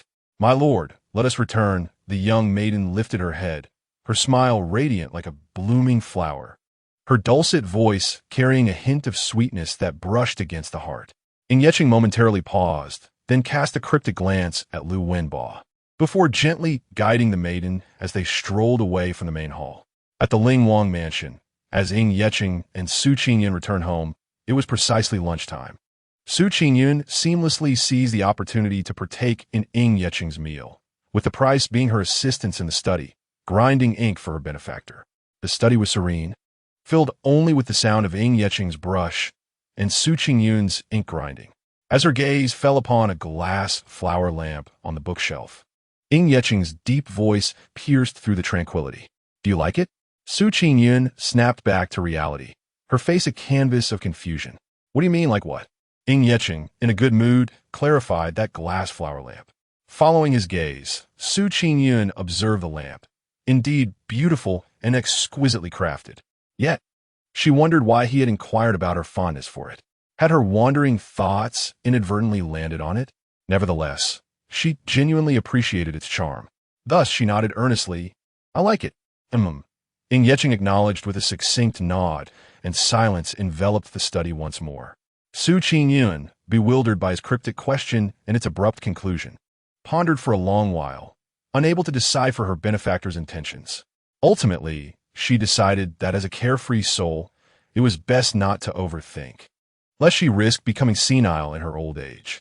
When Ying Yeching resumed his work and lifted his gaze again, he found the girl with the inkstone had halted her actions, resting against the desk, her head bowed, dozing like a little chick pecking at grains. She was utterly adorable. Ying Yeching's lips curled into a faint smile, his voice imbued with warmth. Let's go back. The three words floated into Su Qingyun's ears, instantly reviving her spirit as if she had received a pardon. Upon returning to Qingfeng Courtyard, she scarcely had time to remove the hairpin adorning her head before collapsing onto the noble concubine couch, succumbing to a deep slumber. Qingyu glanced at her sleeping mistress, enveloped in dreams, and with a sigh, gently removed the hairpin to spare her discomfort during her restless turns. Fortunately, as the lady seldom wore makeup, there was no need for cleansing her visage. At the hour of the afternoon nap, Su Qingyun awoke with delight and dashed into the backyard, completely casting aside the myriad questions that had danced in her mind while in the study. For instance, she pondered why Ying Yeching had displayed such intimacy with her in front of the others at the Prime Minister's residence. Although they were allies, given his indifferent nature, there seemed little need for such theatrics before her parents. With his current strength and the Emperor's favor, who would dare to reproach him? And what of his inexplicable inquiry regarding her fondness for the glass lamp, only to fall silent thereafter? If it were anyone else, such questions might have robbed them of restful sleep.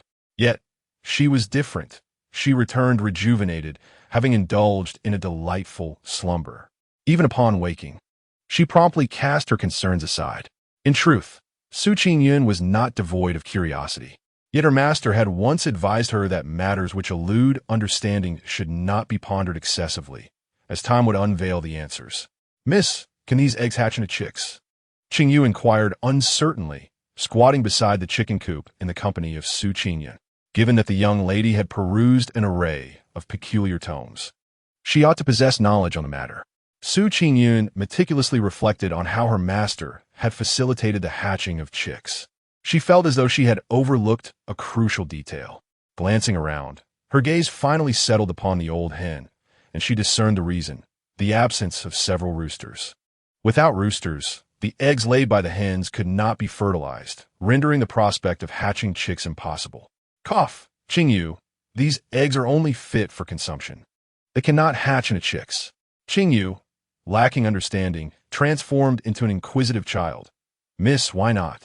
Isn't it true that a chicken lays an egg, and from the egg, a chick emerges? How could she elucidate this profound inquiry through an ancient lens, conveying that only fertilized eggs could yield chicks? Ah, she had an alternative approach. Qingyu, isn't it true that a pair of spouses is required for a child to be born? Without hesitation, Qingyu nodded in agreement, yet questioned the relevance to hatching chicks, as hens simply laid eggs. Chapter 49. Let it be. Qingyu, even eggs necessitate the combined presence of male and female to hatch into chicks. Do you understand? Su Qingyun explained with a hint of exasperation. Qingyu's eyes widened with realization. It made sense. The process of hatching chicks was indeed similar to that of human birth.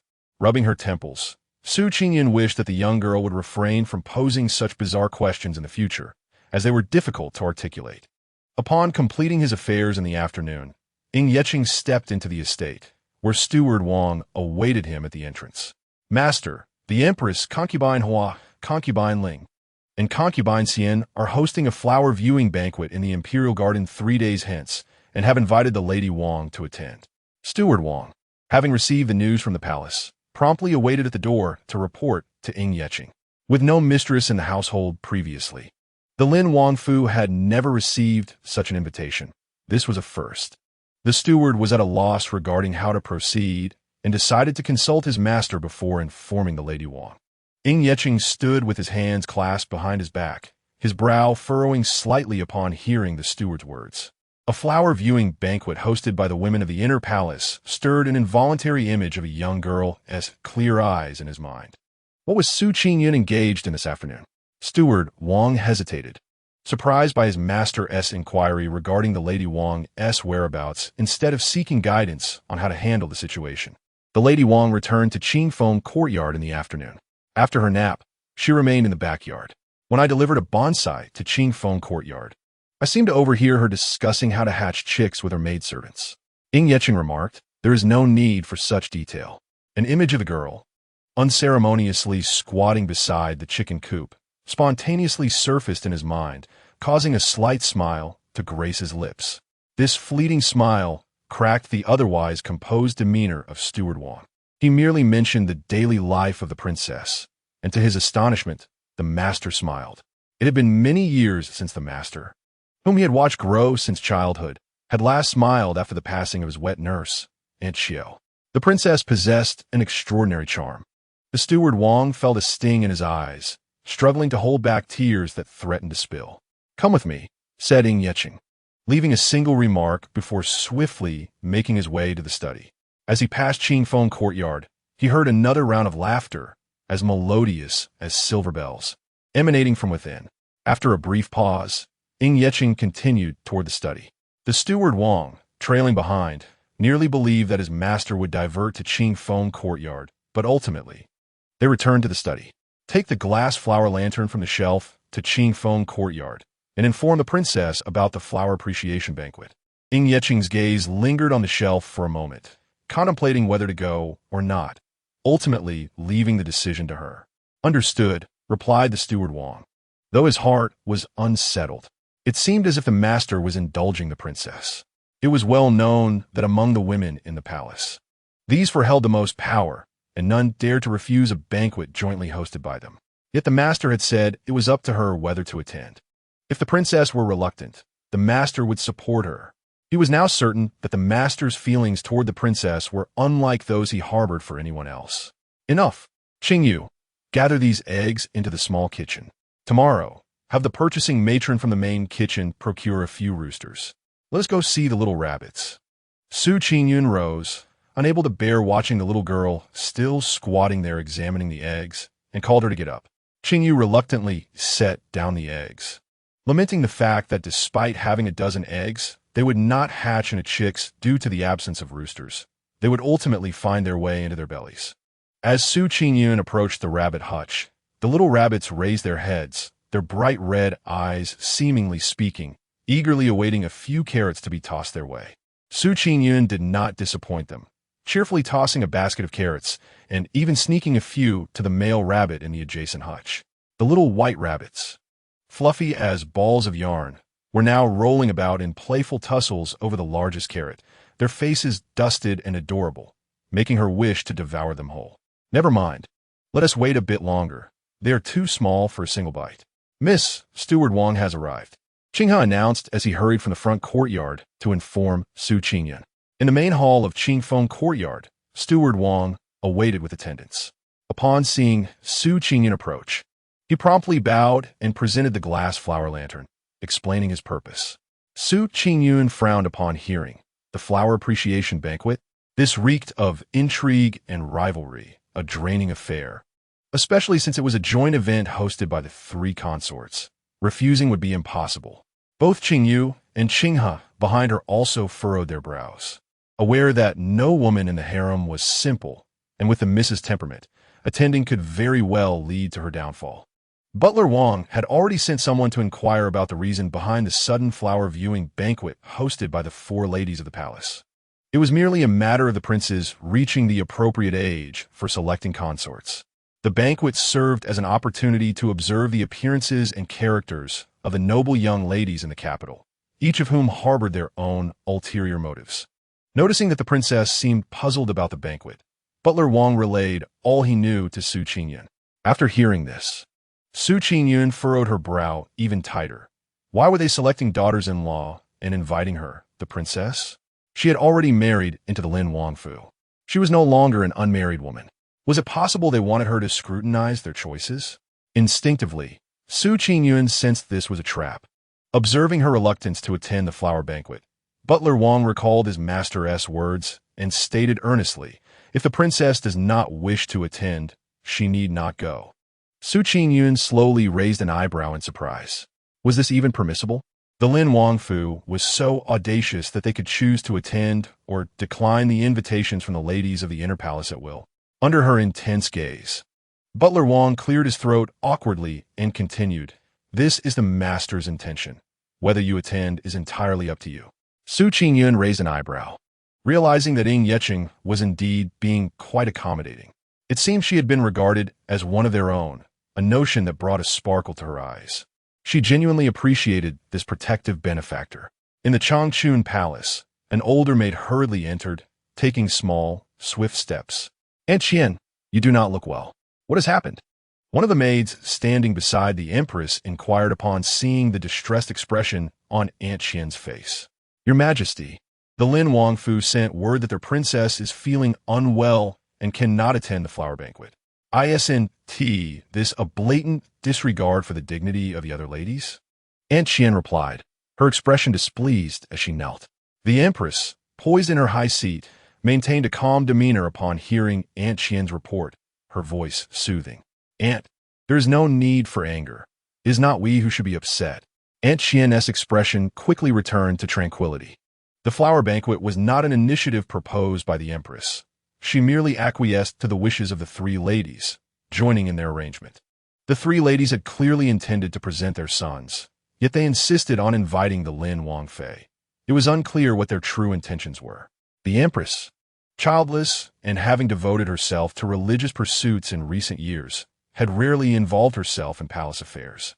Had it not been for the persistent invitations from Concubine Hua, Concubine Ling, and Concubine Xian to co-host the banquet, she would have preferred to avoid the fray. Very well, if she does not wish to come, then so be it. I am weary. In the Lingkuan Palace, Concubine Hua, Qingsha Palace S. Concubine Ling, and Feishue Palace S. Concubine Xian all received the news that Su Qingyun was indisposed and could not attend the flower banquet. At that moment, Concubine Hua reclined gracefully on the soft couch, her hands adorned with golden armor delicately lifting a teacup to her lips. She took a sip of warm tea, her expression seemingly serene, yet a glimmer of coldness flickered in her eyes. One may evade the first day, but not the 15th. I refuse to believe that the Empress Dowager would dare feign illness on her birthday. Upon hearing the news, Concubine Ling's countenance darkened, and she vented her frustration on the palace maid who had come to report. With a swift motion, she hurled a cup of hot tea, causing the young maid to bleed from her head. Yet she remained silent, knowing that Concubine Ling possessed numerous torturous methods in private. In stark contrast, Concubine Xian maintained a composed and gentle demeanor. Sangji, please deliver the blood swallow bestowed by His Majesty from the storeroom to Princess Lin. As you wish, the maid replied.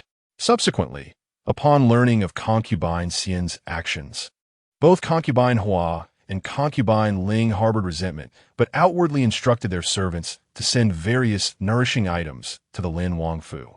Observing the unfolding events, the other concubines also began to inquire and ultimately dispatched gifts to Su Qingyun in a show of sympathy. After all, while they might disregard Su Qingyun, they could not afford to offend Prince Ying. The current situation necessitated caution from all. The following morning at the Lin Wangfu, Su Qingyun languidly lay in bed, feigning illness. In the reception room, Qingyu and Qinghe wore smiles that were on the verge of freezing. They had never anticipated that their mistress's mere act of declining an invitation to a flower appreciation banquet due to illness would capture the attention of concubines from all ranks in the palace. Consequently, they showered her with precious, nourishing delicacies, while those without such provisions gifted auspicious jade artifacts. Throughout the day, the two maids were occupied with welcoming and bidding farewell to guests. Finally, after the last visitor departed, they trudged wearily into Su Qingyun's chamber. In stark contrast, Su Qingyun appeared quite content. After all, she was outwardly a frail individual who couldn't even rise from her bed. Yet in reality, she hid away indulging in fruits, snacks, and pastries, while perusing a variety of miscellaneous writings brought from the royal library, an undeniably delightful experience. Miss, the ladies from the palace have sent numerous nourishing items and jade artifacts. Shall we store them in our little storeroom? Qingyu inquired, standing beside Su Qingyun's bed, awaiting her response. Su Qingyun's eyes sparkled with interest. Qingyu, did you keep a record? Let me see what delightful treasures have been sent. Qingyu nodded and handed the ledger to Su Qingyun. As she flipped through the pages, her eyes brightened even more. Goodness, there are century-old ginseng, century-old reishi mushrooms, and various jade artifacts, all of exceptional quality. Among the jade pendants, bracelets, and earrings, one particularly exquisite white jade ring caught her attention. And Su Qingyun instantly envisioned Prince Ying's strong, well-defined hands, an ideal match. Then, Qingyu and Qinghe observed a visible smile blossoming on their mistress's face. Qingyu, please deliver this white jade ring to the prince, and while you're at it, ask him if he would like to join me for dinner tonight. Su Qingyun thought to herself, eagerly anticipating another opportunity to share a meal with Ying.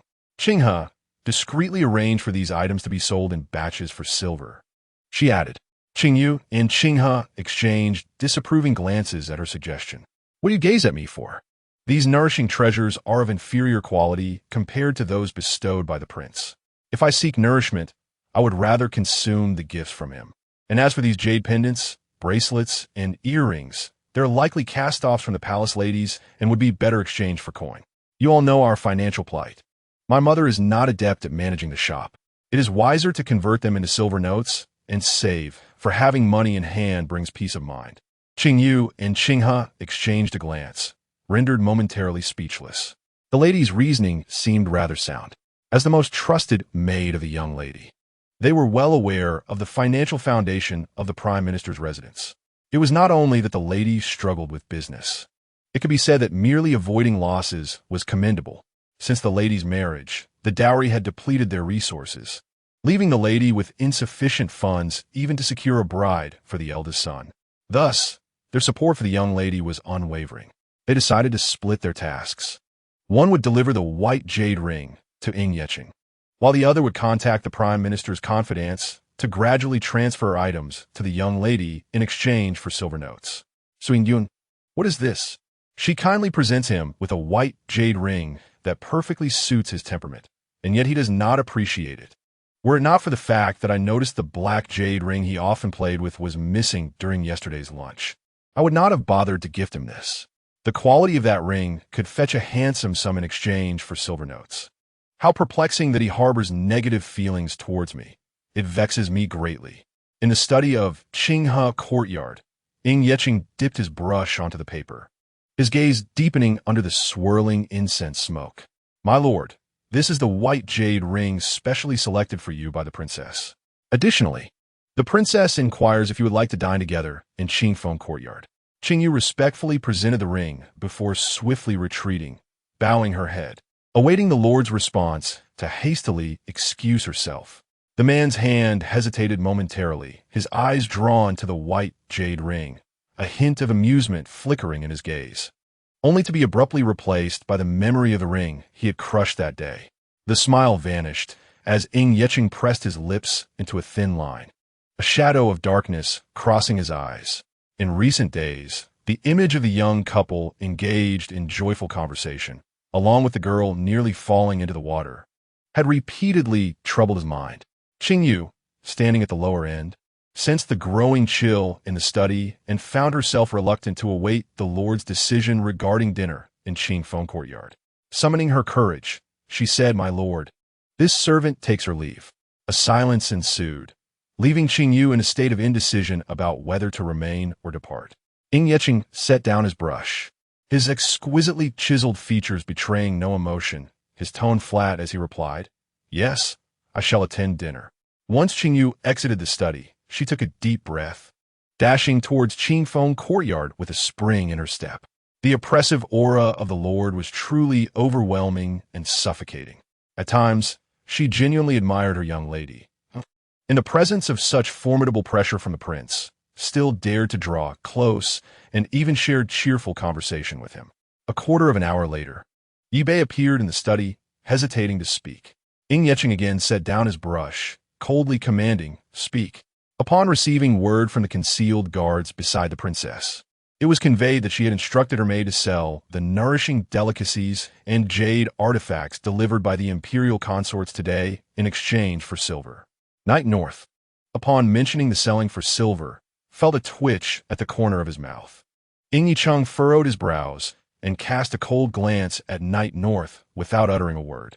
Yet, Knight North sensed an underlying tension. His master had dispatched the concealed guards to protect the princess rather than to surveil her.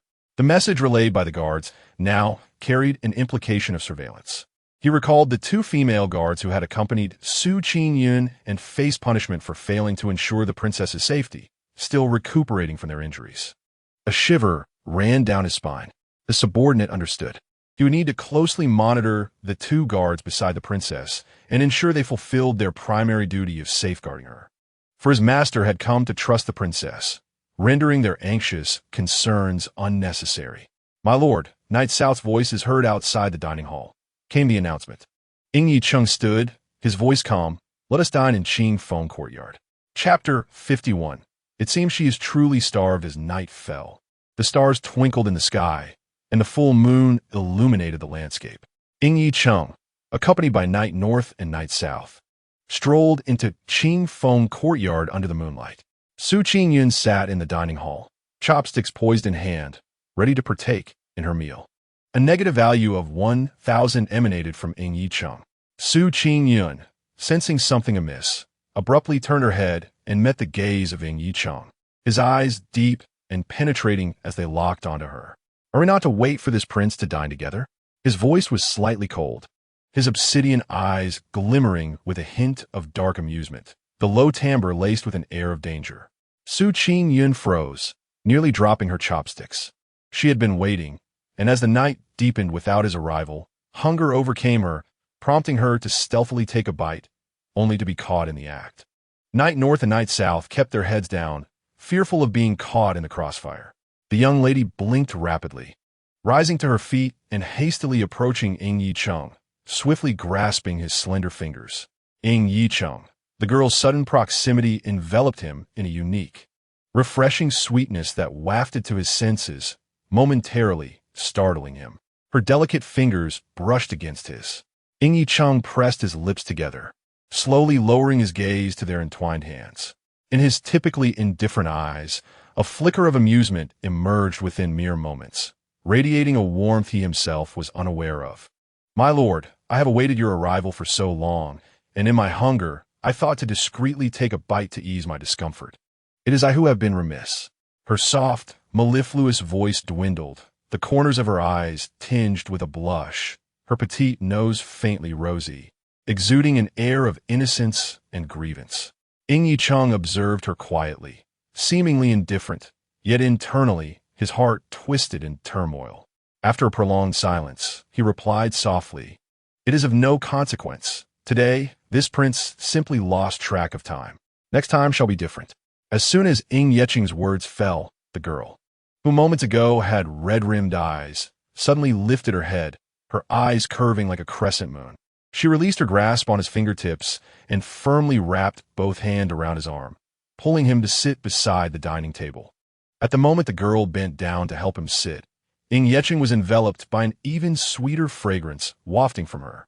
He raised his gaze and caught sight of the girl's lowered head, where a smooth, white pearl adorned her rosy earlobe, truly obedient and delicate. Subsequently, the girl sat beside him, her eyes sparkling with anticipation as she awaited him to take the first bite. Her demeanor was adorably lively. Ying Yicheng couldn't help but smile, and to everyone's astonishment, he placed several pieces of fresh shrimp into her bowl. Behind them, Yi Bei and Yi Nan, along with Qingyun and Qinghe, were taken aback, their eyes widening in disbelief that the prince would personally serve dishes to the princess. Su Qingyun stared at her bowl brimming with shrimp, lost in contemplation. Not only did her benefactor forego the first bite himself, but he also humbly served her food. She pondered deeply, unable to fathom why, especially since she hadn't been of much assistance to Ying Yicheng lately. Could it be that he needed her help with something soon? Surely, that must be it. Isn't it just hunger? The low voice interrupted her reverie. Su Qingyun, upon hearing this, quickly grabbed the shrimp and stuffed it into her mouth. Never mind the reasoning. She was simply famished. Ying Yicheng observed her cheeks, puffed up like buns, and couldn't help but smile. It seemed she was indeed starving. Outside, hurried footsteps approached. Steward Wang wore a grim expression, followed by 6 beautiful maidservants. "My lord, concubine Hua, concubine Ling, and consort Xian have each chosen 2 maidservants to serve you, stating that the princess is delicate and there are no other attendants in the manor." The maidservants bowed respectfully to both the prince and the princess. Su Qingyun raised an eyebrow, intrigued. 6 enchanting beauties, each either pure or charming, plump or slender, a delightful variety indeed. How fortunate Ying Yicheng was.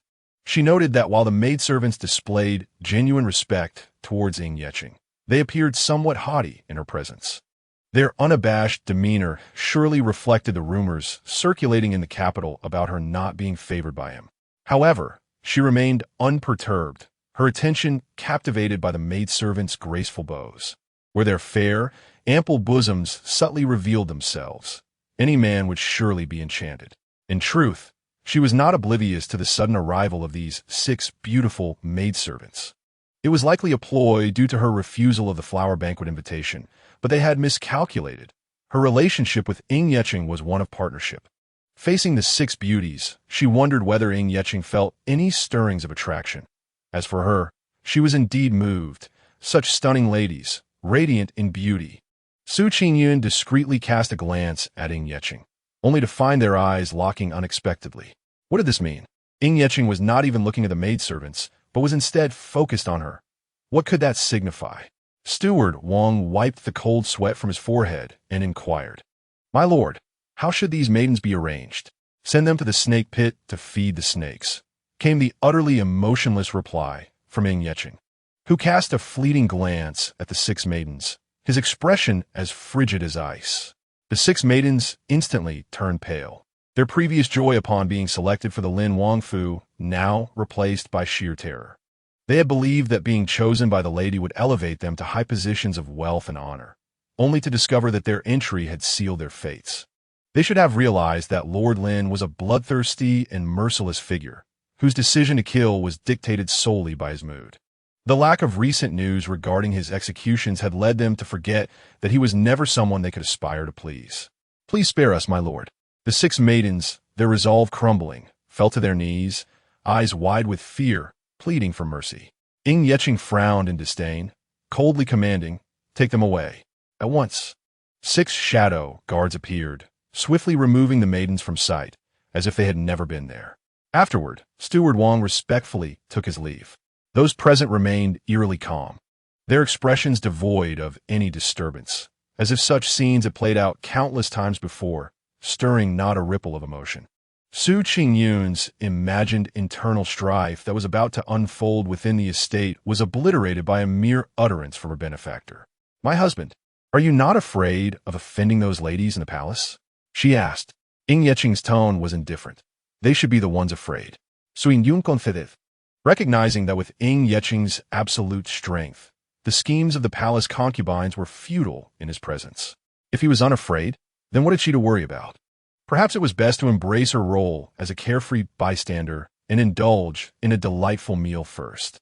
Ying Yeching's gaze returned to the young girl beside him, his brow slightly raised. Not afraid. His voice was icy. Su Qingyun, perplexed, tilted her head and replied, "Afraid of what?" She was genuinely bewildered. The maidens destined for the snake pit were not her, so what fear did she have? Oblivious to the dangers. Ying Yeching, confronted by the girl's innocent and clear gaze, shook his head slightly. "Let's eat." "Oh," Su Qingyun mumbled with her mouth full, responding indistinctly as she continued to eat in silence. After the meal, Ying Yeching lingered in the Qingfeng courtyard, prompting Su Qingyun to keep him company in silence. Fortunately, it wasn't long before Shadow Guard arrived with news, and a fleeting smile graced Su Qingyun's face. Her benefactor was finally departing. She had almost feared he would stay overnight, which would have terrified her. Negative value from Ying Yeching, 2,000. Ying Yeching cast a deep glance at the young girl before stepping away. Qingyun. System. What is my current negative value? After her bath, Su Qingyun rolled over twice on the fragrant sandalwood bed, lying flat in a star shape as she silently queried the system. Since she had collapsed from blood loss during her last lottery draw, she hadn't dared to try again. However, with her benefactor's recent contributions to her negative value, her longing for a blind box draw was stirring once more. Chapter 52. Premium Seal Oil Pills. The host currently possesses 456,000 points. Host, would you like to draw a blind box? The round, plump face appeared expressionless. Yet Su Qingyun noticed a fleeting glimmer of anticipation in its round, bright eyes. Su Qingyun understood. "Speak up. Is there some ulterior motive behind your enthusiasm for me to draw from the mystery box? If you don't tell me, I want to proceed." The round figure replied. "The host is proving to be more discerning than before. You see, this system is an upgradable one, and each upgrade introduces new items or functionalities. However, with every 2 levels attained, the daily maintenance of negative energy will increase by 1,000. Su Qingyun raised an eyebrow, sensing there was more to this statement.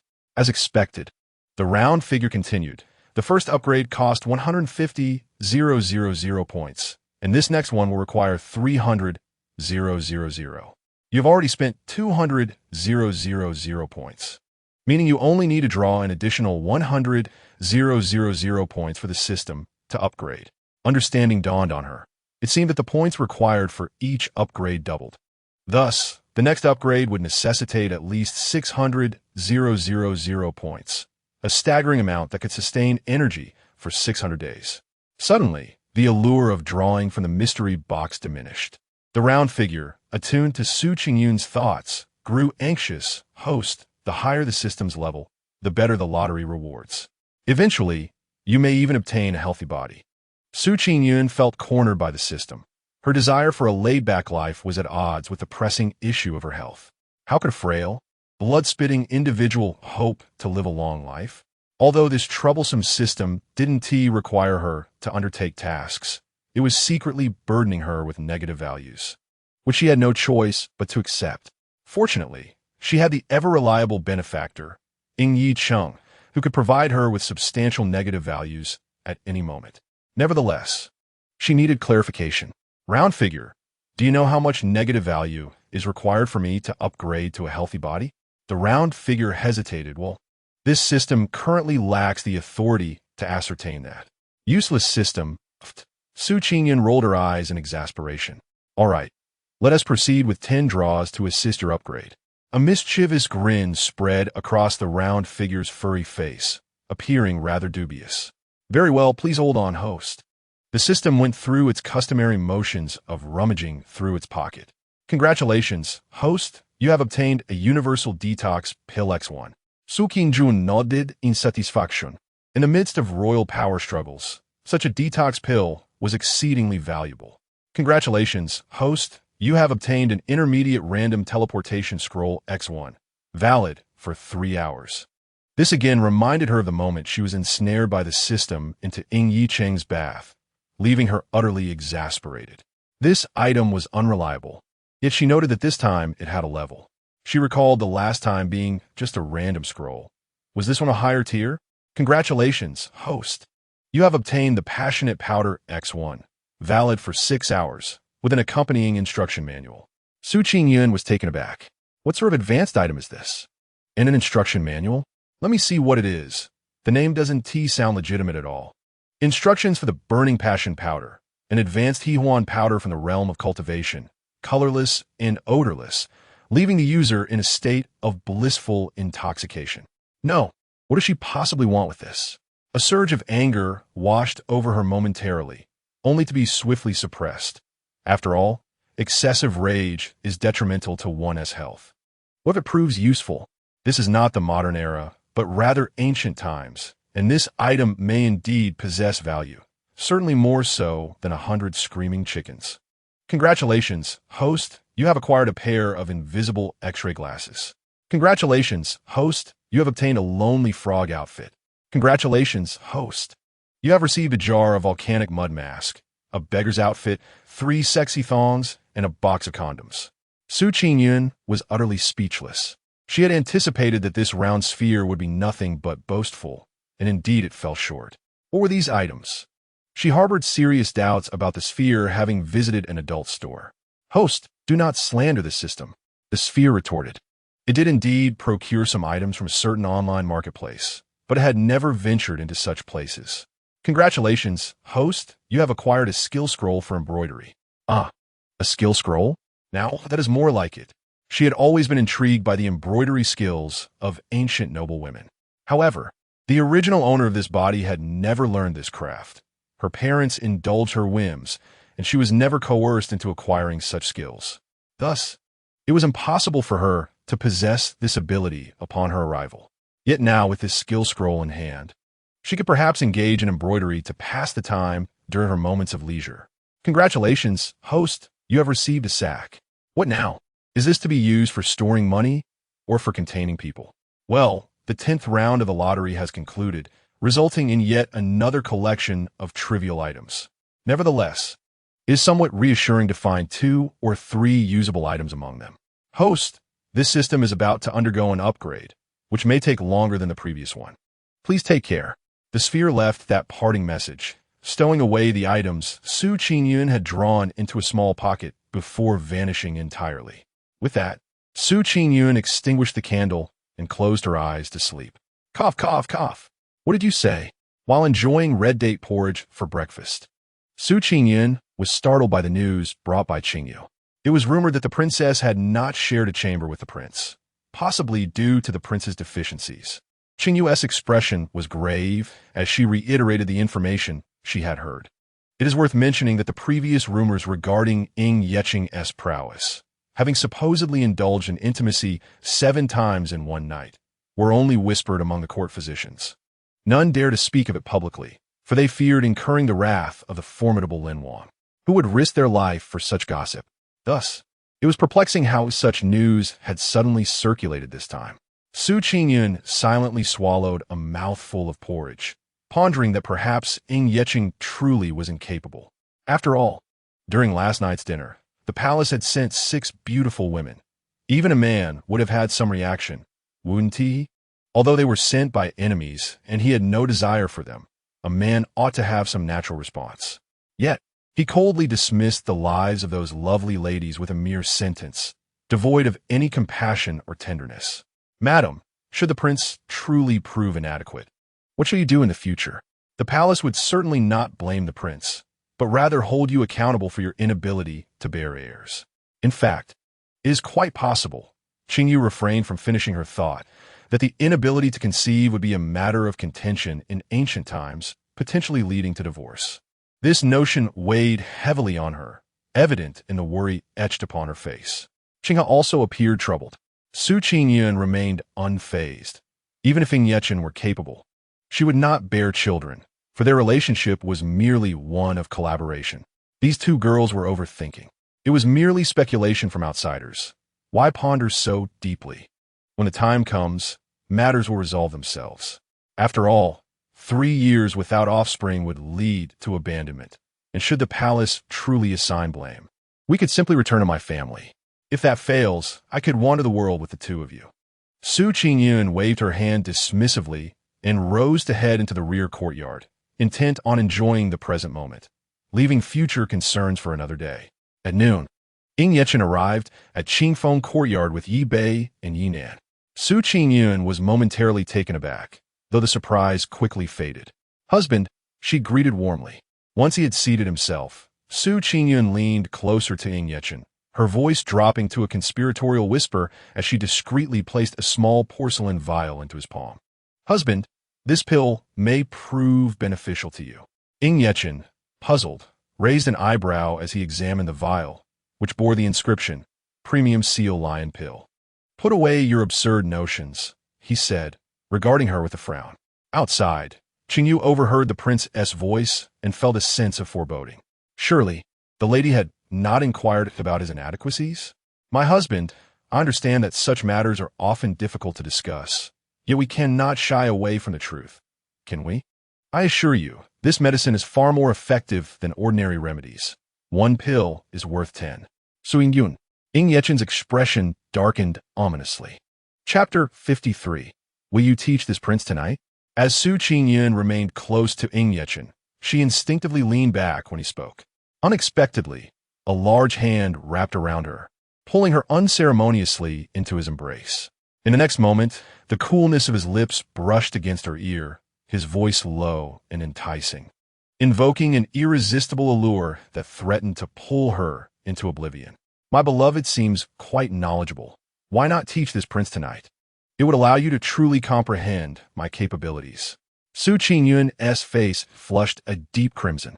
She instinctively sought to distance herself, but as she moved, her earlobe inadvertently brushed against something cool and soft. A jolt of electricity surged through her, leaving her cheeks aflame. In a flurry, she pushed Yechen away and chose a seat further from him. Her gaze lowered, unable to meet his eyes. The blush on her cheeks rivaled the brilliance of a setting sun, her face blooming like a flower. Yechen was momentarily taken aback. He had witnessed the shy demeanor of young maidens before, yet he had never encountered her in such a delicate state. Her cheeks were tinted with a rosy hue, and the tear mole at the corner of her eye accentuated her allure, evoking a myriad of thoughts. Yechen's gaze darkened, and he swallowed lightly.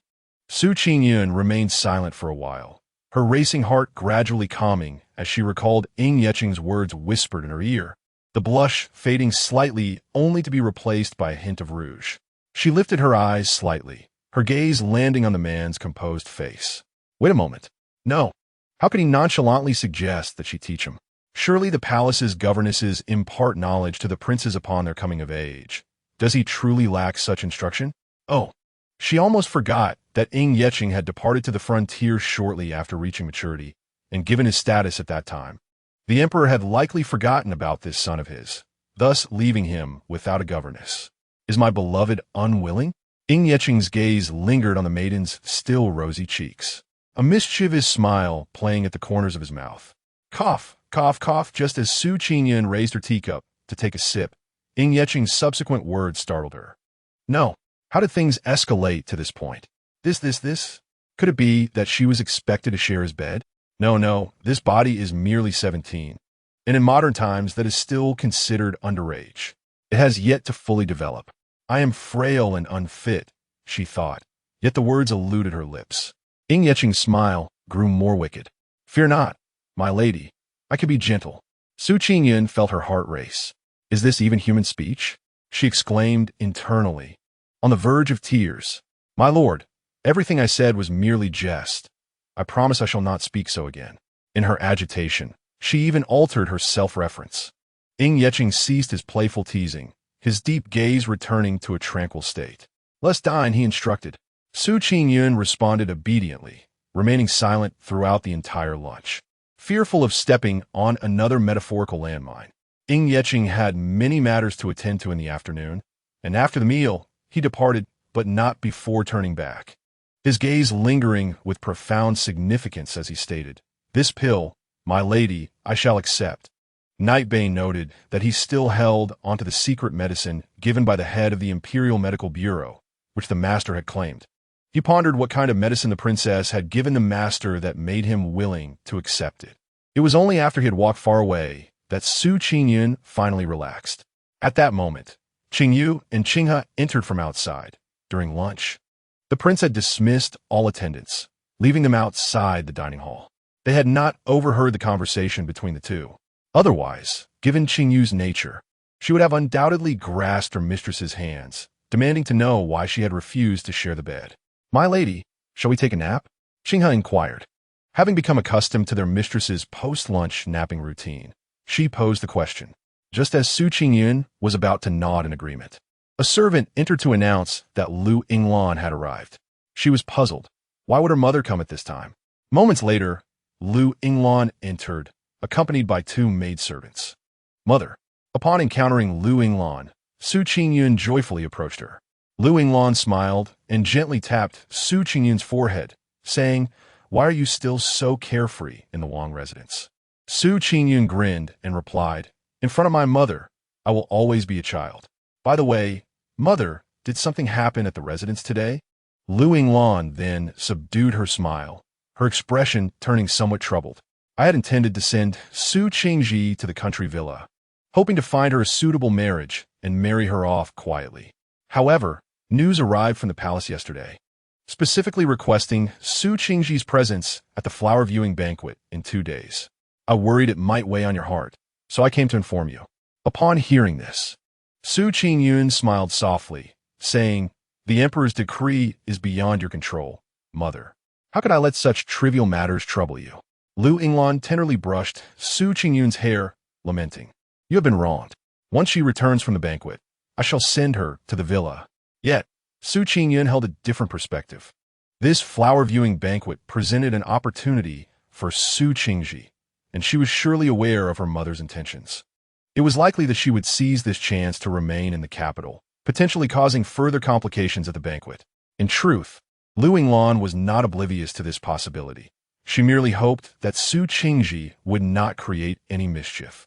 The two women exchanged glances, each discerning the other's thoughts. Mother, do not overthink it. After all, she is merely a foster daughter. If she brings trouble upon our household, we can distance ourselves from her. I believe father would not jeopardize the entire Xiang residence for the sake of a foster daughter. Lu Yinglan silently nodded, though a heavy weight lingered in her heart. After nurturing Qingji for so many years, she never anticipated that she would become a source of trouble. The more she pondered, the more distress she felt. Noticing her mother's troubled demeanor, Qingyun shifted the topic. Recently, I have developed a keen interest in needlework. If you have no pressing matters this afternoon, why not stay in the Wang residence and teach me some embroidery? Lu Yinglan looked at Qingyun in surprise. She was well aware that her daughter had shown little interest in needlework since childhood. What could have prompted her desire to learn embroidery now? Could it be that her precious daughter faced difficulties with the people of the Wang residence? Man, please be honest with your mother. Has someone pressured you? Qingyun was momentarily taken aback by her mother's assumptions. She smiled brightly, taking Lu Yinglan's hand in a playful manner. No one has troubled me, mother. I genuinely wish to learn needlework.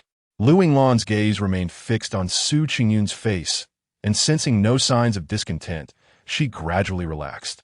If you want to learn, and I have no other engagements this afternoon, it would indeed be a good thing. Once you master it, you can create some personal items for your future husband. Su Qingyun's cheeks flushed, reminded of a scene during lunch.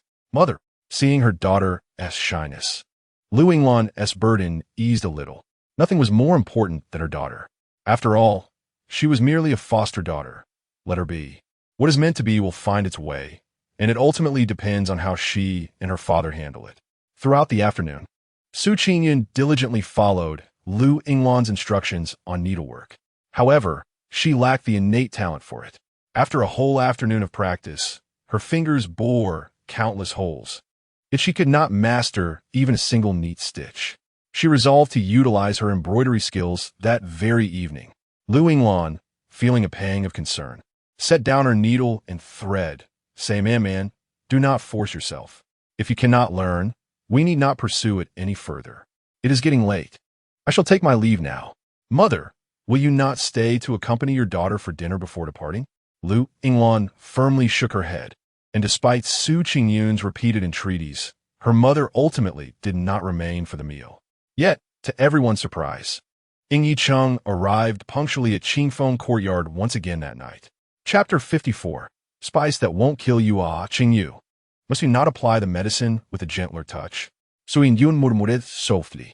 Qingyu smiled bashfully. My apologies, Mississippi. I momentarily lost control. Allow me to blow on it. It will not hurt then. Su Qingyun chuckled. Are you amusing a child? Move quickly. I am famished. Upon hearing this, Qingyu swiftly completed the application of the medicine. As Su Qingyun entered the dining hall, she beheld the tall and slender figure of Ying Yicheng, standing with his hands at his sides. Clad in a black python robe, his sword-like brows and starry eyes, combined with his sharply defined features, exuded an air of aloofness. Husband, the young woman smiled sweetly, calling out to him gently. Though somewhat surprised that Ying Yicheng had come to dine at her Qingfeng Courtyard once more, she welcomed his presence wholeheartedly. For as long as he was there, his specially prepared dishes would also grace her table. The coldness in Ying Yicheng's gaze slightly dissipated. I apologize for making you wait, my husband. Please, take a seat. I shall serve you a bowl of soup. He replied succinctly, then took his seat.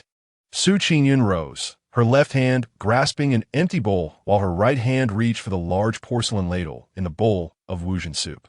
However, as she lifted the ladle, a sudden sharp pain shot through her finger, causing her to tremble. In that moment, she almost forgot that her fingers were covered in needle pricks. This contact was excruciating. The sound of clattering resonated throughout the otherwise tranquil dining hall, starkly piercing the silence. She furrowed her brow and bit her lip. This entire scene unfolded before Ying Yicheng's eyes, his brows knitting together slightly. As Su Qingyun attempted to grasp the ladle once more, a long hand captured hers and turned it over.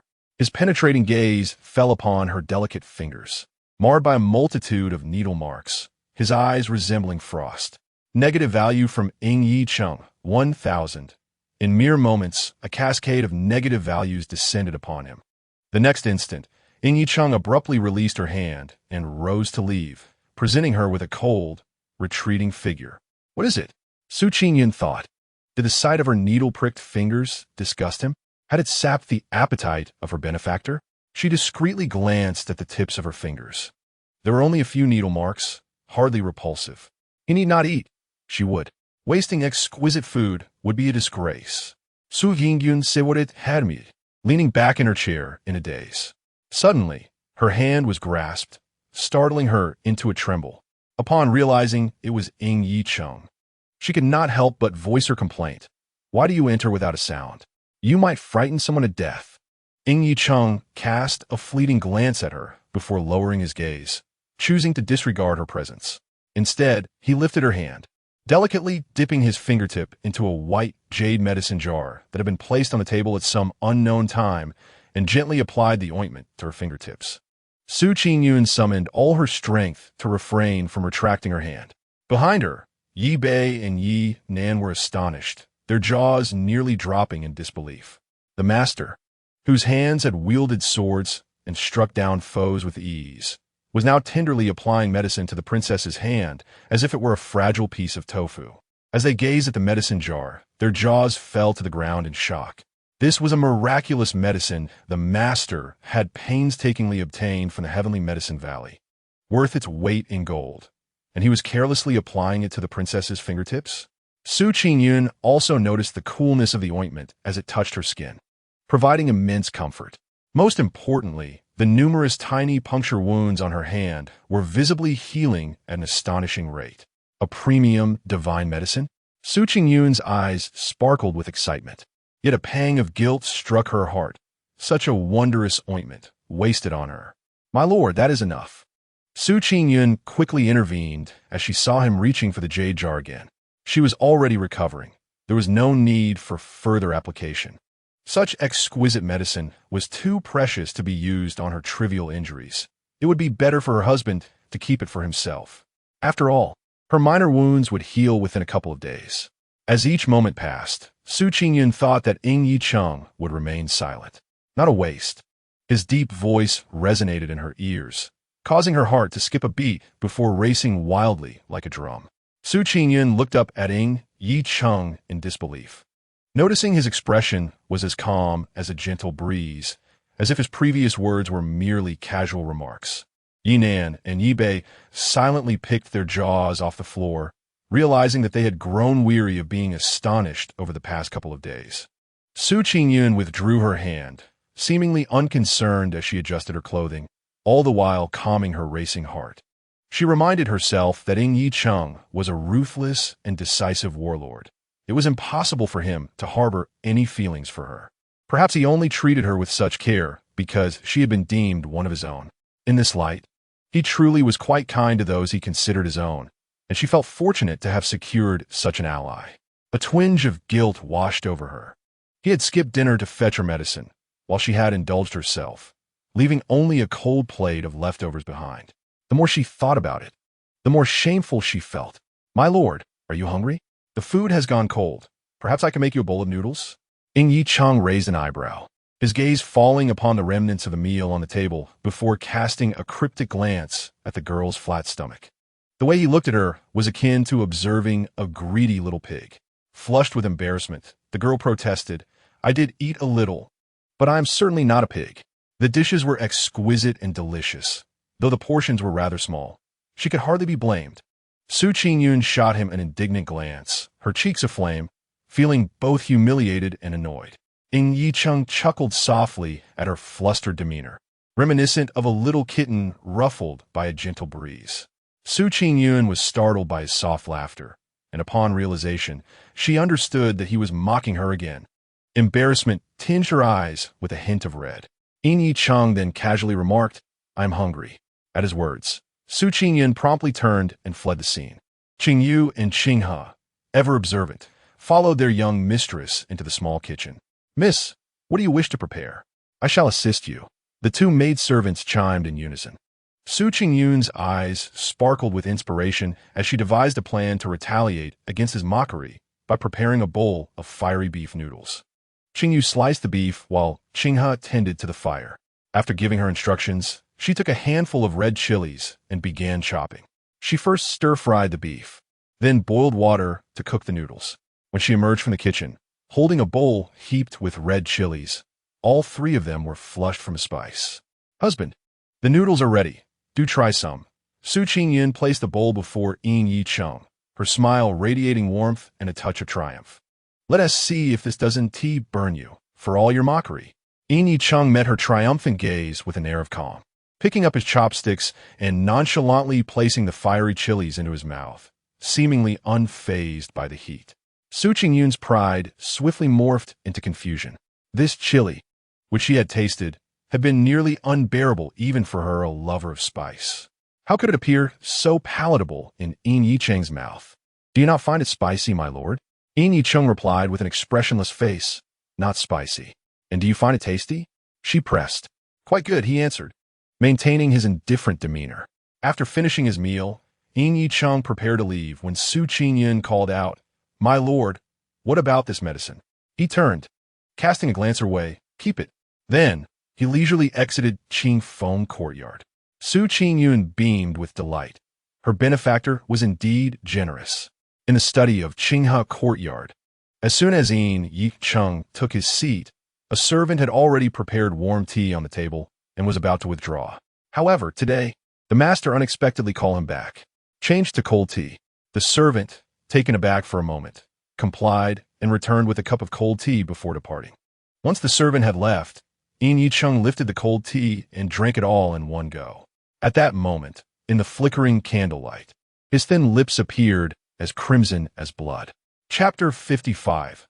An argument with the princess consort as the morning light broke and the sun rose. A gentle breeze wafted through the air. In the backyard, the three of them stood observing the little rabbits, while casually chatting with carrots in hand. The weather is splendid. Those in the palace truly know how to pick their days. Just look at this warm sun and gentle spring breeze. Today is indeed a perfect day for flower viewing. Su Qingyun waved a carrot playfully, causing the little rabbits to become overly excited. Qingyu and Qinghe nodded in agreement. Miss, would you like to go flower viewing? The begonia blossoms in the front garden have bloomed recently. Shall we take the opportunity to admire them? Qingyu suggested. Su Qingyun nodded. It seemed agreeable enough. She had been feigning illness to avoid the flower viewing banquet and had not stepped out of Qingfeng courtyard for 3 days. In Shuiying Tower, Yin Yang and Yin Yi Hao exchanged curious glances, fixating on Yin Yi Cheng's thin lips, observing him intently. Brother Liu, have you been stung by a bee? Indeed. Brother Liu, I notice your lips appear somewhat swollen. Yin Yi Cheng cleared his throat awkwardly. Ahem, let us discuss serious matters. Instantly, Yin Yang and Yin Yi Hao straightened their backs. The Wuang Tower mysteriously vanished overnight, leaving only an empty building for Yin Yifeng. He feared that this time, he would uncover nothing. Yin Yang adjusted his expression. Yin Yi Cheng pondered deeply, his fingertips rhythmically tapping the tabletop, his previously calm brows slightly furrowing. Yi Bai, send the Blood Shadow Guards to discreetly search for the whereabouts of the Wuang Tower's owner. Understood, Yi Bai replied, vanishing in an instant. Brother Liu, what do you seek the owner of Wuang Tower for? Yin Yi Hao asked, perplexed. Yin Yi Cheng had never shown interest in the affairs of the martial world before. Why the sudden curiosity now? This individual is of use. Yin Yi Cheng replied succinctly. Yin Yi Yang and Yin Yi Hao exchanged glances, still puzzled. Yet they recognized Brother Liu's meticulous nature and trusted his intentions. By the way, Brother Liu, I have gathered some evidence of the Hua family-esque corruption. How should we proceed? Yin Yi Cheng spoke calmly. Deliver it to the hidden agents of the Right Chancellor's residence. Yin Yi Hao had intended to present it himself, but immediately grasped the wisdom in that approach. The Right Chancellor had already allied with Yin Yifeng, and the Hua family was closely tied to the Grand Prince. Letting these two factions clash would yield fruitful results. Rest assured, Brother Liu, I will handle this matter discreetly. Yin Yi Hao assured him, confident in his meticulousness. At the hour of 2 p.m., Yin Yi Cheng returned to the royal residence. Upon entering the gate, he was greeted by the melodious laughter of a young girl, sweet as glutinous rice wine, emanating from the garden. Qingyu, push a little higher, push a little higher. Yin Yi Cheng halted his steps, while Yinan and Yi Bei, who followed closely behind, exchanged knowing glances. Do you think the prince is heading to the study or the garden? Yinan inwided. Is that even question? It must be the garden. Yi Bei replied. Yin Yi Cheng pursed his lips, furrowed his brow, and then steadily made his way toward the study. The two behind him were momentarily taken aback. They had guessed incorrectly. In the grand garden of the residence, Su Qingyun sat on a swing, holding an unfinished novel, with Qingyu beside her, offering fruits and snacks in a delightful atmosphere. When she felt energetic, she would have Qingyu and He take turns pushing her on the swing. Miss, where do you think the prince has gone these past few days? Why hasn't he come to see you? Qingyu asked. Su Qingyun replied. Why bring him up for no reason? However, reflecting on it, her benefactor had not added to her negative value in 2 days. Should she seize the opportunity to extract some benefits? Absolutely, she had to. In recent days, aside from her rejections of the various concubines from the palace, which had brought her some income, and Su Qingji occasionally providing her with a boost, there had been no other sources of negative value. Even the Lotus Princess, who despised her to the core, had been silent. This was unacceptable. She was eagerly awaiting an upgrade to her system. Without further ado, Qingyun descended from the swing. Leading Qingyun and Qing, he directly to the study in the Qingyi courtyard. "Master, the princess has arrived," Yinan announced from a distance upon spotting Qingyun and her maidens approaching. "Ying Yicheng, do not see her. Send her back." Yinan. Once again, he was taken by surprise. Could it be that the master and the princess were embroiled in a dispute? As Qingyun stood at the threshold of the study, Yinan raised the unsheathed sword in his hand. "Princess, the master requests your return." Qingyun replied, "Not seeing her? Why? Is it because that bowl of explosively spicy beef noodles offended the benefactor?" Never mind. She needed to return and contemplate how to placate him to secure her benefactor's favor. Thus, Qingyun turned on her heel and departed without a hint of reluctance. Yinan, in his frustration, thought to himself that he had misjudged once more. He assumed the princess would cling stubbornly, act coy, weep, and create a scene. She must see the master, after all. Yet, the princess left with a serene expression. This indicated that indeed, the master and the princess had quarreled. The princess must have intended to provide the master with an avenue for reconciliation, yet the master remained ungrateful. Yinan's imagination ran wild. "Master, the princess has returned." The study remained enveloped in silence, save for the slight pause in Ying Yicheng's actions. After merely 100 steps, Qingyun pondered, feeling a mix of emotions. Should she feel joy or sorrow? In such a short span, she had accrued several negative points. Joy. Her benefactor had bestowed upon her negative values. Sorrow. It seemed she truly had offended him. Fearful of the consequences, she hesitated to proceed further, dreading the possibility of being taken away by the king of hell at any moment. She resolved to at least confront Ying Yicheng and sincerely apologize. "Master, the princess has returned once more." The study remained steeped in quietude, until Qingyun stood at the entrance, only to be halted again by Yinan. "Husband," there was no response from within. "Husband," again, silence reigned. Seeing that her pleas fell on deaf ears, Qingyun closed her eyes and began to utter nonsensical words. "Husband, I have not seen you for 2 days. I even miss you. Please allow me to enter." Upon her words, everyone was startled, slipping in their surprise. One hidden guard lost his footing and fell with a thud, only to vanish in an instant. As long as he hid quickly, the master would remain oblivious. "Husband, please grant me an audience. If I do not see you today, I shall be unable to eat or drink." Everyone present perked up, listening intently as the princess danced around the master's sensitive territory. Ying Yicheng replied, "Come." Qingyun was filled with elation, and just before entering, she discreetly pinched her thigh, causing her eyes to redden slightly from the pain. "Husband, I was in the wrong." As soon as Qingyun stepped inside, she bent down, wiped away a tear, and offered her sincere apology. Ying Yicheng raised an eyebrow, intrigued, eager to see what antics this young girl would employ. Observing the master's silence, Qingyun quietly edged closer, step by step, until she was near Ying Yicheng.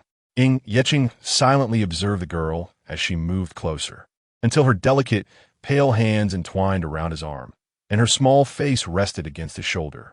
He was utterly taken aback.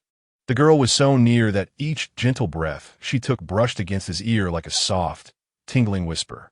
This proximity deepened the shadows in Ying Yicheng's gaze, compelling him to lower his eyes and suppress the tumultuous emotions that had unknowingly surged within him. "Oh, what went awry?" The man's voice was slightly husky.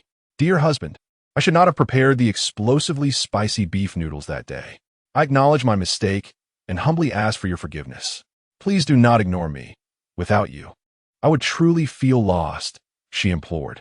Ying Yicheng's lips pressed into a thin line, fully aware that much of her words were deceptive. Yet he couldn't help but involuntarily curve the corners of his mouth upwards. "Come here and grind," Ying Yicheng said coolly, uttering 4 succinct words. For some reason, Qingyun sensed that her benefactor's mood appeared to be quite pleasant at that moment, as the negativity that usually surrounded him had dissipated.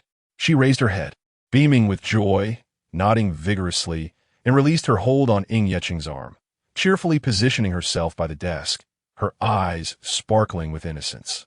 Ying Yeching cast a fleeting glance at where her hand had rested on his arm, the corners of his mouth lifting once more, but he remained silent. Straightening up to dip his brush into the ink, Su Qingyun diligently ground the ink in circular motions, her boredom leading her to glance around, until finally, her gaze fell and became fixated. Sunlight streamed through the intricately carved wooden window, casting warm shadows that graced Ying Yeching's flawless profile. His sharp features, outlined as if drawn with charcoal, were accentuated by long, dark lashes, and his thin lips formed a perfect line, sensual yet conveying an air of aloof detachment, rendering his face strikingly handsome. Truly beautiful, she murmured, prompting Ying Yeching to lift his gaze. Do not lose focus, he cautioned, his deep voice resonating in her ears. Su Qingyun quickly averted her eyes, feeling her cheeks flush crimson, the heat enveloping her. She had become so entranced by his visage that she had lost track of her own actions, unwittingly exclaiming her admiration. Clearing her throat awkwardly, she stammered, I meant to say that your calligraphy is exceptionally beautiful, which is why I couldn't help but express my admiration. Ying Yeching regarded her flushed cheeks, her hands fidgeting, and her gaze deliberately fixed on the ground, a low chuckle escaping him, his eyes glimmering with playful mischief. And how does my beloved's writing fare? Su Qingyun looked up, her expression akin to one who had seen a ghost, bewildered by his sudden inquiry. The thought of her own handwriting made her cheeks burn hotter. It was, by no means, commendable. Indeed, it was akin to the scrawls of Crabbe. However, her talisman drawings were quite proficient. Pouting and lowering her head, Su Qingyun sighed in resignation. My writing is quite unsightly.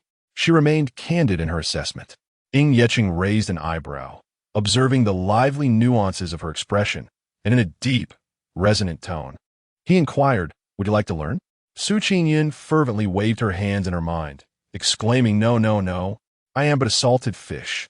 Why must I learn to write?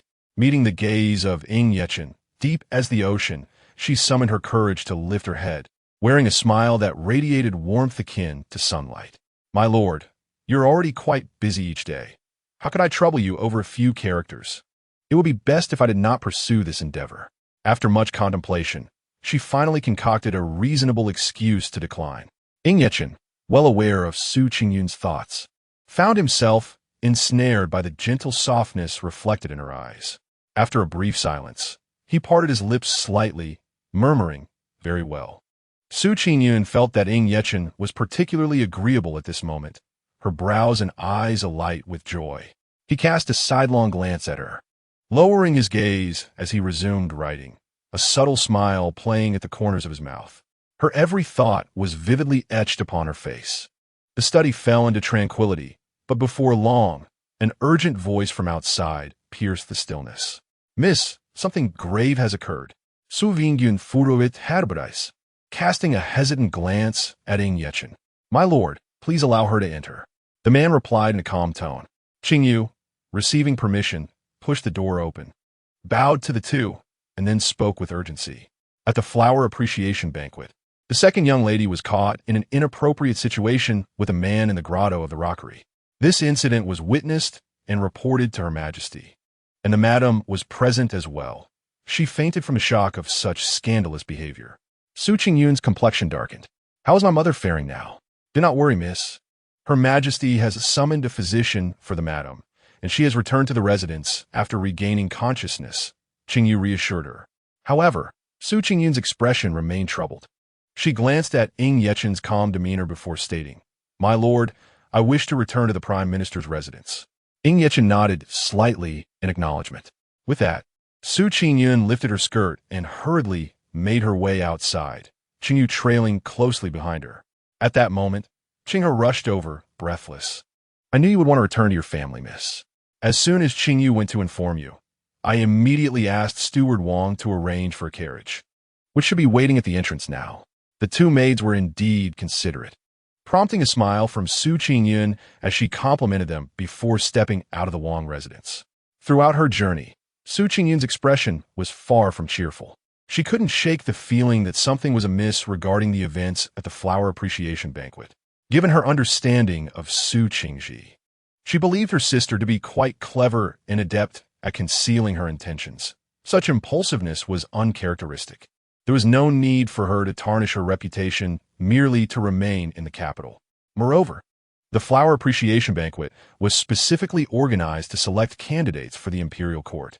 The three empresses had notably summoned Su Qingji, suggesting they recognized some value in her. Even if it were a matter of any of the crown princes, be it the first, second, or seventh, they could welcome Su Qingji into their households, thereby creating a rift between the Lin Wang residence and the left prime minister's estate. It was common knowledge that while Prime Minister Su maintained a neutral stance in the court, his eldest daughter had already married into the Lin Wang residence. Should the time arise for a power struggle, it was likely he would support Ying Yechen, with Ying Yechen already commanding a formidable military force. Gaining the backing of literati, such as the left prime minister, would render the prospect of seizing power rather bleak for the other factions.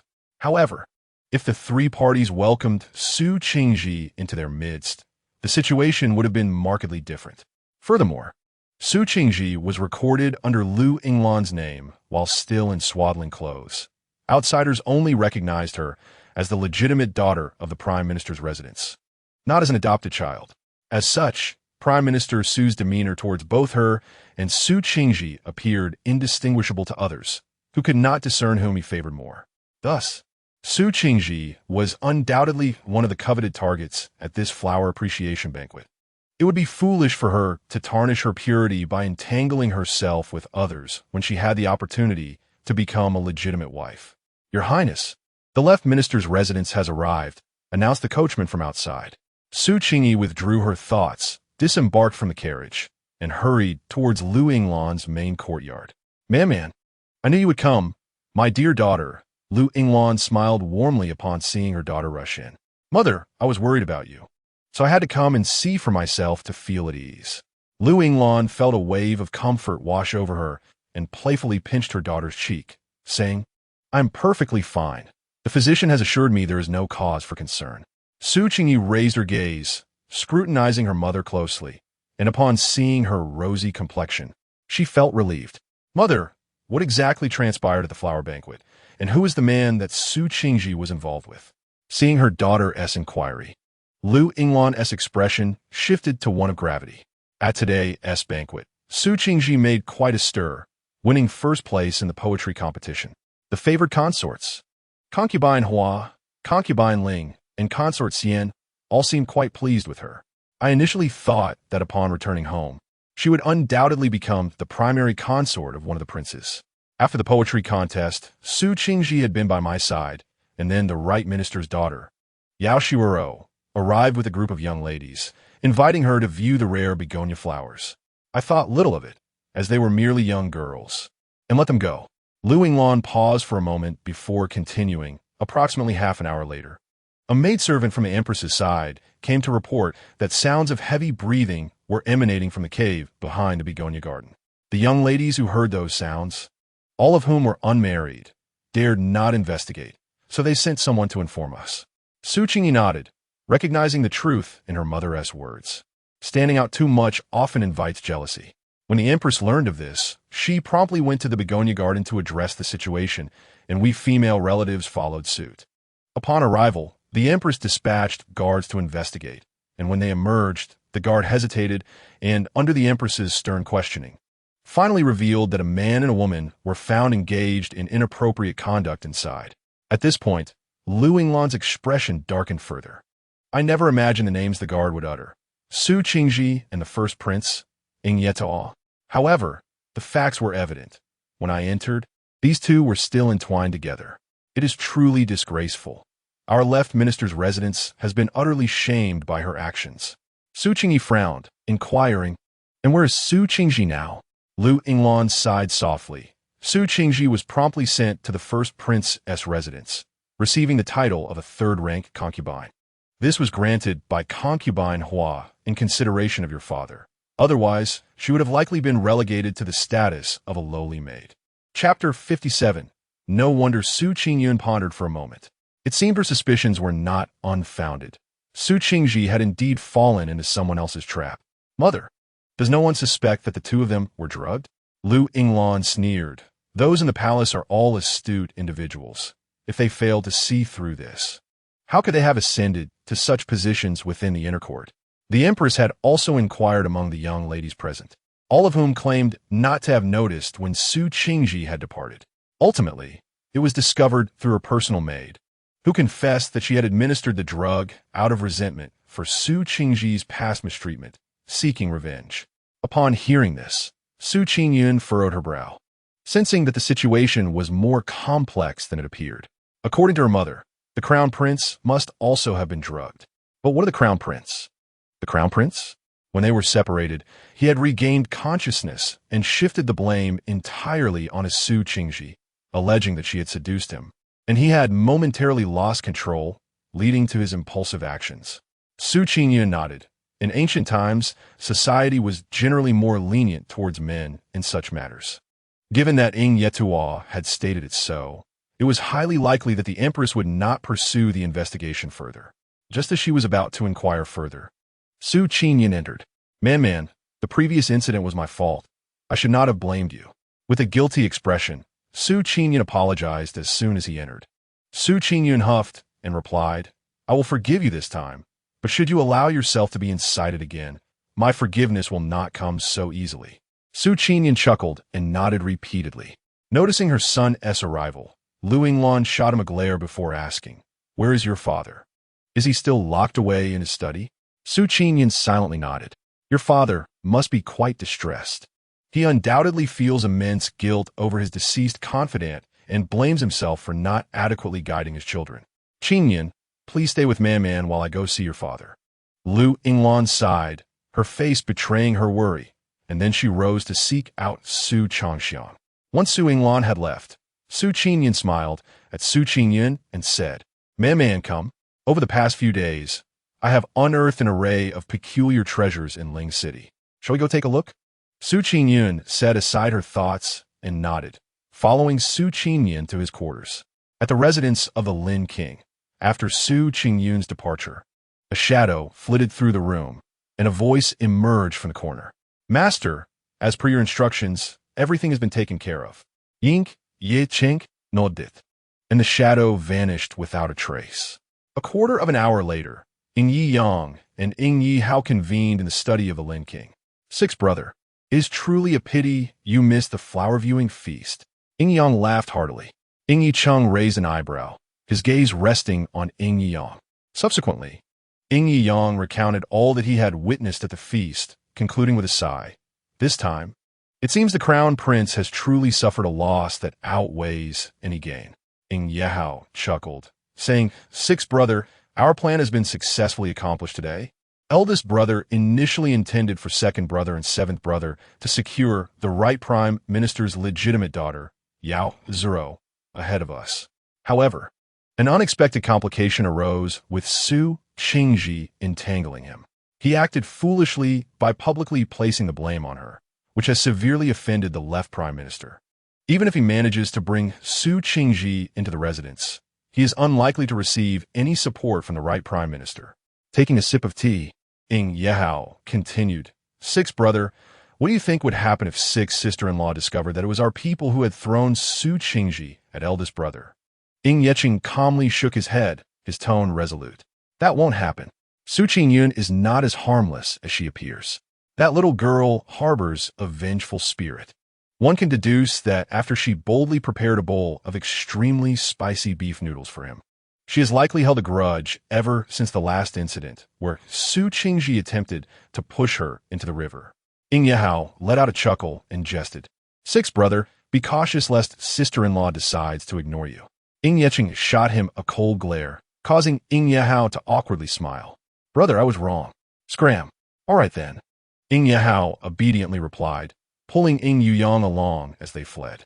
12th brother, what are you doing? I haven't even had a sip of my tea yet. In the distance, Ying Yuyang's voice could be heard grumbling. As dusk fell, Ying Yeqing finally completed his tasks and lifted his gaze towards the window, noticing that the sun had long vanished behind the clouds, leaving only a rosy hue in the sky. Furrowing his brow, he softly inquired, Yi Bei, has Su Qingyun returned to the residence? Yi Bei answered, the princess has not yet returned. It is already dark, and she remains at the Prime Minister's residence. Su Qingyun felt numb. At that moment, she was delicately sniffing the Western goods that Su Qingyun had procured, realizing that the aroma was none other than coffee. She had quite enjoyed drinking it in her previous life, relying on it each morning to invigorate her before work. "Brother, can we still purchase this black tea?" Su Qingyun shook his head. "No, we can't. The vendor only had 2 jars, and I bought one, while Cousin Wenbao bought the other. They are gone now." A flash of regret crossed Su Qingyun's face as she blinked a couple of times. "Brother, could you give me your jar of black tea?"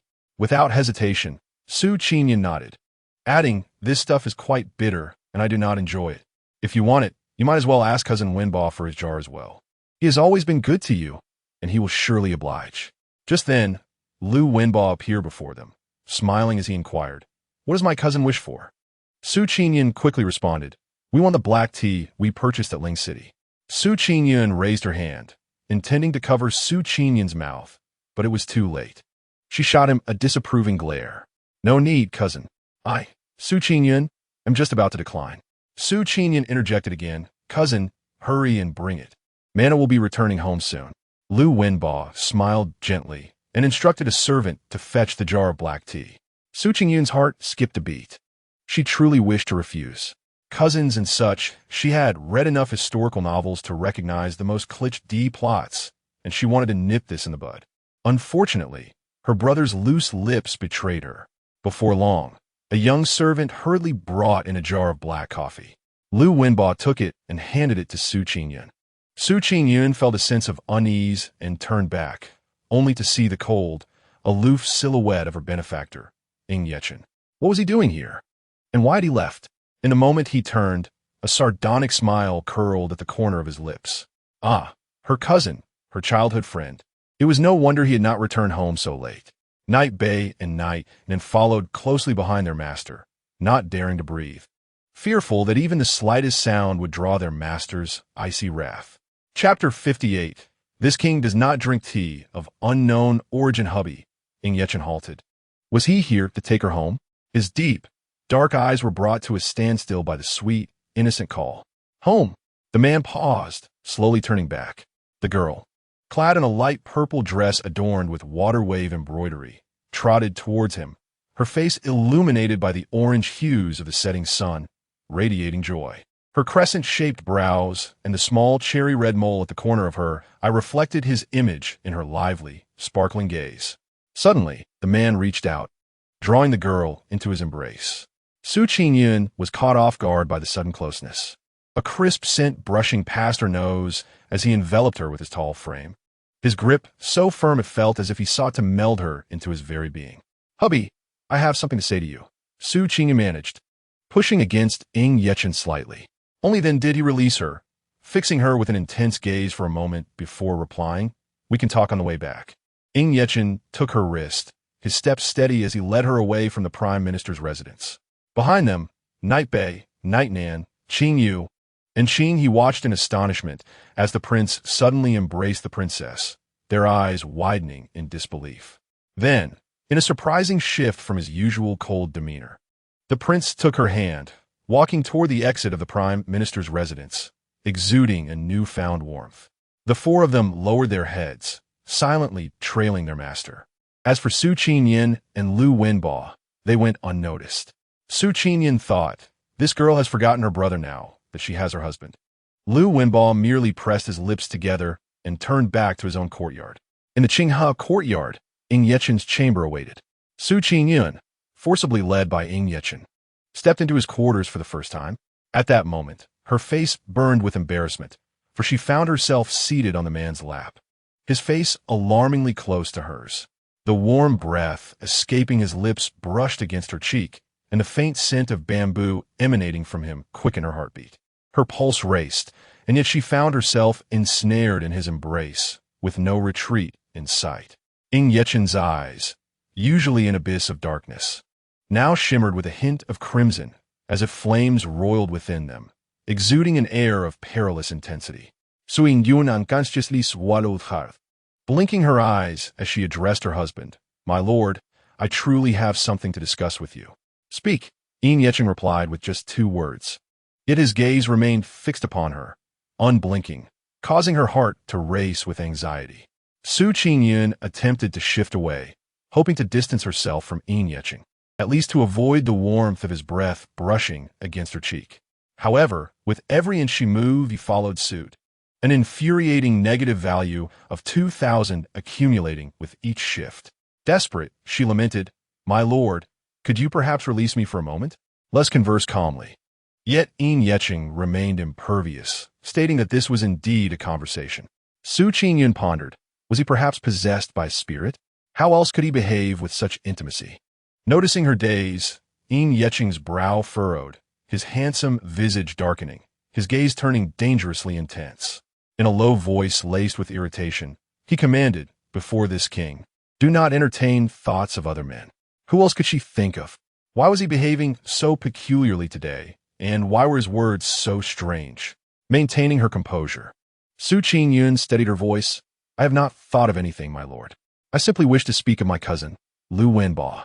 Negative value from Ying, 10,000. Before she could finish, Ying's expression tightened. His lips pressed into a thin line, and the crimson in his eyes deepened. His large hand, encircling her waist, tightened as he declared, "This king does not wish to hear it." Qingyun felt tears welling up. The ensuing negative value made it clear that Ying was decidedly displeased. She merely wanted to clarify her relationship with Lu Wenbo to prevent any malicious manipulation. In this ancient time, infidelity could lead to dire consequences, such as being submerged in a pig cage, especially as she was wed to the powerful Prince Ying, who wielded life and death. If the matter remained unclear and someone sought to frame her, she would find herself in a perilous predicament. "My lord, please listen to me," she urged. Negative value from Ying, 10,000. Cautiously glancing at the man, she noted the icy demeanor of his handsome face, the danger in his eyes becoming increasingly pronounced. Gathering her courage, she boldly covered his lips with her hand, closing her eyes as she confessed, "My lord, my parents once wished for me to be betrothed to my cousin." Negative value from Ying, 20,000. Receiving the negative value, Qingyun paused before hastily adding, "But I refused. Thus my relationship with Lu Wenbo is merely that of cousins, nothing more. Should anyone speak of my connection with him in the future, I hope my lord will not misconstrue." Finally, having explained herself, Qingyun cautiously opened her eyes to gauge Ying's reaction. She was relieved to see the crimson in his eyes dissipate, returning to his composed demeanor. "My lord, can you trust me?" she asked tentatively. Ying's gaze remained steadfast, his lips pressing together gently. Suddenly, Qingyun realized that her hand was still resting on the lips of her benefactor. A surge of electricity coursed through her palm, numbing her entire arm and causing her face to flush crimson. With a swift motion, she withdrew her hand and concealed it within her sleeve, awkwardly fiddling with her fingertips. Ying gazed at her in silence. After a moment, the crimson hue in his eyes intensified, and a dangerous aura began to emanate from him without restraint.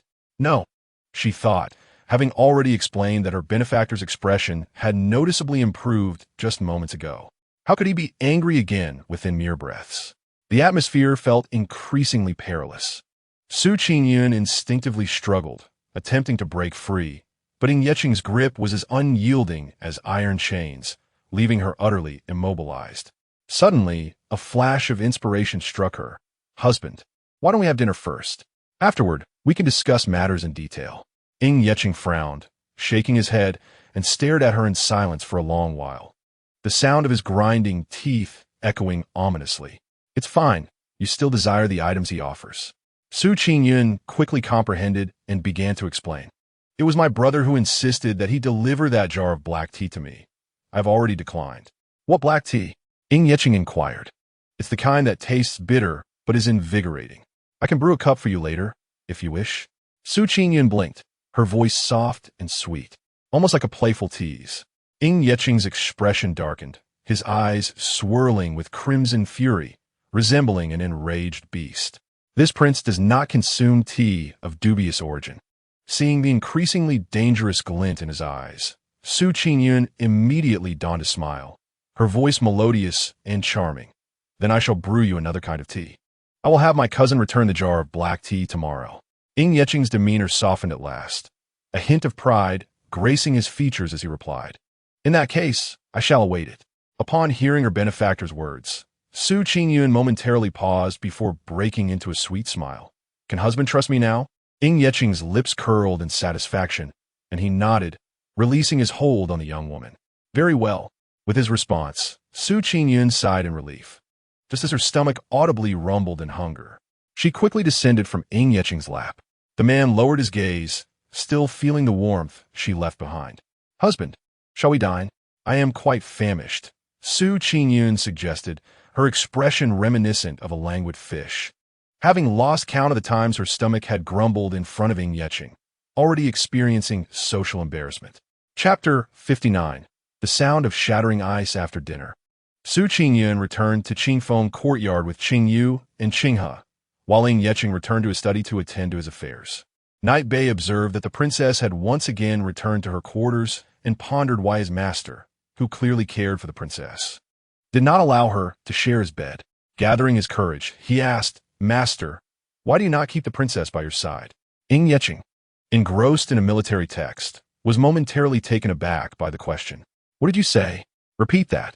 Night Bei discreetly glanced at his master, noting no signs of displeasure, and leaned in closer, whispering, It has been over a month since your wedding. Why has the princess not been summoned to your bed? Upon hearing this, Ying Yicheng delivered a sharp retort. If you have nothing better to do, why not scrub the chamber pots in a manner? Yi Bei felt wronged. He was merely considering his master's happiness, yet he bore the brunt of the disdain. After returning to Qingfeng courtyard, Su Qingyun, having freshened up, let her long hair cascade over her shoulders, dressed in her nightgown, and languidly reclined on the bed. Thoughts of Ying Yicheng's domineering embrace enveloped her, the faint aroma of bamboo lingering near her nostrils, causing her heart to flutter slightly. She instinctively pressed her hand against her chest, sitting upright, and chided herself, Su Qingyun, do not let your heart be swayed. This is an era where men may take multiple wives. Should you fall for him, and he were to wed a concubine, you would be doomed to an endless cycle of despair. With her eyes shut, she attempted to shake off the image of Ying Yicheng, yet eluded her grasp. Eventually, she found herself lost in thought, staring at the gauzy curtains, and unknowingly succumbed to slumber. The following day, upon his return from court, Ying Yicheng was greeted by the familiar sound of melodious laughter emanating from the grand garden. As he stepped inside, he beheld his young wife standing beneath a peach tree, her gown trailing on the ground, one hand clutching a handkerchief while the other reached up to pluck the delicate pink blossoms from the branches. A gentle breeze blew, sending the petals cascading down like a gentle rain of peach blossoms. The girl seemed to sense his presence behind her as she turned. A flurry of pink petals landed upon her lustrous black hair. Husband, these peach blossoms are nearly withered. May I gather some and make you peach blossom pastries? In the sunlight, her radiant smile and warm voice struck a chord in Ying Yicheng's heart, piercing through the shadows of darkness, melting the frost within him, and enveloping him in warmth. In that fleeting moment, it was as if the sound of glaciers shattering echoed through the air. The rhythm of his heartbeat resounded in his ears. He lifted his right hand gently, placing it atop her head, affectionately ruffling her hair. Su Qingyun was momentarily taken aback. This gesture, imbued with intimacy, seemed to close the distance between them significantly, causing her heart to race inexplicably. Unconsciously, she tightened and released her grip on the handkerchief, mirroring the chaotic cadence of her heartbeat and breath. Yi Bei, Yinan, and Qingyu Qinghe, aware of the situation, discreetly turned away to observe the garden scenery, though their hearts were anything but tranquil. They had never witnessed such a gentle side of the prince. It was indeed a revelation, struggling to steady her heart and breath. Su Qingyun opened her mouth, attempting to divert her thoughts. Ying Yicheng's fingers stirred slightly as he gently brushed away the peach petals that had settled in her hair. It turned out he was merely helping her. Perhaps she had overthought the matter. She offered a faint smile. Thank you, husband. The corners of his mouth lifted slightly, his tone gentle. I have matters to attend to. Take your time gathering. With that, Ying Yicheng turned to leave, but but Yi Bei leaned closer to Su Qingyun, inquiring curiously, "Princess, can these peach blossoms truly be used to make pastries? I've tasted them raw, and they were rather bitter. Wouldn't they turn out quite bitter in the end?" Su Qingyun chuckled. "Did you eat them raw? The blossoms need to be processed to remove the bitterness first." Not far away, Yi Cheng paused, turned his head, and spoke with an icy tone. "Yi Bei, do you intend to scrub every latrine in the palace?" Yinan, who was beside Yi Cheng, silently mocked Yi Bei. Su Qingyun stared blankly at Yi Bei, retreating several steps in quiet realization. No wonder she seemed to catch a whiff of something peculiar. Observing Su Qingyun's actions, Yi Bei glanced at Yi Cheng, donning a mask of anguish, and hurriedly followed his master.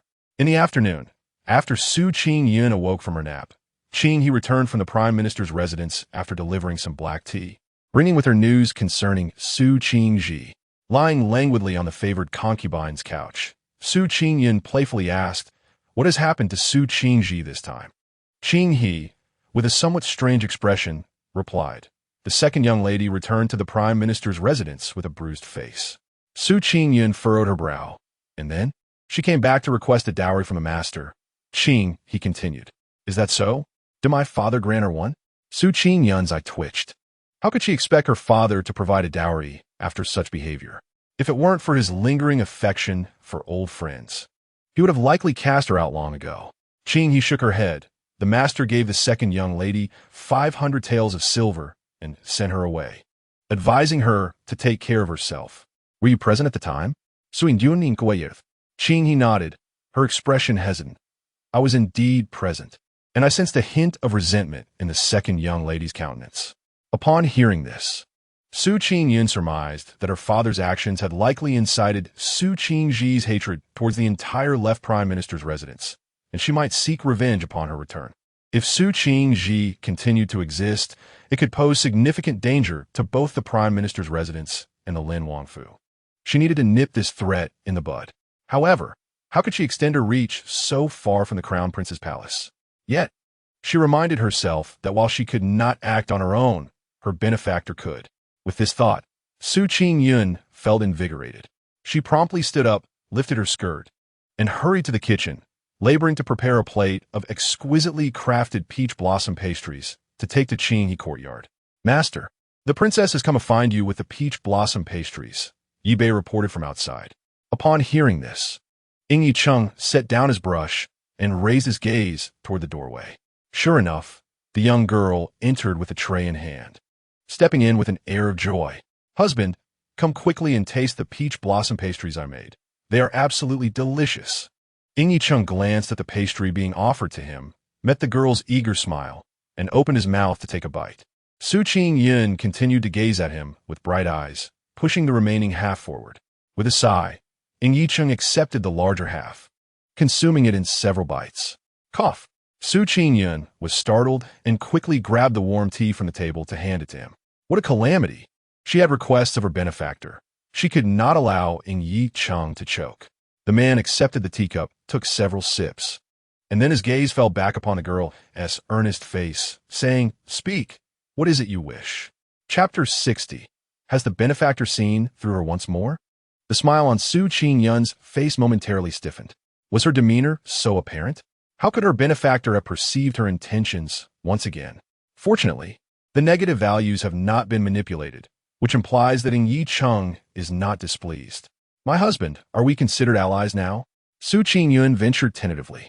Yi Cheng slightly nodded, silently observing her, awaiting her next words. Su Qingyun exhaled, her mind racing as she organized her thoughts. "You see, my second sister has entered the Grand Prince's residence, and I fear that her affiliation with the Grand Prince's faction may pose a threat to us in the future." Yi Cheng gazed at her with composure, remaining silent. Taking a deep breath, Su Qingyun bravely leaned closer to Yi Cheng's ear, whispering, "So, do we have any informants within the Grand Prince's residence? If so, we should act decisively to eliminate the danger before it escalates. What do you think, my husband?" Her seemingly innocent demeanor concealed a more cunning nature. A glimmer of appreciation flickered in Yi Cheng's eyes as he slowly nodded, his lips parting slightly. "What manner of demise do you envision for her?" His tone was casual, as if discussing the most mundane of matters. Could one truly choose the method of death? Indeed, he lived up to the rumors of being a merciless harbinger of doom, while her original intention was merely to suppress her sister's defiance. It was evident that her benefactor had other plans. Qingyun was momentarily taken aback, then weakly replied, "Well then, let her die swiftly." "Very well," Qingyun responded, his expression unchanged. Upon hearing her benefactor's assent, Qingyun felt a wave of relief. As she had anticipated, Qingyun possessed the means to address her concerns effortlessly. Qingji had been in the Grand Prince's residence for 7 days, ever since the incident at the palace. The Grand Prince Qingyun had not set foot in her small courtyard after inquiring about certain matters. Lying on her bed, she touched her slightly swollen face, her gaze shifting to the blooming roses outside the window, vivid as blood. At that moment, 2 maids clad in pale green dresses passed by, their conversation drifting to Qingji's ears with the breeze. "Have you seen the new Su Yangdi in the Grand Prince's residence? We thought she was capable, but it seems she has lost favor after just 7 days." A burst of suppressed laughter followed. "Indeed, she is the second daughter of the left Prime Minister's estate. And yet here she is, resorting to underhanded tactics to attract the prince's attention. It's truly shameful, offending the Shen Shufei upon her arrival. And now she's out of favor. I fear her days ahead may be even worse than those of a mere concubine, to be assigned to serve her. We must have drawn the short straw." Qingji furrowed her brow as she listened to the 2 women's unabashed discussion, her teeth clenched in frustration. The events of the flower banquet had been exceedingly peculiar. First, the previously indifferent Yao Shiwero had approached her, inviting her to admire the weeping crabapple blossoms. Then, the group of noble ladies surrounding her had shown her an unexpected warmth. Subsequently, they had gathered in the garden pavilion, sipping tea and chatting. Was it possible that the tea had been tampered with? However, they had all shared the same brew. Why had only she fallen victim? On that day, there was indeed something amiss. Before her lay an array of delicate pastries, and Yao Shiwero and others enthusiastically extolled their deliciousness. Unable to refuse their hospitality, she sampled several, initially perceiving no harm, yet in retrospect, it seemed decidedly peculiar. Additionally, the maid by her side, noticing her thirst, incessantly poured her tea, leading her to consume an excessive amount, compelling her to excuse herself to relieve herself. Halfway through, she began to feel an unsettling warmth enveloping her. At that moment, she sensed something was wrong. Despite having secluded herself in an unoccupied palace, even securing the door, she awoke to find herself in a grotto not far from the garden. Upon opening her eyes, she was confronted by the queen, the favored consorts, and a multitude of noble ladies. She yearned to explain her predicament, to absolve herself. Yet she was abruptly accused by Qingyun, who shifted the blame entirely onto her. Rendered speechless, she found it utterly despicable that her mother stood by, watching her exposed before the crowd, unwilling to drape even a cloak over her shoulders, stripping her of all dignity. Her original plan had been meticulously crafted. At the flower banquet, she intended to shine brilliantly, leveraging her reputation as a talented woman and her status as the second daughter of the left chancellor's household to secure a position as a primary consort among the royal princes. This would empower her to rival Qingyun, ensuring that Qingyun would lose everything. However, her plans lay in tatters, leaving her ensnared in a quagmire. On the first day at the Grand Prince's residence, she had assumed that, given the absence of a primary consort, her situation would not be so dire. To her astonishment, that very day, Lady Shun stormed into her courtyard with a retinue, proclaiming her intent to discipline her on behalf of the Grand Prince, declaring that the household would not tolerate a seductress, and then she struck her across the face. When had she ever endured such humiliation? In the Chancellor's residence. She had been pampered and had never faced adversity. Yet, on her very first day in the Grand Prince's abode, she was subjected to this disgrace, an event forever etched in her memory. The following day, she returned to the Chancellor's residence, hoping that her father would feel remorse and take action on her behalf. After all, Lady Shen's family was of a far lesser standing compared to Su He's, and she desired to teach Lady Shen a lesson. However, to her dismay, Sui declared he would not assist her, advising her to remain compliant in the Grand Prince's residence and avoid trouble. No matter how she pleaded, Sui remained unmoved. Resigned, she sought a compromise and delicately broached the topic of dowries, recalling the grand spectacle of Su Qingyun's wedding procession. She initially thought he might grant her at least half of what Su Qingyun received, but to her utter disappointment, he merely allocated her 500 taels of silver and dismissed her. Reflecting on this, Su Qingji's face blanched with fury, her eyes wide with disbelief. Had the Chancellor's household not been so pretentious, she would not have been subjected to ridicule by two insignificant maids. In the future, she vowed to make them all pay for their insolence. Su Qingji let out a cold laugh. Her sole opportunity now lay in regaining the favor and affection of the Crown Prince, and then meticulously plotting her way forward. She began to rack her brains for methods to win his favor.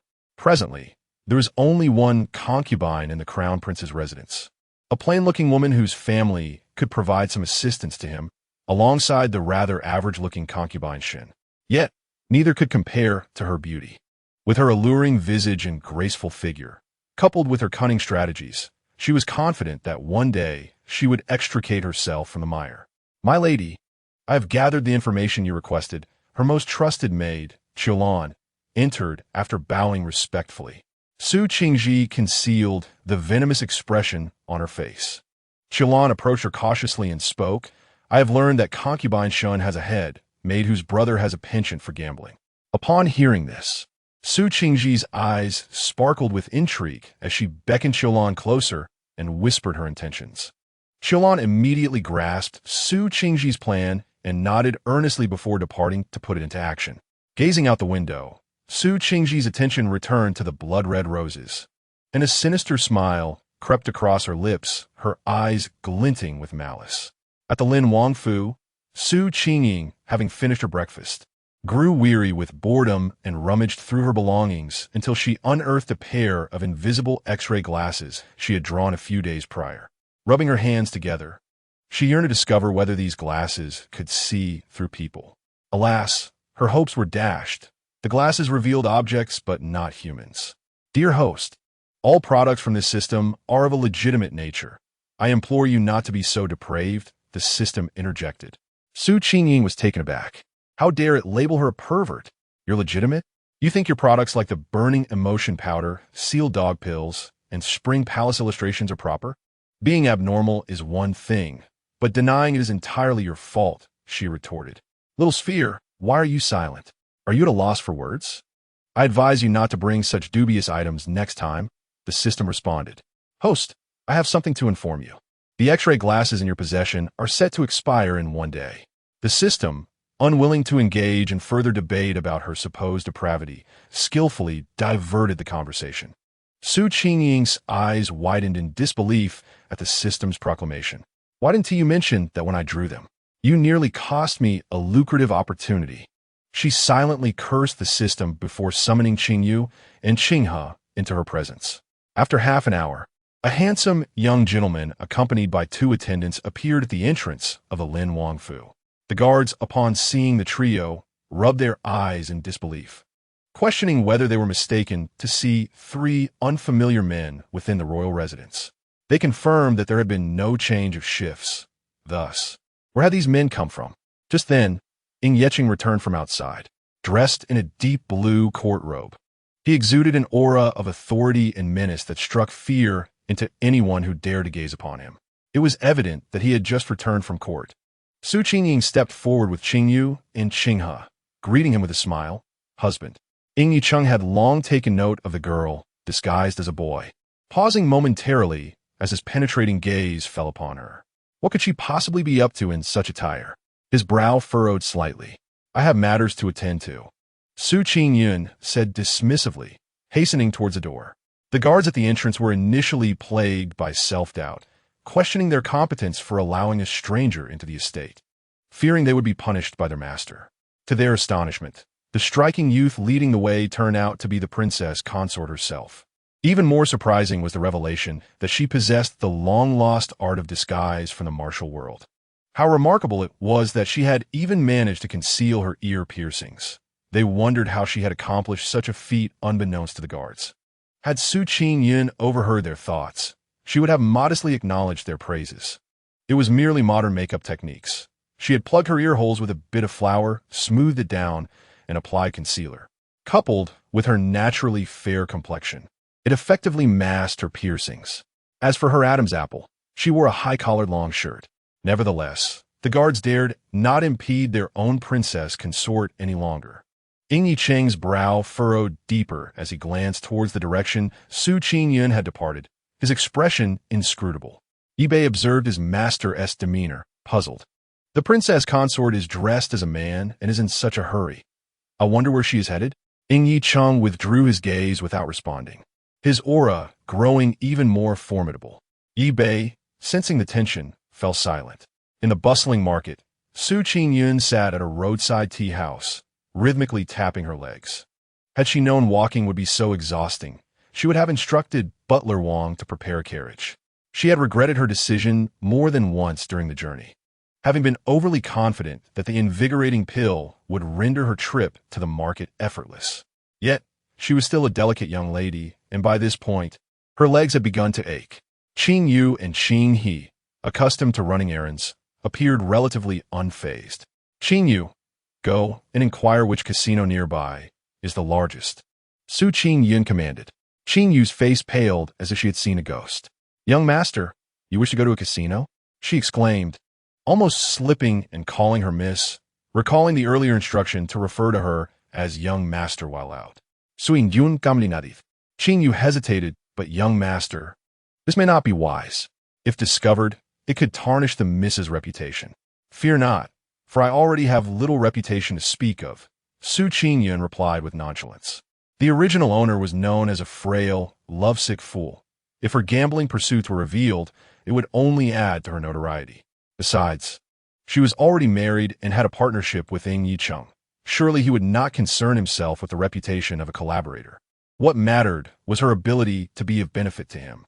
Seeing her unwavering determination, Qing Yu reluctantly agreed to seek out the shopkeeper for information.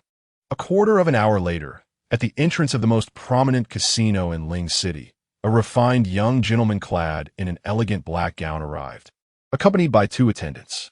At the entrance of the casino stood a colossal stone sculpture of a die, measuring 2 feet on each side, immediately revealing its identity as a gambling establishment.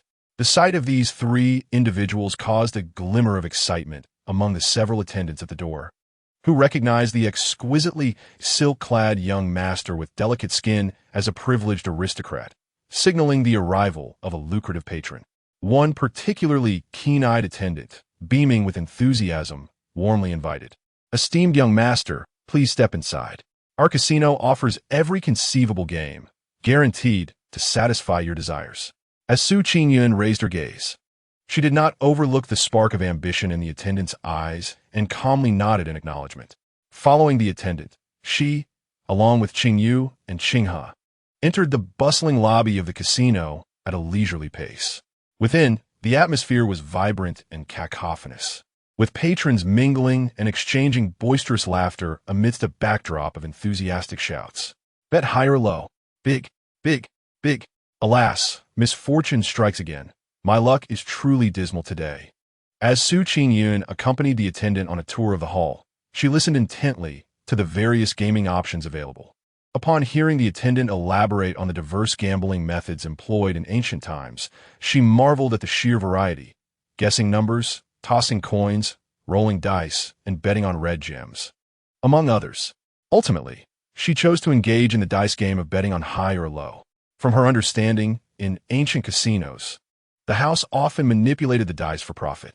The dealer would feign shaking the dice, and, upon announcing bets are closed, subtly adjust the outcome based on the patron's wagers, a skill that generally evaded the notice of ordinary players. This ensured that the house profited while the gamblers lost.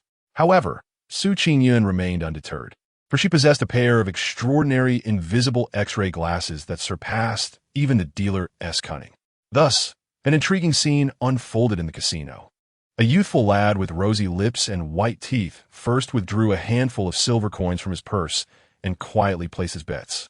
Regrettably, the young boy's fortune was abysmal. Whenever he bet on high, the dealer rolled low, and when he bet on low, the outcome was high. Out of 10 rounds, he only won once, and that was on his smallest wager. The onlookers, observing the boy's lavish betting, could only shake their heads in pity, lamenting his unfortunate streak, fearing he might lose everything that day. However, unexpectedly, after placing around 20 bets, the boy's luck took a turn for the better. He seemed possessed by the spirit of a gambling deity. His winning streak prompted the surrounding gamblers to eagerly follow suit, and, astonishingly, they too began to amass considerable winnings. While the patrons reveled in their fortune, the dealer, drenched in sweat, wiped his brow in trepidation. Today, he had encountered a formidable challenge. If this continued, the boy might very well claim the casino's entire profits for the month. Stealthily, he signaled to the attendant beside him. The attendant, understanding the cue, promptly dashed upstairs to the casino's upper level.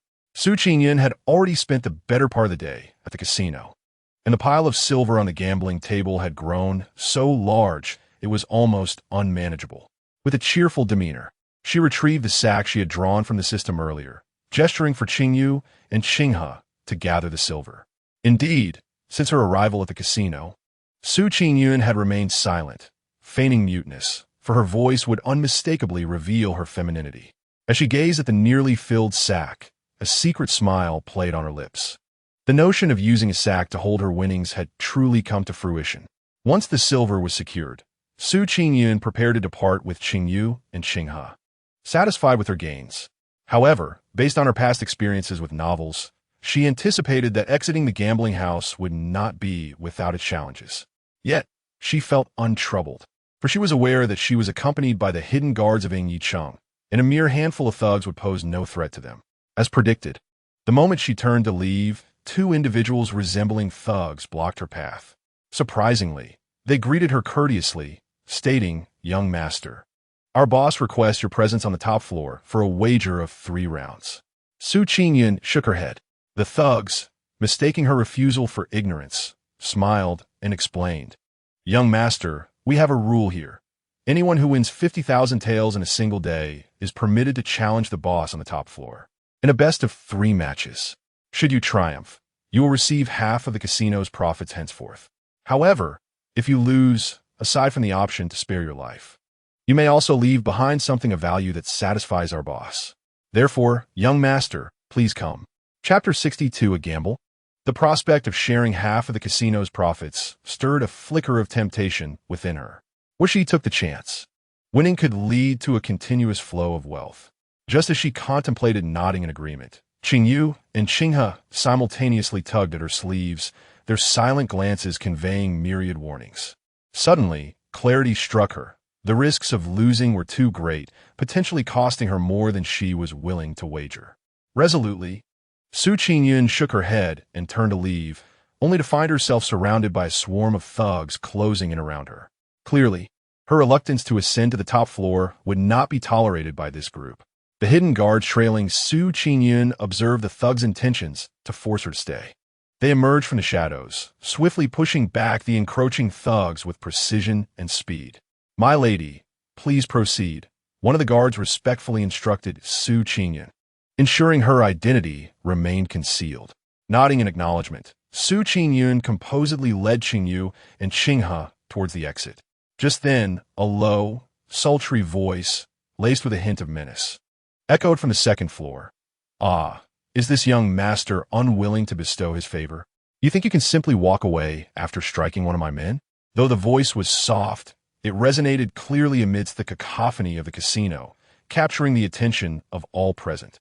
The 2 hidden guards from the Lingwang Manor exchanged wary glances. Clearly, they were in the presence of a formidable opponent, one whose martial prowess might surpass their own. Unbeknownst to anyone, they silently exchanged unspoken communication, their expressions grave. Upon hearing the words, Qingyun turned, her gaze involuntarily drifting to the second floor. There, she beheld a man of exquisite appearance clad in a crimson robe, vibrant as blood. His garment was slightly open at the collar, revealing a hint of his alluring collarbone. He leaned lazily against the railing of the second floor, gently swaying a folding fan, his enchanting phoenix eyes slightly arched, lips curled into a beguiling smile. Their eyes met, and she felt as though the amber depths of his gaze harbored a sickly, dark gleam, exuding an astonishingly seductive aura. Su Qingyun inwardly rolled her eyes, cursing. "What monster! You perverse wretch, smile if you dare, and I shall ensure you laugh until your heart's content." She was wary of speaking, as it might reveal her identity as a woman, and observed that he seemed unwilling to let them depart. Silently, she formed a hand gesture, calculating that engaging him in a fierce battle would likely lead to dire consequences. This situation appeared precarious. Perhaps it would be wiser to ascend and engage him. Biding for time, Su Qingyun signaled to her two shadow guards. Uncertain if they could comprehend her intent, yet she boldly stepped forward, slowly intending to ascend the staircase to the second floor. "My lady, it is unadvisable," the two shadow guards, their faces devoid of expression yet betraying a hint of anxiety, swiftly blocked her path.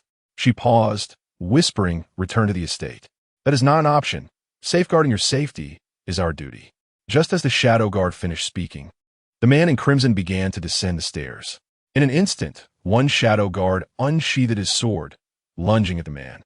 The other guard quickly whisked Su Qingyun away from danger.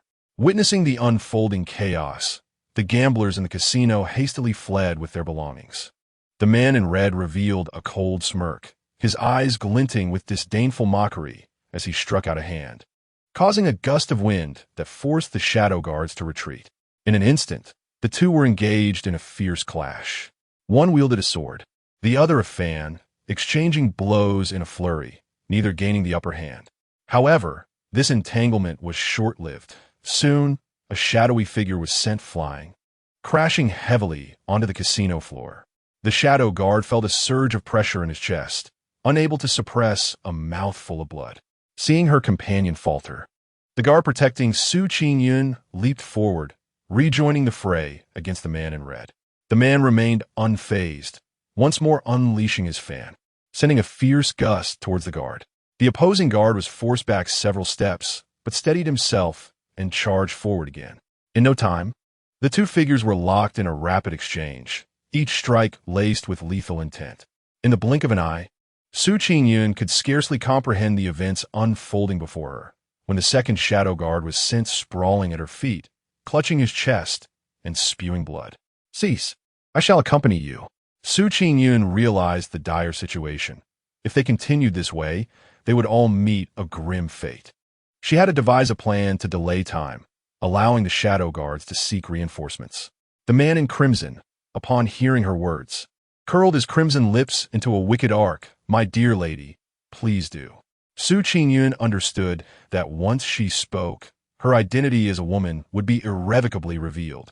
Yet at this moment, such concerns paled in comparison to her intention of, "Wait, She was about to speak. Unexpectedly, the man in red suddenly approached Su Qingyun, a wicked smile deepening at the corners of his mouth. In a swift motion, he extended his pale, slender finger to rest against her crimson lips. "Hush!" Su Qingyun thought to herself, "Is this person insane?" She silently took a step back, distancing herself from the lunatic. "Miss Su, please." The man in red stood upright, a smile gracing his face as he gestured invitingly.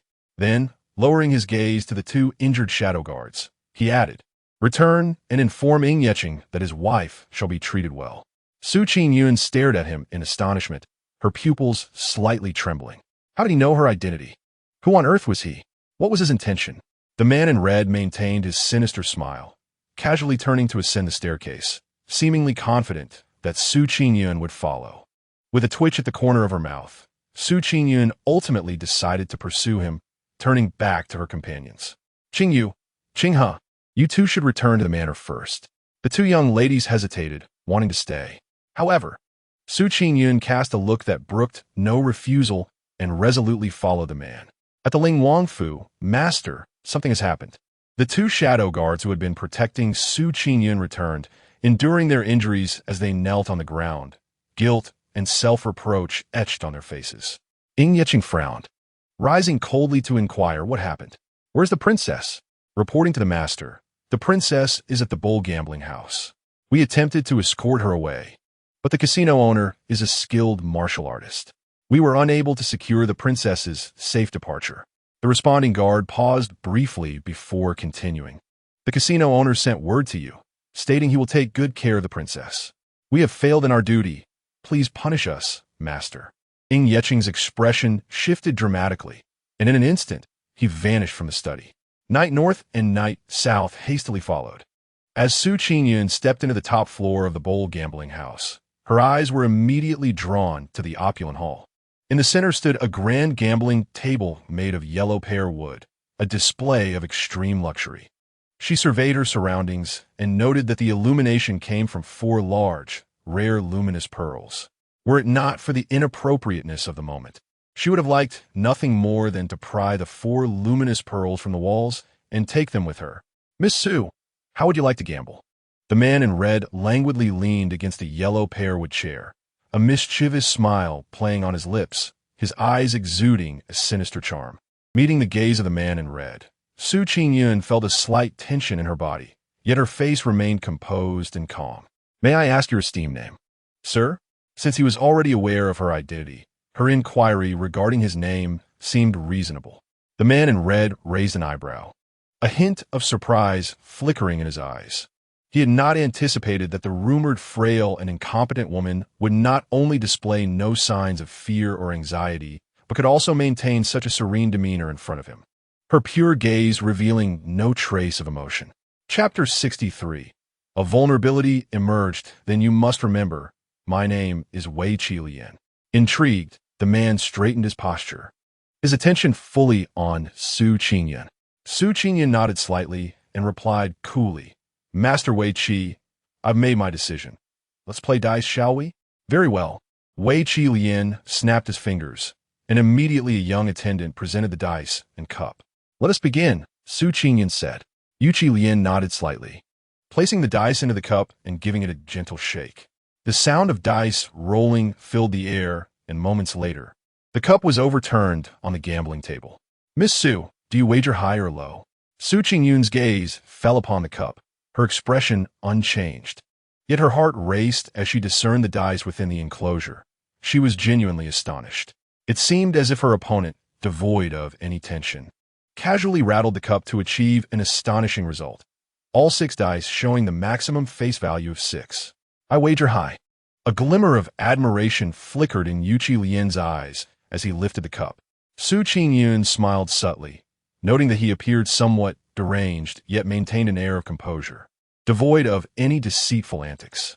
You've won this round, Master Yuqi. Please proceed. Yu Qilian narrowed his eyes slightly. The next round will not be so simple. Qingyun mantanda tranquil diminer. He resumed his previous motions, and after 10 breaths, he halted, his gaze directed at Su Qingyun, prompting her to make a guess. Su Qingyun hesitated, contemplating whether to speak.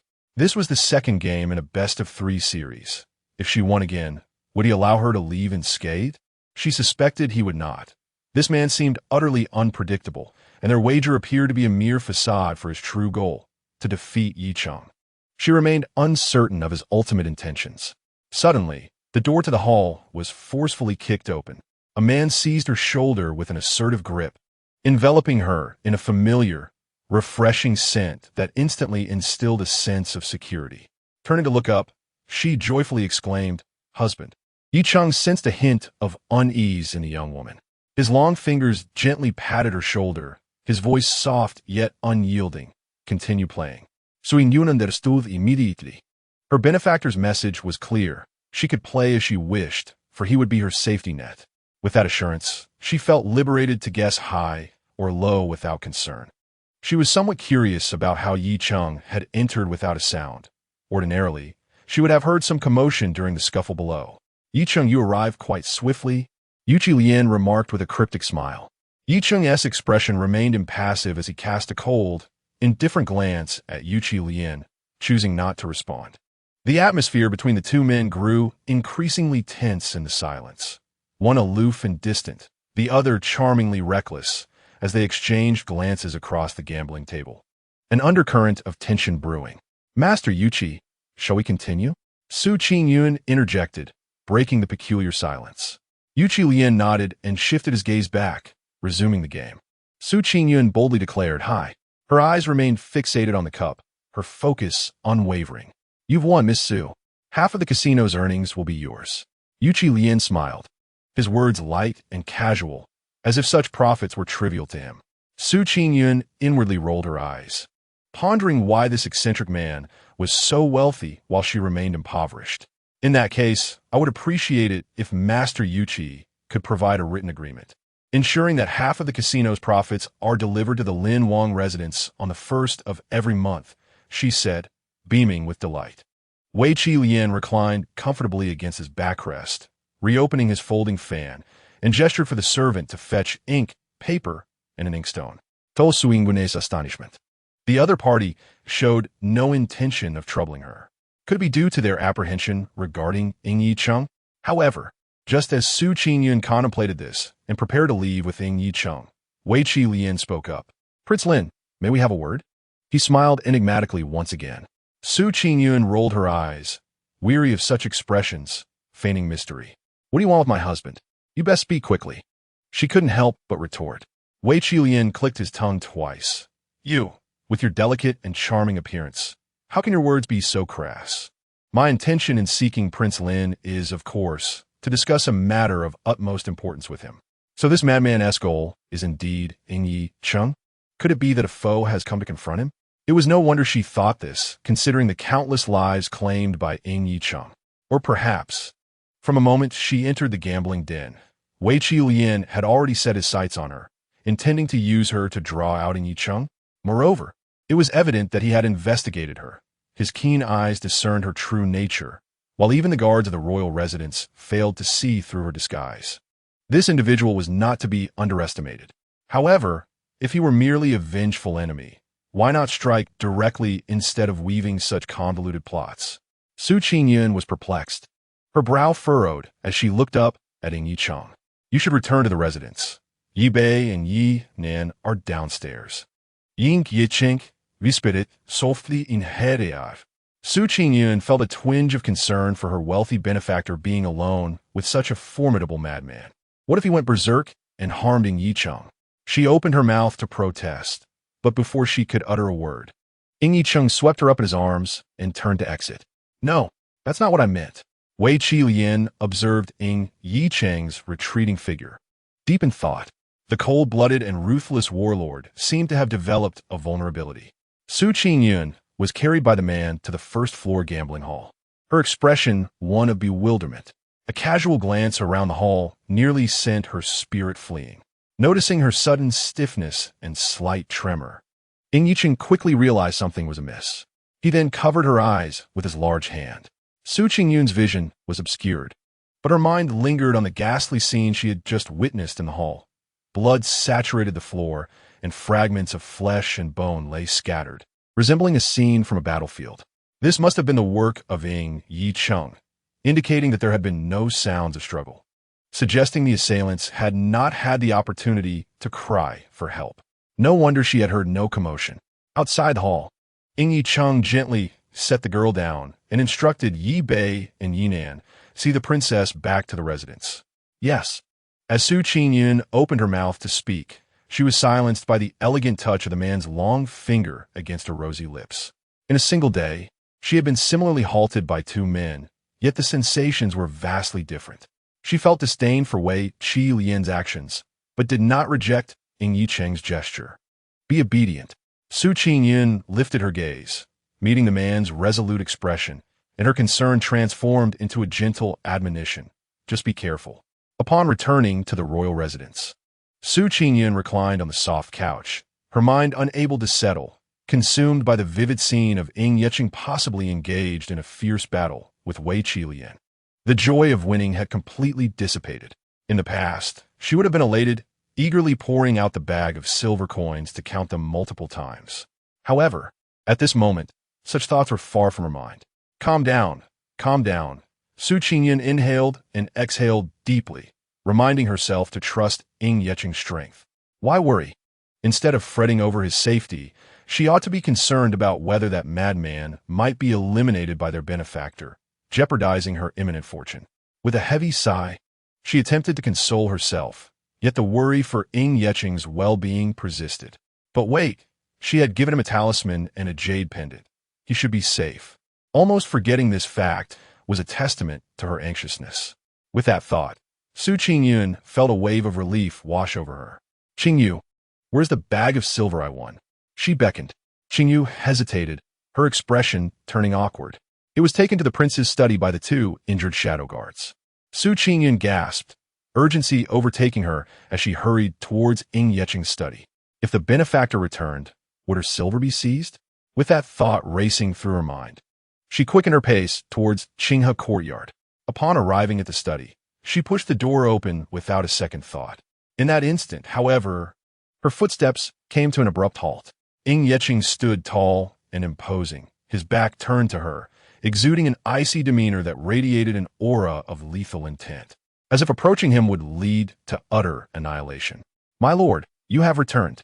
It is such a relief to see you unharmed," she exclaimed with a sweet smile, yet instinctively retreated several steps, too apprehensive to enter. As the negative energy radiating from him intensified, her fear escalated. Noticing the commotion at the door, Ying Yeching turned. His expression serene, yet his deep-set eyes glinted like a hawk soaring through the skies, sharp and penetrating. The formidable presence intimidated Qingyun, causing her to take another step back. "Come here," he commanded in a low voice, with her negative energy increasing by another 10,000 points. Qingyun hesitated for a moment before reluctantly entering the study. The door was discreetly closed by Yi Bei, who was astutely aware of the atmosphere. She glanced at the door, then at Ying Yeching, feeling utterly despondent. "My lord, what is the reason for summoning me?" Ying Yeching's brows furrowed, his cold gaze piercing through her. "What do you think?" Qingyun froze, about to respond, but he continued, "As a princess, associating with gambling dens and causing trouble. This is the stability you promised?" Her heart sank. She realized she had indeed underestimated the situation. It appeared that Ying Yeching intended to settle accounts. Accepting her fault, she nodded slightly. "My lord, I apologize. I understand my mistake, and I assure you I will never return to a gambling den again." The coolness of Ying Yeching softened a fraction. "Moreover, I have won 50,000 taels of silver today to present to my husband. With so many soldiers under his command, the military funds allocated by the emperor must surely be insufficient. Would it not be wiser to reserve this silver for the soldiers as military expenses?" The maiden's voice was sweetly innocent, her words flowing from her crimson lips, and the corners of her eyes gently arched, her pure gaze brimming with sincerity. One could hardly perceive the distress of a little money lover about to part with a substantial fortune. In truth, she felt no sorrow. She held the soldiers who protect the homeland and sacrifice for the nation in the highest regard. No matter where she went, these admirable soldiers were deserving of her utmost respect. If there remained any place in this world that could offer him solace, it would undoubtedly be the military camp where he had spent 4 long years. Seeing the man press his lips together in silence, Qingyun caught a glimpse of a sack of silver in the corner and smiled brightly, laboriously dragging it before Ying Yeching.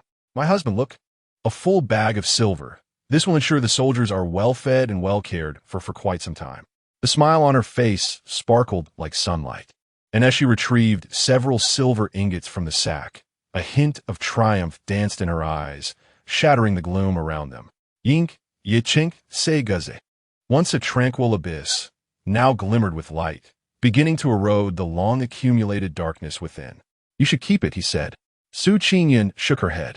"I said I would give it to them, and I shall. I can earn more silver." Ying Yeching regarded her steadily. The chill in his eyes dissipated. "Are you not in need of money?" Qingyun's smile faltered. It seemed he had seen through her money-loving nature. Indeed, she had been rather blatant when he first presented her with silver notes. "I do have a fondness for money, but currently, I have no urgent need for it." Ying Yeching cast her a sidelong glance, his gaze profound. "No need. I can provide for the soldiers."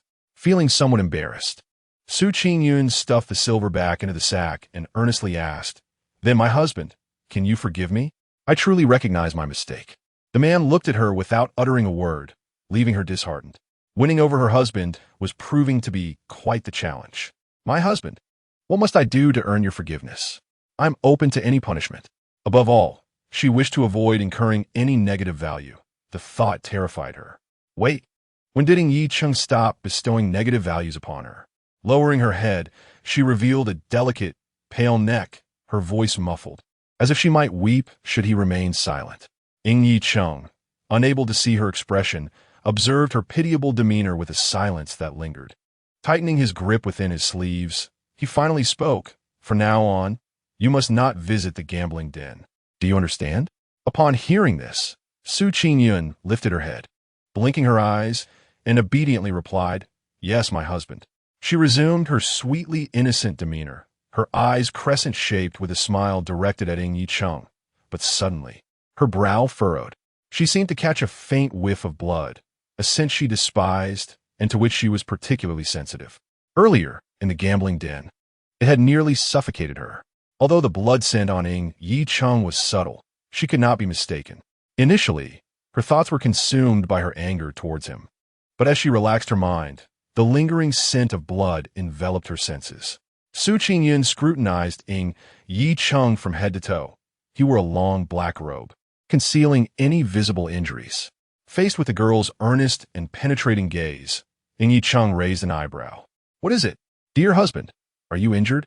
Qingyun inquired, unable to discern any wounds. Yi Chung replied nonchalantly, It's just a minor injury. Furrowing her brow, Qingyun questioned, What do you mean by minor? If it's just a small injury, shouldn't you apply some medicine? Even minor injuries can become infected, and if that small injury develops into something serious, my support will be lost. Without further thought, she boldly commanded, forgetting entirely that they were in ancient times. Take off your clothes. At her words, a stir was heard from outside the study. The hidden guards surrounding the room were taken aback by the princess's audacity, not expecting the situation to escalate to her wanting to undress her master. Yi Cheng's dark, profound eyes fixed intently on her. What did you say? Oblivious to the commotion outside, Qingyun frowned and repeated, Take off your clothes. A hint of mischief flickered in Yi Cheng's cold gaze as he leaned closer, his voice low and husky. Are you certain? Certain? What uncertainty could she possibly have? Without hesitation, Qingyun nodded, Absolutely. Yi Chung regarded her with a deep gaze before raising his arms. Aren't you the one supposed to undress? Qingyun questioned, feeling perplexed. Yi Cheng's tone remained indifferent. With a mixture of frustration and indignation, she moved to stand beside him, starting to loosen his garments. However, she soon found herself struggling at the waist, bewildered by the intricate design of ancient belts that seemed impossible to untie. Her soft, warm hands fumbled at his waist, and when she brushed against his lower back, a jolt of electricity surged through her, igniting a warmth that spread through her limbs. Yi Cheng's gaze fell downwards, landing on the girl's delicate neck, pale as jade, causing his breath to quicken. His obsidian eyes stirred with tumultuous emotions. He was tormenting himself. Turning away, he squeezed his eyes shut, yet the sweet, unfamiliar fragrance emanating from her was inescapable. Perhaps you should undress yourself, dear husband. I can't seem to untie this belt. Qingyun said, her tone tinged with a hint of grievance, entirely unaware of the restrained longing in Yi Cheng's eyes. He responded, his voice low and gravelly. He swiftly turned, adeptly removing his outer robe, followed by his inner shirt, revealing an expanse of his back, an unexpected feast for the eyes. The robust and muscular back of the man loomed before her, his healthy, sun-kissed skin defined with exquisite texture, exuding strength and resilience. The intersecting scars that adorned his back, although faded, contributed an air of formidable authority befitting the undefeated war god of the borderlands, Prince Ying. The world recognized him as the ruthless and cold-blooded General Ling, yet remained oblivious to the past concealed beneath his garments. What trials and tribulations of bloodshed must he have endured to uphold his dignity, to forge the fearsome reputation he commanded, and to carve a bloody path amongst the multitude of princes? Qingyun had gained a glimpse into this, witnessing the old scars etched upon him. Noticing her prolonged silence, Yi Chung assumed she was intimidated and casually inquired, What is it? Are you afraid? Her thoughts were abruptly interrupted by his crisp voice, and her gaze fell upon a fresh wound on his back. "I'm not afraid, my lord. I shall tend to your injury at once," she replied. With that, she retrieved the miraculous ointment he had previously entrusted to her, placing it upon the desk, before maneuvering a chair behind him. Gently, she patted his back, saying, "My lord, please sit, or I shall find it difficult to apply the medicine." Chapter 65. Reluctance to share the bed? Heeding her request, Qingyun settled into the chair. Qingyun examined the wound, approximately 5 centimeters in length. Fortunately, the injury was shallow, merely a fresh cut atop an older scar, blood seeping from the new wound, creating a distressing sight of combined injuries. She opened the jade vial, dipped her fingertips into the medicine, and delicately applied it to the wound. Qingyun could feel the careful ministrations of the young woman on his back, prompting him to ponder. Such minor injuries had never garnered his concern in the past. He had endured far worse, so much so that he could scarcely remember them all. These trivial wounds would heal within days, unnoticed by anyone. "All done," she announced.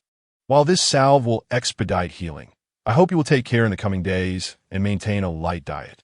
Her fair complexion radiated warmth. Her eyes curved with gentleness, her voice soft as a whisper, and her smile bright as a sunflower, dispelling the last remnants of coldness from his gaze. "Understood," he replied, his voice low and rich, warmth now evident in his eyes. Pleased, Qingyun nodded and took her leave. As evening approached, Qingyun returned to Qingfeng courtyard after a long absence, dining with the young woman.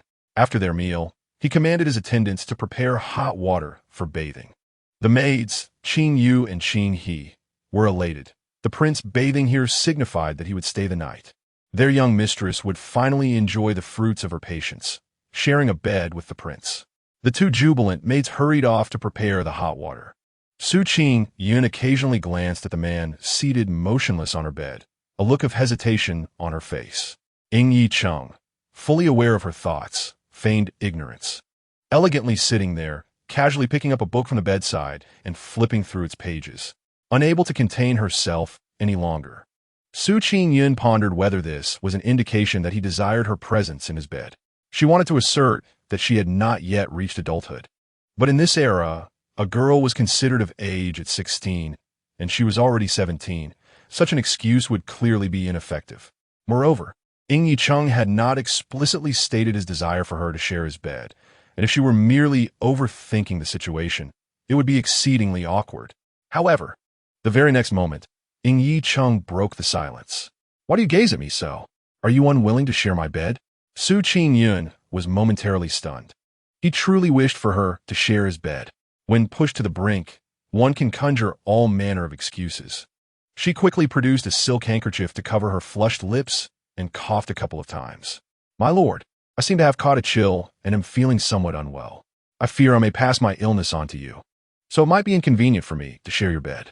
Qingyun's lips curled ever so slightly, his indifferent gaze betraying a hint of mischief. "No matter. This prince does not mind." Qingyun gasped, momentarily choking and succumbing to a fit of coughs. Qingyun observed her for a moment, stood up, and handed her a cup of warm tea from the bedside table, gesturing for her to take a sip and compose herself. After taking a sip, Qingyun continued to cough, her face flushed, and it took her a while to regain her composure. "Is the thought of sharing my bed so distressing to you?" Qingyun inquired, his gaze penetrating. "It is not distressing, but I have heard that such an act can be quite painful, and I fear the pain," Qingyun confessed, closing her eyes and resolutely voicing her fears. Observing the rosy hue on her cheeks, Qingyun's chest quivered slightly, and he replied with an almost imperceptible chuckle, "I can be gentle. Is that truly a human sentiment?" Qingyun thought, feeling a surge of indignation, wishing to refuse. Yet, she understood that sharing the bed was an inevitable reality. She hoped that day would arrive later rather than sooner. She also recalled that she was now the legitimate wife of Qingyun. Having entered the Lin Wang residence, she would belong to him for life. Even if she were to be cast aside, none would dare marry a woman who had once been wed to Qingyun. "My lord, the hot soup is ready." A voice called from outside. Qingyun cast her one last glance before departing. when he returned after bathing and entered their chamber. Qingyun had already washed and changed into a pale pink nightgown, lying on the fragrant wood bed with her eyes closed, seemingly asleep. Qingyun stood by the bed, looking down upon her. The youthful innocence of her sleeping face, flushed as if adorned with rouge, presented a picture of tranquility, save for the slight irregularity in her breathing. Qingyun was indeed feigning sleep, but she had underestimated Yicheng's keen senses. He had already seen through a ruse. "How much longer do you intend to pretend to be asleep?" His low voice reached her ears. Qingyun resolutely kept her eyes shut, mentally urging herself. "He is trying to deceive you. Do not fall for it. Continue pretending." Noticing her slightly quivering eyelashes, Yicheng chuckled silently, then lifted the blanket and lay down beside her. For a brief moment, Qingyun's body stiffened, and then the candle flame was extinguished by the breeze of Yicheng's hand. The steady rhythm of his breathing filled her ears, and she exhaled softly in relief. As soon as she relaxed, she found herself enveloped in the embrace of Yicheng, rendering her immobile. The proximity between them was so intimate that their breaths intertwined. Qingyun nervously swallowed, sensing that events were inevitably taking a turn today. With a boldness reminiscent of a carefree pig unafraid of boiling water, she declared, "Husband, come forth, I am prepared." After all, it was merely a matter of sharing a bed. If the partner were Yicheng, she would not be a loss. It could be considered a fortunate encounter. He was exceptionally handsome, and upon reflection, it did not seem so bad. After all, in her past life, she had been untouched. Now, married to Yicheng, no one else dared to approach her. Why not savor the experience of a man? Since resistance was futile, she might as well recline and enjoy. In the darkness, Yicheng observed the young woman, perceiving her tension through the thin fabric that separated them. Yet, it appeared that she had somehow prepared herself mentally, as her anxiety seemed to dissipate. Qingyun took several deep breaths, readying herself for what was to come. However, Yicheng leaned closer and softly stated, "It is getting late. I am weary." Qingyun was taken aback. Was he jesting? She was not yet ready to share a bed, and this was fortuitous. As she attempted to turn, she remembered that she was still ensconced in his arms. "Sleep, then." Qingyun took a deep breath, conceding her fate. What else could she do but sleep? Gradually, the tension in her heart subsided, and her taut nerves relaxed as she listened to the steady rhythm of the man's breathing, sleepiness gradually overtaking her. In the dead of night, a sharp pain jolted her awake. In the darkness, the man's keen eyes snapped open, his ears catching the muffled whimpers of the girl, akin to a wounded kitten. Yicheng furrowed his brows and swiftly ignited a candle within the room.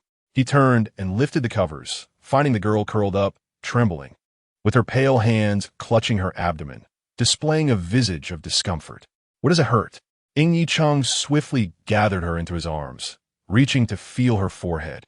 Qingyun opened her half-dreaming eyes, leaning against him, her body quivering as she softly replied, "My stomach hurts terribly."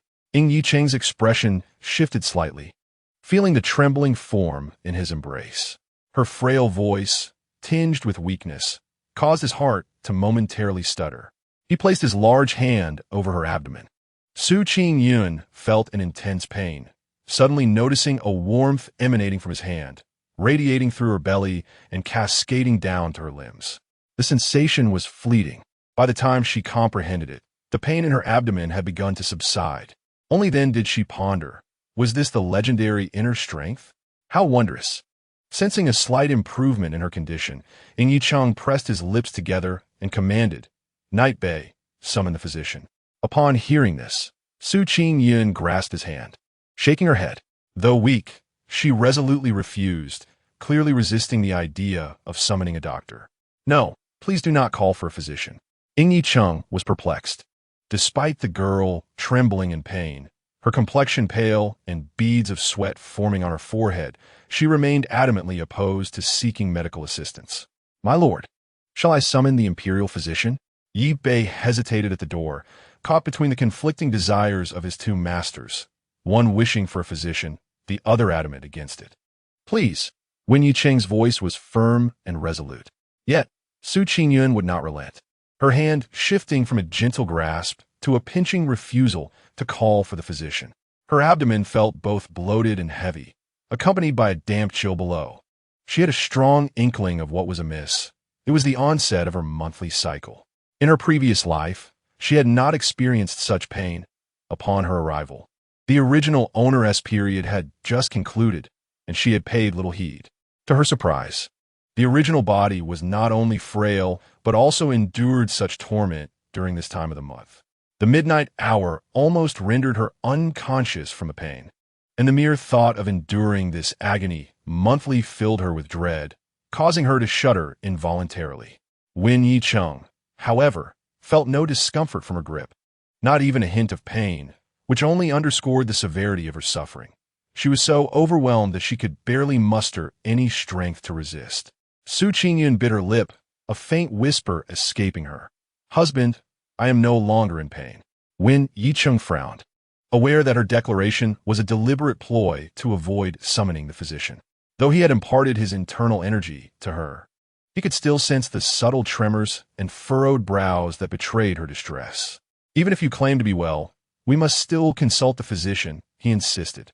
Yi Bei, momentarily taken aback, was about to be summoned when, quite unexpectedly, a pair of soft, warm arms encircled his waist, and the girl pressed her delicate lips against his neck. The sensation sent a wave of warmth coursing through him, his breath quickening and a tumult of emotions swirling within his gaze. Su Qingyun was momentarily stunned, hastily pulling away her lips. She merely intended to explain her situation discreetly, but her weakened state caused her to collide against Wen Yicheng's neck. "Husband, I assure you I am fine. It is merely my period," she confessed, her cheeks flushed with embarrassment. Why must she disclose such a matter to him? Wen Yicheng had emerged into a world shrouded in darkness, having never interacted with women. The only person who could have educated him on such matters, his wet nurse, had perished in the palace, and later, he had entered the military, becoming a formidable warlord, further isolating him from such discussions. Consequently, he remained entirely unaware of what a monthly cycle entailed. As Su Qingyun gazed up, she could only discern the rigid line of Wen Yicheng's jaw, unable to see the slight bewilderment that flickered across his features. Realizing that the topic might be beyond his comprehension, she cleared her throat and, blushing, offered a brief explanation of what a monthly cycle was. Wen Yicheng listened attentively, his expression impassive yet earnest, eventually nodding slightly to indicate his understanding. At that moment, Yi Bei's voice rang out from outside.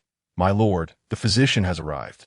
Hearing this, Su Qingyun inwardly cursed Yi Bei for his swiftness. She truly did not want the physician to enter. Closing her eyes, she buried her head in Wen Yicheng's embrace, her voice muffled against his chest. "I am fine. I will be well in a few days. If you dare to summon the physician, I shall die of shame and indignation." Wen Yicheng's gaze darkened slightly, a hint of hesitation evident, and suddenly he tightened his hold around her waist. "If it pleases you, dear husband, would you warm my abdomen with your hands?"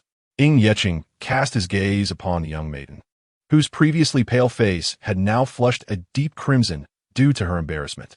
With a sigh of resignation, he coldly instructed someone outside to send the physician away. Su Qingyun exhaled in relief and called for Qingyu and Qinghe to come in. She felt uncomfortable and sticky below. Ying Yicheng said nothing, gently placed Su Qingyun back onto the bed, covered her with the quilt, and summoned Qingyu and Qinghe before stepping outside. After Qingyu assisted her in changing into a fresh set of clothes, Qinghe replaced the bedding. When Ying Yicheng returned, he found the young lady lying on the bed, her brow furrowed, sleeping restlessly. He simply lifted the quilt and lay down beside her, his warm hands softly resting on her abdomen, gently kneading it. Upon seeing her relax and her breathing stabilize, he finally closed his eyes and embraced her into slumber. Outside, the half-asleep physician Liang, roused from his slumber in the dead of night, struggled to keep his eyelids open while waiting for Prince Lin to summon him for a consultation. After a lengthy wait, he was met with the brief command to return home. Liang sighed. Why must misfortune always befall him? The Princess Lin was indeed his greatest nemesis in this lifetime. "Physician Liang, I shall escort you back," said Yi Bei, extending his hand and swiftly taking Liang away. The following day, Su Qingyun, in a daze, felt someone gently kneading her belly. As she slowly opened her eyes, she found Ing Yeching's handsome face looming close. Blinking in confusion, she asked, "Husband, why have you not gone to court?" Ing Yeching, unhurriedly retracting his hand, replied in a calm tone, "It is a day of rest." The gentle rays of the morning sun streamed through the wooden window, illuminating his face, revealing dark circles beneath his eyes, suggesting he had not slept well the night before. Su Qingyun, puzzled, inquired, "Husband, did you not sleep well last night?" Ing Yeching, without haste, lifted the quilt and got out of bed, dressing himself without calling for anyone to attend to him. "I did sleep," he stated. Su Qingyun also sat up, leaning against the headboard, rubbing her eyes. Unable to resist, she stifled a yawn, feeling languid. Ing Yeching glanced back at her, noticing her continued fatigue, and said, "If you are tired, sleep a little longer." No one in the manor would dare say otherwise. However, Su Qingyun patted her flat abdomen and earnestly remarked, "But I am hungry." Ing Yeching initially intended to suggest that she eat after waking, but he indeed heard faint sounds from her stomach. A smile tugged at his lips, a hint of fondness flickering in his eyes. He then called for Qingyu to assist her with her morning routine before stepping out of Qingfeng courtyard. When Qingyu entered with hot water, she found her mistress lazily reclined on the bed. Last night, she had been excited, only to receive news in the middle of the night about her mistress attending the Kuei ceremony, which had left her feeling disappointed for having missed a good opportunity. As she assisted Su Qingyun with her washing, she comforted her, "Miss, do not worry. Though it did not happen yesterday, there will be many opportunities in the future. I have observed that the prince seems to care for you. Indeed, what man would shy away from the ladies of the manor attending the Kuei ceremony? Unlike other men, their prince not only showed no signs of disdain, but, as she heard from Yi Bei, he had even summoned a physician for her. In truth, Yi Bei was aware that the princess was unwell, but he was oblivious to his visit to Kuei and casually mentioned to Qingyu that he had summoned the imperial physician the previous night. Su Qingyun felt utterly dispirited. Although her discomfort had lessened since last night, she still lacked vitality and had little appetite, responding languidly with a mere hum. Chapter 67. Just like the prince's breakfast was personally delivered by the steward, who ensured that it was of the same standard as that of Ing Yeching. Su Qingyun gazed at the steward with confusion, inquiring, "Steward Wang, what is the meaning of this?" With a smile, Steward Wang respectfully replied, "The prince has instructed that from now on, your meals, my lady, will be identical to those of the prince." Upon hearing this, Su Qingyun's face lit up with joy, and her discomfort seemed to diminish. She had always envied Ing Yeching's meals and was pleasantly surprised by the kindness of her benefactor. This breakfast was a delightful experience for her. Afterward, she instructed Qingyu to move a reclining chair to the front courtyard, basking in the sunlight and lazily closing her eyes to rejuvenate.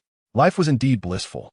On the other side, in the first prince's residence, Su Qingji's life was far from pleasant. She was compelled to rise early each day to pay her respects to the concubine Bei and was frequently subjected to the ire of concubine Shun.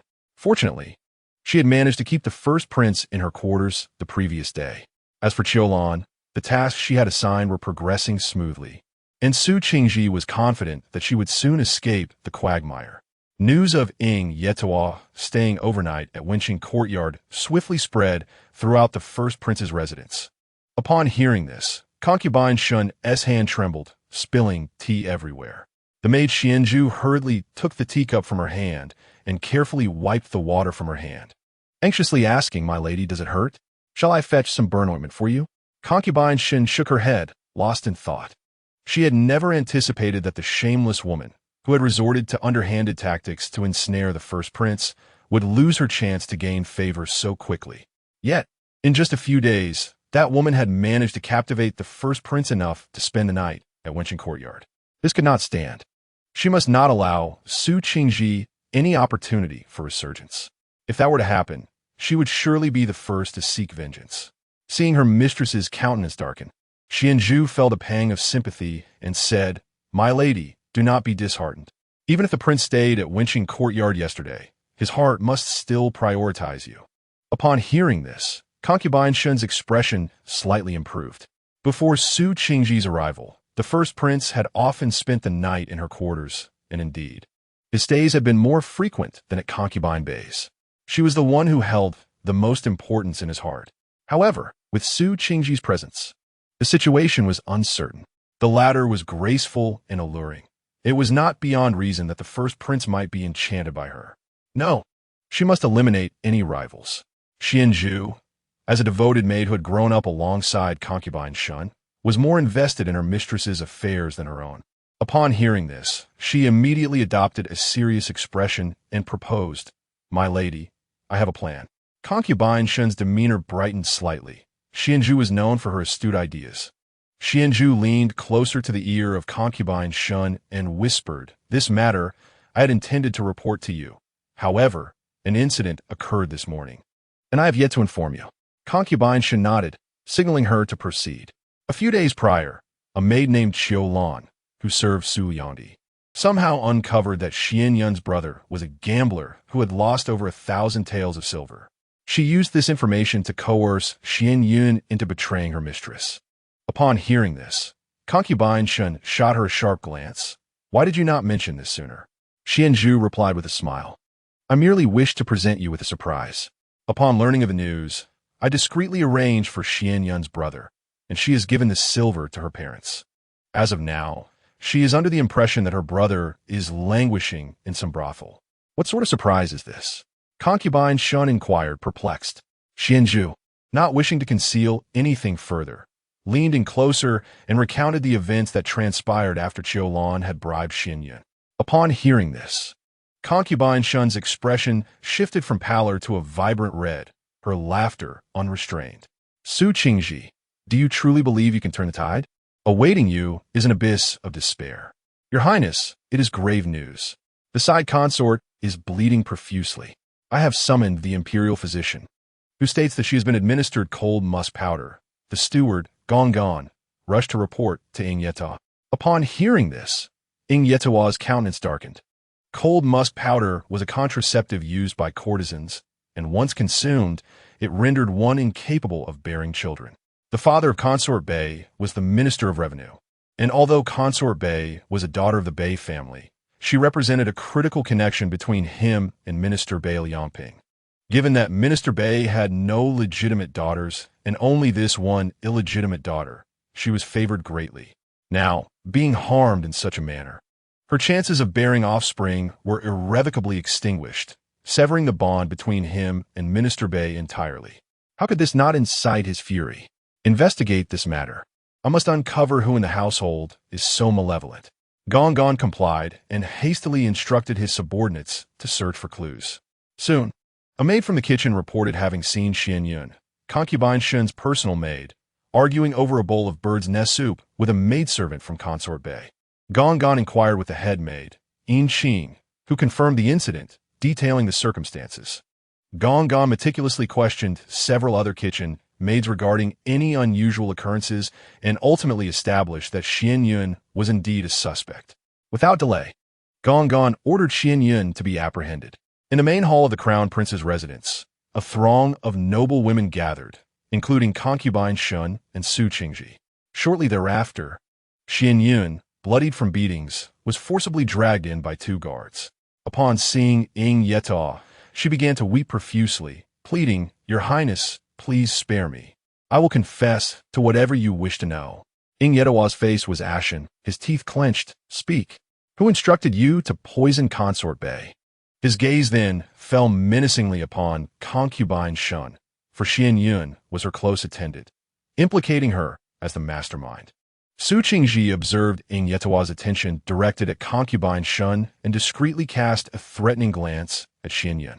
The crown prince, growing impatient, urged, "Speak quickly." He had already discerned the mastermind behind the scenes. He merely required evidence. Otherwise, the maid would have been dealt with long ago.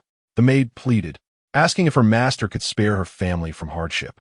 Upon hearing this, the crown prince glared fiercely. "You dare to make demands. If you do not speak, I shall ensure your entire family meets a gruesome end. Terrified, Qingyun dared not utter another plea, fearing the crown prince might indeed annihilate her family. Trembling, she extended her hand. Su Qingji, with her head bowed, watched as Qingyun pointed towards concubine Shun, a triumphant smile curling at her lips, her eyes glinting with malicious delight. Soon, concubine Shun, the pain you inflicted upon me shall be repaid in kind. In the next moment, Qingyun's finger shifted from concubine Shun's direction to Su Qingji. It was Su Liangdi who instructed me to administer the cold musk powder to concubine Bei. It was all her doing. She threatened my brother's life. I was coerced into compliance. Hearing this, the eunuch Gon, standing beside Ying Yetao, immediately inquired, "What evidence do you possess?" Qingyun covertly glanced at concubine Shun, noted her gesture, and then spoke. Su Liangdi offered me 100 taels in silver, promising not only to spare my brother, but also to reward me with another 100 taels, even securing him a position in the residence. I was led astray by Su Liangdi, which compelled me to unwittingly harm concubine Bei. Upon hearing this, Su Qingji's pupils contracted, her blood running cold. How did this turn of events transpire? Her plans had been meticulously laid out. How could Qingyun suddenly turn against her? Thankfully, she had left no evidence of bribing Qingyun, and that silver note was merely an ordinary piece of currency, easily obtainable by anyone, insufficient to implicate her. Ying Yetao was also taken aback by Qingyun's accusations, realizing it was not concubine Shin after all. Su Liangdi, it is you. Such a venomous heart you possess. First drugging our master, and now attempting to harm concubine Bei, ensuring she can never bear him heirs. Truly, you are as treacherous as a serpent. Concubine Shin silently mocked Su Qingji, then spoke with indignation. As her words fell, Ying Yetao's expression darkened. Recalling the flower banquet where Su Qingji had humiliated him before his brothers, and now she dared to extend her treachery into his own household, causing his eyes to blaze with fury. Su Qingji knelt, crystalline tears streaming down her face, a picture of pitiful innocence.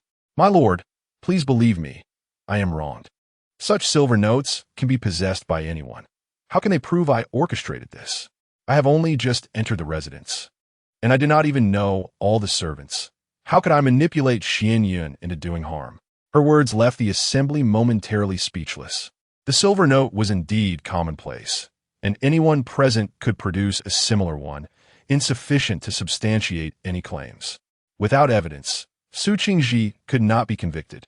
Concubine Shun gritted her teeth in frustration. Was she to escape unscathed? Just then, an attendant dispatched by eunuch Gon arrived, presenting a list penned by the physician along with a bag of crushed medicinal herbs.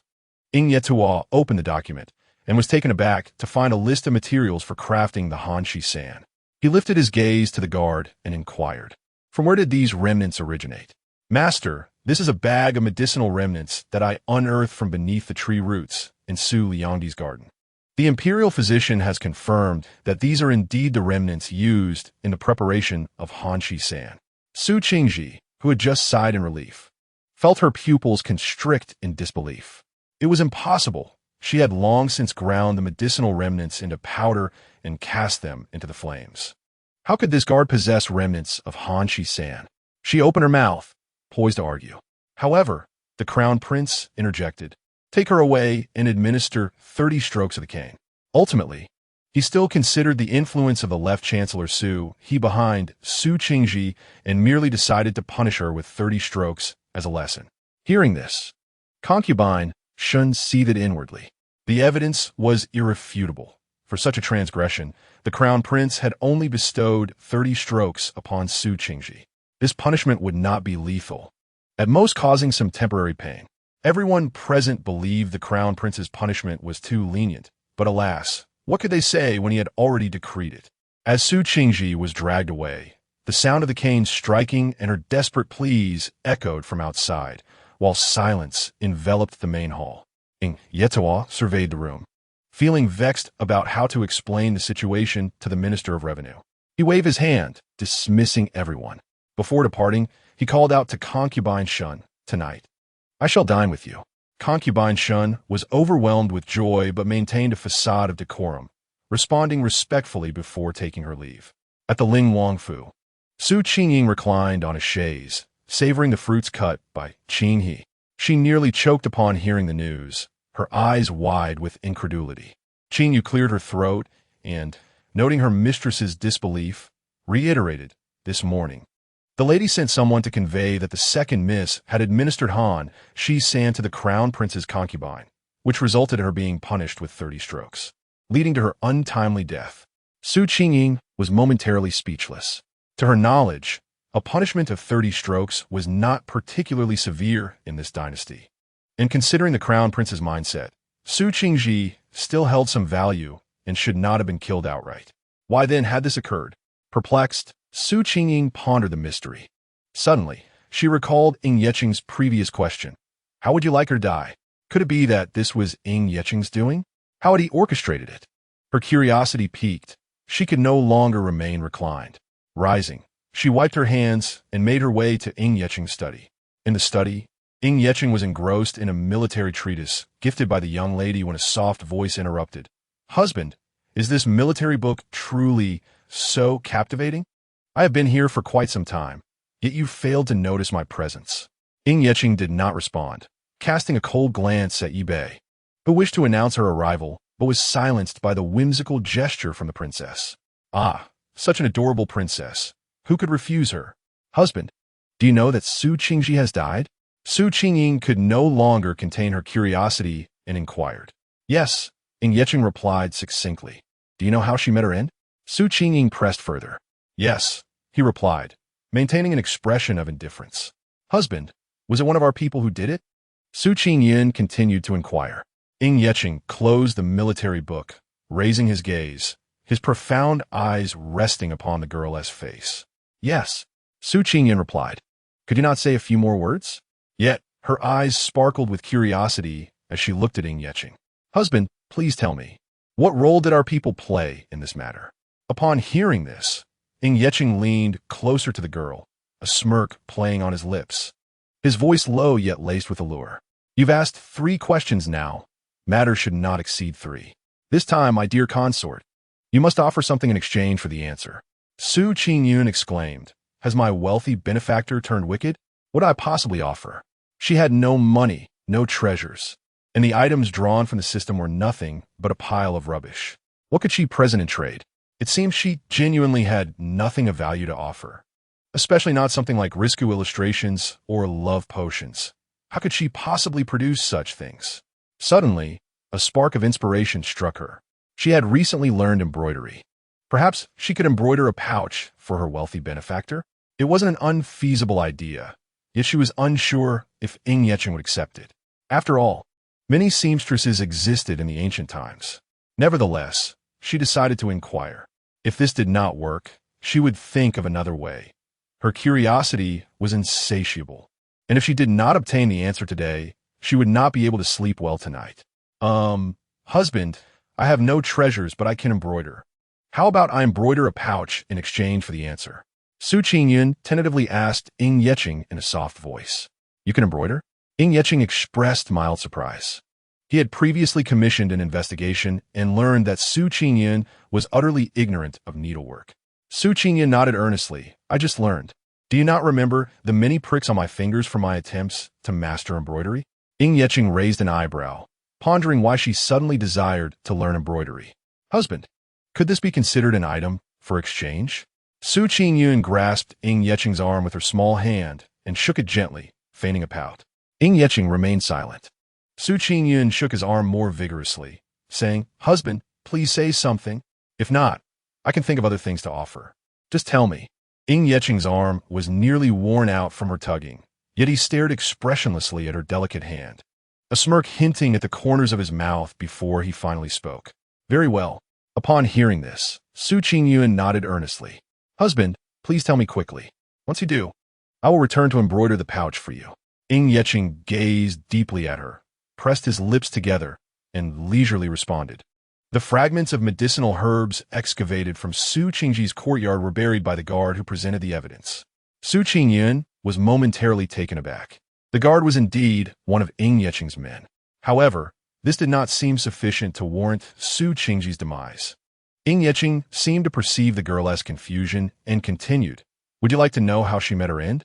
Su Qingyun nodded earnestly, her eyes brimming with anticipation, eager for Ing Yeching to unveil the truth. The one administering the punishment was also one of our people. Su Qingyun was utterly astonished.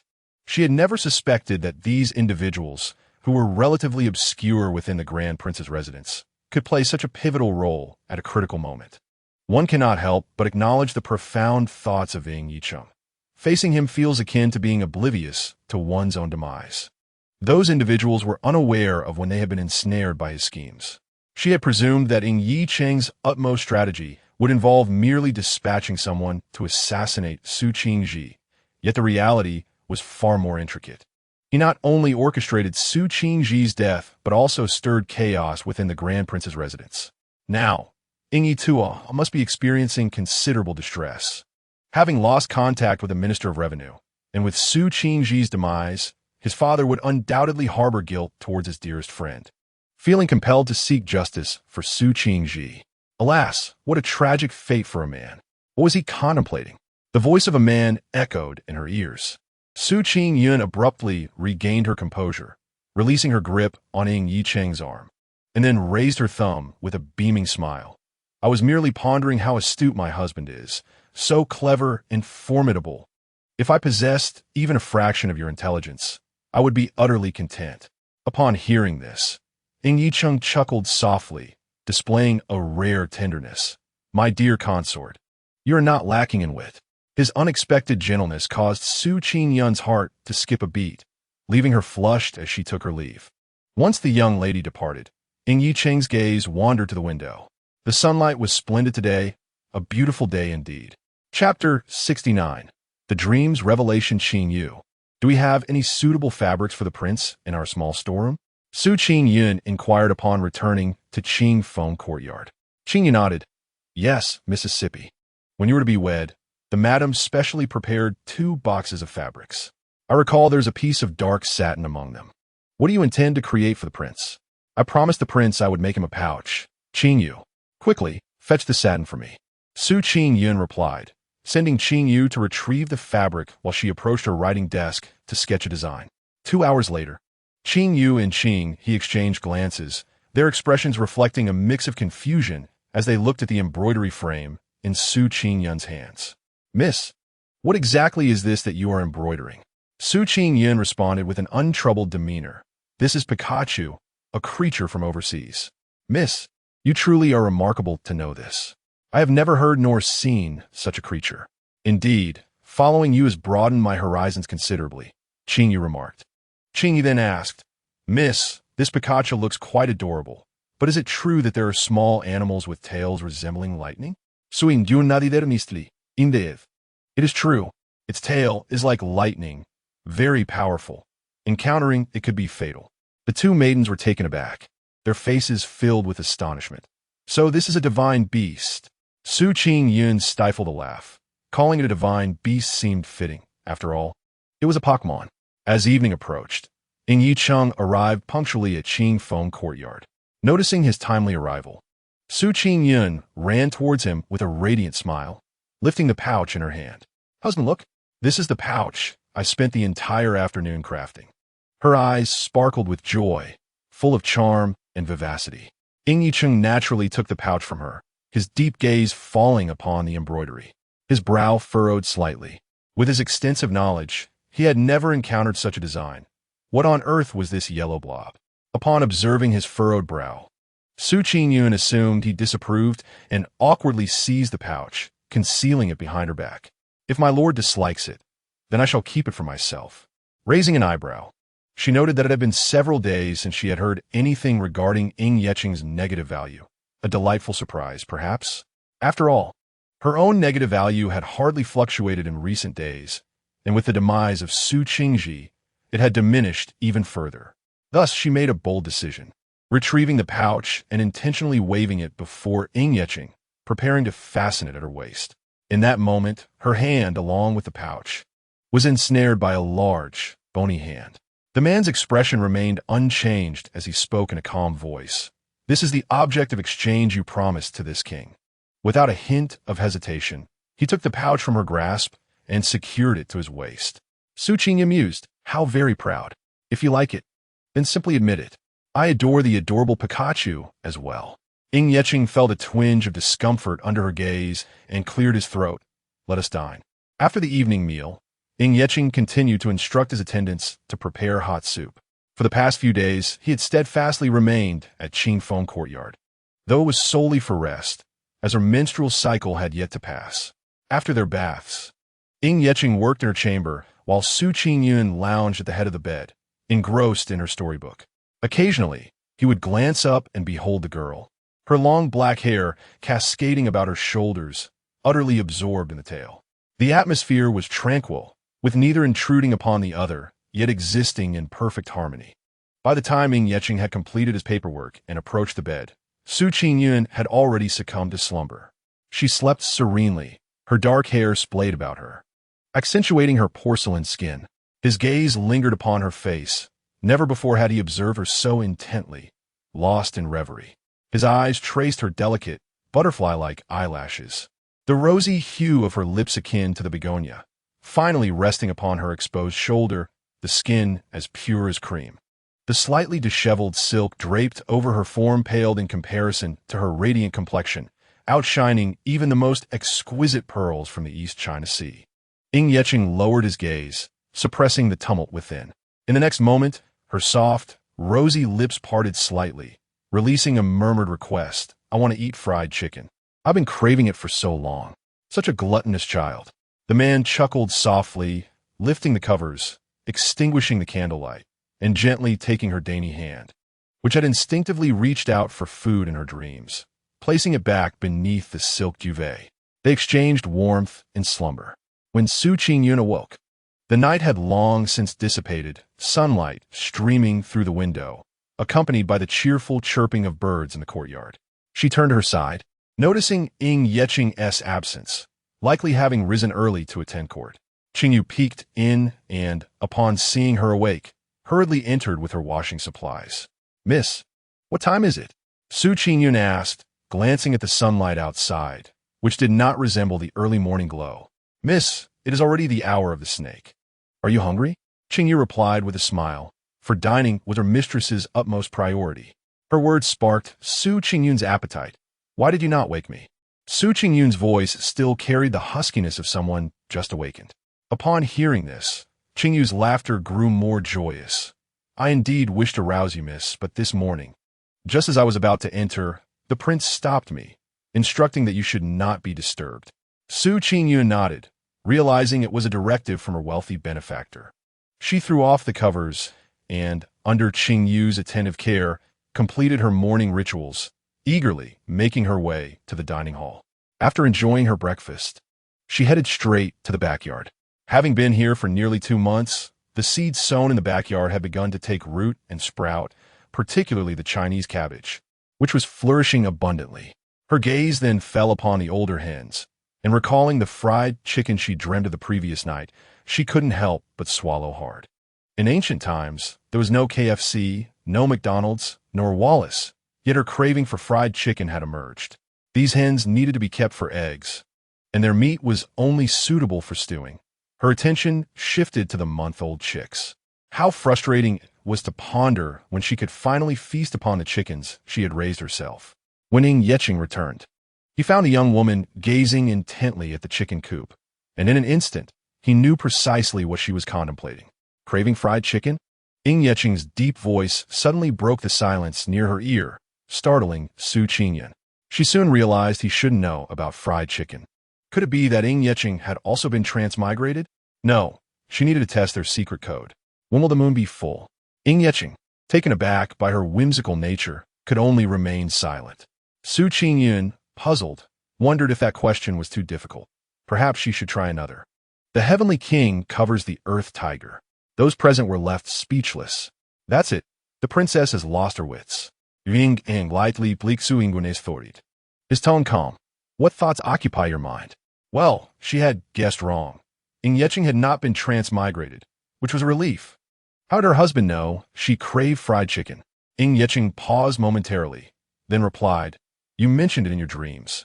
Qingyun was taken aback. When did she develop a habit of sleep talking? This was unacceptable. Just as she was about to explain that she usually did not do such things, Ying Yicheng spoke again. "If you wish for it, just instruct the kitchen to prepare it." Although he was unfamiliar with fried chicken, he figured that something she dreamt of would likely taste delightful. Strangely enough, he, who typically had little desire for indulgent food, suddenly found himself wanting to taste it. Hearing this, Qingyun's eyes sparkled with delight. "Thank you, my husband. You are truly wonderful." Ying Yicheng pressed his lips together, recalling the first time she had praised him, expressing her affection. Now, however, he had not heard her utter those words again. She only ever remarked on how good he was. From Ying Yicheng's negative value, 2,000 Qingyun. This is far too unpredictable, making it quite challenging for me. "Husband, shall we have lunch here?" Ying Yicheng nodded slightly. "Yes, I have matters to attend to." With that, he left her with a solitary, cold silhouette. Qingyun paid this no mind and cheerfully headed to the grand kitchen. "Delicious fried chicken, here I come." Chapter 70. Aiming to earn some pocket money, Your Highness. How was this fried chicken made? The chefs in the grand kitchen looked utterly bewildered at the request made by the princess. Upon hearing this, Qingyun meticulously recounted the details to them. The chefs hesitated, nodding uncertainly, unsure if their creations would meet the Duchess's approval. An hour later, the enticing aroma of fried chicken wafted throughout the Lin Wangfu.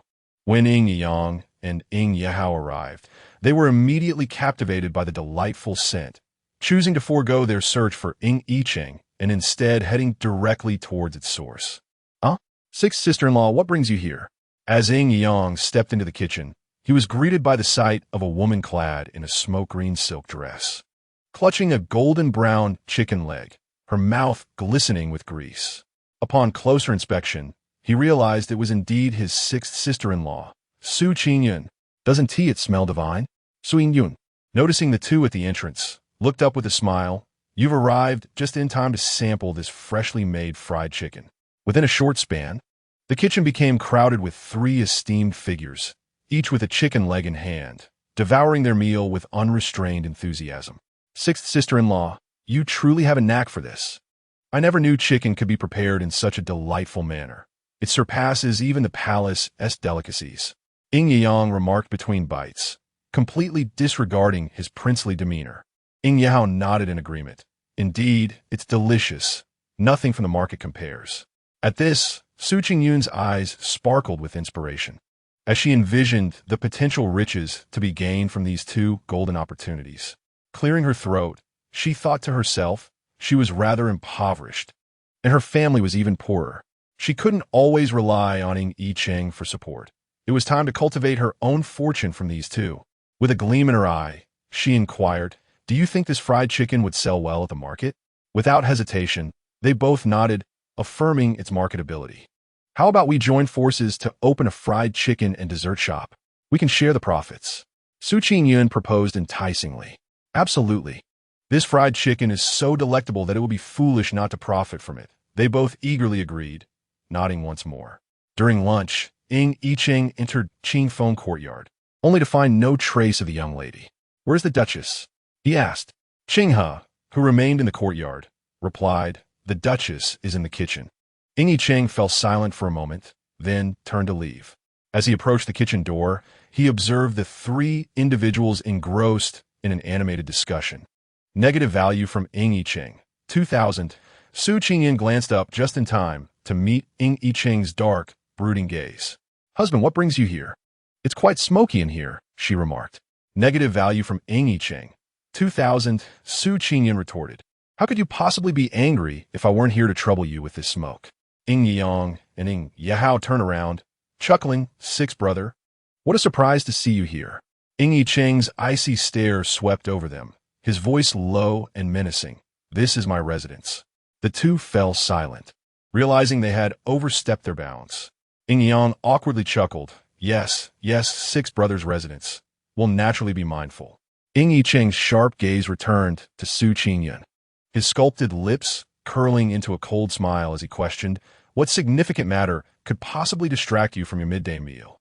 His words were laden with an overwhelming negative value. Startled, Qingyun was taken aback. Was it true that her skipping lunch could provoke displeasure from her benefactor? Observing the tense atmosphere, Yeho chuckled and clarified, "Sixth brother, sister-in-law wishes to partner with us in opening a fried chicken shop. We found the idea quite splendid and thus engaged in discussion, which is why we delayed sister-in-law's meal." Unexpectedly, Yeching's cold, cutting voice sliced through the air like a blade directed at Yeho. "I did not inquire of you." Yeho was momentarily stunned, awkwardly touching his nose while casting a sidelong glance at Qingyun, as if to say, "Sister-in-law, may fortune favor you." The oppressive atmosphere enveloped the vast kitchen, rendering it eerily silent. The servants yearned to bury their heads in the ground, while Yang and Yeho remained mute, the stillness thick as death. Suddenly, a small hand grasped the man's arm, a voice soft and sweet emerged. "Husband, do not be angry. I merely thought of a way for us to earn a little money." "Us?" Yeching's lips parted slightly. Qingyun nodded enthusiastically. "Indeed, I have conceived of the idea. Let's open a fried chicken shop. As for shares and profits, we as a couple could have one share, the 10th prince another, and the 12th prince yet another. What do you think, my husband?" The oppressive atmosphere in the kitchen lightened somewhat. "Husband, this is not the place for conversation. Moreover, fried chicken loses its appeal if left too long. Shall we return and discuss while we eat?" With that, Qingyun playfully shook the man's arm. "Very well." With that single word, the tension dissipated entirely. The man allowed the young lady to lead him from the kitchen. In the kitchen, all the servants breathed a silent sigh of relief, having just sweated over the potential wrath of the princess. Yang and Yeho exchanged glances. Was that it? Thunderous noise, but scant rain. In the dining hall of Qingfeng courtyard, an unusual bustle filled the room, as Yang and Yeho stubbornly followed the couple inside. "Ahem, sixth brother, I trust you won't mind us joining for the meal?" Yang cautiously inquired. He had not yet satisfied his hunger. The aroma of fried chicken was irresistible. He had only just eaten a drumstick before being drawn into discussions about the chicken shop. Yeching cast a cold glance at him, his tone frosty. "I do mind." Yang retorted, "Could you not be so blunt?" Yet bluntness was of no use now. He had resolved to enjoy fried chicken to his heart's content. Yeho, displaying a bit more cleverness, seemed to have gleaned from the earlier scene in the kitchen that before Qingyun, Yeching's principles and boundaries were mere trifles. He decided to test this theory. Turning to Qingyun, he asked, "Sister-in-law, may we stay and dine together? Perhaps we can further discuss the investment matter you mentioned." Qingyun recalled that their conversation had been abruptly interrupted, her sparkling gaze now resting upon Yeching. "Husband, why not allow these two to stay for dinner? After all, there is an abundance of fried chicken that we cannot possibly consume alone." The young lady flashed a sweet smile. Yeching's gaze shifted from her delightful countenance to the two figures standing behind them, unmoving and seemingly unwilling to depart. In a cool tone, he instructed, "Sit down and eat." Yeho exclaimed, "Huh? He truly guessed correctly?" Yang, oblivious to his surroundings, eagerly trotted over to sit beside Qingyun as soon as he heard Yicheng relent. "Keep your distance," came a cold voice that pressured Yang. He paused, trembling slightly, and settled into the furthest spot from the two. Hao, displaying his cleverness, chose to sit right next to Yang. At noon, the meal consisted of fried chicken and dishes meticulously prepared by the grand kitchen. However, Yicheng refrained from touching the fried chicken, frowning as he observed the two across from him devouring it with little regard for decorum. In the next moment, a boneless, neatly chopped fried chicken leg appeared in his bowl. "My lord, I've removed the bones for you. Do try it, and see if it pleases your palate." "Suing you no fifth." Yicheng paused, his gaze falling on the chicken in his bowl. With a stoic expression, he picked up a piece and tasted it, nodding in approval. "Not bad." Satisfied with his response, Qingyun began her meal, joining Yang and Hao in indulgence, her mouth gleaming with oil as she sipped her soup. A beam of light from the man beside her illuminated the moment as he pushed his bowl of soup toward her, his voice slightly lowered. Instantly, Qingyun lifted the bowl and took a sip, exclaiming, "Such thoughtfulness from my benefactor. Just what I needed to quench my thirst. This scene was inadvertently witnessed by Ying Yang and Ying Hao, who gasped in astonishment, doubting their own vision. How shocking. The usually aloof sixth brother possesses such a tender side. What a misjudgment, Ying Yang exclaimed. Ying Hao rolled his eyes in response. You're not the only one who misjudged. After their meal, the four gathered in Ying Yi Cheng's study to discuss matters concerning the fried chicken shop. They ultimately decided that Su Qingyun and Ying Yi Cheng would hold 60% of the shares, while the other two would each hold 20%, with the establishment funded by Ying Yi Cheng. Once the discussions concluded, Su Qingyun sensibly took her leave, understanding that Ying Yi Yang and Ying Yi Hao likely had further matters to address with their benefactor. Upon returning to Qing Feng Courtyard, Su Qingyun instructed her maid, Qingyu, to retrieve the dowry shop her mother had prepared for her. Having harbored ambitions of earning money, but lacking familiarity with this era, she now felt ready to embark on her financial endeavors after 2 months of acclimatization to local prices. My lady, here is the inventory list for the dowry shops, Qingyu said, reclining lazily on the imperial concubine couch. Su Qingyun swiftly accepted the list and began perusing the dowry items. Chapter 71. Such enthusiasm? She was astounded to discover that her mother, Lu Yinglan, had bequeathed her a considerable number of shops, including silk stores, taverns, bookstores, tea houses, cosmetic shops, and general stores, as well as a brothel. Su Qingyun rubbed her eyes, questioning her vision. No way, could it be true? My mother opened a brothel, and she included it in my dowry? Qingyu, come here and verify this for me. Is this indeed a brothel?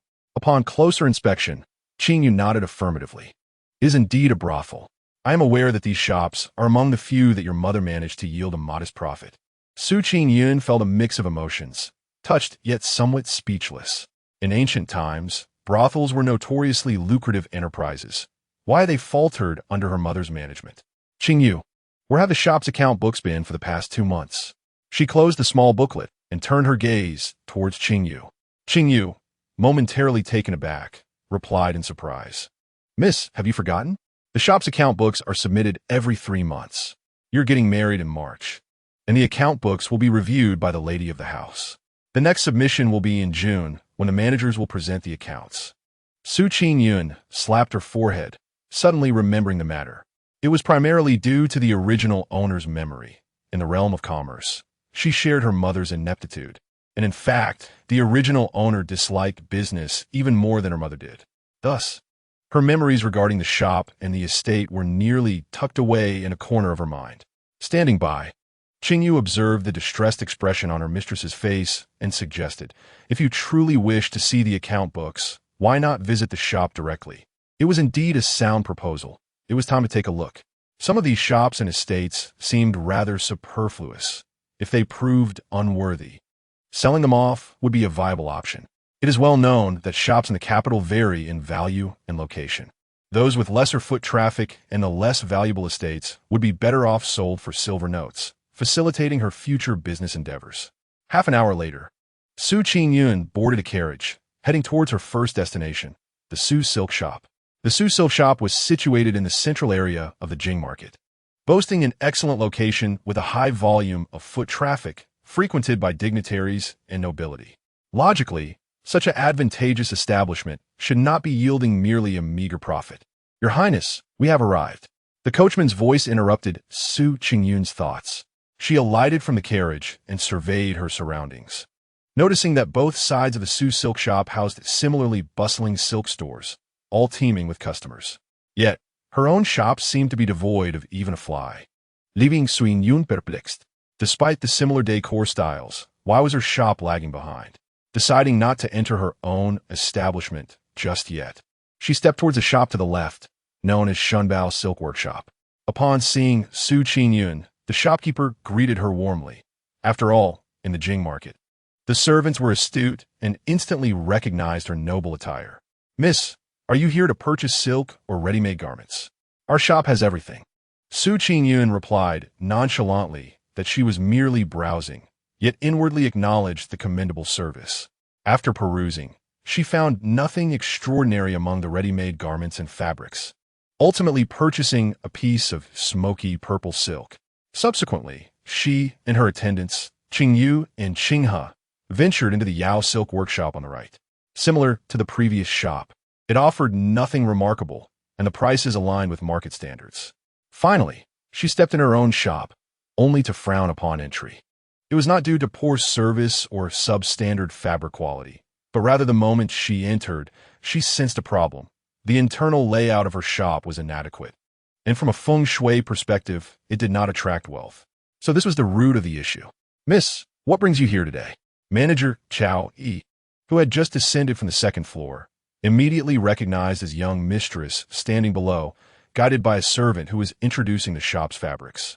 Chao Yi was a trusted aide brought over by Lu Yinglan from her maternal family, and he could easily identify his young lady. He hurriedly descended, dismissing the attendants and personally attending to the matter at hand. He approached to examine the store's ledger. Qingyun mantanda composed diminer. Yet her gaze remained fixed on Chao Yi, anxious not to miss any hint of unusual expression on his face. In response, Chao Yi smiled with apparent ease, stating, "Miss, the next time you require the ledger, simply instruct someone to inform me. Your health has always been delicate. It is rather taxing for you to come here. Please wait a moment. I shall fetch the ledger for you." Su Qingyun nodded slightly. For the time being, she felt quite satisfied with Chao Yi, as he was also her mother's trusted aide. If the ledger posed no issues, he could prove to be useful. The ledger was brought forth, and Su Qingyun meticulously perused its contents. Upon reaching the final page, her gaze faltered, and she inquired of the steward standing beside her, "Steward Chao, why do we have an inventory of 20,000 bolts of indigo linen?"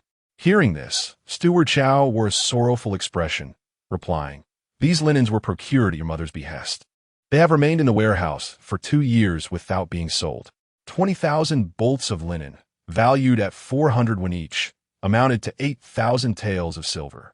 Such a sum languishing in the warehouse?" She furrowed her brow, once again recognizing her mother's lack of acumen in business. Why had her mother ordered such a vast quantity of linen? Logically, the Jing City trade catered to the affluent, dealing primarily in silks and satins. At the very least, high-quality cotton. What peculiar reasoning guided her mother's decisions?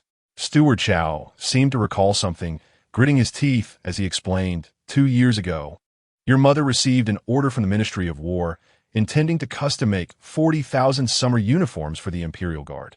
The goods arrived, but the order was snatched away by the neighboring Yao Silk Workshop. The Yao Silk Workshop? Su Qingyun repeated the name.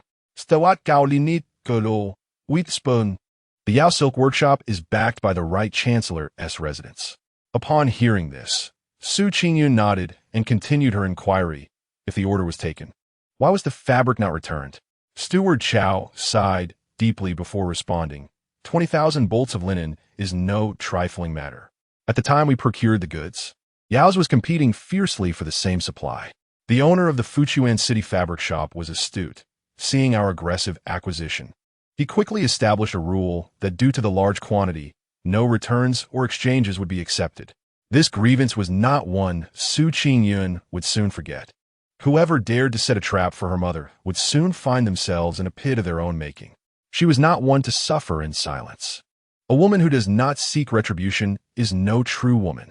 A plan for revenge began to take shape in her mind, and she resolved to devise a more detailed scheme upon her return, ensuring her adversaries would swallow their own bitterness. Steward Chao, I intend to renovate the store.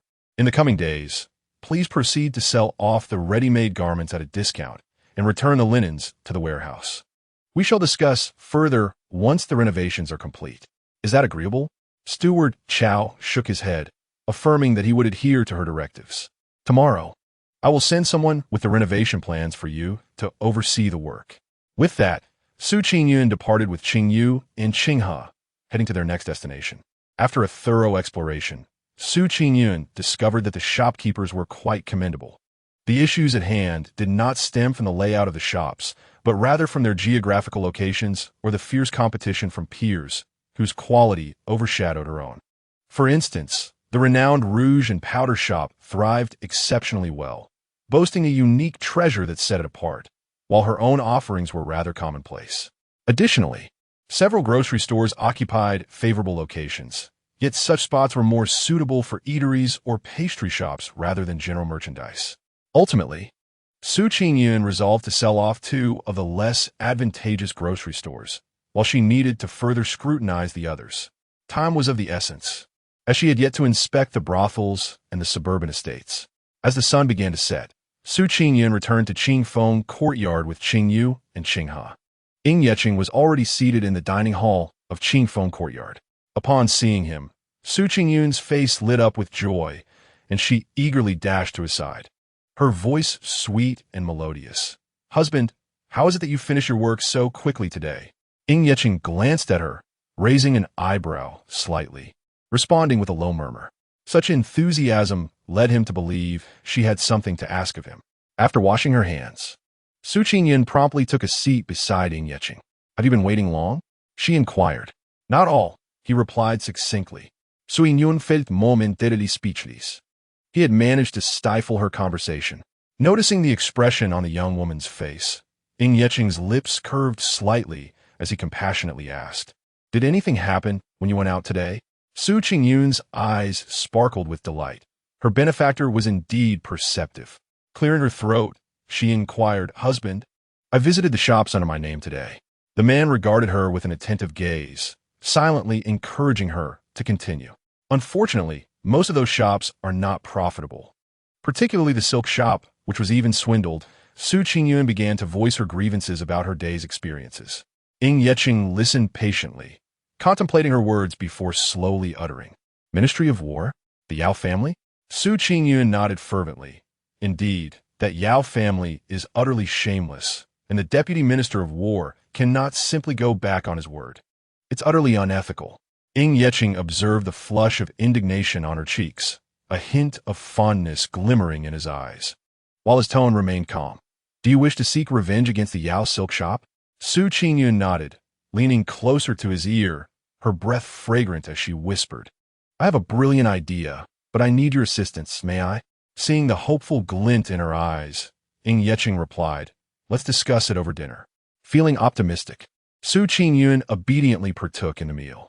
After dinner, Qing reclined leisurely in an armchair, observing the hesitant young woman, and finally spoke, "Go on. How can this prince assist you?" Qingyun immediately leaned closer to him, her smile radiant. "Husband, you must have connections in the Ministry of War, right? If not, you oversee the military, which is also acceptable." Qing raised an eyebrow, having surmised her intentions, and candidly replied, "The Ministry of War is currently under my supervision." As expected, upon hearing this, Qingyun's dark eyes sparkled with excitement, and she leaned in closer to whisper her plan. "How is it, my lord? Is this plan feasible?" The young girl prodded the man's arm playfully. Qing toyed with his teacup, tapping the table thoughtfully with his other hand. It was not until the girl gently poked him again that he chuckled softly and replied, "It is indeed feasible." Qingyun, brimming with excitement, flashed a victory sign and enveloped Qing in a warm embrace. The man's composure faltered momentarily, nearly causing him to drop the teacup. The following day, Madame Yao unexpectedly received a procurement order for summer garments from the Ministry of War, amounting to a staggering 100,000 sets. If successfully fulfilled, after deducting costs, it would yield a profit of 1,000 taels, leaving her utterly thrilled. When Chancellor Yao returned from court, Madame Yao sent someone to invite him to her courtyard for a discussion. However, to her dismay, Chancellor Yao did not arrive. A servant returned with the message, "Madam, the master had indeed agreed to come to Duanya courtyard, but was waylaid by the maid of Lady Wei. That wretched maid, that seductive woman. Lady Wei only knows how to entice my husband." Madame Yao's face flushed with indignation. "Mother, who has angered you?" Yao Shiro entered Duanya courtyard just as the sound of porcelain shattering echoed in the air. Madame Yao sank back onto the soft couch, striking the table with force, taking a deep breath before speaking. "Today, I received a procurement order from the Ministry of War, intending to discuss it with your father. But that wretched Lady Wei stole him away." Upon hearing this, Yao Shiro took her mother's hand and smiled gently. "Mother, there is no need to consult father on such matters. Did we not receive a similar order from the ministry 2 years ago? Once you successfully complete this substantial order and earn a profit, father will naturally come to you. The financial influx to the Right Chancellor's residence largely depended on the successful management of the shops under Madame Yao's purview, which sustained the vast estate. To put it bluntly, the monthly allowances for the various concubines were supplied by her efforts, with her father being merely a struggling scholar elevated to his position. It was her unwavering support that contributed to their current power and status. Yao Shiwero believed that the likes of Lady Wei were inconsequential, as long as her mother maintained control over the financial lifeblood of the Right Chancellor's residence.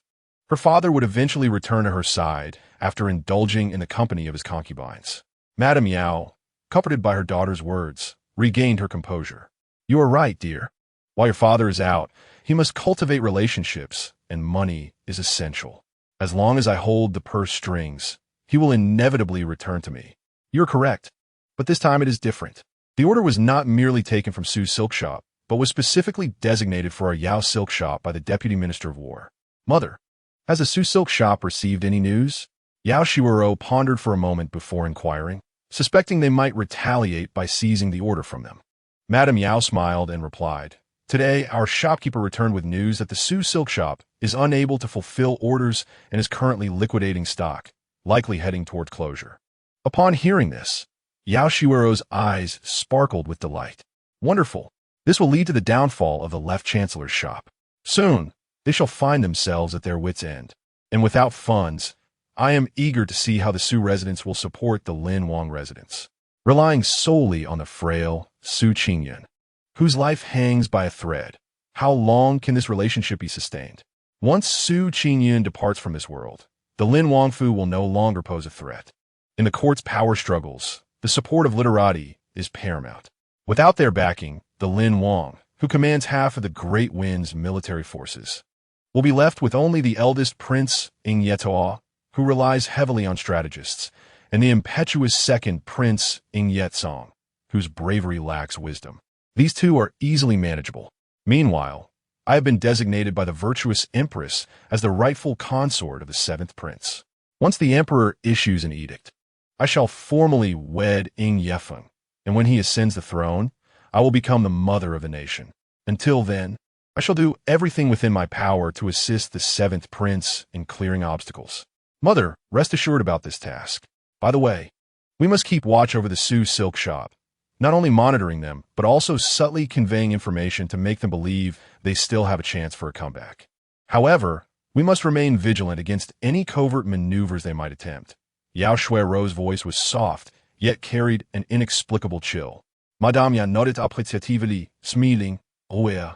You truly are a treasure to your mother. You are more astute than I.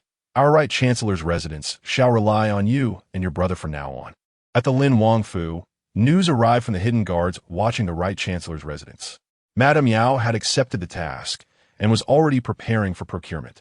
Upon receiving the news, Yinan rushed to Qingfeng courtyard to inform Su Qingyun. Su Qingyun nodded in acknowledgement and instructed Yinan to keep a close watch. Indeed, she had borrowed quite a number of individuals from her benefactor, for her own resources were insufficient. Once this plan concludes, she must begin nurturing capable talents. The winds of change are relentless. Even as she seeks tranquility, she must hold some cards close to her chest. An hour later, Yinan returned. "Madam, it appears that the people from the Yao silk shop deliberately leaked information about the procurement list to Manager Chow." Su Qingyun raised an eyebrow, a cold smile gracing her lips. "The bait has been set. Inform the hidden guards to summon Manager Chow to the Wangfu, and he must come openly." Yinan acknowledged and departed to relay the message. Half an hour later, Manager Chow, accompanied by 4 young attendants from his shop, entered the Lin Wangfu with great pomp. "Madam, Miss, just as you predicted." Manager Chow learned of the news and immediately sought out the Lin Wangfei. The spies monitoring him swiftly returned to the Right Chancellor's residence to report. Yao Shui'er concealed her amusement, rewarding the spy with a silver coin and dismissing him. "Mother, observe, the other party has made little progress. Tomorrow, they will undoubtedly send someone to Fuchuan City to vie with us for resources." Yao Shui'er's lips curled into a faint smile, her seemingly tranquil eyes hiding an intense madness beneath. The serene facade transformed into something profoundly eerie. Madame Yao scoffed. her face reflecting disdain. Lu Yinglan, even if you once seized what was mine and wed Su He, what of it? In the realm of business, one cannot escape being overshadowed by the lady of the house. What significance lies in your daughter becoming the princess of Lin? She too will ultimately be eclipsed by the daughter of the lady of this house. Thus, let us proceed according to plan, Madame Yao decisively concluded. At the Lin Wangfu, Su Qingyun echoed similar sentiments. Master Chow, simply adhere to my instructions. I have my own strategies in place. Master Chow nodded earnestly, displaying unwavering trust in his young mistress's commands. Su Qingyun was quite pleased with Master Chow's attitude. Chapter 73. The Perils of the World that evening. Su Qingyun reclined in bed, resting shoulder to shoulder with Ying Yeching at the head of the bed. Though her monthly cycle had ended, the topic of intimacy, as broached by Ying Yeching on a previous occasion, had not resurfaced. Each overnight stay was merely a matter of restful slumber, leading her to ponder if Ying Yeching was merely a master of words, while in truth, he was not as assertive as he seemed. Gradually, she lowered her guard, now comfortably lying beside her affluent benefactor, engaging in carefree conversation. Dear husband? Su Qingyun turned her head, playfully snatching the book from his hands. Ying Yeching turned to face her, gazing deeply into her eyes. What is it? I merely wish to inquire if the personnel for Minjiang have been arranged, she asked, her fingers unconsciously caressing the skin of his arm, her voice soft and melodic. The warmth of her touch seeped into him, thawing his once cold blood. His gaze darkened, and his voice became rich and deep. It is taken care of. That is reassuring. It is getting late. Shall we retire early? Upon finishing her sentence, she released her hold and laid back on the bed, eyes closed, her breathing gradually steadying. A gust of cold wind swept through the wooden window, instantly cooling the warmth that had enveloped him. Ying Yeching pursed his lips, skillfully extinguishing the candle flame before lying down and firmly enveloping Su Qingyun in his arms, creating a cocoon of warmth. At dawn, the Lin Wangfu was enveloped in serene silence, with gentle breezes caressing the willows. Perhaps the warmth had slightly diminished, for the girl nestled in his embrace, nuzzled closer, eyes still shut, her cheeks flushed. She mumbled, "Why has the pillow grown legs and run away?" A delicate arm, reminiscent of a lotus stem, slipped from beneath her white nightgown, her fair hand gripping the fabric of his chest tightly. In her sleepy, soft voice, tinged with a hint of petulance, she complained, "Could you not let me hold on and sleep soundly? Finally, it's the weekend, and yet the pillow has come alive and grown legs." What is a weekend? Ying Yeching raised an eyebrow in curiosity, leaning closer to her ear to catch her soft, murmured response. In her drowsy state, she replied, "You, a spirit, should know what that is. Just be a good pillow." With that, she tugged at his chest, attempting to pull him closer. When her efforts proved futile, she pouted, her words slurring, "The pillow is disobedient." She remained oblivious to her habit of talking in her sleep. Ying Yeching chuckled softly, gently brushing aside the dark strands of hair that had fallen over her delicate, curled lashes, tucking them behind her ear. As the man prepared to rise, the young girl parted her delicate pink lips, emitting a sound as soft as clouds. "Come a little closer, I have something to tell you." Yielding to the allure of her words, he leaned in to hear her whispers. In a fleeting moment, her tender lips brushed against his cheek. She playfully murmured, "Now you know the perils of the world. You have been deceived, haven't you?" Her sweet, melodious voice carried a hint of mischief, accompanied by the warmth of her breath that lingered on his skin, leaving a trace of her warmth on his cheek. Even his typically composed gaze rippled with emotions that he could not quell. When Su Qingyun awakened, the space beside her was empty, a reality she had grown accustomed to. She summoned Qingyu and Qinghe to assist her with her morning routine and breakfast. "Your Highness, Madame Yao has departed for Fujian City and is expected to return to the capital in 5 days." Su Qingyun nodded slightly, her plans unfolding methodically. "Madam, the Su family has set out following our fleet." The scout returned to inform Madame Yao only after witnessing both parties embark together. At that moment, Madame Yao's gloomy disposition, stemming from her husband's entanglement with concubine Wei, lifted slightly. She eagerly anticipated making the Su silk shop pay dearly, hoping to see her husband's choice between her and that lowly courtesan. In the Lin Wang residence, at Qingfeng Courtyard, Su Qingyun chuckled upon hearing the news. What did you say? Madame Yao speaks to herself in the residence. She wishes for my Su silk shop to suffer great losses? How amusing! She found the notion preposterous, as if Madame Yao believed herself capable of orchestrating such grand schemes. Indeed, Your Highness, this is what I heard firsthand, replied the expressionless shadow guard, kneeling before her. Understood. Continue to keep watch, she replied calmly, though her heart began to anticipate the expression on Madame Yao's face when she learned of her impending financial ruin. Miss Wenjun has sent you a letter. Qinghe rushed in, holding an envelope. Su Qingyun returned her focus to the letter, momentarily taken aback. Miss Wenjun, she quickly searched the memories of her predecessor and recalled who she was. Xiao Wenjun, the legitimate daughter of General Xiao, was a forthright and unpretentious friend of the original owner. 2 years prior, she had accompanied her father to the southern borders, where she valiantly fought alongside him and had since become the only female lieutenant of the 6th rank in the Great Wind. Su Qingyun opened the letter and read it intently.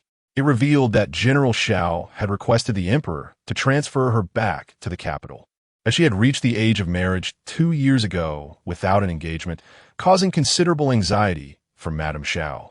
Consequently, several letters have been sent urging General Xiao to devise a plan for her return to meet potential suitors.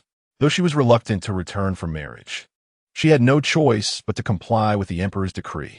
The letter concluded with a promise that she would visit the Lin Wang residence at the earliest opportunity upon her return. Upon returning from the night, Ying Yicheng's gaze fell upon a young girl reclining in a chair, her expression one of utmost contentment as she swung her little feet in a lazy manner, embodying the essence of a carefree spirit. His eyes lingered on her gently arched brows and bright eyes, and he remarked in a nonchalant tone, "You seem quite at ease." Su Qingyun responded candidly, "Indeed, I am quite comfortable. Being a laid-back individual, indulging in food and drink without any disturbances is truly delightful." Ying Yicheng was entirely unsurprised by her response.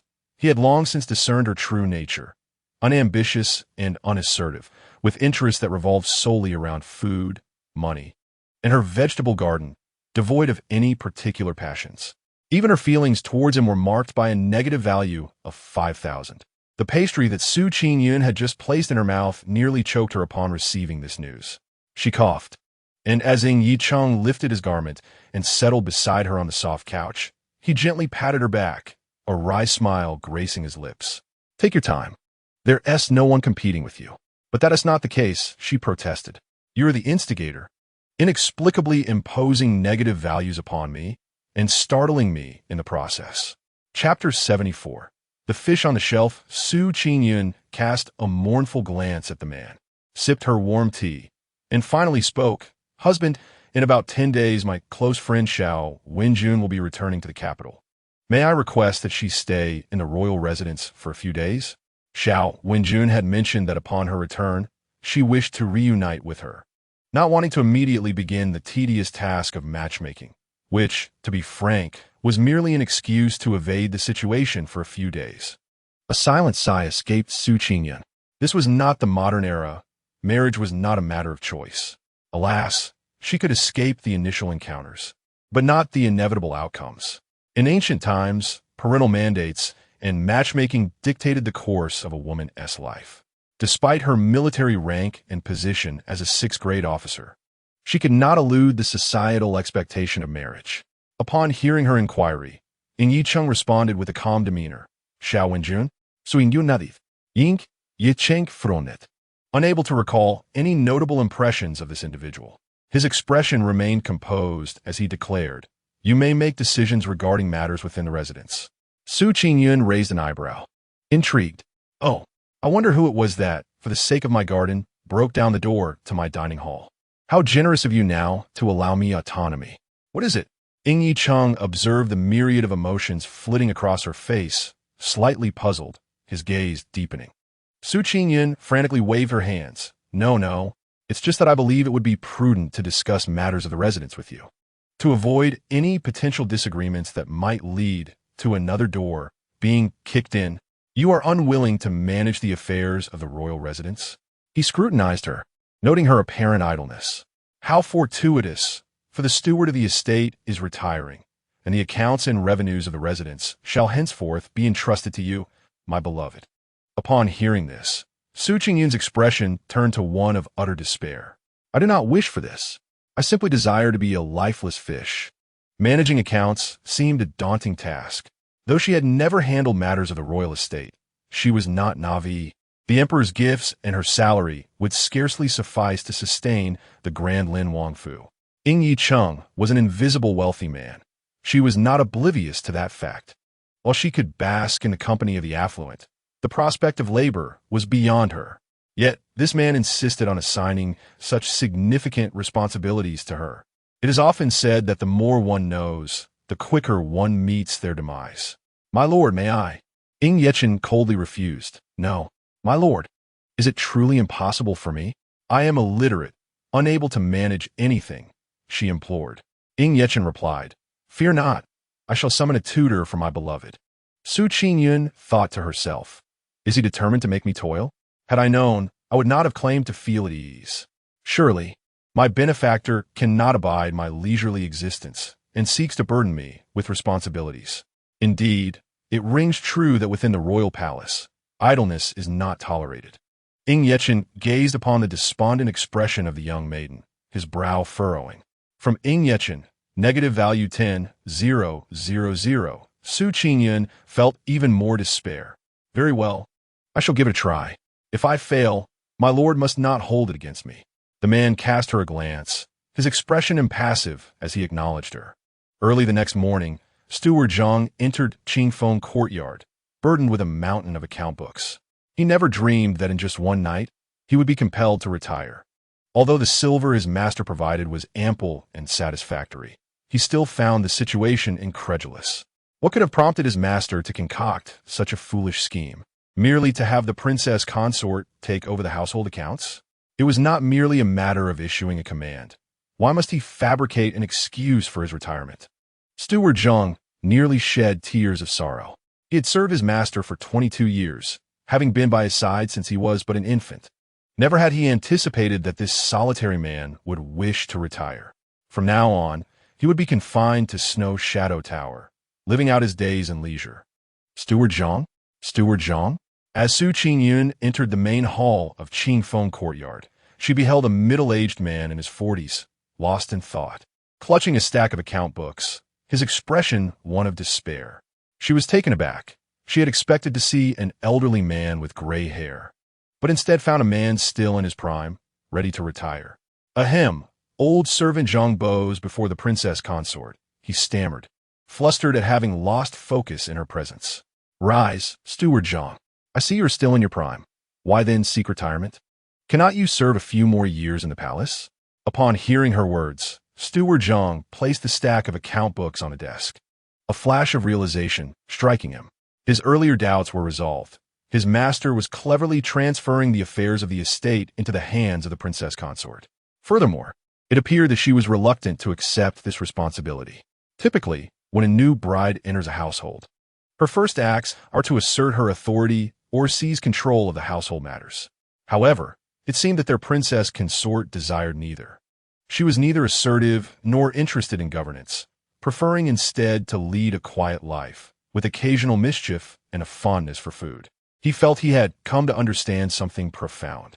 As for Qingyun, her gaze fell upon the desk, and she discovered that the account books were not limited to what Steward Zhang held. There were many more laid out before her. Had she known, she would never have entered. Your Highness, do not be deceived by the robust appearance of this old servant. Within, I am already in decline, particularly this year. While my condition has worsened considerably, I may not have many years left to live.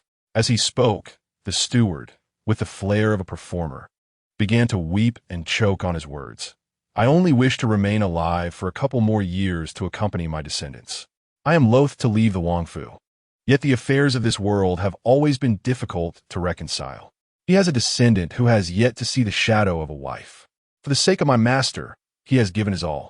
After finishing his lament, the steward produced his handkerchief and dabbed at his tears multiple times, portraying his reluctance to leave the Wang Fu and his need to return to his family with great finesse. Now, it was Su Qingyun's turn to be at a loss for tears.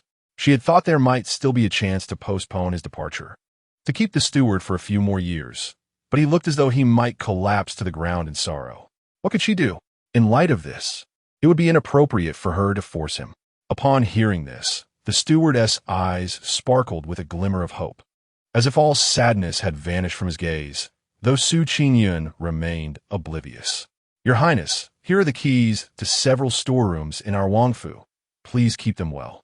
Additionally, these account books, take your time to review them. Should you have any questions, you may send someone to seek me out. I shall not depart for 3 days. A slight grimace crossed Su Qingyun's face at the mention of 3 days. Her gaze shifted from the steward to the towering stack of account books on the table, nearly causing her to faint. 3 days? Even without rest, she could not possibly finish. Could she plead with the steward not to leave? She was suffocating.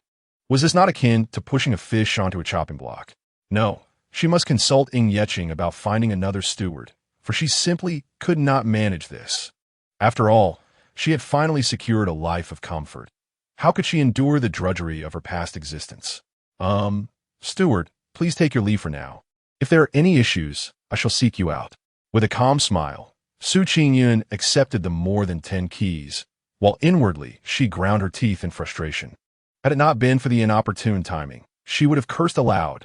Once the steward departed, Su Qingyun slumped despondently onto the soft couch, feigning death. Miss, why do you not wish to take over the accounts of the household?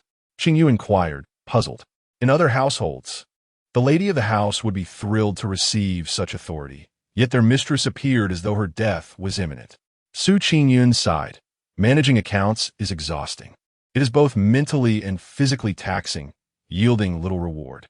It is far better to be a salted fish, thinking of nothing, striving for nothing, simply living day by day. Were it not for the fact that the Lin Wangfu had no concubines or maidservants, she could have avoided this palace intrigue altogether. She would have fled long ago. This thought she kept to herself. Qingyu and Qinghe exchanged looks of exasperation.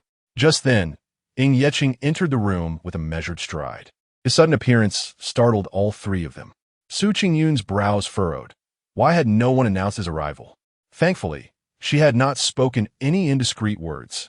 Ying Yeching's deep gaze fixed intently upon Su Qingyun, his expression inscrutable, as he spoke softly. Did you marry into the Lin Wangfu merely to live a life of idleness? Chapter 75. He drank it upon hearing this. Qingyu and Qinghe exchanged glances, silently lamenting the unfortunate turn of events. The young lady's words had reached the prince's ears. Would he harbor discontent toward her because of this? Su Qingyun smiled innocently. I entered the Lin Wangfu out of admiration for my husband's gallant demeanor. Merely living off his fortunes is a secondary matter. She spoke no falsehood. The original owner had indeed been enamored by Ying Yeching's visage, and she relished the idle life. But now, she was Su Qingyun, and Su Qingyun was her. Ying Yeching cast her a cryptic glance, dismissing all attendants from the room. He elegantly lifted his robes and seated himself beside the soft couch.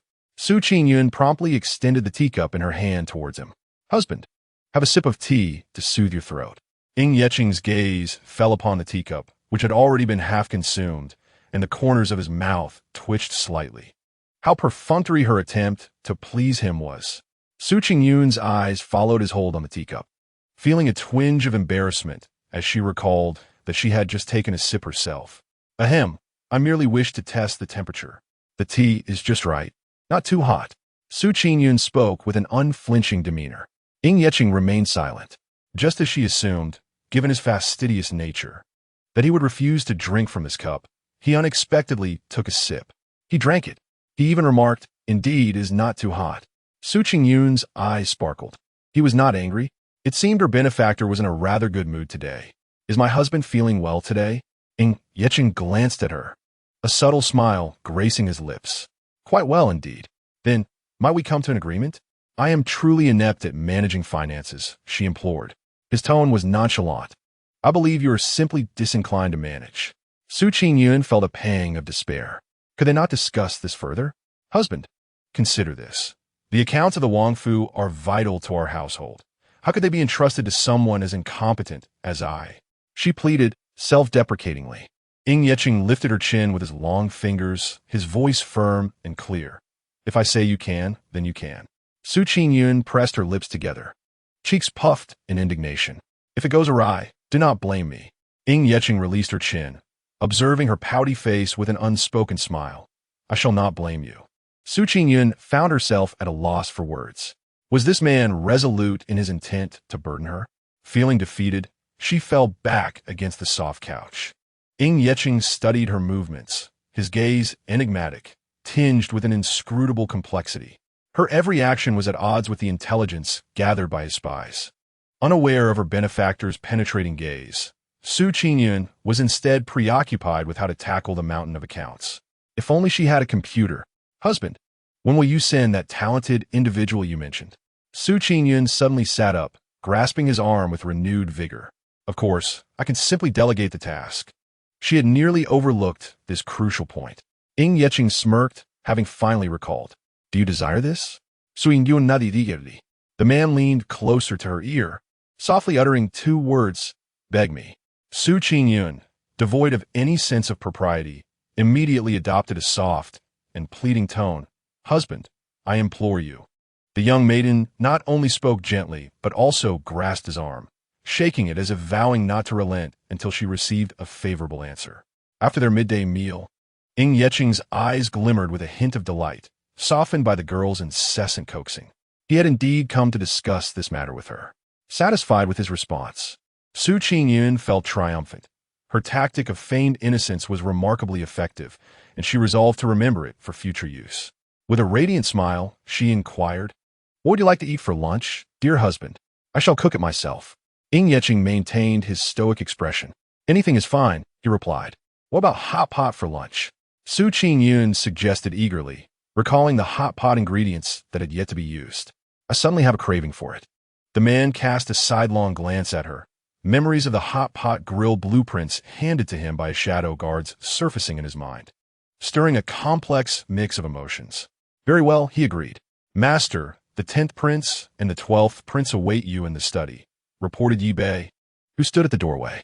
Upon hearing this, Ying Yeqing rose, and Su Qingyun promptly followed him like a little shadow. Husband, do come for lunch soon, she urged. He nodded slightly. The scene of the prince, smiling gently, astonished the onlookers, including Yi Bei and the servants busily attending to their tasks outside, leaving them momentarily stunned and oblivious to their duties. Ying Yeqing cleared his throat awkwardly, leading Yi Bei and Yi Nan out of Qingfeng courtyard. For the first time, he did not cast a cold glance at those around him. Instead, his demeanor was surprisingly warm. Once they had distanced themselves, the cleaning servants instinctively looked skyward towards the western horizon. The sun had not set in that direction, after all. Qingyu, hurry. Bring out the hot pot we purchased last time and wash it, Su Qingyun cheerfully commanded. Qinghe, you go light the charcoal. With that, she dashed into the backyard. She gathered a handful of fresh chicken greens, and her gaze fell upon the old hen. A chicken soup base seemed a splendid idea. Come out, she called. Indeed, a shadow guard materialized from an unseen corner, standing before her. At your service. You're skilled at catching chickens, right? The dark-clad guard fell silent for a moment, the atmosphere thick with tension. I'm only proficient in taking lives, not in capturing chickens, he replied. Su Qingyun nodded in understanding. Just when the guard thought he might be spared, she added, killing will suffice. Go ahead and select a fine one to dispatch. The guard lamented inwardly. His sword for killing, now repurposed for poultry. Yet, what choice did he have? The master indulged the princess, and he could only comply with her wishes. Quickly now, off you go. At noon, Ying Yeqing stepped back into Qingfeng courtyard, flanked by 2 towering companions. Su Qingyun distinctly sensed that her benefactor was in a less than favorable mood. Hadn't the morning gone smoothly? However, the 2 behind him, Ying Yang and Ying Yahao, greeted Su Qingyun warmly upon seeing her. She returned their pleasantries with politeness. Yet, when she turned to Ying Yeqing, her smile was particularly sweet. Husband, please sit down. I specially prepared soup using the old hen from the backyard and caught some black fish from the pond for us to enjoy shortly. It will be delectable. Ying Yeching merely responded with a nonchalant Ying Yang exclaimed in surprise, "Sick sister-in-law, you raised chickens in the backyard? And fish too?" Su Qingyun responded with a look of nonchalance. "Of course, my benefactor approved. I even paid a price for it." Indeed, not only did she raise fish and chickens, but she also tended to a cow and several rabbits, along with a garden flourishing with fresh vegetables of exceptional quality. Ying Yeching could clearly see the passion for her backyard farm reflected in the girl's eyes. Ying Yang and Ying Yehao exchanged glances filled with unspoken words. Realizing that Six Brothers' wife was unlike any other, the man cast a cold glance at the two, his tone icy. "Do you have any objections?" They both shook their heads fervently, claiming hunger as they sat down, curiously eyeing the peculiar cooking vessel before them. This hot pot featured a top layer brimming with soup and meats, while the bottom held glowing charcoal, complete with a small door for charcoal replacement, exuding an enticing aroma. Surrounding the pot were slices of raw beef, lamb, fish, and an array of fresh vegetables prepared by Su Qingyun. Sixth sister-in-law, what is this novel way of eating? After the previous incident with the roasted chicken, Ying Yang and Ying Yehao had been completely won over by Su Qingyun's culinary skills. Su Qingyun was more than willing to share, enthusiastically explaining the method of preparation. Ying Yeching frowned, appearing somewhat impatient. At that moment, the girl cooked a few slices of lamb and tossed them into Ying Yeching's bowl, saying, "Husband, this meat dipped in the sauce is exquisitely delicious, a perfect match." Ying Yeching smiled silently, acknowledging her thoughtfulness. Ying Yang and Ying Yehao lamented, "Why don't we have sauce?" Chapter 76. Did you go to Ningxiang Tower? Su Qingyun noticed the different expressions on the three faces and realized, "Oh dear, they don't have sauce." She opened her mouth to explain and intended to have Qingyu prepare some for them. However, she was suddenly pulled back in her seat by Ying Yeching. "Aren't you hungry?" Meeting the man's deep, profound gaze, Su Qingyun immediately deflated, nodding obediently and focusing on her meal. Ying Yeching's gaze shifted from the girl to Ying Yang and Ying Yehao, his expression distant and indifferent. The two felt as if struck by lightning, a chill running from the crown of their heads to their heels. What a deathly stare. "Finish your meal and leave." The man's cold voice cut through the air. Ying Yang quickly signaled to Ying Yehao, "You need to think of something." Ying Yehao shot him a glare, then, under the weight of Ying Yeching's penetrating gaze, mustered the courage to speak. "We would like to discuss the follow-up plans for the fried chicken shop with Six sister-in-law." Once he finished, Ying Yang chimed in, "What 12 said is correct. This hot pot seems like a promising venture. If possible, we would like to partner in opening a hot pot restaurant." Su Yingyun, who was just about to dip some beef, paused, her eyes sparkling with excitement. This was precisely her intention. "Cough, husband, I believe the idea from the 12th prince is splendid. Why don't we partner to open a hot pot establishment?" Su Qingyun smiled brightly, eagerly placing the cooked beef back into the man's bowl. Ying Yang and Ying Yehao, inspired, began to prepare their own dishes, offering them to Ying Yeching. "Six brother, come, eat some meat, and let us discuss while we dine." Ying Yang rose to his feet, diligently preparing to place the freshly cooked beef into the bowl of his companion. Just as he was about to let it fall into Ying Yeching's bowl, a chilling voice pierced the air. "Do you wish to part with your hand?" Upon hearing this, Ying Yang's body stiffened, as if his hand had been suddenly frozen, leaving him in a state of indecision. Fortunately, at that moment, Su Qingyun's voice floated in like a celestial melody. "My lord, do try this fish fillet. It is exceptionally tender." With that, Su Qingyun quickly signaled to Ying Yang with a glance. Ying Yeching withdrew his icy gaze, his expression unchanging as he picked up the fish fillet, tasting it before returning the compliment. "Not bad." Instantly, Ying Yang retracted his hand, seated himself, and stuffed the hot beef slices into his mouth. His eyes gleamed. Even without sauce, it was delightful. Imagine how exquisite it would be with sauce. The next moment, Su Qingyun gently suggested to Ying Yeching, "Shall we partner to open a hot pot restaurant?" "Very well," he replied, the financial backer approving the proposition. "Then let us discuss the details in the study after our meal."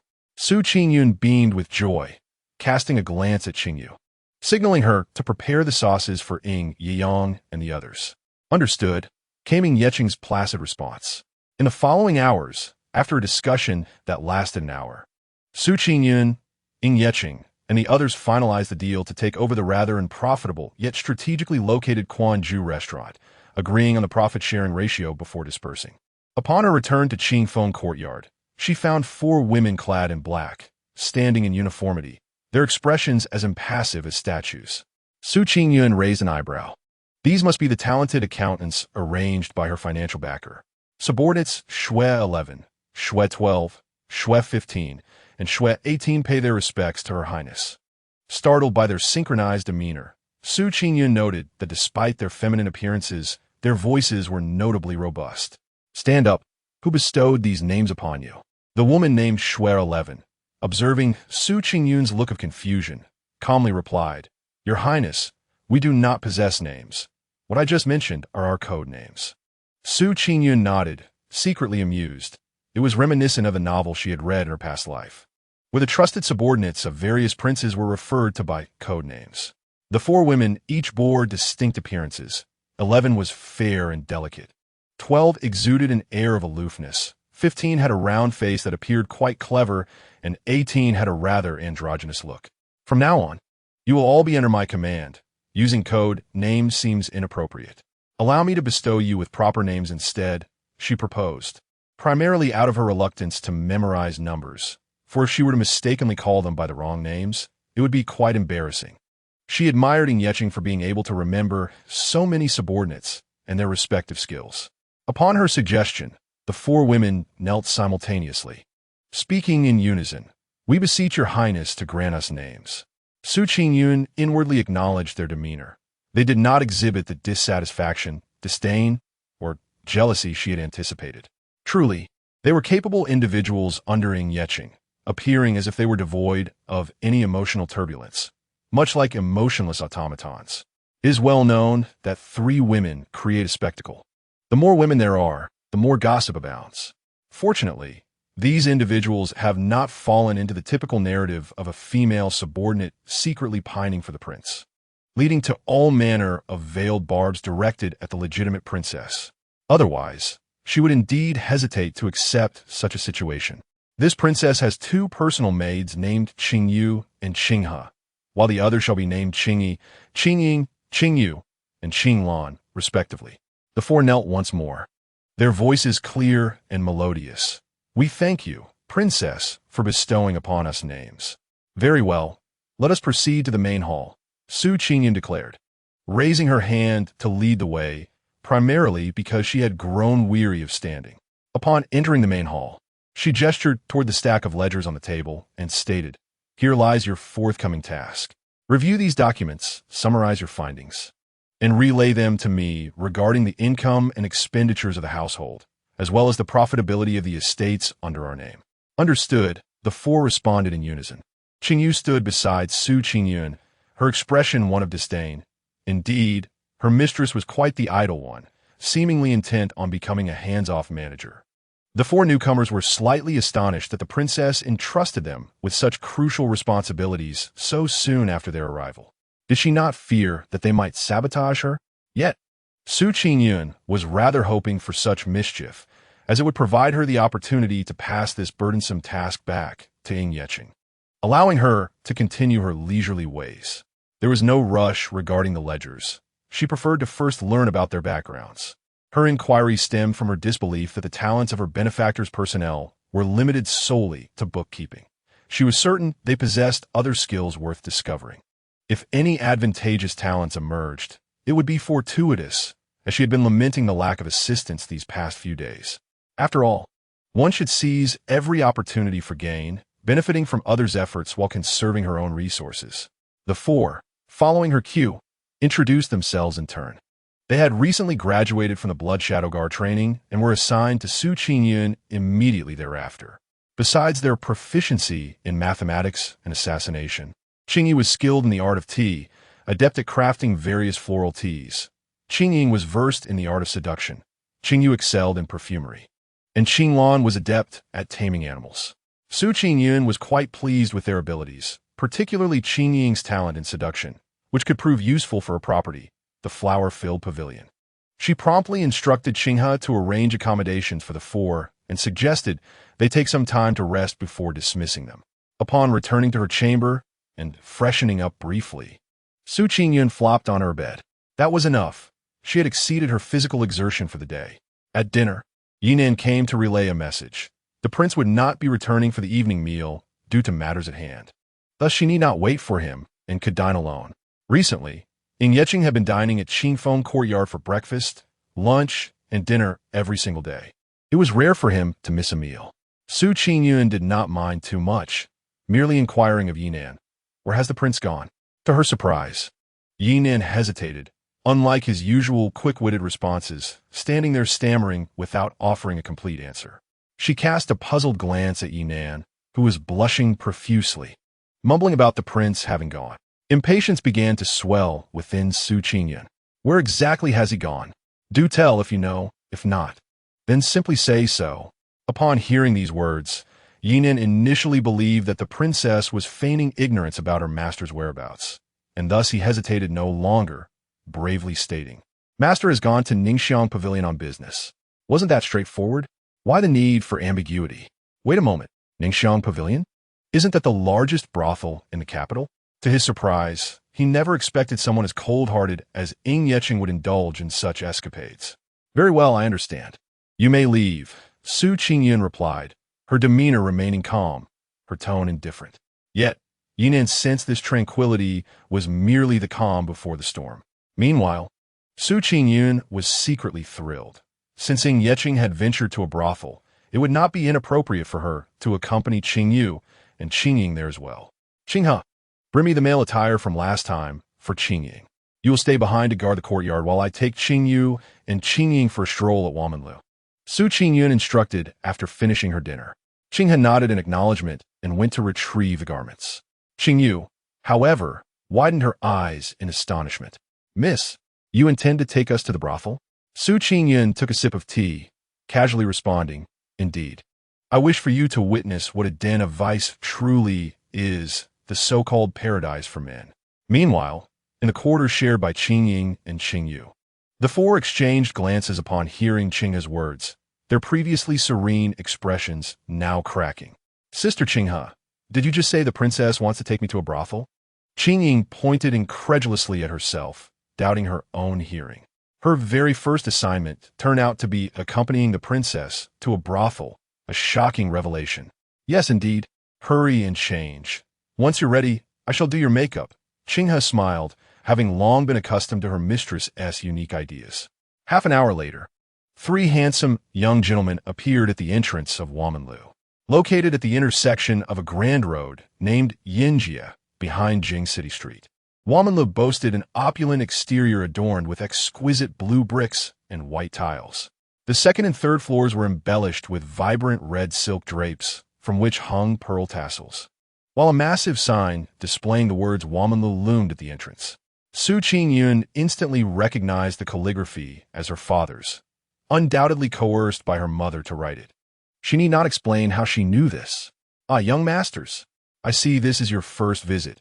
You appear somewhat unfamiliar," the madam at the entrance remarked, her eyes lighting up at the sight of the three affluent young men, for it had been quite some time since they had encountered such youthful and handsome patrons. Su Qingyun clasped her hands behind her back, maintaining her composure. "Indeed, it is our first time." In no time, the three were warmly ushered inside. Upon entering, they were promptly seated, and soon after, an announcement rang out. "Guests, please come forth." At that moment, Su Qingyun surveyed her surroundings.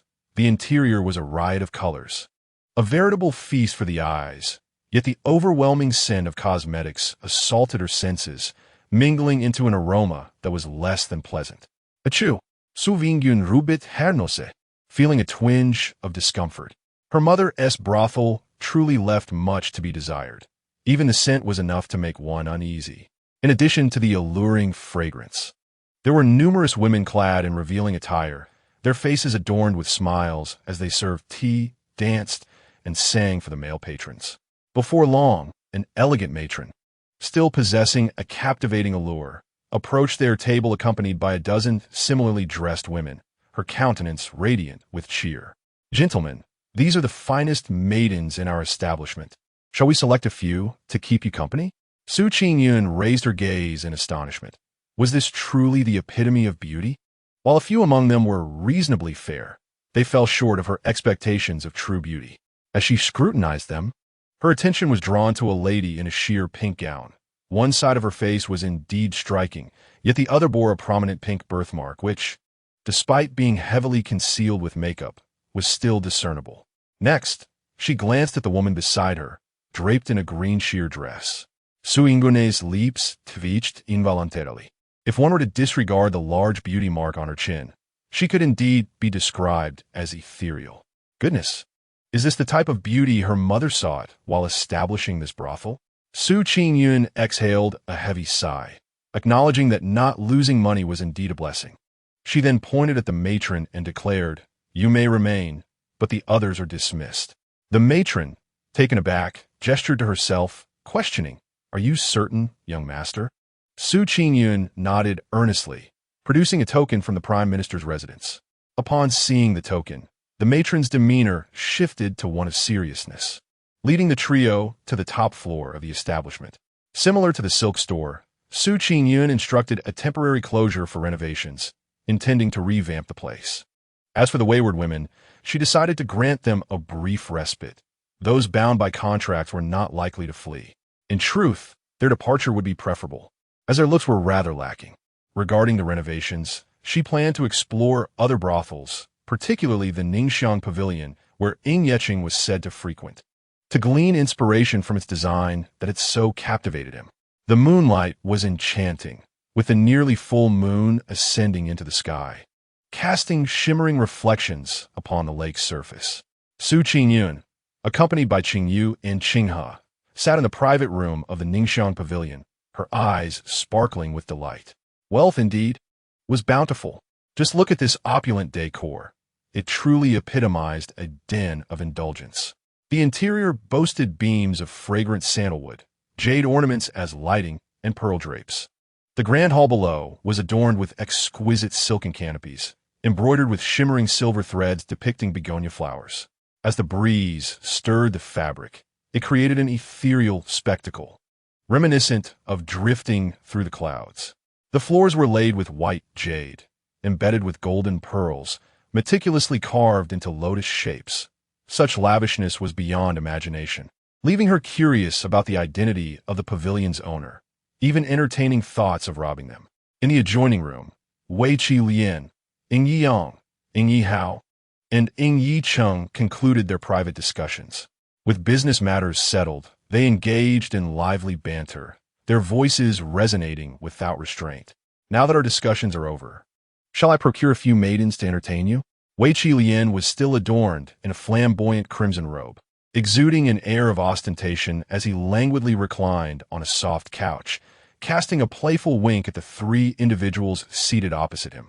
Next door, Su Qingyun also caught the sound, pondering him. That voice seemed somewhat familiar. "Wei Qi Lian, do you possess no shame? Not only did you summon us to this place for clandestine discussions, but you also wish to procure a woman for me. I have no interest. I remain a pure and unblemished youth." Ing Yang exclaimed, his excitement palpable. Although born into royalty, his mother had instilled in him the principle that a gentleman must uphold his virtue. Su Qingyun recognized the voice. It belonged to Ing Yang.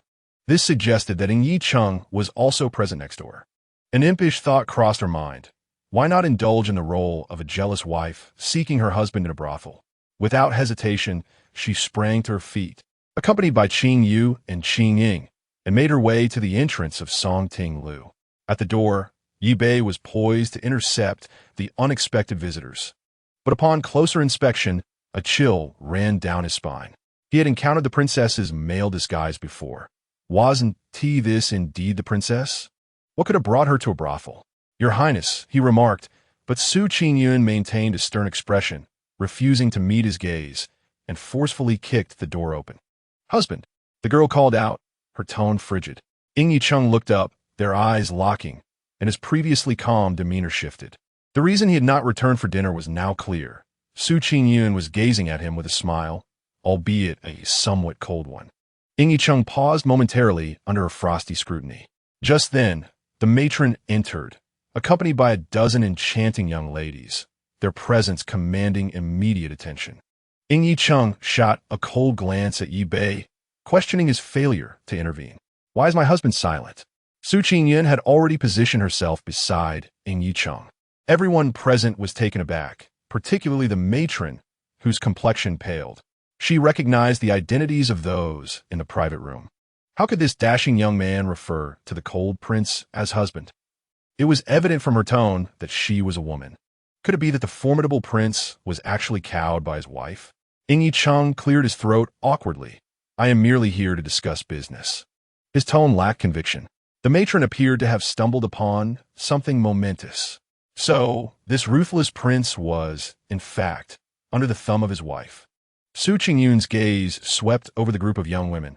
Her voice, I say, oh, you require a brothel for business discussions? Is the Wang residence insufficient for your gathering? Ying Yang and Ying Yihao shivered involuntarily. Sixth sister, it was Wei Qilian who invited us here. It is not our fault. Su Qingyun's eyes narrowed upon the ostentatious Wei Qilian. Only someone of his flamboyance would choose such a place for a meeting. How is he everywhere? Just as she prepared to scold him further, Ying Yicheng abruptly stood up. I shall escort my beloved wife home. You may do as you wish. What? Is that it? She had yet to finish her fun. However, Ying Yicheng offered no opportunity for delay, firmly taking Su Qingyun by the hand and leading her away. Chapter 78. The Emperor's Consort's afflictions wait for us. Sixth brother. Wen Yang and Wen Yihao hurriedly rose, as if pursued by some unseen specter, eagerly following Wen Yicheng and Su Qingyun as they hastened outside, leaving Wei Qilian and the young ladies exchanging glances in bewilderment. As Wen Yicheng escorted the young lady through the door, he suddenly turned back. Seizing the opportunity, Su Qingyun spoke, Wei Qilian. A moment of intimacy is worth 1,000 gold. Do not squander this resource. These dozen or so ladies are here for your enjoyment. The expression on the young lady's face held a unique significance, her glass-like eyes shimmering with vivid hues. A flicker of intrigue passed through Wen Yicheng's gaze as he casually retrieved a porcelain vial from his sleeve and accurately tossed it into Wei Qilian's embrace. His tone laced with malice. For replenishing the kidneys. Wei Qilian thought to himself, this couple is something else. One encourages him to indulge while the other swiftly follows up with a jab. How outrageous! By the time Wei Qilian's inner musings concluded, the entrance was already deserted. He tucked away his folding fan, preparing to leave, only to be besieged by 4 or 5 young ladies. Master Wei Qi, let me massage your legs. Master Wei Qi, allow me to soothe your shoulders. Whatever position you prefer, I am at your service. Later that night, in the serene chambers of Qingfeng Courtyard, Su Qingyun sat beside the soft couch, gazing at Wen Yicheng with a sorrowful expression. He remained silent, his demeanor inscrutable. Dearest husband, how could you go to such places behind my back? I am so devoted to you, yet you seek the company of other ladies. Upon finishing, she felt a pang of thirst, and Wen Yicheng kindly offered her a drink. He observed her in silence, a flicker of enigmatic emotion dancing in his eyes, though he understood her performance. Witnessing the young lady's downcast demeanor and tear-streaked face stirred a faint ache within him. Why do you not speak, dear husband? If you truly despise me and favor those ladies, I shall make room for them, Su Qingyun said, taking a sip of water to soothe her throat as she continued to feign tears.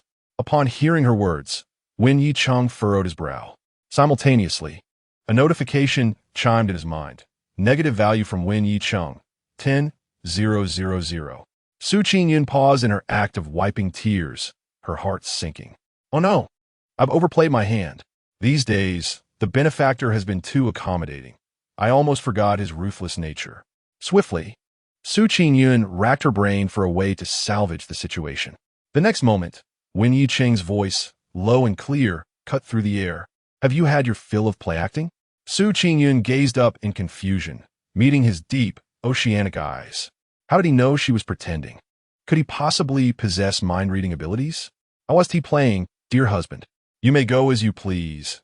I shan't trouble myself with it, she retorted defiantly, putting on a brave front. Wen Yicheng raised an eyebrow, his expression resolute. Then pray, My beloved, explain why you visited Wamanlu before seeking me? Su Qingyun was taken aback.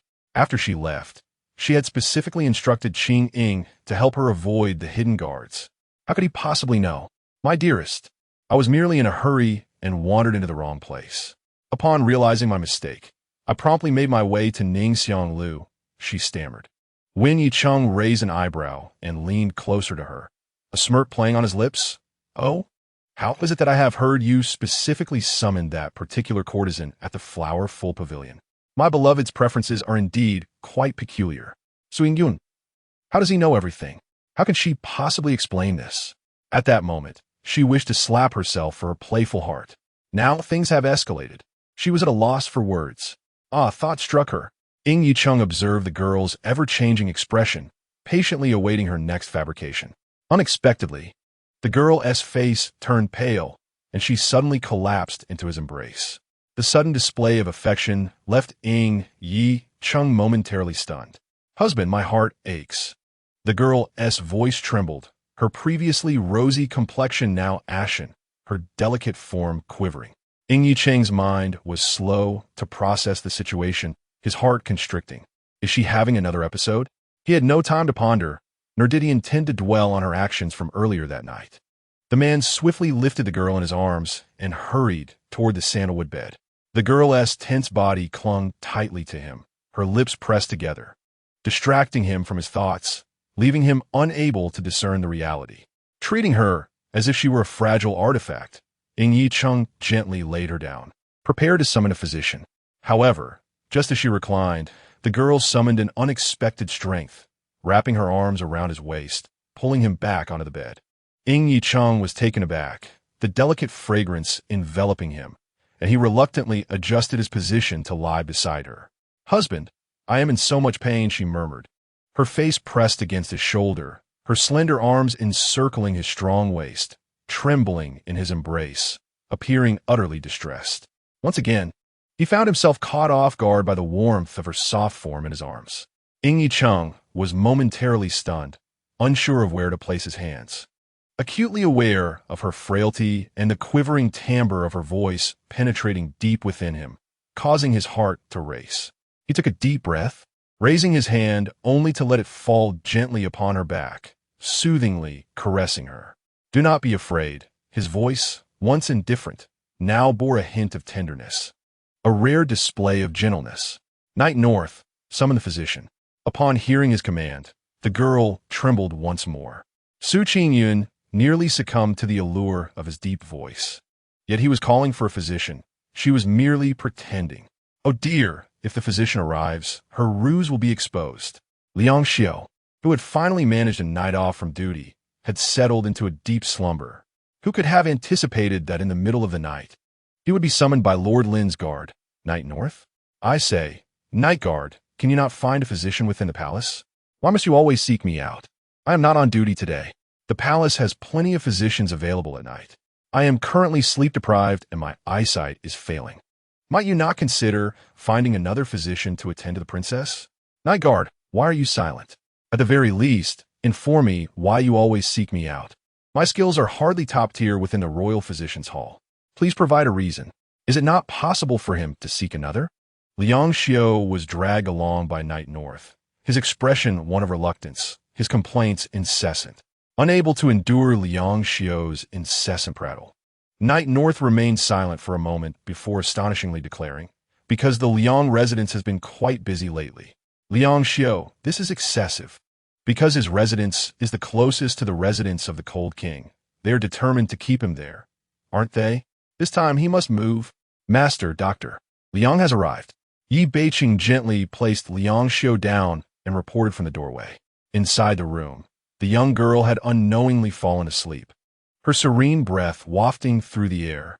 Ying Yicheng delicately pried apart her small hand that clutched his robe, his movements so gentle that even his breath and heartbeat seemed almost soundless. He lifted the quilt and descended from the bed, treading lightly as though fearing to disturb the girl. After meticulously adjusting his robe, he took long strides to open the door. Waiting outside was Dr. Liang, who opened his mouth to bow in greeting but was frozen in place by Ying Yicheng's piercing gaze. Silence. Take her pulse. Liang Xiu was taken aback, but dared not disobey. He grasped his medicine box and, like a thief, stealthily approached the bed, unsure of where to begin. The canopy obscured the view of the girl within, leaving him rooted in place. Ying Yecheng furrowed his brows, regarding Liang Xiu as if he were a simpleton, before gently placing one of the young girl's arms over the edge of the bed, signaling him to take her pulse. Trembling, Liang Xiu produced a handkerchief, placing it over Su Qingyun's wrist as he carefully felt her pulse. His brow furrowed, beads of sweat forming on his forehead. It was disastrous. He could not discern the symptoms of the cold princess. Aside from her typical frailty, her pulse indicated a precarious state, revealing no additional symptoms. Not even the blood spitting from a fit of rage. Yet, the icy aura emanating from the cold king suggested that the situation was far graver than when the princess had bled. As Liang Xiu took her pulse, the chill in Ying Yecheng's demeanor deepened. At last, he withdrew his hand and quietly exited the room, followed closely by Ying Yecheng, whose face was a mask of cold composure. In the side hall of Qingfeng courtyard, Liang Xiu knelt on the ground, drenched in cold sweat, reporting to the king. The princess, Liang Xiu stammered, unable to articulate the gravity of the situation. Speak. Ying Yecheng's voice was frigid and low. A fresh wave of cold sweat broke out on Liang Xiu's back. There was no escape today. He steeled himself and confessed. The princess has always been frail, plagued by numerous ailments. Now, her pulse is faint and nearly extinguished. It signifies that her time is limited. After speaking, he closed his eyes, bracing for the king's wrath. As a side note, the pulse-taking part is purely fictional. Please do not take it too seriously. Chapter 79. The princess's lack of understanding limited time. The man's pupils constricted. Breath caught in his throat. He had always known the girl was delicate, yet he was unaware that she had reached such a critical state. The image of her bright and playful smile flashed through his mind. She appeared so vibrant, lively, occasionally mischievous and lazy, with an insatiable appetite for fun, making it difficult to discern that her days were numbered. Liang Xiu knelt on the ground, waiting for a long moment without any response from the cold king. In disbelief, he touched his neck, wondering why he hadn't yet met his end. Is there a way to treat her? Ying Yecheng's handsome face remained inscrutable, his expression unchanged, leaving no hint of emotion to decipher. Yet, Liang Xiu felt the temperature in the room plummet dramatically. Forgive my incompetence, but the situation of the princess is such that, with the finest medicinal herbs, she may, at most, survive until October of next year. The expression on Ying Yecheng's face quickly darkened, his gaze icy and aloof. As if devoid of focus, the depths of his eyes seemingly filled with an unsettling calm. However, Physician Liang could sense the instability of Prince Lin's emotions from the taut lines of his silhouette and the chilling aura that surrounded him. Trembling with a sense of self-preservation, he stammered, "Though I am powerless, perhaps the master of Tianji Medicine Valley, Bai Li Mu, might possess the means to cure the princess." But what? Ying Yecheng's tone was unervingly calm. Liang Xiu cautiously raised his gaze, only to find the shadows of despair lurking in the prince's eyes. Startled, he quickly averted his eyes and continued. "However, it is rumored that Mr. Bai Li Mu has been missing for half a year. If he cannot be found within 3 months, the princess, silence, you may leave." Ying Yecheng's voice was frigid, his patience waning. Hearing this, Liang Xiu hastily took his leave, scuttling away in a panic. He was genuinely crawling, for after merely 2 steps, he felt the weight of a piercing gaze upon him, causing his legs to weaken, and he crawled out, trembling with his medicine box in tow. He vowed never to return to this infernal palace again. That night, the candlelight in the side hall of Qingfeng courtyard flickered brightly. Shadows of cloaked figures entered and exited, all tasked with a singular mission: to locate the master of Tianji Medicine Valley, Bai Li Mu, within 3 months. Failure to do so would mean never returning. As dawn broke, the world lay in serene silence, the drifting clouds obscuring the moon's silvery glow, casting a dim pall over the horizon beyond the window. Su Qingyun was asleep, haunted by a nightmare. She dreamt of transforming into a monstrous being, ensnared by a cold-faced immortal resembling Ying Yecheng. Bound with ropes, of celestial restraint. The more she struggled, the tighter the binding became. After what felt like an eternity of thrashing, she sensed she was suffocating. Terrified, she jolted awake, clutching the bedclothes tightly, gasping for breath. Before she could catch her breath, a wave of overwhelming negative energy attributed to Yi Cheng flashed through her mind. Her body stiffened. What had transpired that night to warrant such a staggering accumulation of negativity? Could it be that her pretense of illness had been discovered, inciting the wrath of her wealthy benefactor, who had unleashed a torrent of negativity upon her throughout the night?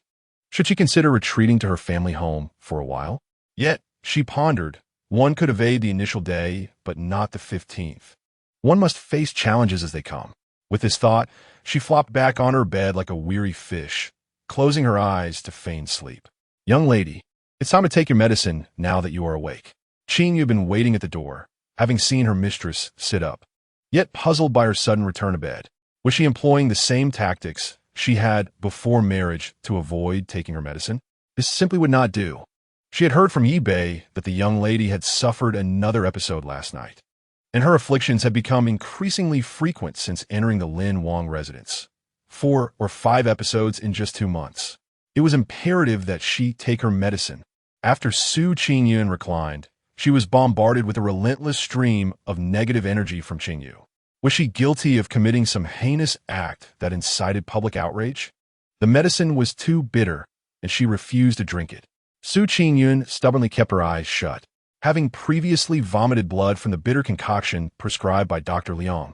She adamantly refused this time as well. Moreover, she was merely pretending. With a resigned smile, Qingyu gently coaxed her, suggesting that perhaps the young lady could have her breakfast first and drink the medicine afterward. She knew her mistress had a penchant for food. Sure enough, Su Qingyun stealthily opened her eyes, inquiring about the morning meal. Breakfast included poria porridge, crystal dumplings, and peanut milk. Su Qingyun's eyes sparkled. She decided to rise and enjoy her breakfast first. Lazily, she propped herself up. Qingha entered to assist her with washing up while Qingyu set the medicine